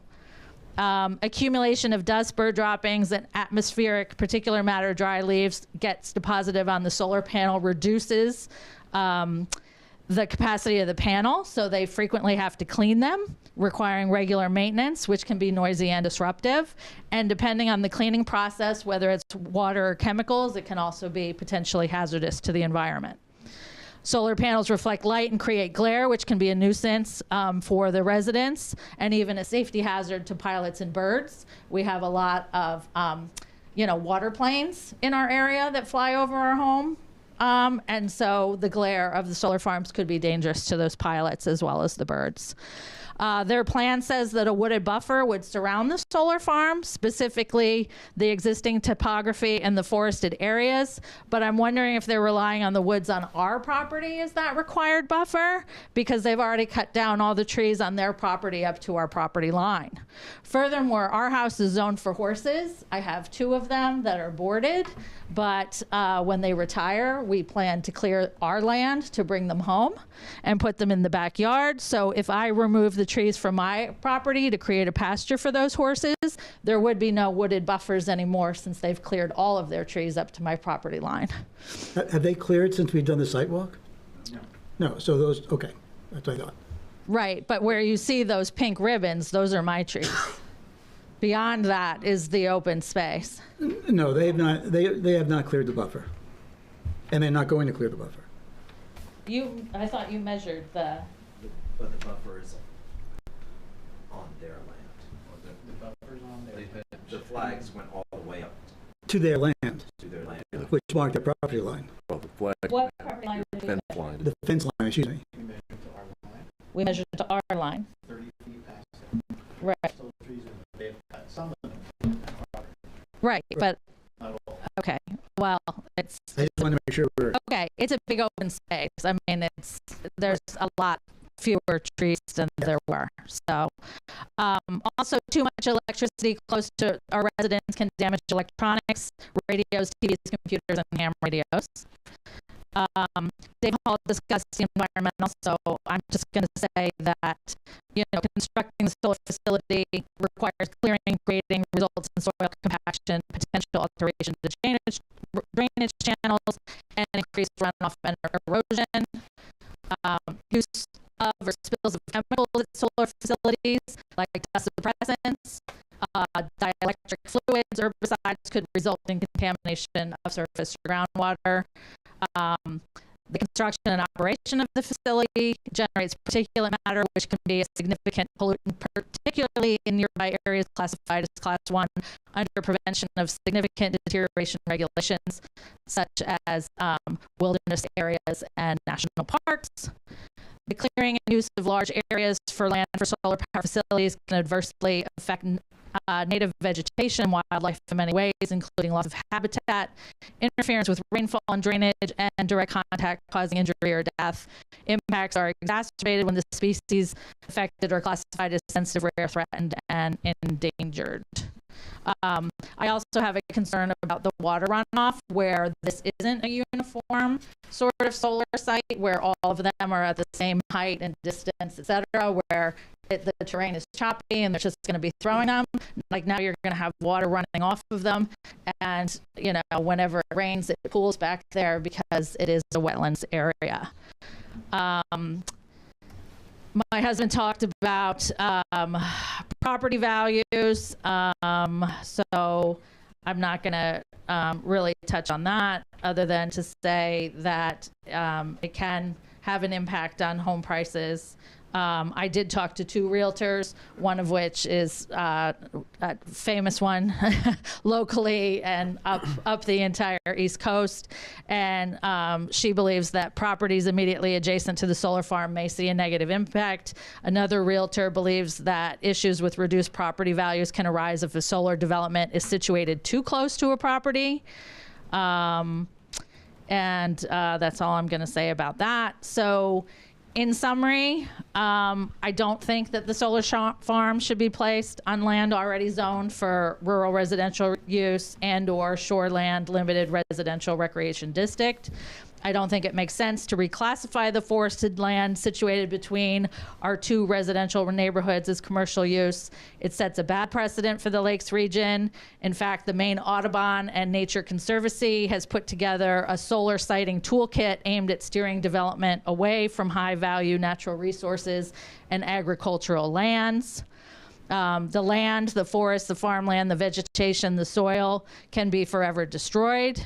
Industrial solar projects are typically 30 to 40 years. They'll remove trees, brush, root balls prior to installation. Grading, pile driving, blasting, electric cable trenching, and road construction will compact the soil. Stripping and compaction remove topsoil, destroys healthy soil organisms, and allows for invasion of exotic plants that choke out native species. Solar projects should not be placed near wetlands, rivers, streams, tributaries to avoid immediate damage to water quality and possible contamination, ecological disasters. Uncontrolled runoff of water and topsoil is well documented byproduct of solar site development. Massive increase in watershed sedimentation impacts all downstream rivers and estuaries. Water contamination doesn't stop with the end of construction because of all the trees and plants. Long-term runoff, and local municipalities such as Raymond usually don't have adequate resources to monitor construction and stormwater violations. And even when properly monitored, site developers have no problem paying fines, and there's no effective check on environmental damage. And the watershed resource consultants for the Allen Solar Farm stated in the plan that they did not review or take into account the town's ordinances regarding the alterations to the natural resources proposed in the plan. Solar farms destroy wildlife habitat. The perimeter fencing will restrict movement of wildlife in the area. Removal of vegetation will impact bird population and other wildlife. Solar power generation is very inefficient when looking at the amount of land consumed. Its inefficiency argues for proper sitting on brownfields, industrial areas, and commercial and residential rooftops, not on forested rural residential land. Solar farms could undermine the local residents' property values, not just because of the aesthetic, but also because of the possible health and/or environmental risks. I already talked about that, but it's sort of common sense that people move to Raymond to buy beautiful homes and vacation homes because of the natural beauty of the forest and lakes. I don't think anyone wants to look into the woods and see solar panels going up and down the hills. When a local community has clearly expressed concerns and opposition, I believe that you should vote to reject the solar farm in our rural residential area, since we all oppose it. And while I believe that alternative energy sources are important, I think there's an appropriate place for them to maximize the benefit to the environment and the community. And building one in the middle of the woods behind houses in a rural residential neighborhood surrounded by forest, streams, and lakes is not an appropriate place. Thank you. You're welcome. Any questions? As I said, I have reams of research and studies and paperwork. It's okay. All right. Is there anyone else? The bus will be here shortly. Yeah. Mr. Wallace, could you just jump up there for a second with your notes? I did not get all of the references that you referenced in our ordinances, and I just want to make sure. Okay.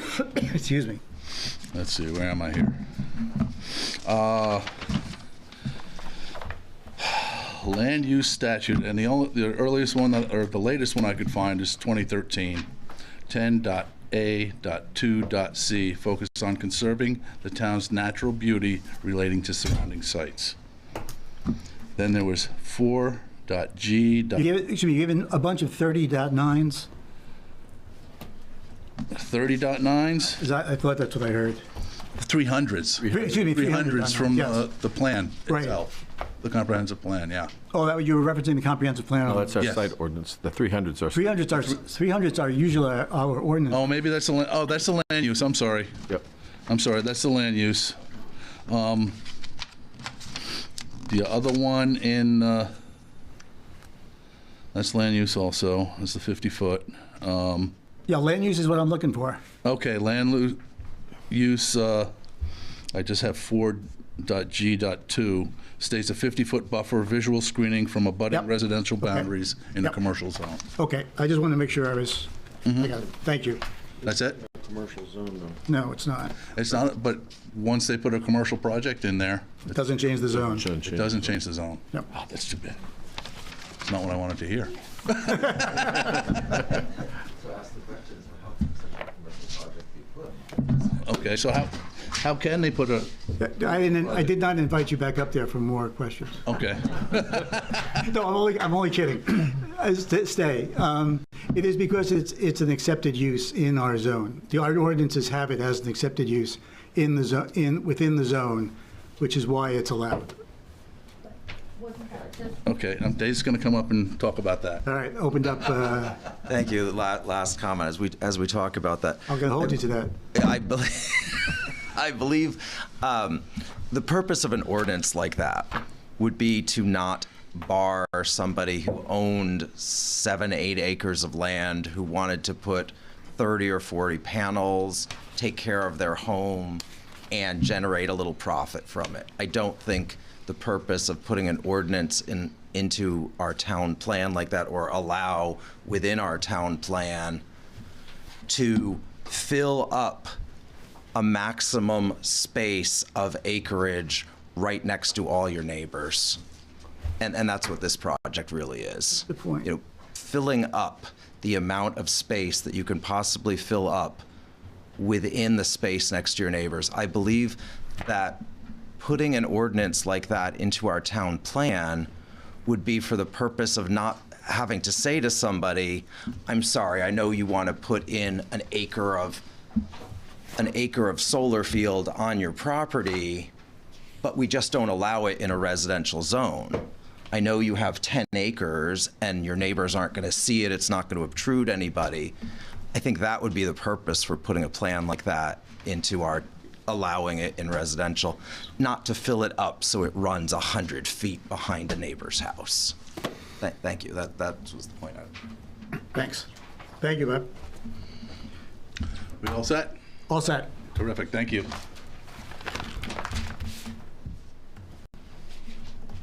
Oh, thanks, yeah. Anybody else? Well, almost got it down, too. Well, should I respond now, or? No. We'll give you your moment. Yeah. Anybody else would like to talk about the project? Okay. Done. Thanks, Jim. All right.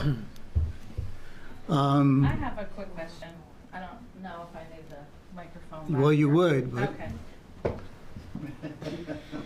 So prior to them proposing the solar farm, we didn't have a solar farm ordinance or law on the books. Yes, we did. Yes, we do. Oh, we did. Yeah, we already have, we have one solar project Been in use approved. since 2022. Yeah. Okay, but they filed in 2021. Not for this project. No. In the state, that's what. This project came in recently. It did not come in. 2 months ago. Yeah. Yeah, there's another project came in 21 that has been approved. Yeah, there was another solar farm that, not related to them, that came in 21, right? 22? Yeah, 21 or 22, but that was before. 21. It was before we had an ordinance. It's before we had an ordinance. Yeah, that's why we created one. That's why we created Yeah, this. that's what I saw online. Okay. All right. Can I ask Board. what that one is? It's not built, but It is not built, it's been approved. It's just up the street. Webb's Mills Road. Dens Drive, Yeah, it's about a mile that way into the woods. and that's a 5 megawatt farm. I don't remember. Ish. Is that Yeah, a little under, I think. 4.9. 4 point? Yeah. Because it was go over 5 for some reason? Yeah. And that's behind the school, you said? I'm sorry? It's behind the school? No, oh, well, kind of, it's Beyond it. it's beyond, Beyond well the beyond the school. school. Yeah. It's by the Rand's property, Yes, yes. White Horse Farm or whatever the road is. Dens Drive is what actually access. Yeah, yeah. Okay. All right. You want to allow the applicant time to respond, or does the board want to have discussion? We also have a sidewalk discussion that we should have. Yeah, I just want a minute here to, I know, I get you.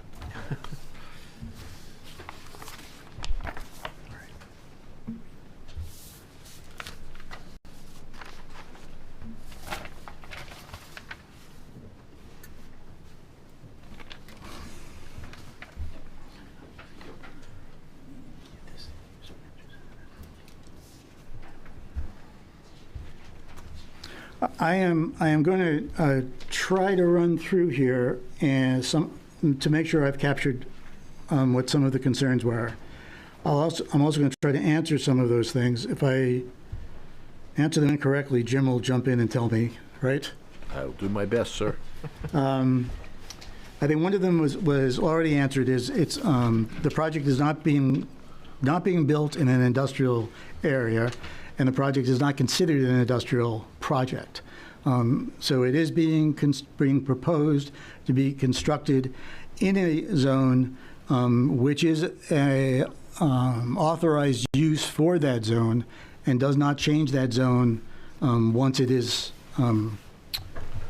if it is produced. There were a couple of questions, a couple of things, particularly I got down from Jennifer. Water runoff is a major concern. It's handled both by us and by the DEP. And you might have caught from Kirk's presentation that there are stormwater basins, treatment plants that will capture that water and treat it before it does in fact leave the property. So, in a sense, and you'll find the board is extremely concerned about runoff, but we have always found in many of these projects that we've looked at, as far as home construction, is the water that leaves the property after treated is actually better than the water that leaves the property with no treatment, and that's Until the system fails. well, you mean that's anything, right? I got a note here for noise, which a couple of people have indicated. There's the buffer. Let me move that up to here. Is indicated the buffer as it is presented by the applicant meets the requirements of the ordinance. Now, whether or not it's sufficient or not is something we could talk about. But I just want to let you know that the buffer as presented does meet the requirements for the ordinance for the construction. Stormwater impact.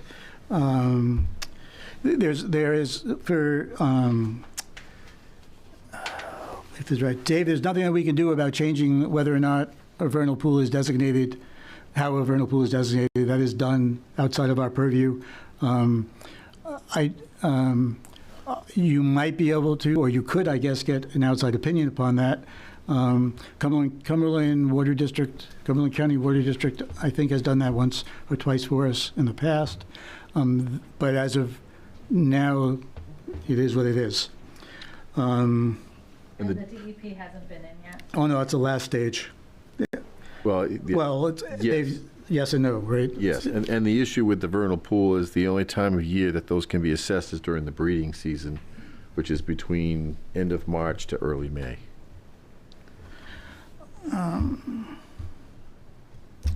Let's see. Property value was mentioned a few times. We can talk about that.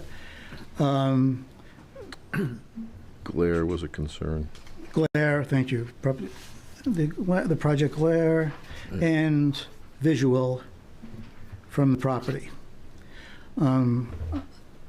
I don't mean to cut down all of your presentations into a couple of bullets, but that's why I'll put it out. Have I missed anything that somebody has presented as far as key aspect? Safety and health risk. Well, the safety and health risk, I mean, that's, you'll find that, as far as I can know, I mean, you're not going to get EMI out of a solar project. Just, that's, you're not going to get it. It doesn't make, But have you done DC the power research does not that says generate that EMFs. solar farms should be 1.2 miles from residences? No, I mean, that's, I have not done that in 180 that, feet but. versus a mile is a big difference. And I guess in that pile of stuff that you've got a reference on there, we probably would like to see that as to where that reference is coming from. Noise. Yeah, got you for noise. So just, go ahead, I'm sorry. In the last, how much of... He's going to need a mic. Sorry, Bill. Sorry. And the last, as you were looking at bullet points, how much of the 250-foot buffer around the vernal pool, that third vernal pool? And that is, just for clarification, that's not this board's review, that would be the Maine DEP. But under their statute, I believe they're allowed, and Kirk and Dave can chime in, I believe they're allowed 25% of that 250-foot buffer could be disturbed with permitting. With permitting. That, I'll let those gentlemen speak, because I know that is something that they have addressed with the DEP. But it's, again, that's not our purview to discuss or regulate the vernal pools. That's the Maine DEP. Yeah. I also have something from the Maine DEP. It's 38 MRS 484. Adequate provision development should fit harmoniously into the existing environment, which is probably outside of your scope. I'm not sure what 384 represents in the DEP articles, but chapter. But yeah, that's all right. That's the DEP's problem. Yeah, we put in MRS under site location. I don't think this project falls under that. But okay, I but just thought I'd nope, nope. We appreciate it. Thank you. All right. Dave, do you want to? Yeah, I think. Do you would, as the applicant, would you like to discuss some of these issues? Again, Dave Fowler, mainly solar applicant. I live in Casco. I've been there since 1990, I believe. I've been in development my entire life as a home builder in this area. And then 15 years ago, I did get into utility scale wind power, where things can get really hot. I worked on the Mars Hill project, the Lincoln project, the Danforth project, the Bingham project, and then also some off near Aurora. Property values came up in all of those projects. There have been and Steve was right. I mean, there's no conclusive evidence, even on utility scale wind, because there are so many variable market conditions. There was no way for any of these realtors doing these studies to like pull out just, that particular impact. There's no question that it can change who decides to buy your house, because there's a lot of people in favor of these types of renewable and don't mind them in their backyard. There's some that aren't. So it's really, it can change it, but there was never any conclusive evidence. We continued to have valuable homes built under these wind farms in Mars Hill, in Lincoln. I mean, progress kept moving forward. But again, I don't have any evidence either in regards to property values. And that's on a utility scale, not on these smaller scales. So I will say that in the 35 years of being in the development, I like to think that my character runs forward. I've never had a violation from DEP. I've always felt that I've tried to do a good job in construction. I know Greg, I know Jim, I know Alec, and I know Sandy from Casco Planning Board days. I was on the Casco Planning Board for over 20 years, so they can also speak to my character. Regarding, I'll let I'll let Kirk answer in regards to DEP stuff with the vernal pools, but there was one thing that did come up from the visual. I mean, we're more than happy to talk about what the type of screening on the fencing. I'd be more than happy to talk about that, whether they'd like screening so that they can't see these. The other thing that we had introduced that's in the plans is not, it's a best management practice. It's not a requirement, which is leaving the bottom of the fence 6 inches off the ground. And if we were to move forward, I'm not sure if that would be a good thing with the Danzig's pets. That would be up to you guys. I'd be happy to push that fence down to the ground in the event that this does get built, that you know that they can't get in there, as well as anybody else's pets. But we met in the woods there, and I met your pets, so that just came to mind. It's not a requirement unless it's a requirement by the no, I didn't think so. So that's just considered best management practice, and it's really more for the larger scale projects that are 500 acres or more, where there's more terrestrial and a small habitat moving through. Dave, while you're on the fence, is the barbed wire now no longer an issue? Is that gone? Yeah, no, that's gone. We're going to use the agricultural fence. Okay. It'll be wooden posts with just a similar to the ones you can see them. That's really what everybody's using. It's passed the electrical code test, so that's why we're willing to go down to that. Okay. Initially, that was part of the electrical code requirements in the state. In electrical code, I think it was brought up there. DC. I think Ed brought it up. DC doesn't carry an electrical magnetic fields of anything that's negligible. From a fire safety, I can say from working in over 100 communities in the state of Maine that Wayne is probably the most thorough fire safety inspector there is, and you guys have by far, hands down, the best fire suppression system designed for this project in the state of Maine, and I can say that conclusively. And it may even provide better safety for the neighbors with that installed. I mean, they'd have to come in through the backyard in a fire if there was one in their homes, but he could actually access that if he really had to. Mm-hmm. Because I think we put gates for him on all 4 sides of the project as requested. What else? Am I missing anything? I don't think anything that you could answer. What about the noise? So the noise. So the inverters don't make enough noise to trigger. I think it's more the noise from 302, Dave. Yeah, for sure. 302 is the noise. Yeah. When I found out Scott was going to cut that, I asked him not to because I knew I was coming in for this. That was not related to me. Scott decided to cut his property regardless of this. And he can do that. Yep, yeah, right. That's right. That's right. So unfortunately, that's where that noise is coming from. From the project itself, I don't think you're going to see any noise. The inverters do make a sound when they're running, but that's during the daytime because the sun isn't this isn't producing power in the nighttime. So there can be a very small hum, but it's well below the DEP standards, which I believe the town goes by as well, right? You don't have any specific standards other than that, so which would be, I think, 45 at night. But yeah. It's loud now, and you can hear it down the lake. Yep. And the lights. Yeah.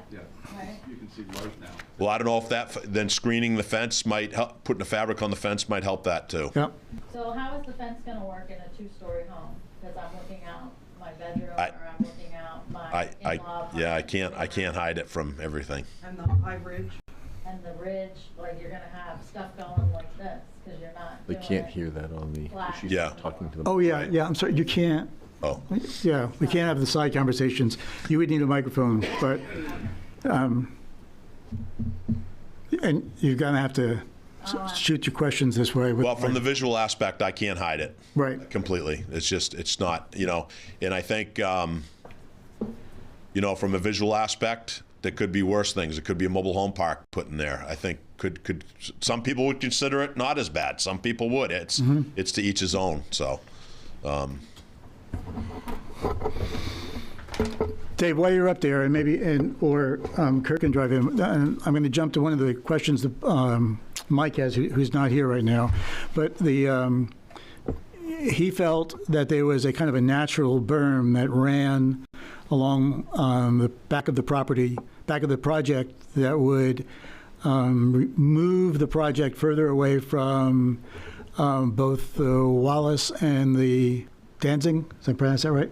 Danzig property, and actually supply kind of a natural buffer for their property. Is that an option? It would. I'm assuming if you didn't do anything else, it's going to cut down your arrays. Kirk, are we right at the max of what we're allowed to do on that clearing in the vernal pool? No, we have a little bit more. So the plan says we are at 18.6%, and Jim was 100% correct that it was 25%. Per NERPA rules, we need to maintain 75% of the forest canopy, which means you can cut 25%.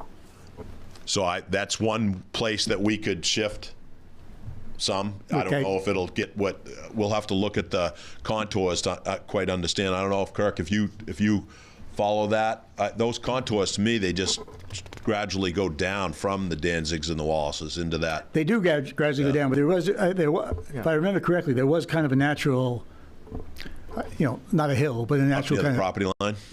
A natural berm, yeah. That was there. Yeah, we can take a look at it. I mean, obviously, we're not going to cut into that, so the fence would be up on top of that too. No, I think you would cut into that. As I understood it, you were going to cut into it, yeah. Yeah. Well, the arrays aren't. To Jennifer's point, we're not grading the land. So I mean, it would be posted on it. They would be sitting on top of it. Exactly. Well, we'll take a look at that. Bob, am I right? Oh, I can't talk to you because could you just give me a nod? Am I right in that there is a berm behind your property? Half of my property. Half of your property, right? Half of my property, okay. Yes. All right. I'm not looking towards the berm that's closer to 302. Yeah. Right. Okay. There's kind of a saddle between the two properties where it drops down. There's a low point between the two properties. There's a high point on both sides, but then there's a low point where they join together. Okay. All right. Visual glare, property value noise, runoff, vernal pool. I think that's all right now. Mike had that. Let me ask the board. You have questions for the applicant? Well, I have a comment. Some of the things that you answered their concerns, the safety from the panels themselves. People have them on their houses, so they're generally regarded as safe. They're 10 feet from a living space if you have them on your roof. They make DC power, which doesn't make EMFs, so there shouldn't be a concern for electrical hazard. It's less likely to be ripped off in a storm. We can't. That's sorry.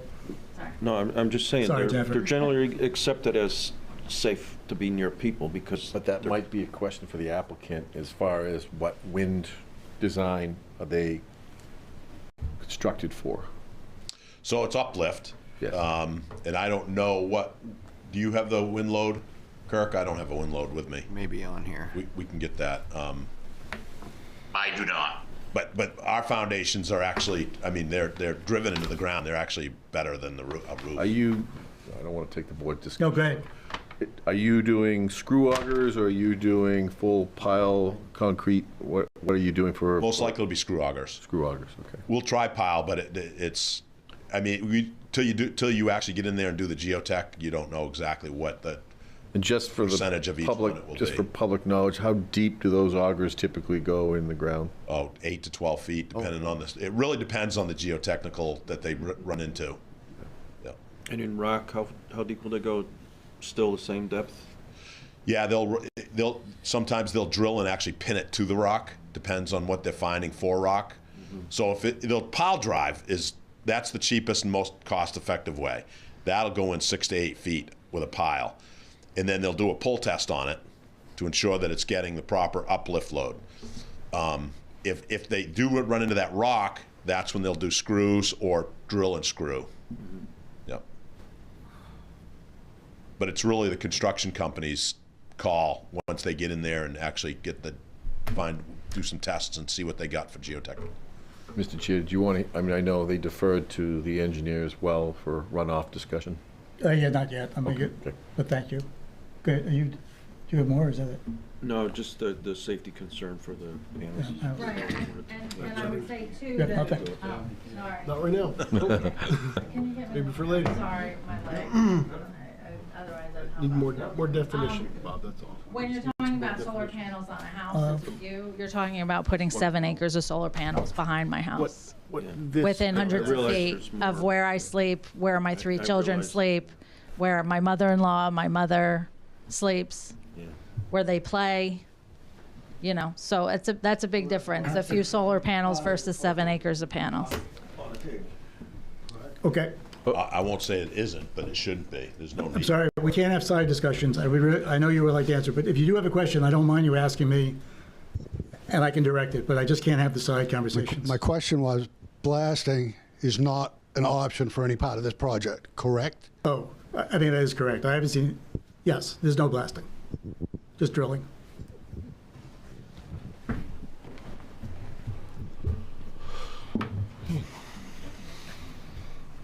I'm good. Heard plenty. From Zoom. Hold on to it if you want. Well, my biggest concern, having walked out there and looked at it, was the visual buffer. It was really, really poor, but for what's planned. And I don't see any reason why we can't, and I know we don't have any enforcement on that. It's very subjective, but I don't know why we can't either suggest more berming between them with maybe 2 layers of, conifer trees that can be planted to start out maybe 6 to 8 feet high, and then we'll, over the years grow and reduce that visual impact. I mean, it is going to be very ugly. You can't deny it, and and I don't know that we're responsible for house values, but just from pure visual impact, it's really poor. Mr. Chair, if I could. So they are in compliance with setbacks. I think that's what you meant before, is they're in compliance with setbacks, but we do not have any firm requirement for a distance of buffer, but we do have within the site plan ordinance requirements for buffers.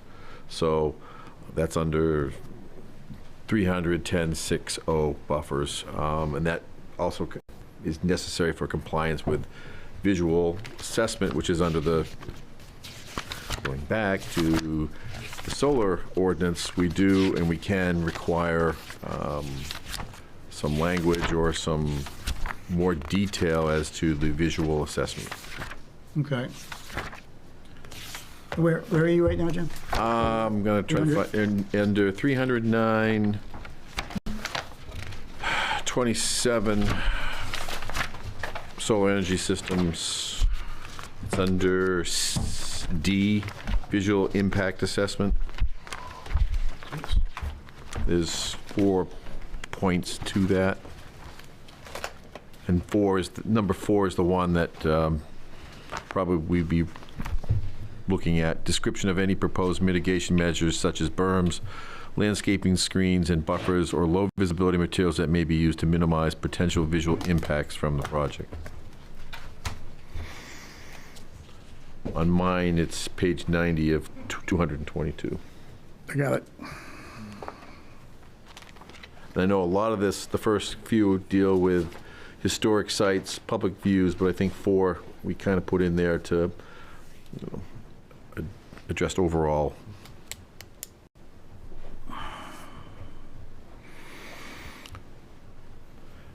And then that kind of pairs up with the site plan ordinance visual or buffers.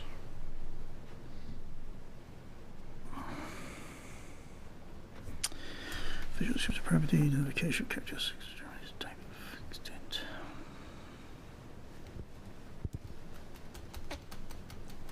So yeah, so we could. All right. So yes, I mean, doesn't it say that we can require submittal of a visual impact assessment? Mm-hmm. Yes.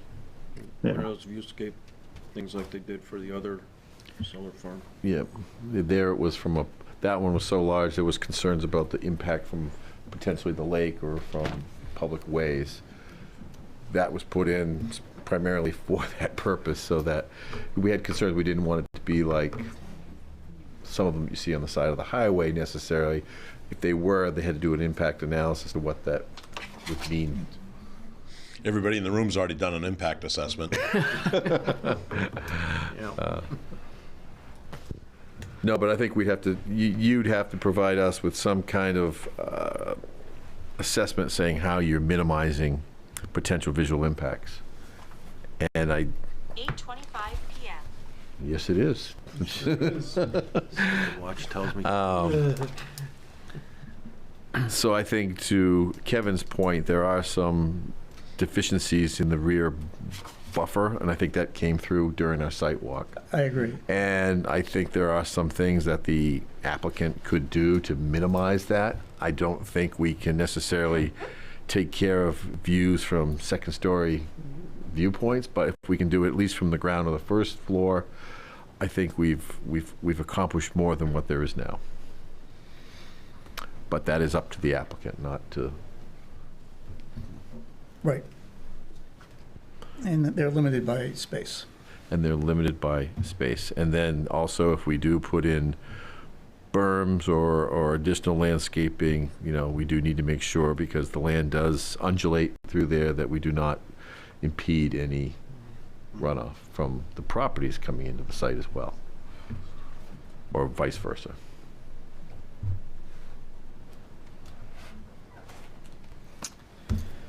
But there may be combinations of things. He's mentioned possible doing things with fencing, but I do think there may be some opportunities. And I know you folks are planning on grubbing most of that site, right? So there will be some organic material potentially available to create a berm. I just don't know what you can fit based on how the proximity of where you've situated those arrays. I don't know what the actual, is it 20 feet we have back there between the arrays and the property line? Yeah, 30. 30. So I don't know what we could fit in there for how high of a berm we could get, because if we get a berm in there, that gets us some elevation, and then to Kevin's point, if we can plant something in there to kind of fill the gaps from these people's homes. Is a berm better looking? An organic berm? Yeah. Pretty much. Doesn't take care of the noise in 302, but. Well, we'll take care of some of it. That might help. Sorry. Is it on? No, you can't do that. I mean, it's not this board to solve that problem, but we're just saying that we just. There won't be a huge amount of organic material there. You're only talking 6 acres of land, so. Right, but I'm not talking a 20-foot berm either, you know, we're talking, but again, I don't know what can fit in there, you know, you go up, you go down, how high can you get within 30 feet, and try to keep as much of the existing vegetation as well. Right. Because, I mean, what we're seeing, but I think the problem is that what vegetation is there is tall canopy, and underneath there's nothing. You can see right straight through. So I think it's the, in between the top of that canopy of those trees and to the ground, you know, that 20, 30 feet that everybody's just wide open. I mean, I can go taller fence. You have the green monster. Well, I mean, I'm talking 10 feet. I'm not talking 20. May I ask a question?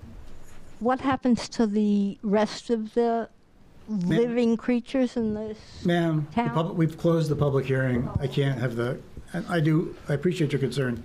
I'll try to give you an opportunity. Fair. Yeah. All right, so. And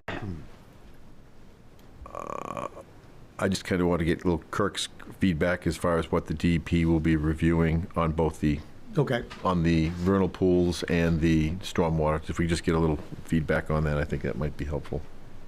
Kirk, did you catch that? I did. So we'll be filing a NERPA permit application. I believe it's a PBR, which is a permit by rule. And we will be filing that for the cutting of the canopy within the critical terrestrial habitat, which is that 250-foot buffer from the edges of the vernal pools. We will be filing a full stormwater permit application where we'll have to meet the basic standards, which is erosion control during construction. And we'll also have to meet the general standards, where we have to meet 95% of the treatment of 95% of the impervious area and 85% of the developed area. And that's the intentions of the soil filters. So those will be the 2 DEP applications that we have to file. And we also have to we'll file a self-verification application to Army Corps because we'll have to fill this small wetland right here in order to construct the road. Kirk, you have some grading activities. On a plan, you have a gray shaded area. I assume that's your habitat disturbed area? That is correct. And within that, you have some grading. Does that still fall under the PBR? Yes. Okay. And just one other question. I know with the DEP, they have, I don't know what the word is, the correct word is, but they have a different connotation as far as impervious goes. The solar panels themselves, they do not count against impervious. Is that correct? That is correct. Yep. So what will happen is actually the solar field is not considered developed area under the DEP Chapter 500 as long as the field area is maintained as a meadow and is not mowed more than 2 times per year.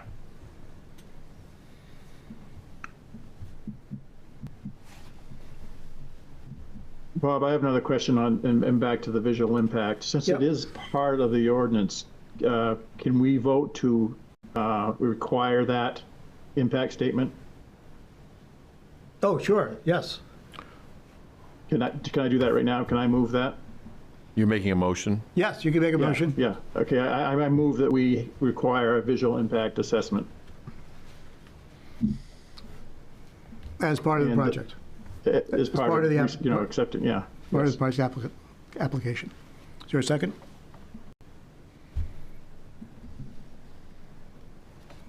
Nobody wants to go along, okay? Then there's a discussion. What do you hope for, Kevin, what do you hope that it will determine? Well, I'm just going on, so if the applicant doesn't want to change the, the impact that he's doing and putting, X size fence in or X number of trees or whatever, if we require this impact and the board doesn't like the impact or doesn't accept the impact, does that mean that we can vote saying we don't accept the impact and you have to change it? I see. I'm just wondering how the legality of this works. Yeah, I mean, it's I have to go back now and look. It's 3. We haven't reached that point yet where the applicant is not willing to modify. No, I'm just wondering how, okay. I'm just trying to see, it's... Because it's not worth requiring it if it has no meaning. I mean, I don't... So the way the wording, the planning board may require the submittal of a visual impact assessment. It's not, the way it's worded in the ordinance, it's not a requirement, but the board may require. So I think, to Kevin's point, it has to be a board discussion and a board determination if you want that visual assessment. Yeah, that's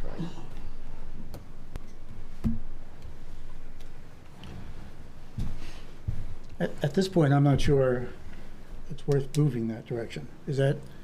When we were out there, you kind of could see what was going to be an impact. It's pretty obvious. Yeah, and I guess the question would be is if,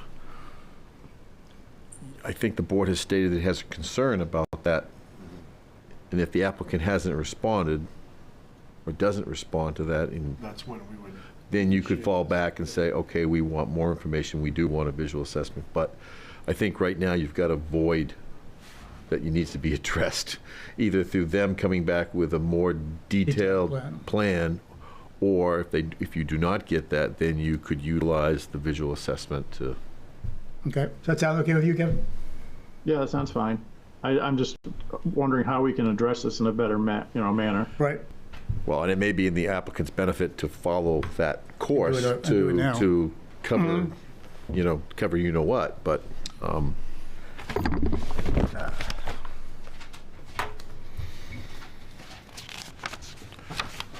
I'm open to compromise for a solution versus more effort on an assessment.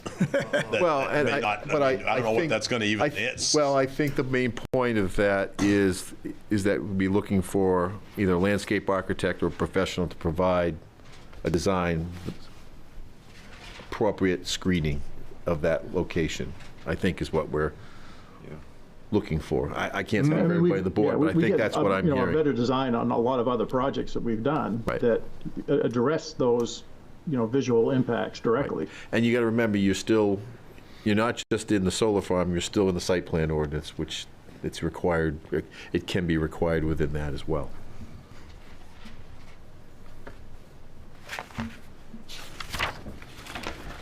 Hey, Alex. Hey, Bob. What's up? Well, I mean, I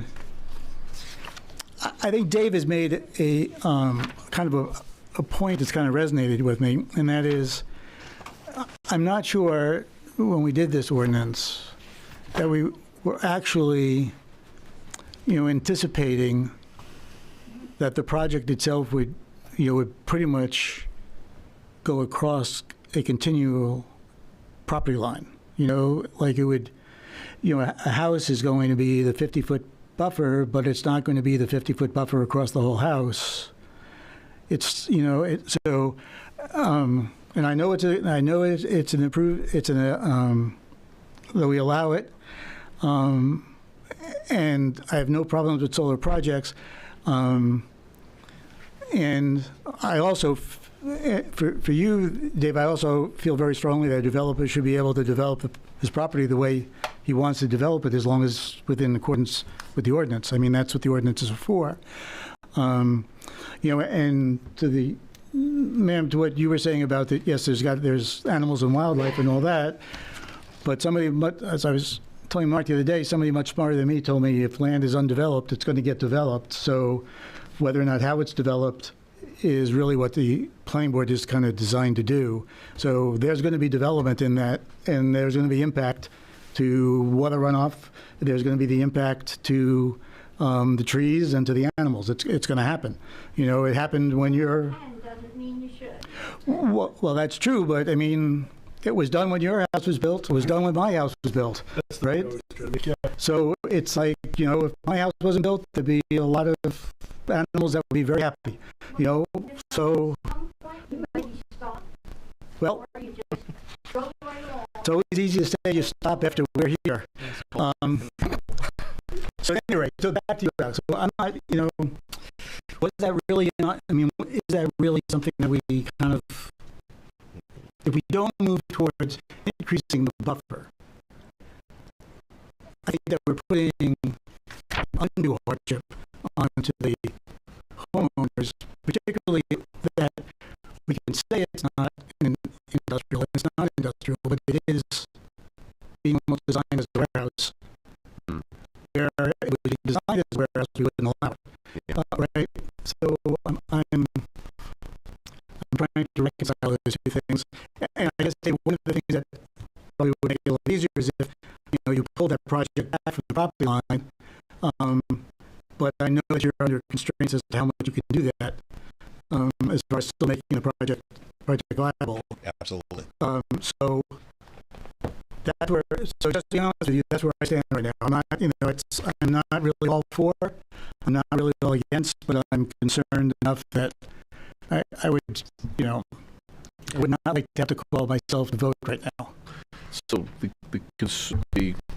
thing is that reading this solar ordinance, we do not have a specific buffer requirement. No. We have a setback requirement, which...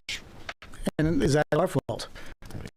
I think, it is relatively new. This is only our third time. That's normally how we change things as we go through this and find out, this really doesn't work. And where it's allowed in the residential zone, we the only thing you could change, and not for this application because this is locked in. Right. The only thing you could change in the future is if it's from a residence, you could do you could have a different setback from a lot of residents possibly. Yep. Or you could have a minimal setback from any residential structure or something. But I don't know what that would be. Would it be 100 feet, which would still maybe be inadequate? Still, yeah. Right. I mean, they want 1.2 miles. So, I mean, there wouldn't be one in the state of Maine, most likely, if we had that. So, I mean, there's got to be compromises and things like that. But it's a learning experience every time we do one of these. And I think across the state of Maine, it's a learning experience still. Right. I think you'd ask the DEP, they're still learning about their pitfalls from some of their decisions too. So, and I know, Dave, you work in both industries, wind and solar, and you've seen changes to these things all. Like everything, it evolves, right? All planning evolves. Yep. Unfortunately, right now, we're subject to these ordinances for us. Well, Mayor, I have a question. Is it okay for me to ask a question? Yes, it would be welcome. Okay. Early on, Dave and I met with Alec and Jim, and initially, the SES ordinance allowed the solar development within the shoreland zone, and then the state came back and said that was not allowable. We have room to the west, and we purposely pulled the project outside of that shoreland zone. Is a waiver to bring in some of that shoreland zone into play and pull it away from the people's property line? Is that possible, or is that just due to state law, we can't do it? I don't think you can. That's a great question. Yeah, I we mean, come back to you, Alex. I appreciate the sentiment, but I don't think it's possible. The only thing we could try to do is we could try to amend the shoreline zoning ordinance to say that, it's not allowed within 250 feet, which is the state's Chapter 1000, limitations for shoreline zoning, since we are more strict with the 600 foot, which is why we're in this situation. But that's a risk, and it would take 6 months before we would have an answer on that. So and that would have to go to town meeting. It'd have to go to town meeting vote. It has to then be approved by DEP. So you're looking at August before we'd have an answer. And the reason I bring that up, that is one of the reasons why we are tucked up into that northwest corner of the parcel. Understood. Yeah. And that's not a board waiverable lot, right? No. It's not. No. Yeah, we couldn't do that on Port Harbor Marine. Yeah. No, it's a state statute, and we can't be less restrictive than the state. Well, state isn't, state's 250, right? State's 250. State's 250, we're 600. That's why he's saying you could. But they don't care. They don't care that we are more strict. They're just saying this is your shoreline zoning ordinance. They're not allowed in shoreline. Right. Okay. Yeah. All right. Well, makes sense. All right. Can I ask a question? You said it wasn't considered industrial, and it was authorized. It needs to be on it. Oh, is it not on? I don't know. Okay, go ahead, Trey. You said that it wasn't considered industrial there, even though it's rural residential. But can you explain why that is? That it's not considered commercial or industrial if it's a for-profit solar farm? Because solar farms are an allowed use in the residential zone. It's the use. The use is allowed. Right, but it's not personal use. It's for-profit. Doesn't matter. The use is allowed. Doesn't matter if it's commercial or residential. The use is allowed in the zone. Okay.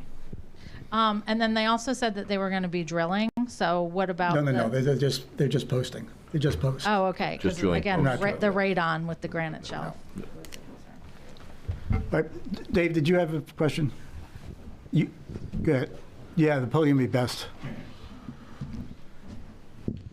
Well, you seem to be indicating that you were interested in, after this project, that there would probably be a need for changing ordinances so that maybe there was more buffer before property lines and things like that, knowing that this is going to become an issue and going to become a more prevalent thing, knowing that there's significant interest in property value. I would imagine being the project that gets that gets in before that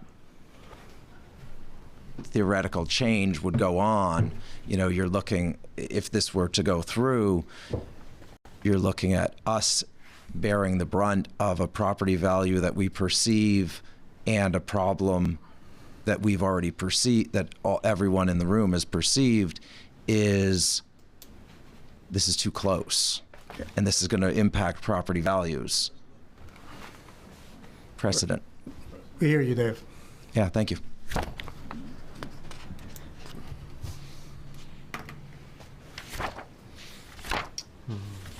Questions from you guys?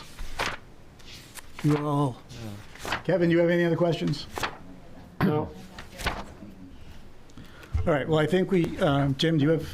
No, the only thing I just wanted to bring up, which was in my report, was this does need state, federal permits. And this board really, in the past, has not acted until we've had those permits or acknowledgement that those permits are pending approval.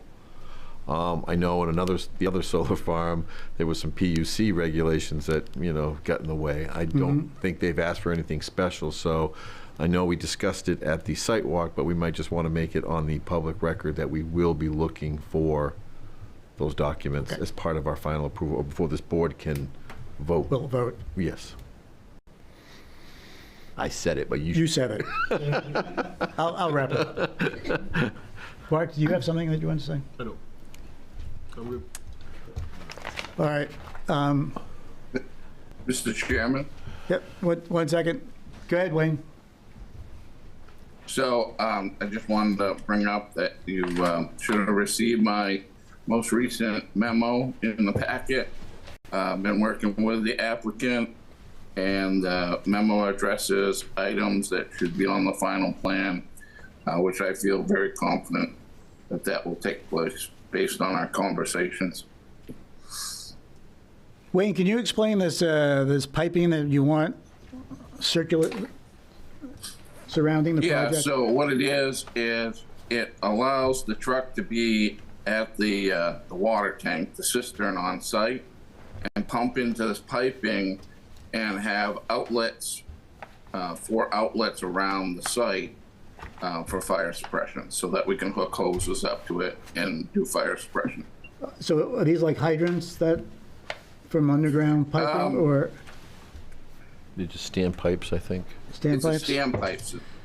Like the dry hydrant. Dry stand pipe system. So So it's dry just a hydrant. pipe that we pump water into with an outlet at different points around the facility that we can take our hoses, hook up to that, and then fight fire. On the inside of the fence? And on the inside of the fence this is going? Yeah, those connections will be inside, and we'll have gates in the immediate area so that if we need to go outside, we can do that. Okay.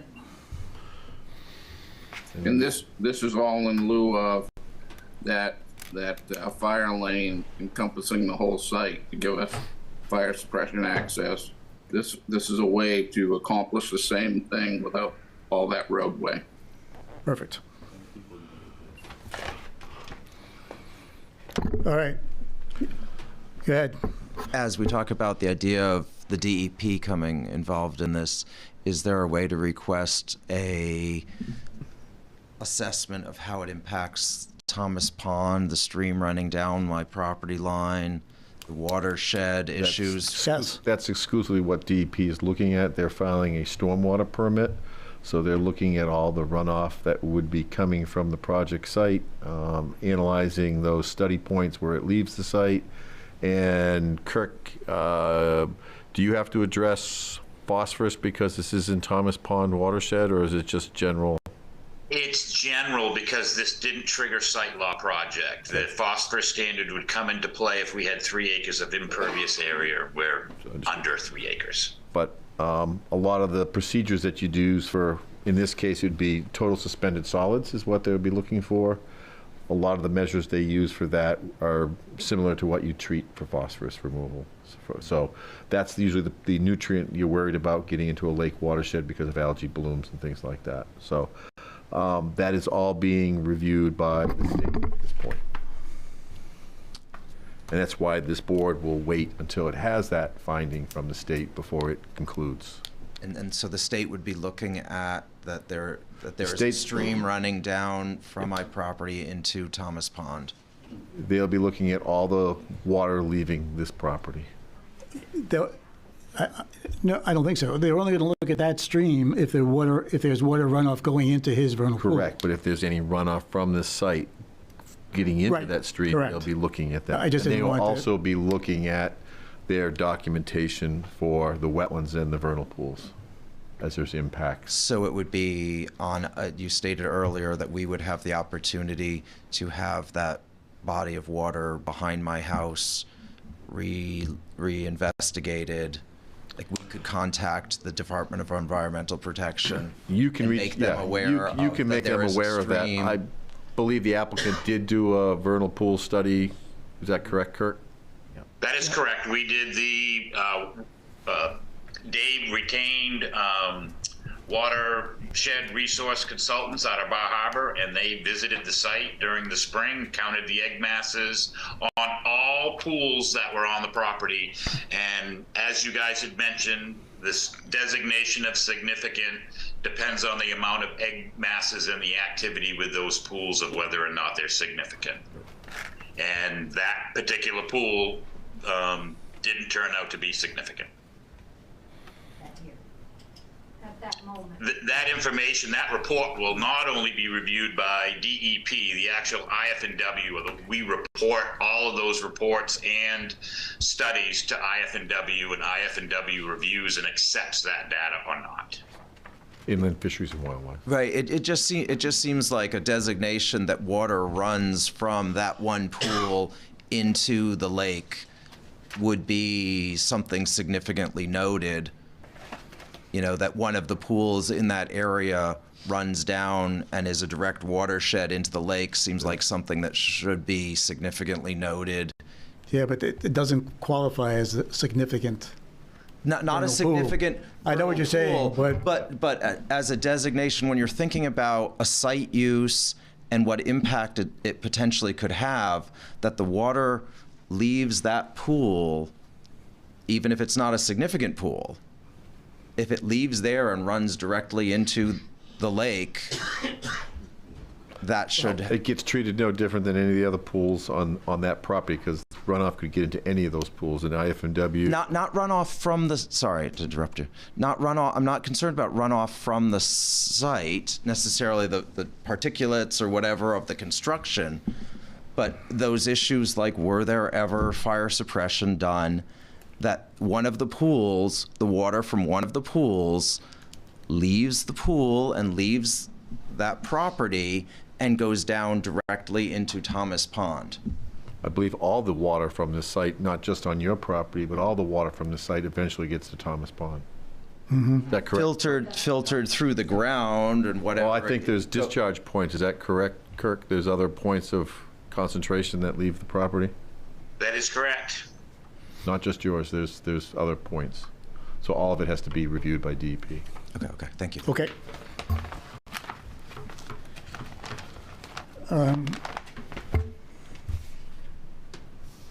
Dave, would you kind of jump up there just so, going forward?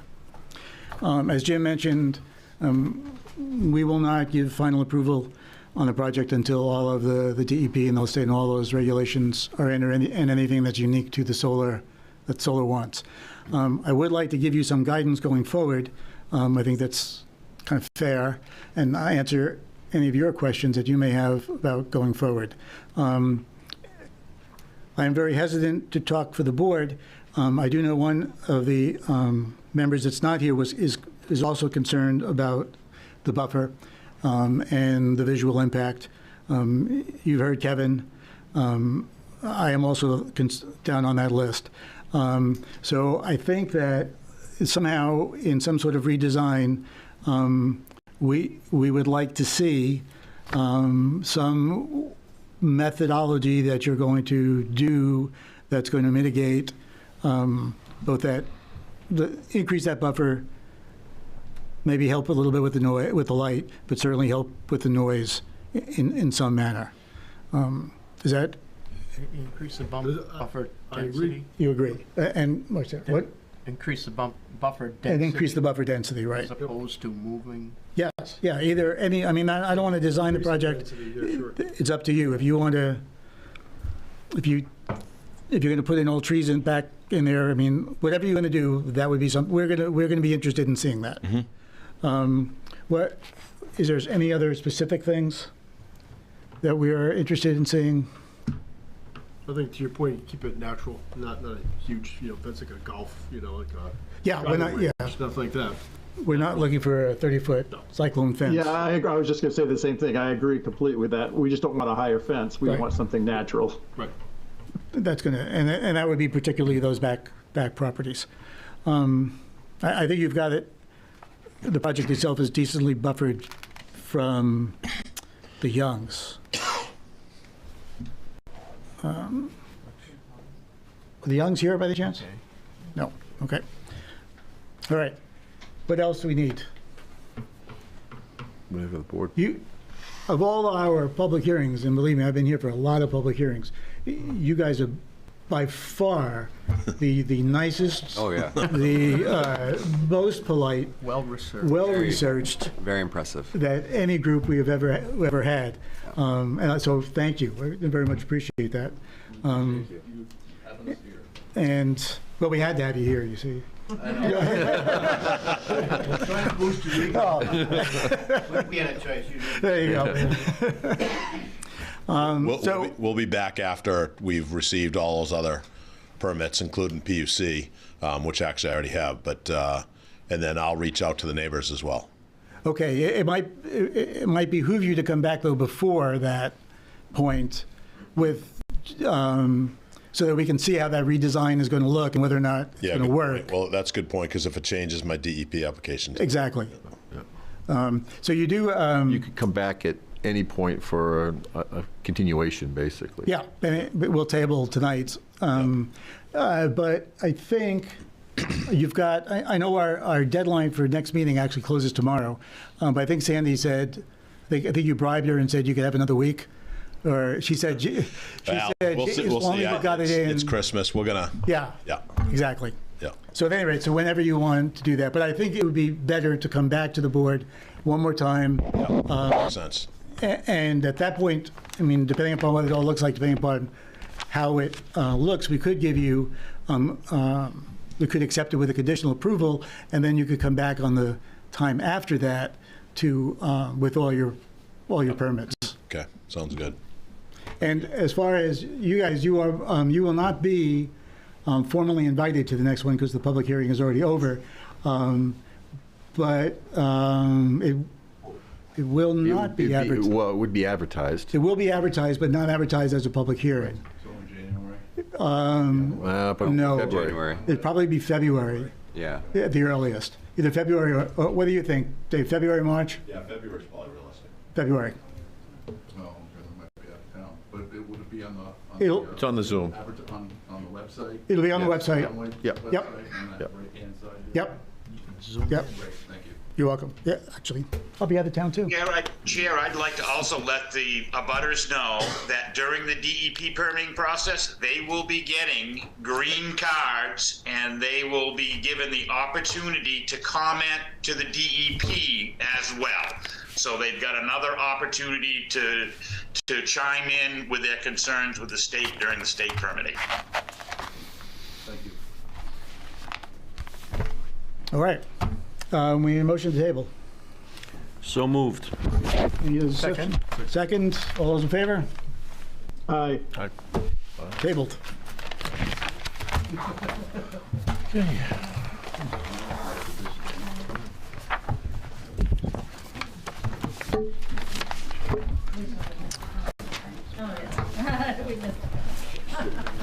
You want to give them a few minutes just to... Yes. Stretch. Yeah, that was a long one.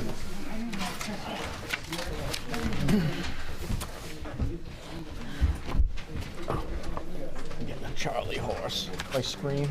You add to list. Yeah. Plug my mouth.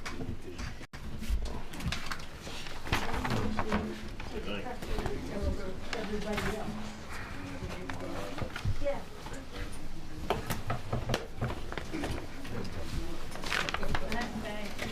I got the handicap party spot. Bob, I'm going to be off headset for 30 seconds. Okay.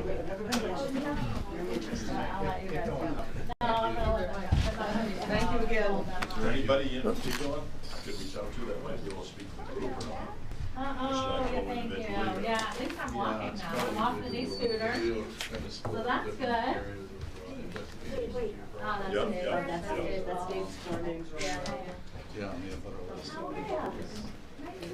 Very well-spoken group, though, huh? Pretty wild. It's refreshing to see something like that. Educated. They took some time to do some research. Yeah. Did. Nice. They did. Most of it's irrelevant. Yeah. It's, you know, it's what you find on the internet, right? It was basic boilerplate information. The thing you could Give say it about time this to- site is it's squeezed into a little corner. They have to see it. So you guys want to talk about ordinances real quick? 9 o'clock, we can do this quick. Let's do it. I don't have a whole lot, so. Okay. Well, I do, You sort do. of. but- You do sort of. Yeah. Not a long list, but a lot of, could be some work in there. So number 2, tiny homes, we're going to skip for now because I don't really have anything substantial to update you on. Next month, we'll have something for that. Same with number 3. We can skip that. The big thing for me is number 4, which is what we discussed last time, the accessory dwelling units. After spending some time on it, first thing, well, not necessarily the first thing that we should do, but at some point in the next month, I'd like to have the attorney just go through. He's been pretty heavily involved in the LD 2003, so he can go through and just make sure that we are still in compliance with that. I did speak with the shoreline zoning coordinator for our portion of the state, and I proposed to him an idea. I think we kind of loosely talked about it last time. Currently in the shoreline zone, you need twice the space standards to do an accessory apartment. So if you're on the Cape, that's a 3-acre minimum. You need 6 acres to do an apartment, with your house. Mm-hmm. That is a requirement because of Chapter 1000 shoreline zoning says that you need that. Like we talked about earlier, we have the 600-foot shoreline zone. On the Cape, it's actually in places 1,500, 2,000 feet from the water.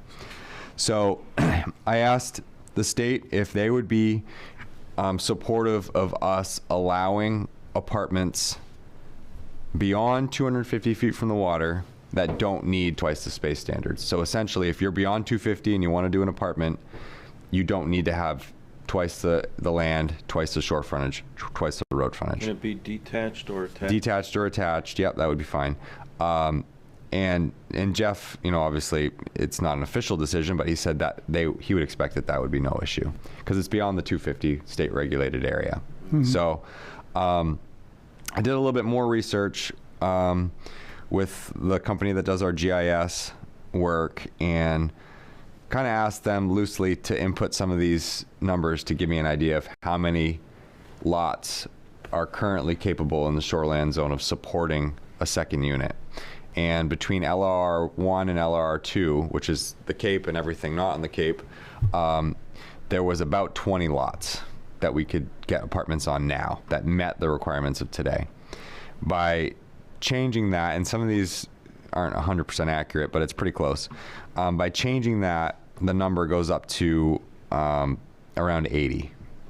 So it's an increase of over 50 new units, which isn't as many as I expected, to be honest. But Number to me. it's Doesn't. No. yeah, I mean, if you think about, that's not all on the Cape. A good portion of it probably is the Cape. If you were to do, 40 more units, that's 40 more septic systems and, maybe 80 more trips per day or maybe more than that. But so it's an impact, but I don't know that it's necessarily off the charts, I guess. So that's an option. There's a lot of community support for that. I will tell you that. I think the ladies here last time, that's one thing that they're interested in. There is a lot of people interested in that. And then the other thing that gets brought up to me a lot is increasing the size, and we talked about that a little bit last time, from 700 to a larger number, not necessarily 1,000. I just threw that on there as that's what has been mentioned before, 800, 900. And then the last thing, there's no definition in our ordinance for living space. It just says in there, living space excluding stairways. But it doesn't say exactly what living space is.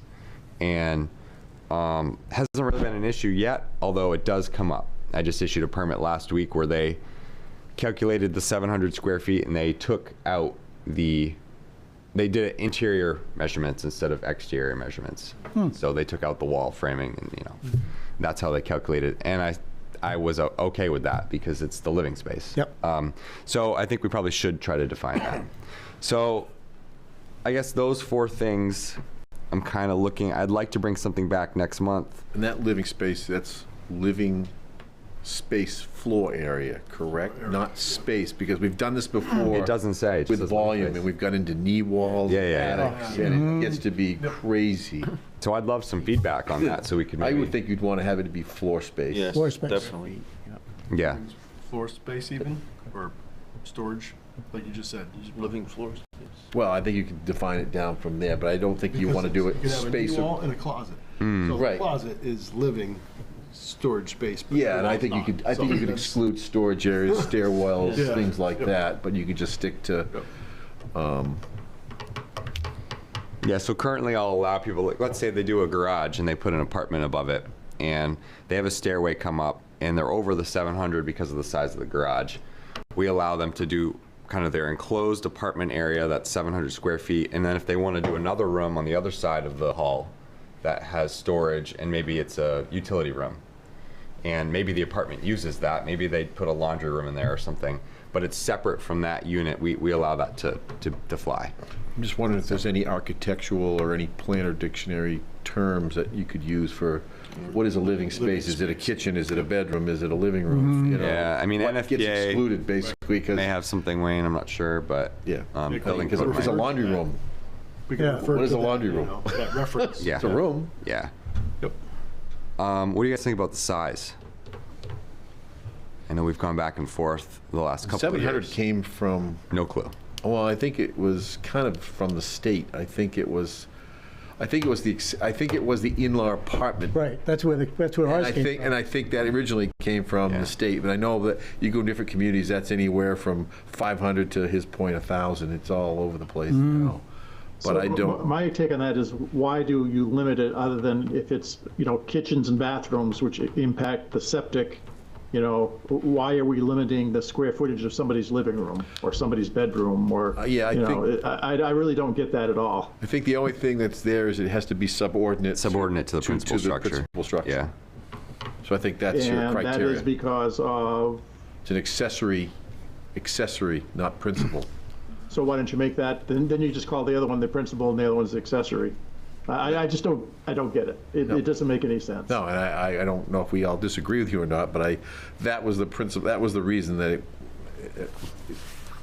accessory. It has to be subordinate and less than the principal structure. Well, accessory means attached to, or, I mean, you can, a lot of verbiages, you can say what accessory means, but I don't see why we're limiting somebody's rights to have a bigger room. Well, the question is if you have so if you had I won't use 4,000. Say you had a 3,000 square foot home, does that mean somebody could put a 2,999 square foot, accessory As long as structure? they only had one And bathroom I think that's and one why they kitchen, went. Sure. I think that's why Why not? originally they went Well- lower, so that we didn't get into situated. You're getting around subdividing. Right. You're avoiding a subdivision. Right, and I think that's why we went to the 7. I think it's why originally with the in-law apartment, it got to 700, because it was like, that's enough to have a kitchen and a bedroom, one bedroom, it was a nominal size.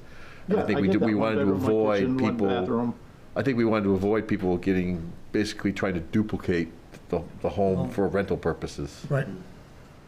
I mean, I think, in my opinion, just from the actual enforcement side, I do think it's easier having a square footage instead of just saying subordinate to the principal structure. That, or you just limit the bedrooms, because what we're really worried about is the bedroom. Yeah, I mean, that opens the door for, I think, us to be a little bit less efficient with information. explaining that to people, you know, okay, well, what does that mean? Or, you know, having to calculate the size of the principal dwelling to figure out how big the accessory can be. It's just more steps in the process. It is easier, I think, to just say, this is the size, but I understand that that's not Or could ideal. you say a percentage of the? A percentage, but then we still got to figure out how big the house is. Yeah, I get you. And we're going off tax rates, which aren't always accurate. We're back down that rabbit hole. I don't see anything wrong with using a square footage for an accessory dwelling. We're not building another home. Yeah. We're building accessory dwelling. Or unit. Right? Or unit. Or a unit. Yeah. I think if we're expanding on what living space is and we're giving a number, I think that's going to make it more efficient for us. I don't. I agree. I don't know if there's an objective to 1,000 feet. I don't know if there's a happy space. It's just 1,000 feet's a weird space for a living space. That's all. It seems a little small. 1,200 and 200 additional square feet. If we're gonna discount closets and storage, There you then go. 1,000 is okay. But if it's 1,000 overall, that's. I mean, barely. So Mark, I agree with that. I from think building 1,200 is a good one, too. House, what do you think? 1,250 is pretty standard small house. I mean, There you go. You take 1,250. you take dimensions of 30 by 40, right? That's 1,200 square Yeah. feet. I was gonna say, and That that's would where be they 2 got bedrooms. that's where they got the 700 from. The standard garage is 25 by 28. That's 700 square feet. Yeah. So it came from the garage above. it. Above the garage, yeah. Yep. You guys would make a lot of people very happy with 1,250. Well, do we want to prevent 2-bedroom houses, 3-bedroom units? I mean, Put a max bedrooms. In the accessory dwelling unit, is there a restriction on that? Ooh, you know what? I don't know if we can. You're right, because we can't. So we can't be more with this LD 2003 thing. We can't be more strict than the state, and I don't think the state has put any limit of bedrooms. So let me look at that. That's a good question. I can do some research on that. That was one of the major concerns with septic. Yeah. Have to meet the septic system has to be able to carry the additional. Yeah. You remember the early version, they wanted to just allow another bedroom without any expansion of the septic. Yeah. So what do we think about the shoreland thing? Is that a bridge you think we should cross? Well, I guess my only thing is, like you dealt with tonight, I don't know, you start chopping up the shoreland zone, and I don't know if it opens up a precedent for other uses trying to do the same thing. So I think it's I mean, I kind of play both sides because it's your freedom to do what you want with your land always, 100% of the time, comma, but with the with rentals and whatnot, you're going to see a lot of this. You're going to see a lot, and then you're going to have to worry about that. I mean, they're not. Grandma and grandpa aren't living in this thing. These are It's not. rentals. They're rentals. They're rentals with Absolutely. profit. That's profit. That's all this. Yeah. So if you're going to maximize that in all 80 people, what's the chances? 0. But 20% of that, you're gonna get a run on it. So that's you have to just refine the definition a little more. You can't control what the use is. It's your property. So if we allow it, we open it up to more, then just know that there's going to be more rentals and more traffic and more everything else. Yep. Right, but I think rentals is an okay use because people need housing, but not short-term rentals, not the. That's what I'm referring to, those short-term rentals. Yeah. And you can't Okay, restrict- definitely not short-term rentals, Yeah, but but you're gonna regular get into rentals where anything people are that's going to on actually anything live there for that their has a view permanent of the residence. lake. Yeah. It's going to be an Airbnb. It has Airbnb. potential to be an Airbnb. Absolutely. Exactly. And that's what it's going to turn into. So And unless we want to go it's down just- that, I know Casco's got an ordinance in place now for short-term rental. Yeah, but who's going to enforce it? It's, Well, And that's what I mean. It's that slippery slope. Right. That's all. Oh, yeah. That's we want to open up and have But all they homes for did people, in but- that community was that basically they licensed, if you do a short term, you had to license it. So if there were numerous complaints, they could regulate you not getting a license for the following year if you had a lot of, loud instances and things like that. It really wasn't an ordinance, it's a licensing. And then it's an enforcement nightmare. But it's an enforcing that's- nightmare for him and for the sheriff and for whomever, it's- I mean, the whole purpose of the legislation was to get a place for people to actually live. Right. But that's what we So- fight in the lakeside communities is we fight occupancy of units for short-term profit versus permanent affordable housing. And that's all this is going to be, and it's unfortunately. not for someone to live, it's for someone to vacation. That's right. Right. Right. That's and that is a staffing issue, no matter what. If we don't do anything, it's a staffing issue, with short-term rentals. So I mean, we're in a tourism Exactly. heavy area. Yep. Yep. Yeah. And regardless, I mean, so Yeah. I don't know. So I don't know if that plays it. The only thing I had a concern is just like you saw tonight, all of a sudden if we start saying, and I don't have a problem either way, but I'm just saying it could open up the door for other uses to say, well, can I get, you know, can we put solar farms within 250 feet of, you know, well, you allow residents, you know, affordable housing. Right. And I'm not saying they're all going to dive into that, but I've always thought too that we should just have 250-foot shoreline zoning, but the community feels differently. Except for me. Yeah. It just, you know, it just make it, and the fact that all of Raymond Cape is, you know, like you said, it's some places it's 1,500 feet. Yeah, 2,000 feet. So maybe it does make sense. It's just, I don't know. I mean, we're trying to attack this affordable housing, and we've got other things in this ordinance too that we're trying to attack to open up more affordable opportunities. Going through his list. I mean, you guys don't need to decide that tonight. Affordable housing should be more in the commercial district anyway, where, I mean, you're going to need, true affordable housing is going to need transportation. Well, we're going to get there in a few minutes. We're getting there. Hold on. I got that one teed up here. Maybe if you guys want, what we can do is we can kind of put this together, and it's a really, I think, drafting wise, it's a pretty easy change. It's just adding a section to the accessory dwelling unit section in the shoreline zone. So I can talk to the attorney, ask about the bedrooms thing, and kind of expand on this a little bit more for next month. And then maybe next month is kind of like the drop dead decision time for that. Yep. Because we still got a little bit of time, if that's okay. Does that sound all right? Yep, that sounds fine. Okay. Because we have to have we have to do the public hearing by March. March, yeah. I mean, we could push it too, but March is kind of the goal. We could have a separate meeting. We've done that. Yep. So I did get two more, I guess, requests for consideration for you guys in the last month. Both of them are included here. The first one's from Derek Ray. He owns a lot that he just purchased directly across from the Raymond Beach boat launch. And it's a lot that's used for, the town actually has a parking easement on it. It's really only used during the fishing derby, I think, across the street from the boat launch. But it goes up to Main Street. It's got the pipeline and a CMP easement. There's a lot going on. But essentially what he has asked for is if you guys would consider, he's talked to a bunch of the neighbors on the left side of Main Street if you're headed towards the fire department. That's zoned a little funky. There's spots that are village, and then some of it's shoreline. It's actually LR2, which is the 3-acre minimum. So you got these small village lots that are in shoreland, and in spots they're 900, 800 feet from the water. So they're beyond the 600. So his request to you guys is to look into possibly moving that shoreland zone back to 600 and kind of making that village in there like it used to be at one point in time. I don't know the history of why some of these lots were all, and there was a large wetland there, of course, until the 50s when the new 302 went through.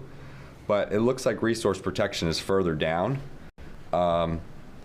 So that's kind of what his request is. It's not just him. There's a few owners on that side of the street that have asked this before. Because there are certain restrictions that they fall under with shoreline zoning that some other village lots don't have to kind of deal with, and they're beyond the 600. So that's that one. He would access that lot to those lots from 302? Possibly. He hasn't really figured that out. You know what? He's looking at possibly selling some of it to the abutter and maybe putting a single family on it or something. But Some of that doesn't even look buildable. It looks like it's still swamp in there. It's pretty wet in there, yeah. Yeah. I can't visualize exactly where he's talking about. If it's farther to the west, you know, the land goes up and it gets better. Yeah, there's a spot to the west. It's all been surveyed. They did a wetland delineation. There's really 2 upland spots on the lot. So he wants a zone change, right? Yeah. Does it go through the... A map amendment to change that line across that entire section. So not just his lot, but all of those lots along that stretch. So if it was his, it'd be a map amendment, but it's all of them, so it's its own change. Yeah, I mean, it's... So it's got to go through the board, right? Well, yeah, it would have to go through the process, you know, go start with you guys, select board, town meeting. Yeah. I just don't know the reasoning as to why that, I mean, the ordinance says that where possible to use roads or lot lines when setting the zones. So it's possible they just set that all to Main Street and just left it, but there were some that were not included in that, if you look at the map. So yeah, I think just having the map to understand where we're talking about would be helpful. Yeah. And if he had any... Yeah, I mean, this just came in today, so... And if he had any wetland information, I guess I'll overlay that on the map plan. So I can, we do have it, we have that wetland stuff. So, I mean, I can bring that next month if you guys want. Well, I think it'd be helpful if they could overlay that onto the actual zoning map. So we could see the zoning, See where the- zoning and where the wetlands were, so we have a comparison to... And I can ask if Derek will come to the next meeting too, to kind of have that conversation with you guys directly too. Which property did he buy? Do you know? Right across from the boat launch. It used to be St. Joe's. Okay, yeah. Yeah. And then Nate Hertel bought it, and he's the one who sold it to Derek. Okay, so the next one came from the Cargars. They're the new owners of the White Pines Motel on 302. Essentially what they are asking for, the email doesn't really summarize it too well, but I did have a conversation with them. And what they are asking for is for you guys to consider possibly allowing residential uses in the commercial district. We do allow for a residential apartment, I guess, above on the second floor of a commercial use. That's our only allowed residential use. Yeah. So what they would like is essentially multifamily residential to be allowed in commercial, because they feel as though, you know, there's sidewalks and it makes sense to have, you know, higher density residential uses near commercial shopping areas and, you know, stuff like that. Would they use the same building, or would they just demolish it and Well, build a that's the new one? thought here. I think they would like to use the motel and turn it into a multiplex, but you know, there's other things we'd have to look at there, density and all sorts of stuff. But the first hurdle is it's not even allowed right now. Yeah. Do we must allow lodging and hotel? We do allow hotels in commercial, yeah.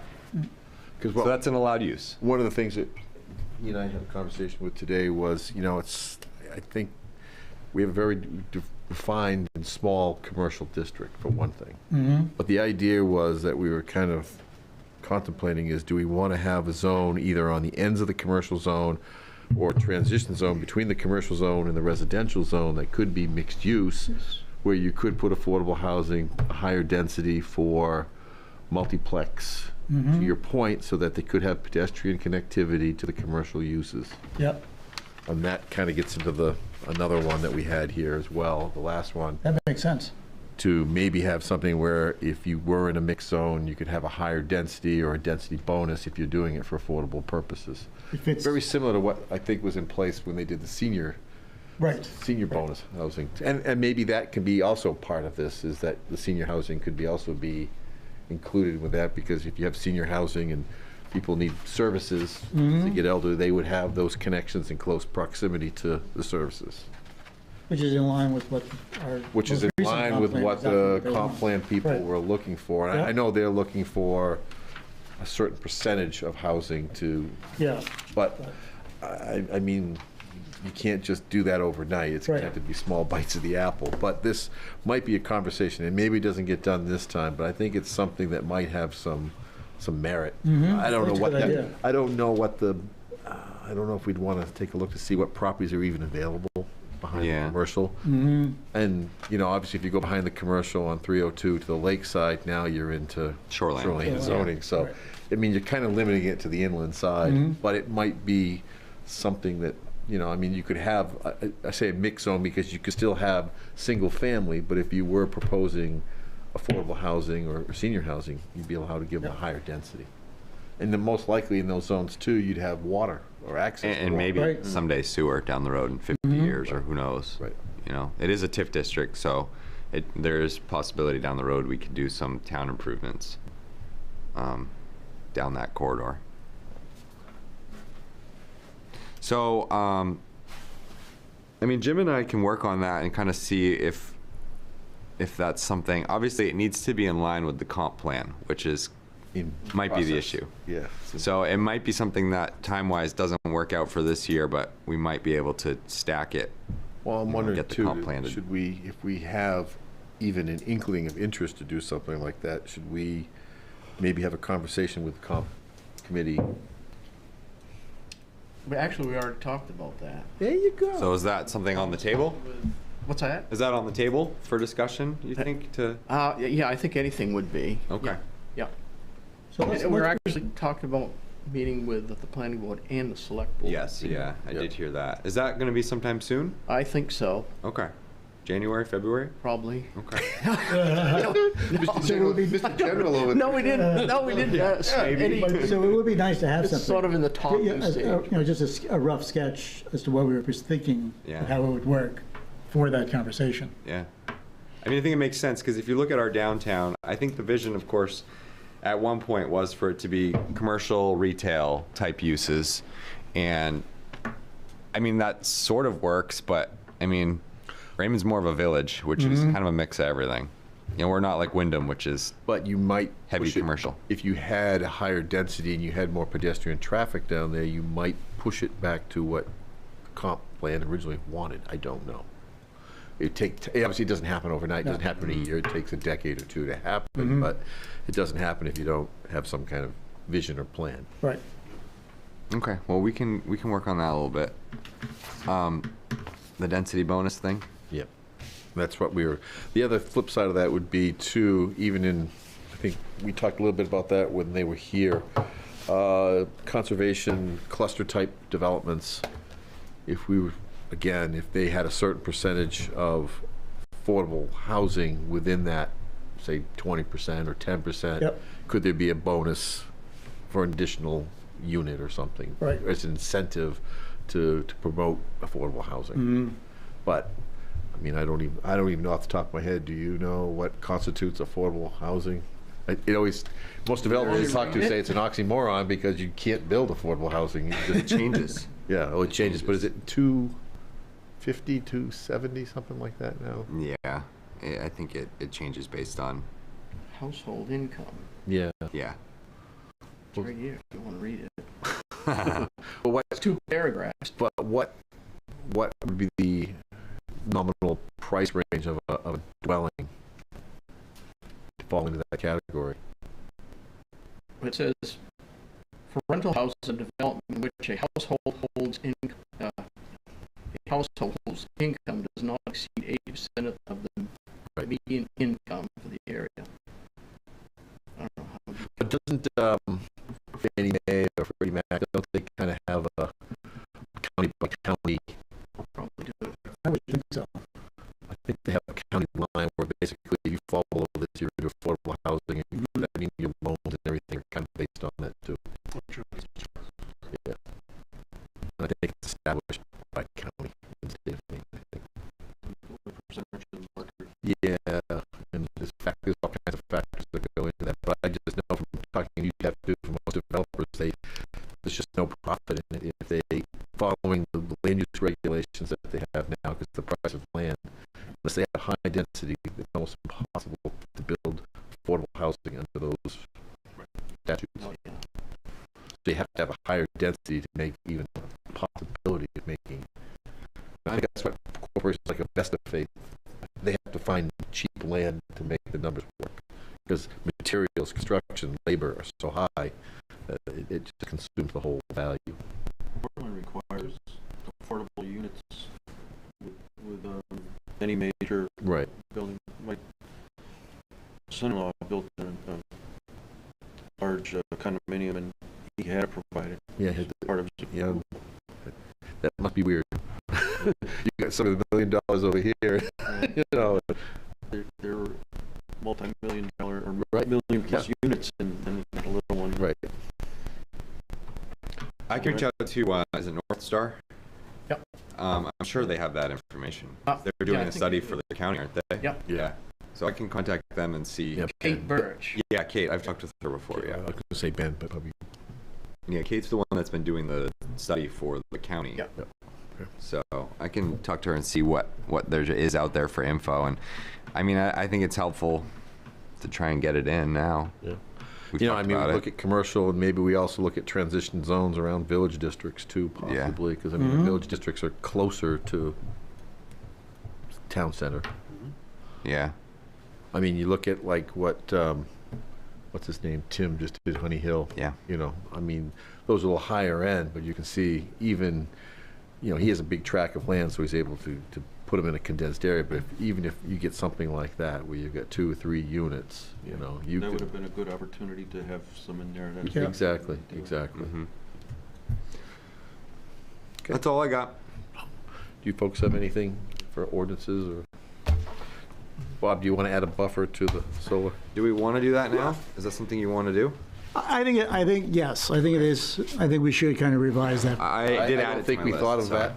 Unfortunately, I don't think we thought of that scenario. We were thinking large tracts of land. Yeah, exactly. You know, and this one, and I think, you know, you see the way solar's going, this might be an attractive way for people to kind of, because the big ones aren't getting built.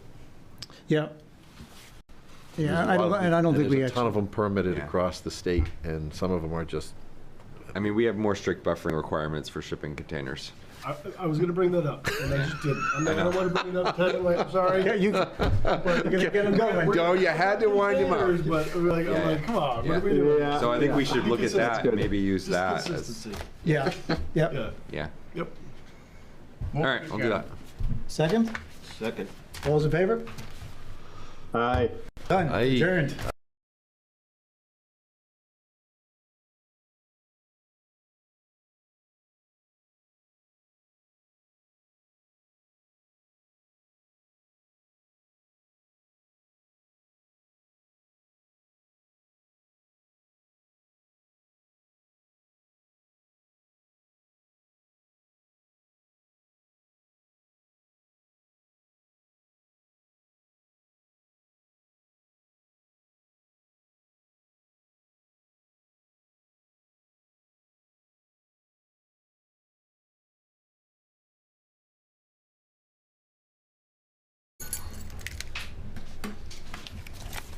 Good evening and welcome to the October 4th, 2023 Comprehensive Plan Committee meeting. I would like to make a note that we do have a quorum tonight. And first order of business is to approve the minutes of the previous meeting from September 6th. Can I get a motion? Thank you. And all hands in favor, please. All right, and that passes. Moving on to old business. The first draft review of all the inventory chapters and the map. Yeah, so I hope everyone has had a chance to review those chapters and those maps that we sent. I have been seeing comments coming in. I've responded to a couple of them where I thought it was an easy question to answer. It looks like there are some things we will want to follow up about. So I don't know if people had questions or concerns they wanted to talk about tonight, or if you want us to sort of go through everything and follow up with any outstanding questions. Like, for example, I think I saw a comment come in today about snowmobile trails. If you have snowmobile trails, please send us information about them. So there will be some follow-up questions like that, I think.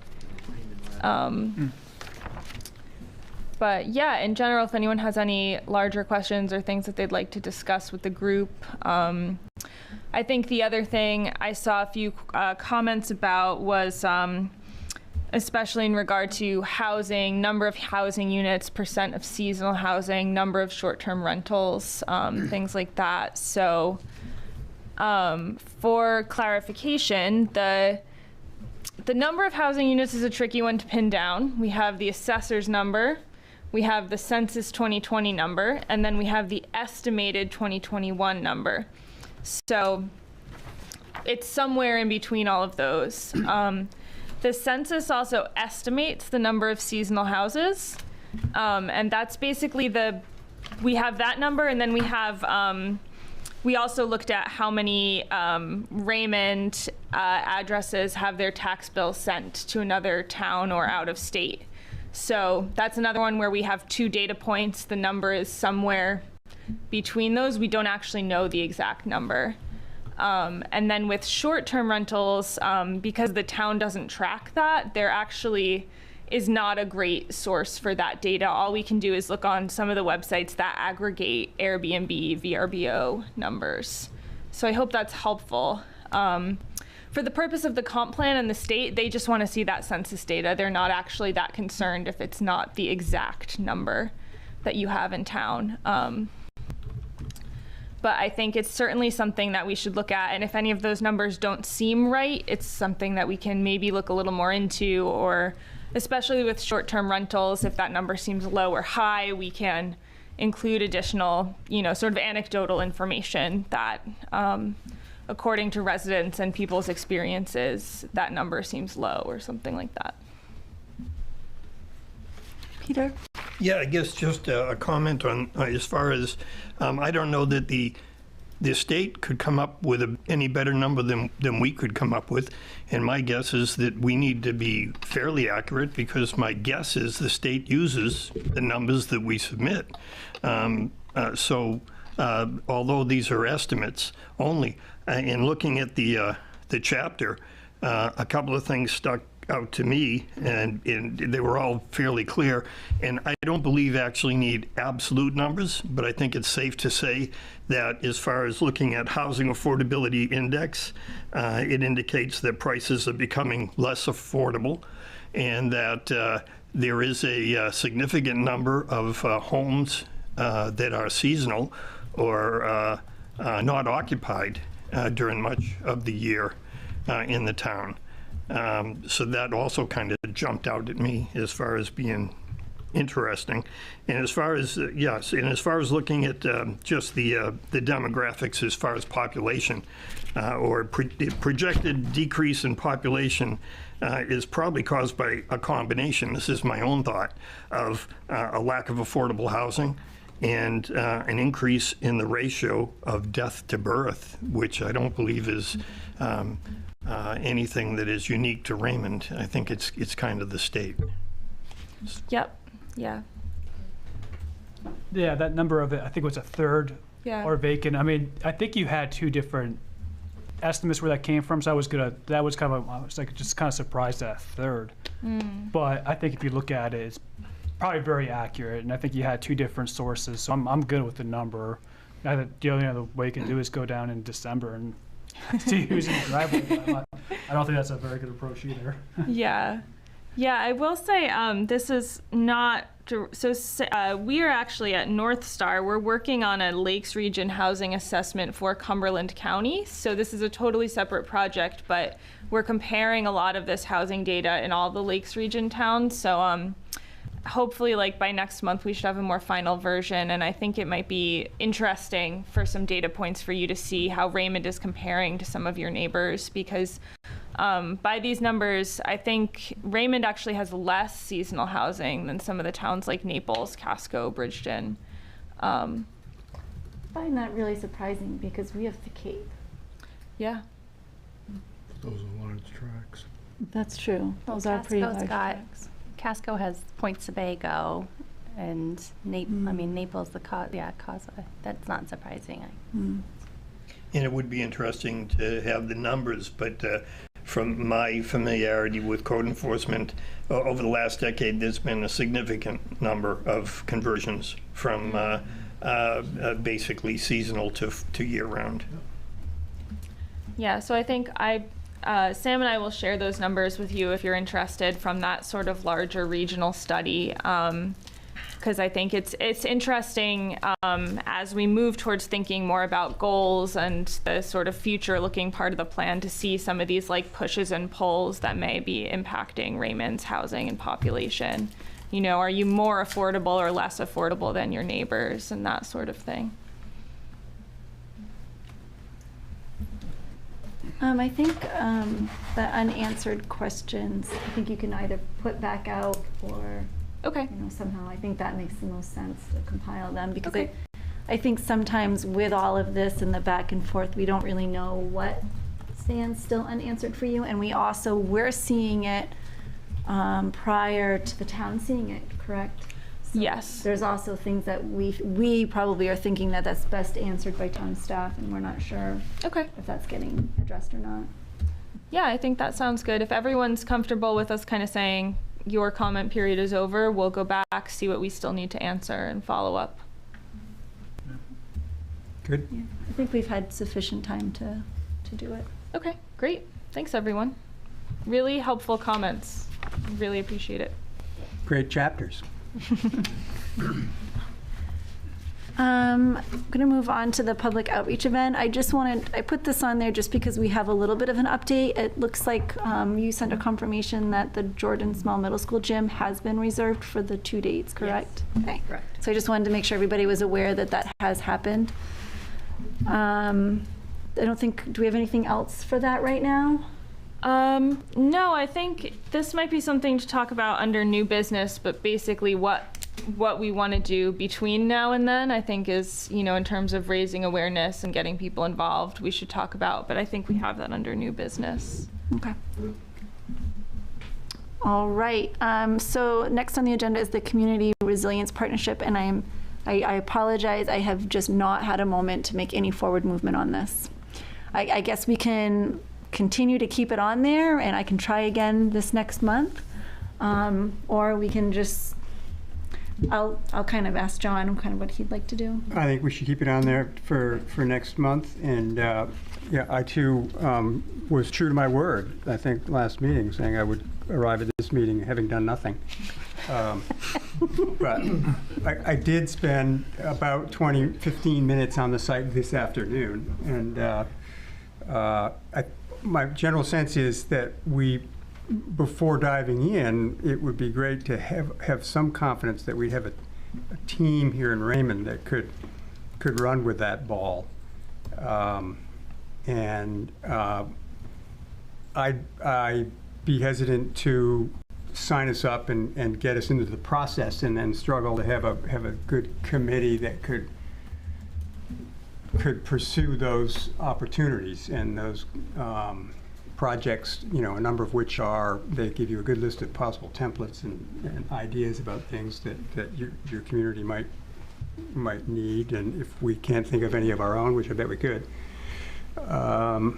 So I think the critical thing is not letting it go altogether while it's still an opportunity. And unless we truly, just can't muster. But it appears the process is going to stay open for a bit longer. I haven't seen anything on the websites that said, last grants May 24 or something. But if we do see something like that, perhaps it would give us a little fire underneath us. But I think that's the right approach, Kayla. Let's just keep it on the agenda, and let's keep our eyes and ears out for folks that might help run with it. I have an idea. Hopefully I don't lose it for new business. Make a note real quick.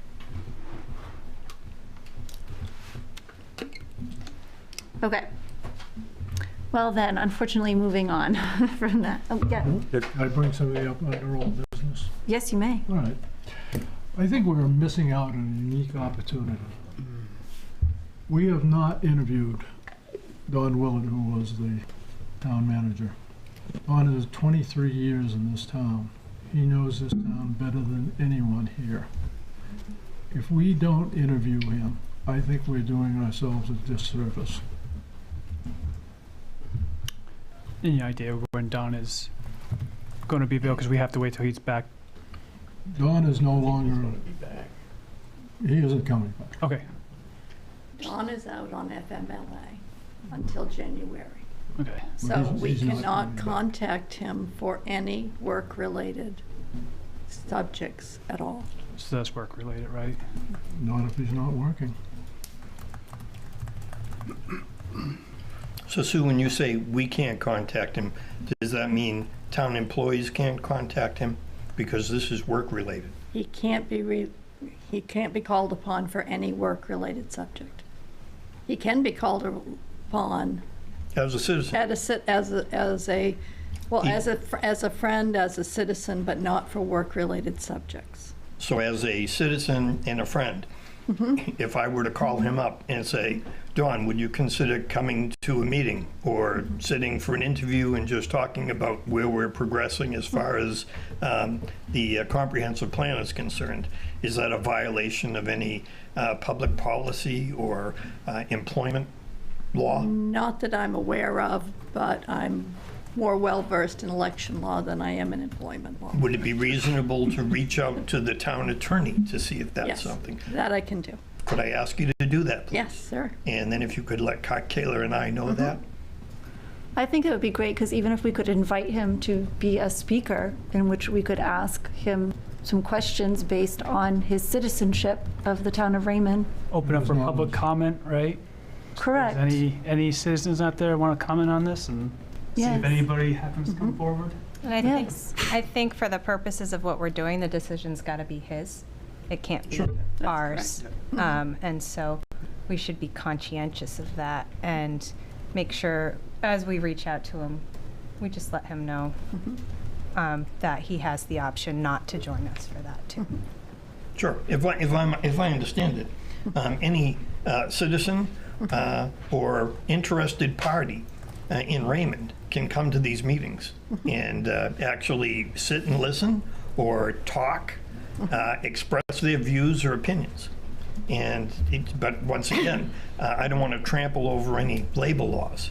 So if we would just get an opinion from the town attorney, then you just let Kayla and I know. And I would be happy to make the phone call as a friend and a citizen. And certainly let him know that it's certainly his choice. Yeah, and also it would be great to know if that changes after January. And it may, because and, as far as I know, his intention is to retire at that point in time. So. And if that's a time that's a better time for people to have a good interview, sit down over at Don's house or somewhere here in the town, that would be really beneficial to the comp plan. Really beneficial. Was that comment more reference to the chapters or just as a general? I think the chapters, as well as his vast knowledge of the town, of what's needed in the town, where the town is heading, things to look out for, that sort of thing. I just think we're missing out on a great opportunity. Yeah. And when do you think those? Okay, when do you think those chapters are? What do you want to have them like completely locked up? So typically what we do is we'll incorporate your edits and we'll round up those questions, but we're basically going to pause on them for now until we do a lot of these other stages of the comp plan, and then there will be a final read through once we have everything together. I mean, theoretically, until we actually are willing or want to put this out as a final rubber stamped product, then we have an opportunity to improve upon it. Yep, definitely. Some towns choose to share these chapters at this point with the public once the committee has read them for public input. It's sort of up to you if you want to go through that process or not. So it's definitely something that the committee could share with interested members of the public. I have no issue with that, as long as they understand it's a draft. Okay. I would suggest that if there is no negative response from the town's attorney, that we invite Don to the next meeting. It will be up to him whether he comes or not. If he comes, then we could ask him questions, or he could give his opinions on some of the things he feels need to happen in the community over the next 5 to 10 years. I just think we're missing out on a great opportunity if we don't have him give us input. He gave us great input while he was with us. Every meeting he had something to add that really made a difference in the way we look at things. And I think we need to have the opportunity to pick his brain as to what needs to happen over the next 5 to 10 years of Raymond. I know he doesn't plan to move, so. Yeah. And if the meeting's not best for him, then at another date and time and place, while the document's still open, that would be a great outcome. Thank you. Yeah, thank you. Good, Frank.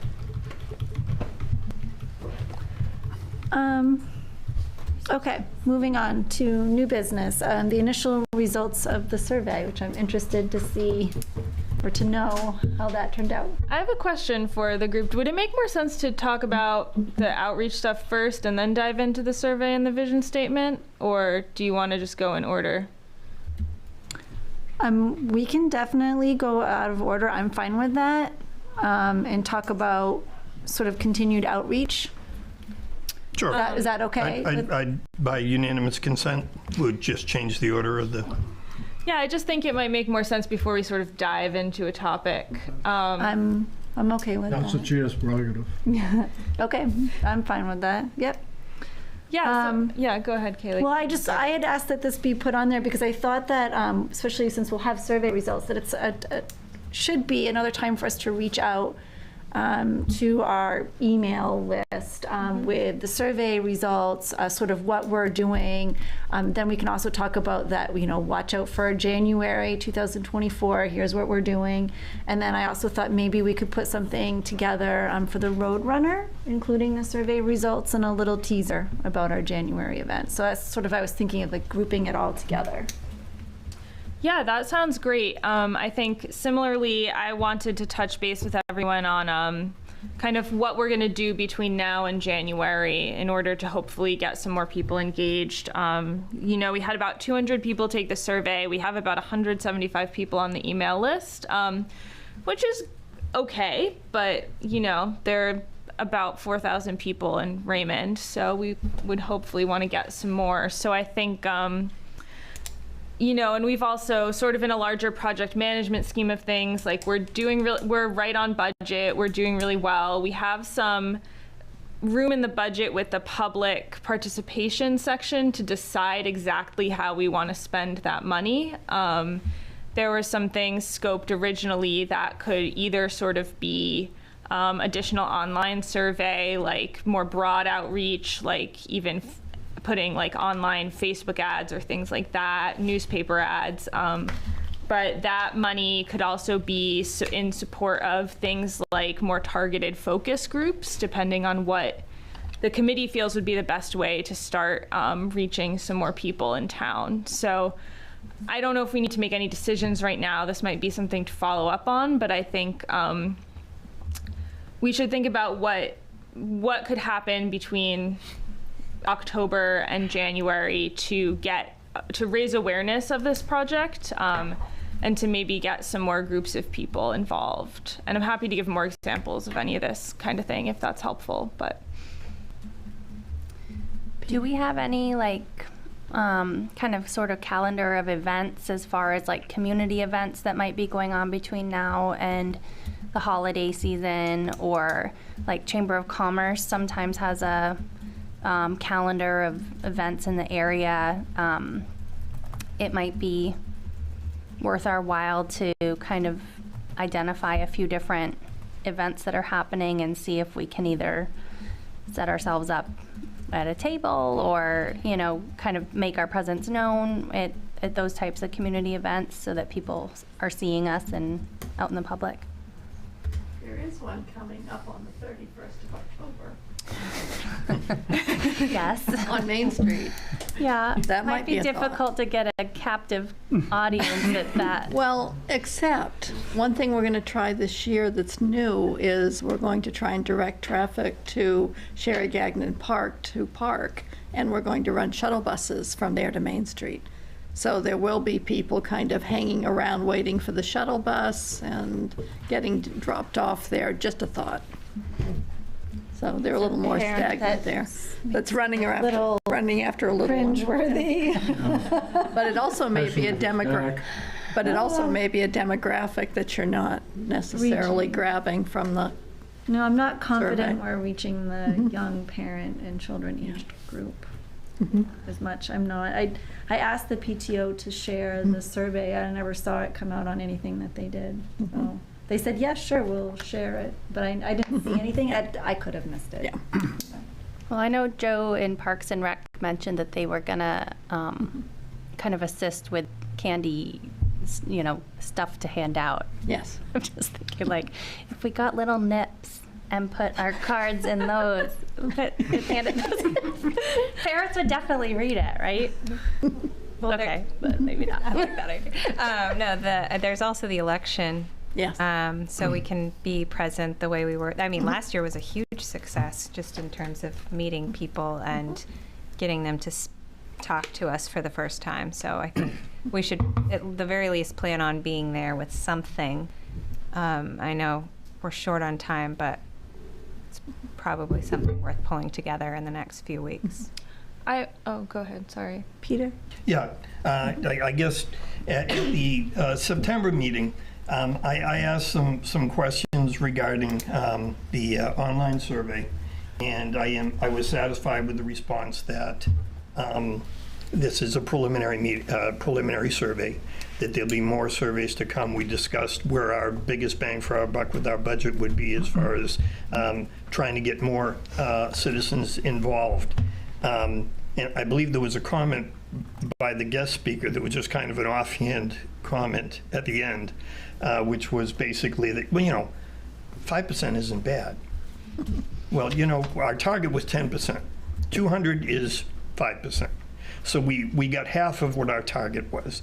And I believe, if I recall, my comment at the September meeting was that I'm going to look at this as the glass half full rather than half empty, in that it is preliminary, and you know, we kind of, you know, we hit the survey in the summertime where maybe we didn't have the best time to get people to take a survey online. I don't know if I buy that totally. I don't know if someone's motivated to take a survey, they'll take a survey.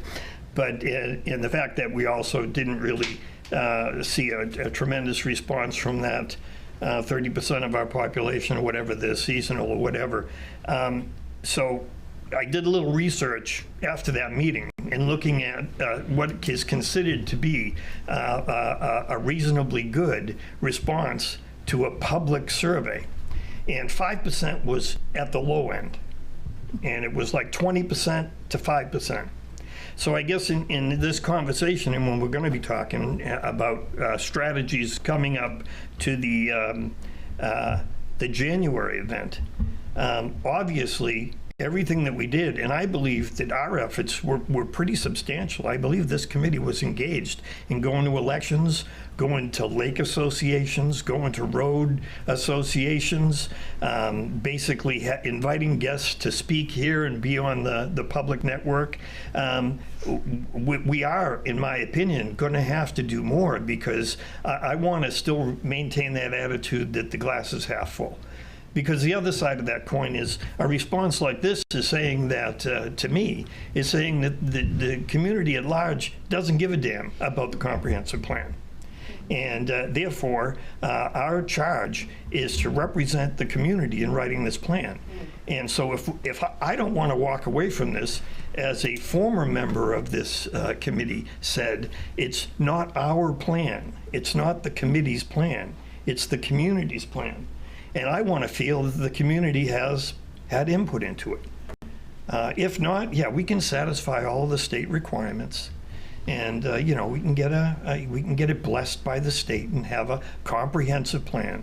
But whether or not it's really going to reflect what this community wants, I guess I just need to know that we pulled out all the stops, because otherwise, the alternative is that the community doesn't care. And so a lot of what we're doing here is we're writing the plan. And I have a concern about that. Frank? Have we ever thought about doing a poster and a one sheet that we could put in every business in town, talk to the owners, have them let their help know that people need to pick this up? The one sheet would explain who we are, what we're doing, what Peter has just said, that this is your plan, not the committee's plan, and that we need your input as to what you think needs to be done in the town of Raymond over the next 5 to 10 years. And give them a place where they can go to leave an email address so that we can communicate with them down the road about what we're doing, and give them a place where they could come and talk to us about what their ideas may be. Nothing else seems to work, but if we had just a nice poster in every business in town and a single sheet that explains who we are, what we're doing, and why we need their help. Well, that poster would fold right into getting advertising out for our January event, Yes. right? I mean, that would, Christmas time, have it up, well before the holidays and storefronts and whatever. So it could Great be idea. it could be on that, and also could be on the wind sheet. I was also thinking if people from the committee are willing to sort of collect these things, we could, both for Halloween, things like that, and for this, we could actually just add like a written sign up for people to add their emails if they want to join the mailing list. If maybe people aren't going the extra step of like actually visiting the website and signing up, we could just have a sign up sheet. I mean, 2 or 3 of us could visit every business in town in a very short period of time to explain what we're doing, why we're doing it, why it's important not only for us, but also important for the business owners in town. Because they'll benefit as much, if not more, than anybody else with a good comprehensive plan. Well, maybe we could reach out to some of the businesses too and see if they have any events going on that we could Absolutely. show up to. I mean, I know like Sebago Outfitters is, they just got their a tagging station now for hunting, and hunting season's about to come up. I would imagine that they're gonna have a lot of people going through there. I don't know if they're hosting any events kicking off or. Face to face is the best way to communicate. Mhm. There's no doubt about that. And if we can get involved with the business owners in town and they can see the importance of this happening, maybe they will support us and make sure when someone comes into their business, they get one of those sheets. And it's told why it's important that they take part. I think it's pretty critical that if we're at the election, we hand them a postcard They that get a says, piece of paper, yeah. you're invited January, I don't remember, the January this 20 and date. 27. Thank you. Snow date, this date, here's the time. You're invited, but you're needed. It's not a nice to have, we need you there. And I think people, like everybody said, they need to understand that their participation. 2 other things, going back to the election, do we know kind of, or a projection for this election, how many people are actually going to come out? I mean, this is probably going to be the lightest election, I would imagine, right? Yeah, the last time we had just a referendum, there were 1,700 people that came out. Oh. But that was for the CMP corridor. Right now, I have 10 requests for absentees, which is much lighter than it was then.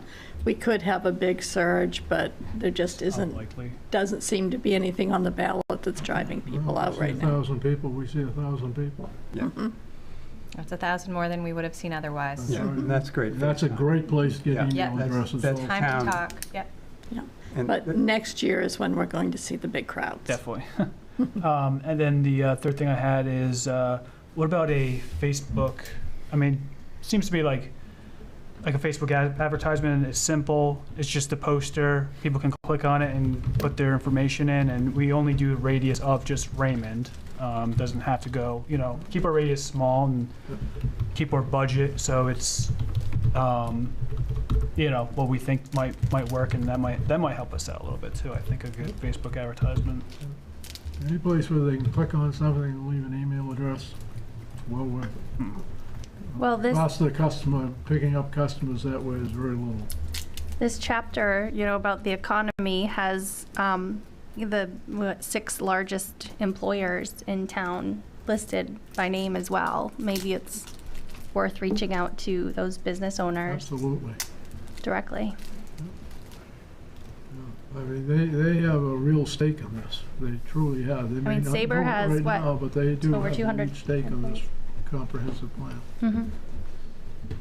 Yeah, and if there's a way, people who might work at a place like Sabre and not live here are also a great voice that's very difficult to get in these kinds of planning projects. Yeah.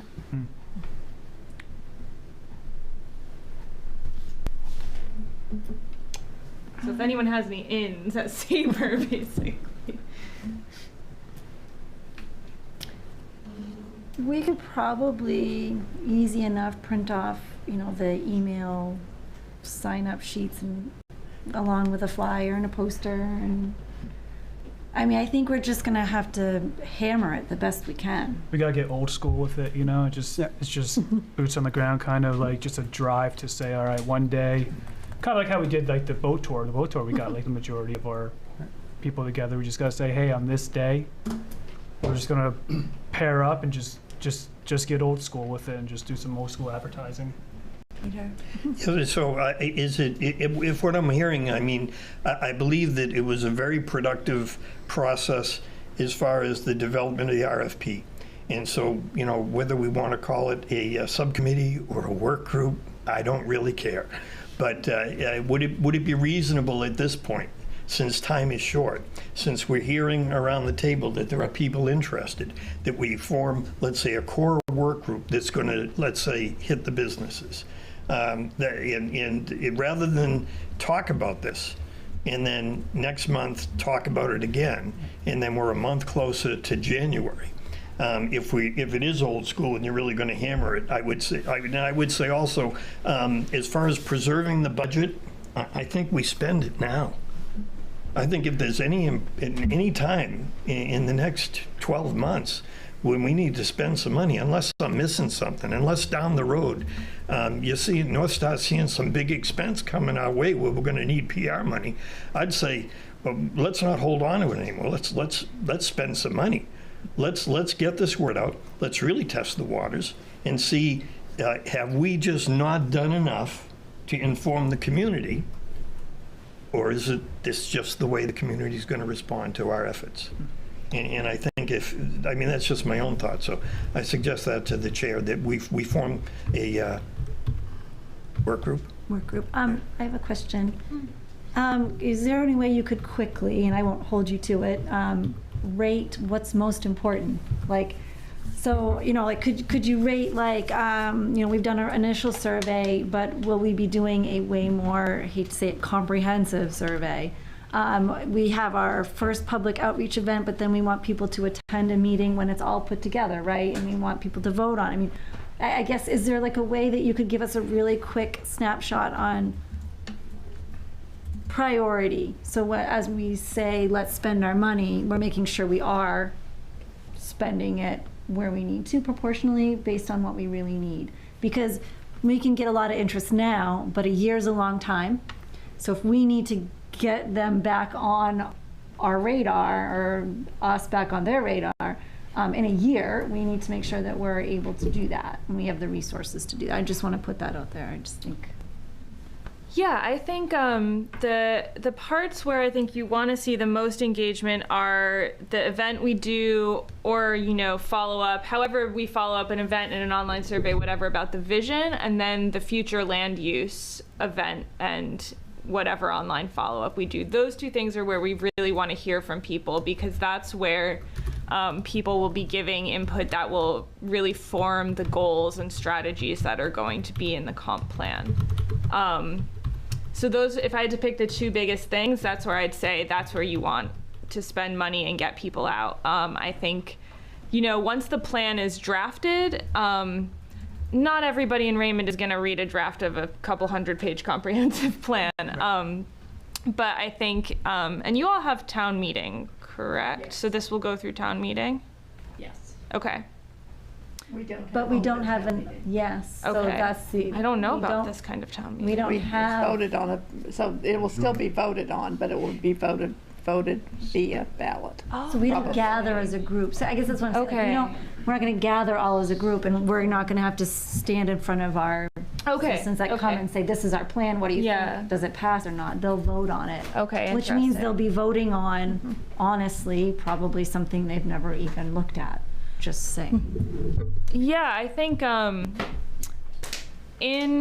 don't know what you usually do for town meetings, but putting something in the Roadrunner or whatever where you kind of have like kind of a one, as big of an ad as you can put, explaining what a comp plan is and what it's done.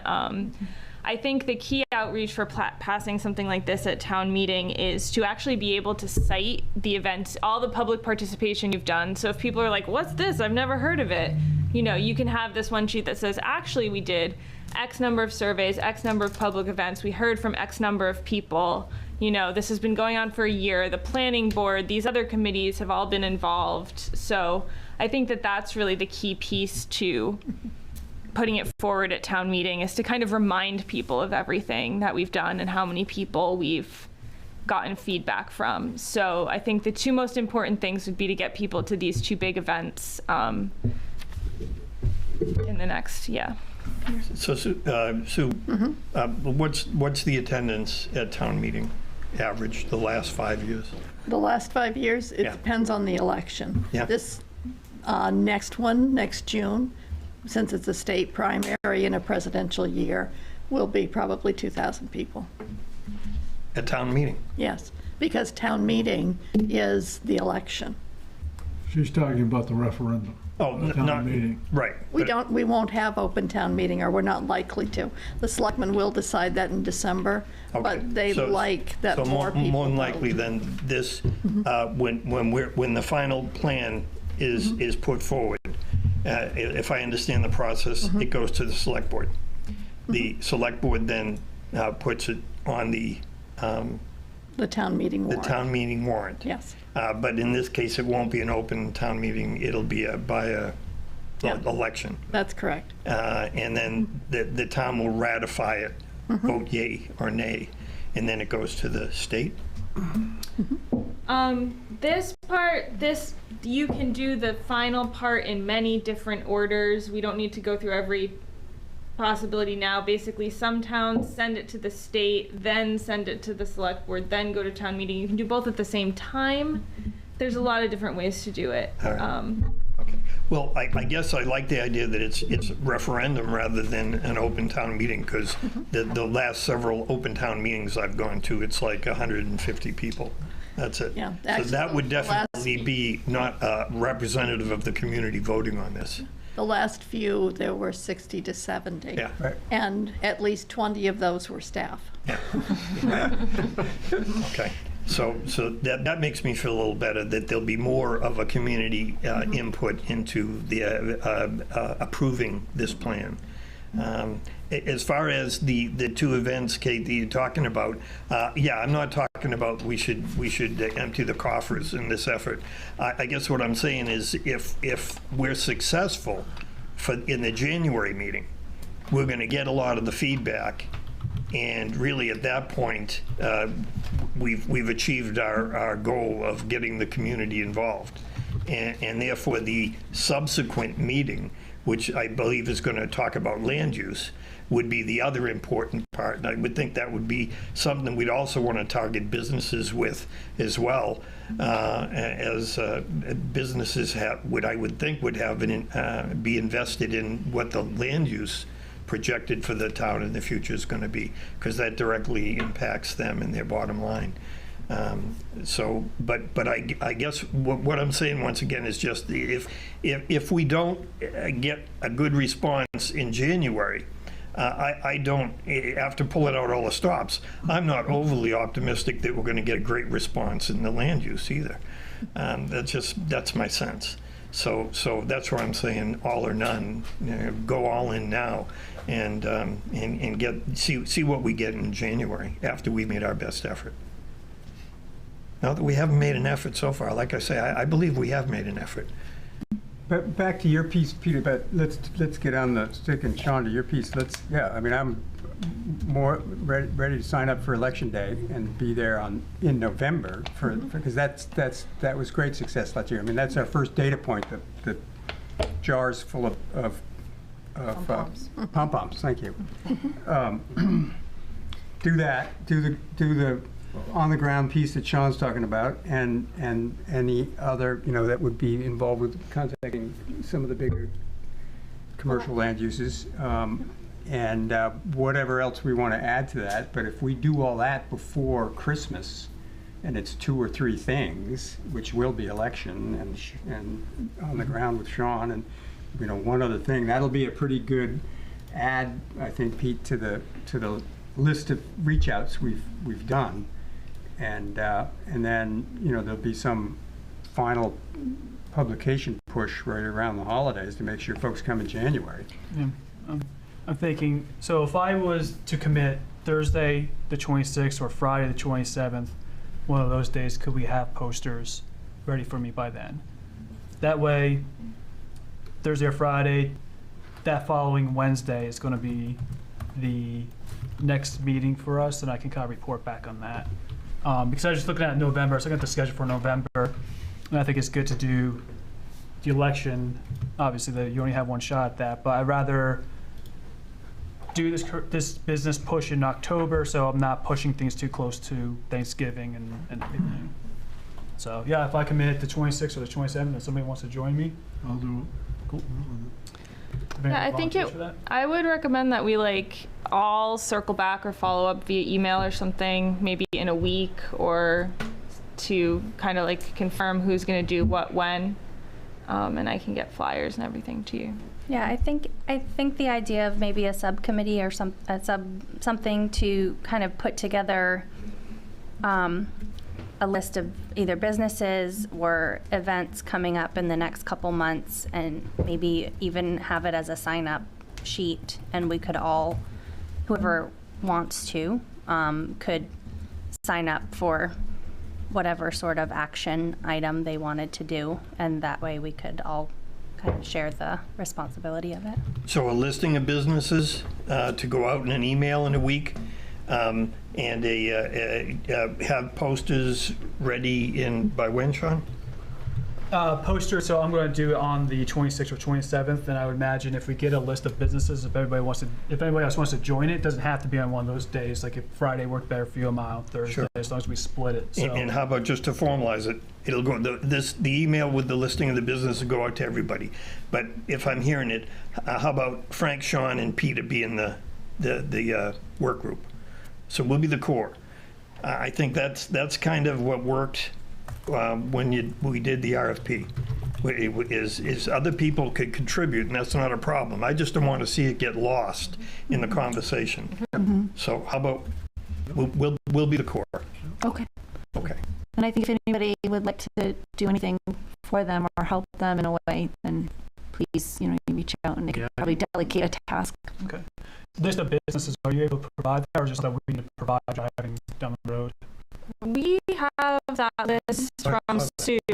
Yeah, and then we also have in the comp plan chapter is the largest businesses, and then we have Sue's database of every business in Raymond is kicking around somewhere. We can find that again and send that out to people.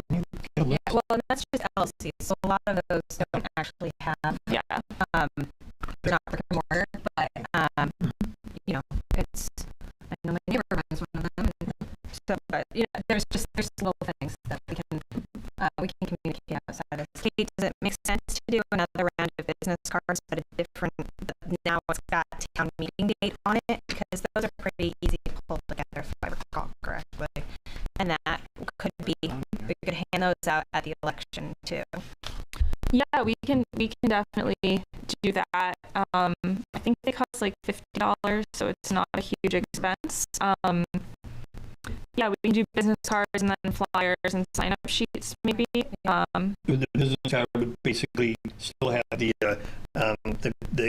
contact information and all of that, but basically it would be publishing the date of this. Save the date, save the date, or whatever. Save the date, 24th or whatever. Not even 27. Not saying 24 because I'm thinking of the year, but let's not save the date. Let's just straight up invite them. I always ignore the date. You're invited. You are obligated to attend this meeting. Know where you live. Yeah. I do think with wording, if we can put in there, your plan, not even Raymond's comprehensive plan, your plan. I like that idea of really trying to hammer home to people that this is not our plan. It's not, it's their plan. Should there still be a QR code on the card that maybe links to add your email? Yeah, we can do direct to the email sign up page. Since that's really part of this push, I think. Yeah, I think so. Because I think the more people we can get to sign up for those emails will really help, because that's also the thing, we can send those out, that goes out the day of the event. Remember, come today, so. This is all about driving hard, under full sail at January 20th and 27th. Those are our two dates, is that right? For 20 and 27. 2027, 2 Saturdays in a row. And we're informing them about the content and importance of having them come and participate in this flyer. But and there's content maybe on your handout about what the comp plan's about, but is it really about just revving for January? Trying to rev attendance for January? That's it. And we're going to do it at Sean and Pete's event and Frank's in October, again at election, same content, same card, same QR code or whatever, and then whatever else we choose to do before January. There's one last mailer or something, or road, more. Sure, it's still the Roadrunner and all that other stuff. And we keep mentioning the Roadrunner, and I don't know how the logistics work over there, but if we could get somebody to be interviewed by the Wyndham Eagle and get a whole article on what we're about, what we're doing, why we need participation, and what it is. I mean, those are a lot harder to skip over. That's a good point. That's a good point. Yeah, absolutely. It was I know pretty Ed good. Pierce very well, who's the editor. I can give him a call and try to set it up. Yeah, I think he'd be more than willing to do that with us. and we can even be strategic about the timing so that it comes out Absolutely. either December or early January. And we don't have to decide that today. We can talk about that at the next meeting. So I'll give him a call and try to set up with something, because we could do that anytime. It doesn't mean it needs to be published until the end of December. Early January is right. They do a lot of holiday stuff towards Christmas, and they also don't deliver on Christmas, that week of Christmas, if I remember correctly. It would be the next week in January. They take 1 week off, so we'd wanna get it, I would think, the 1st of January. Yeah, I think this would fall right in line with the content of some of their articles. So I don't. I'll give Ed a call. Yeah. Great. And I think, if you have the capacity, if you don't have to wait until January to, you could have an article from a member of the committee. It can be really short, 250 words or something. They might be able to print a little thing from a member of the committee just saying, here's what we're up to, here's what we're doing. I'm happy to give you some what's a comp plan kind of copy. And then something else in January to pump people up for the event. There's also the transfer station in Casco, if anybody wants to hang out there. We'd have to card people to see if they're from Raymond.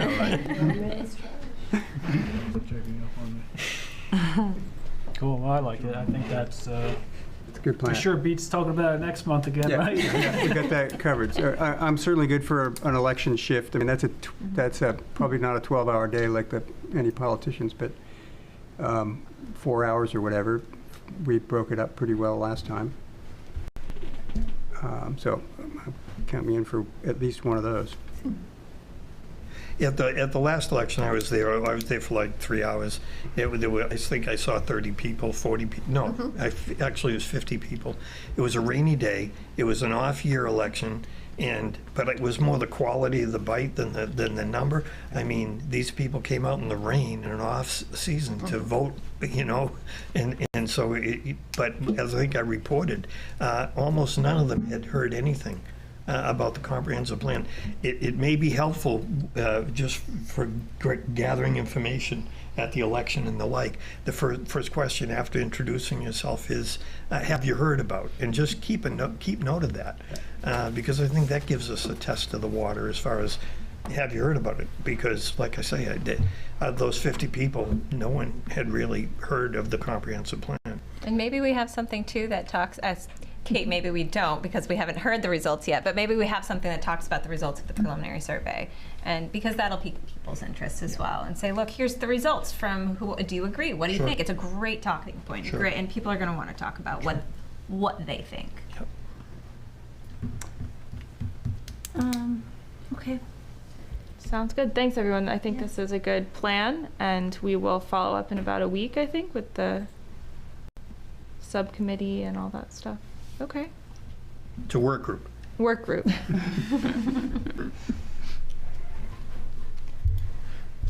Would you like to now tell us the... Yes, sorry, I didn't mean to keep you waiting. I just thought it was like a better, yeah, Sue, do you want to put that up? Here we go, from beginning. All right. And, no, don't do this. Oh.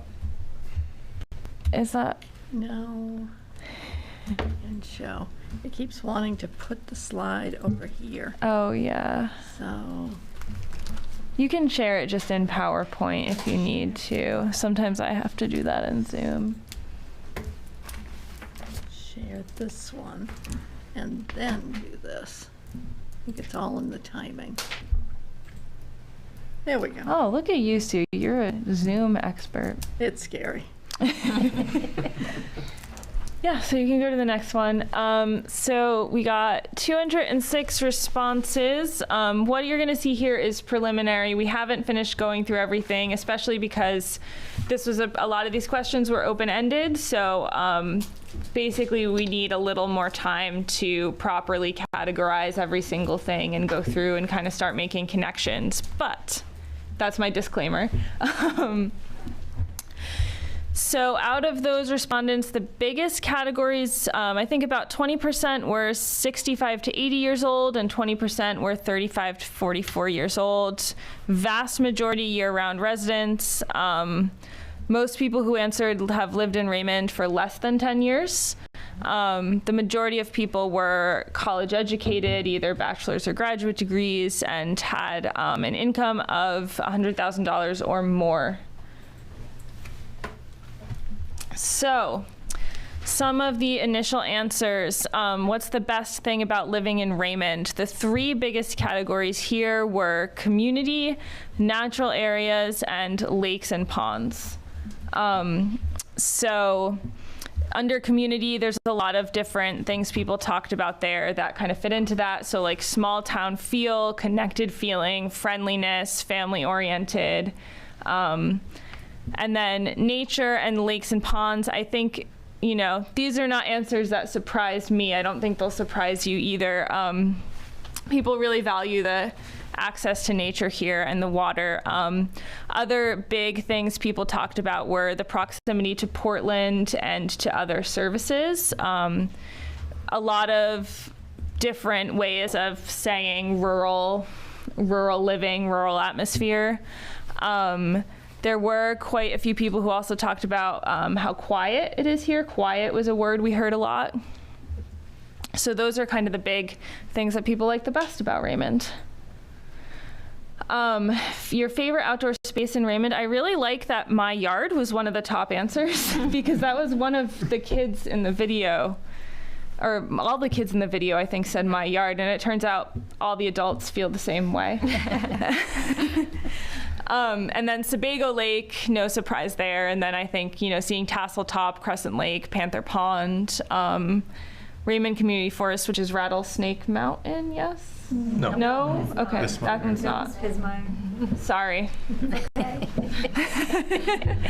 But yeah, you know, we need to break down some of the others in these, but yeah, those are, I think lakes are gonna be a big theme you're gonna see over and over here. Biggest threats to quality of life. The biggest answer here was things related to overdevelopment or sprawling development, other things like that. We're gonna break that answer down a little bit more to get some more fine-grained feedback, but that was the overwhelming answer. Housing also came up a lot, meaning the cost of it or lack of it, also related to development then, right? Because that's kind of funny, right? I'm worried about growth and development, but there's no houses and places to live. Yeah. Or too many people want to live here is an answer we saw kind of a lot of different versions of. But then also we want to have a lack of diversity and tolerance. So yeah, I think, you know, it's interesting in these because you do see sometimes I think a good way to think about some of this is to think about like what's controversial, like what's a difficult question to answer in Raymond. So I think you start to see some of those tensions in some of these answers. Even within the same person's answer in a survey, they'll say there's no affordable housing here, but they'll also say there's too many houses being built by the lakes. Yeah, traffic also came up a lot. Yeah, and then you can see some of those others that we need to break down a little more, but there were, of course, a lot of people who said too much change, too many people from away. This is something you see a lot of in Maine.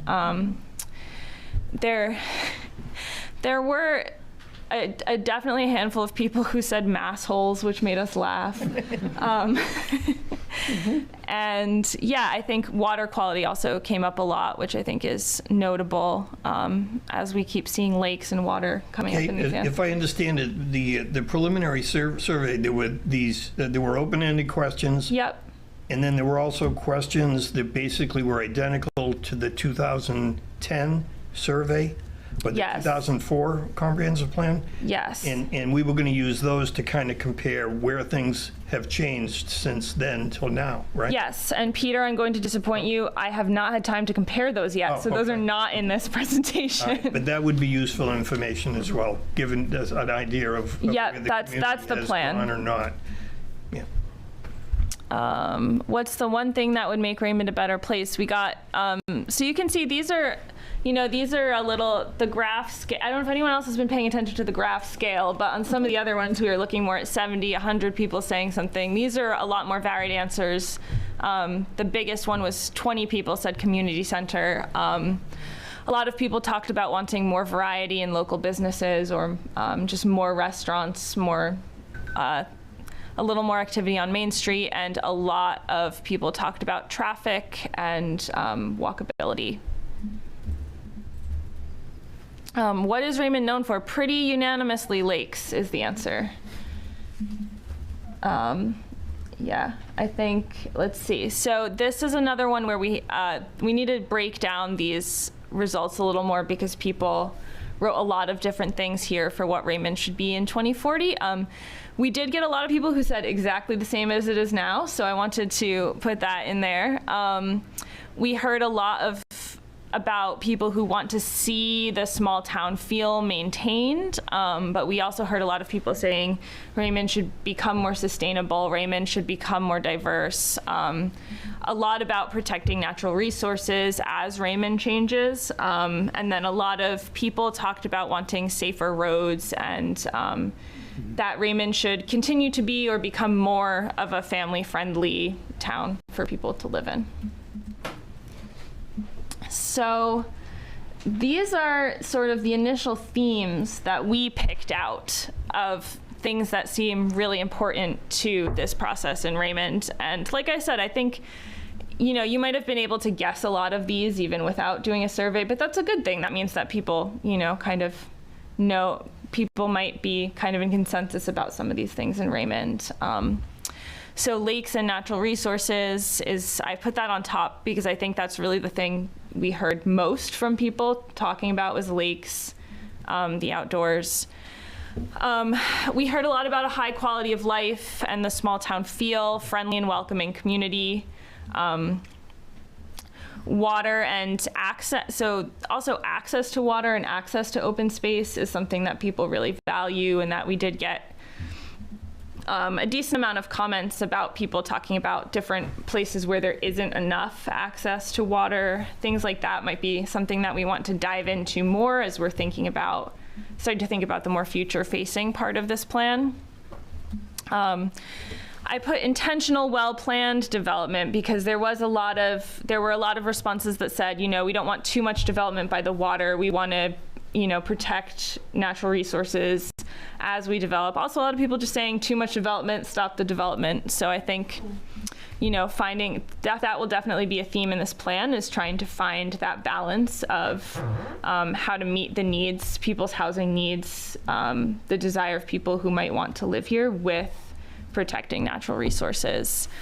I think there are a lot of responses too that people would be interested in seeing a little more activity on your Main Street and maybe a little more variety in local businesses.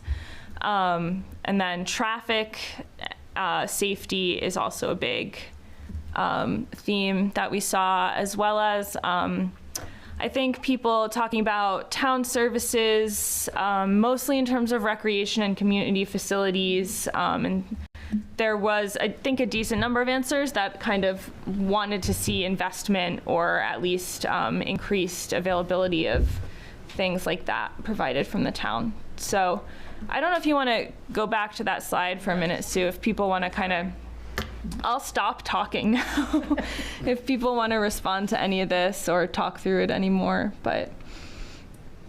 It's like you always say, right? We want want all the features of Big Temple, we don't want to pay high taxes. Well, and I think that the taxes question was on the questions that was not these. Yeah, that one was about 60-40, if I recall. I didn't put it in the slide, but for people who said invest more, even if it means higher taxes, that was the 60. That was the 60? Wow. Yeah, but I don't know how representative the sample size was either. Well, and back here, very few people said that high taxes were a big threat. Yeah.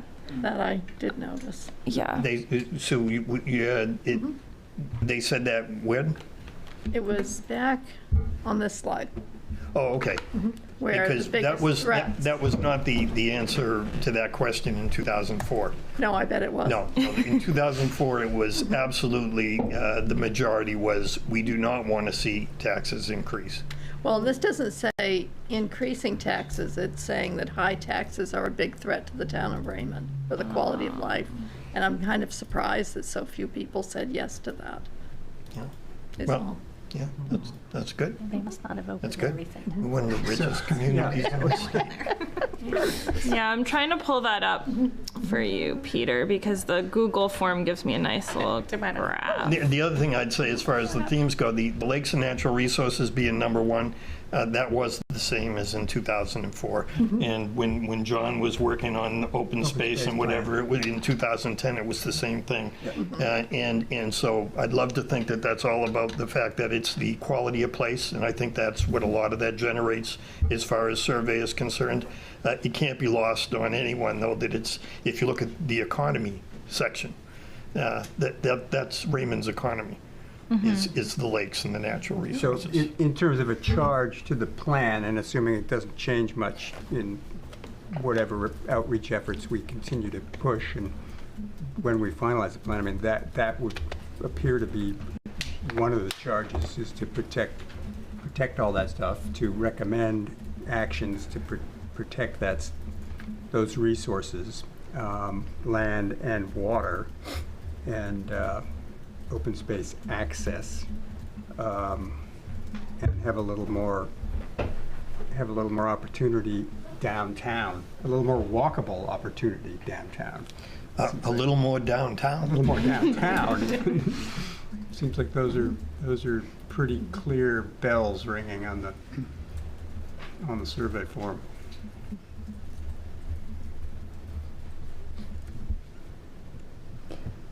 I don't find myself, completely surprised by these results too much either. No, the intentional well-planned development, limited sprawl, environmental impact.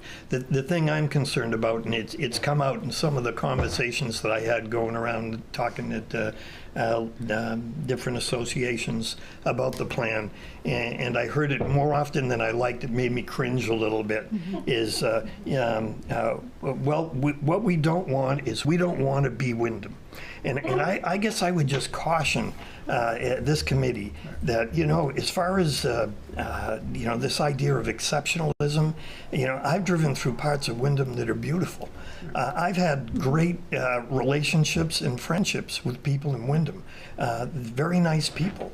And so I just caution against this general attitude that I seem to run into, which is, we don't want to be Wyndham. I think what we want is intentional, well-planned development. Our enemies are Wyndham holes and mass holes. You got it. That's right. That's right.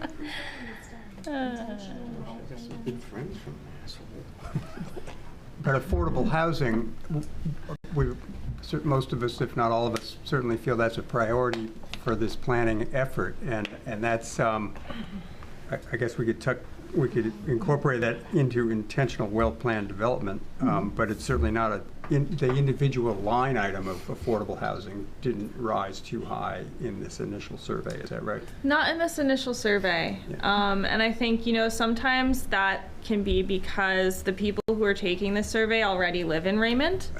So they've already bought a house in Raymond, so they're not really thinking about moving to Raymond. And I believe if the number you gave previously is that the respondents had an average household income of $100,000 or more, which surprisingly it allows for affordable housing. Yes. Well, I was going to say it's interesting because that's just under what is it? Just under someone who would consider it affordable housing according to this. I think. Correct. There was a news story this evening on the 35,000 new houses in Maine are required, and another 40,000 within the next 7 years. And so, yeah, so 80,000. And I believe that they said that the median would be around 100,000 is what the annual income would have to be for the median affordable house. Right now. The price of the house, or that's household income? No, the household income. Household income, yeah. Buy a house in Maine right now, you have to have a minimum of $100,000. Yeah, annual income. And we didn't really have those individuals responding to this survey. Yeah, and I think probably because there aren't a lot of them in town. Yeah, I think, on that note, I think it's something we can talk about as we dive more into this, and maybe in the future event, to say to people, okay, what if your kid wanted to move, when they graduate college, they wanted to move to Raymond, would they be able to do that? Things like that. Would your parents be able to downsize to a house in Raymond, to get people to sort of think about what does and doesn't exist here? But I think one of the other things that is going to be a tension and something that we'll need to talk a lot about is, everybody's saying Raymond has this amazing quality of life, these amazing natural resources. People want to live here, but then it's also saying we need to make sure we don't have too much development here. So finding that balance between, this is a great place to live, and how do we, deal with that demand as people want to live here. I think, right now, the answers to those questions is can your kids come back and live here? Probably not, unless they're going to live in the little place you put in if that thing passes, right? They can build a dwelling unit, and can you downsize and stay in Raymond? Probably not. Yeah. But that's kind of a market problem right now, too. That's not a Raymond problem. That's not just a Raymond problem. Southern Maine, greater Portland area as well. So it's just part of the conversation. I'm not excluding affordable housing by any means, but the market's not going to be the same, and I don't think the market's going to be the same in the next 20 years, and it's something we can plan for. We're making a plan in 2023, so we got to deal with it. Yep. Yeah, and I think there's definitely going to be, I think a lot of this plan is going to be about preservation of natural resources, preservation of the things that make this a good place to live and high quality of life. Any further comments on this? Okay. Let's move on to vision statement. Yeah, so this is sort of my final slide to kind of try to tie these two things together. I think all those things we just talked about, all those themes, I think the committee should work to kind of identify what those most important themes are that you want to see in the vision statement. Because the vision statement should really be a distilled, concise idea about the most important things in Raymond. And I put this up here because this is kind of a way to think about beyond just themes like we love our lakes, we love our natural resources, we love our small town feel. Another way to think about kind of a future vision for the town. So, imagine you or somebody leaves Raymond and doesn't come back for 20 years, and you're showing them around town in 2040. What things in Raymond do you want to be like? Would you be really happy to say look, this is exactly the same as it always was. This hasn't changed. What things would you want to be able to take them around and be like, look how cool this is now? And then are there any places in town where you would want to be able to take your friend and say look how this thing has completely transformed? Lakefront.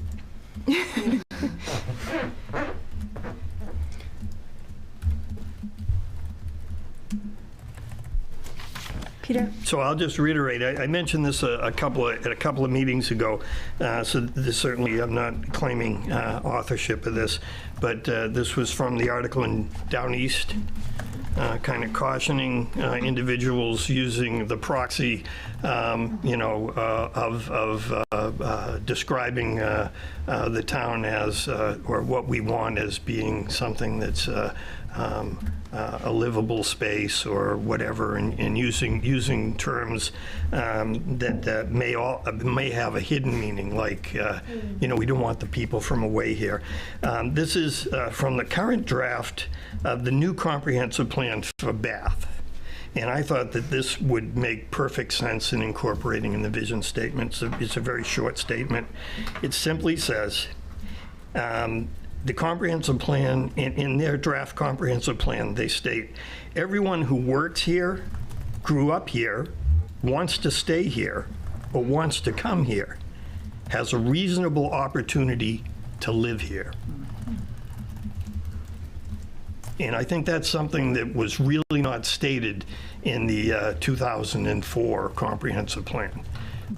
So I would just say that would be something I would really encourage, that language being part of our vision statement, because I think it covers everything that was just talked about as far as, can your kids afford to live here? And not missing the affordable housing issue as far as LD 2003, because that, in my opinion, was the governor saying, yeah, some of the municipalities have done a great job in making their communities open to everyone who wants to live there. But a vast majority of the communities haven't gone that way. And they would just, I think that the legislature and the governor were tired of playing that game and just said, oh, we'll just make it law, So every buildable lot I believe it's now been backed up to January. I think if you're a town meeting town, it's June 2024. Is it June 2024? Don't quote me on that. Yeah, I thought it was January, but maybe it's June. It's January if you have a town council. Yeah, it was supposed to be July of this year. So anyway, sometime next year, every buildable lot in every municipality in the state can have a 20 by 26, if you want to break it down into a house size, depending on what the home rule says, because the home rules in that legislation allowed for the municipality setting the square footage. And I think in Raymond we set 700 square feet. Yep. That's roughly maybe a 25 by 25, something like that. Can be built with no additional parking required, and that's kind of how the legislature decided they were going to handle the affordable housing issue. So I think that a lot of that is going to change as far as affordable housing, because it's already been decided by law that it's going to change. So it may be that a lot of the work we do here is going to be more, it's not so much making that accessible, those houses accessible, as it's going to be where we want to see growth. And I know that was an attempt in the last plan, was to direct growth. When I had an interview with the chair of the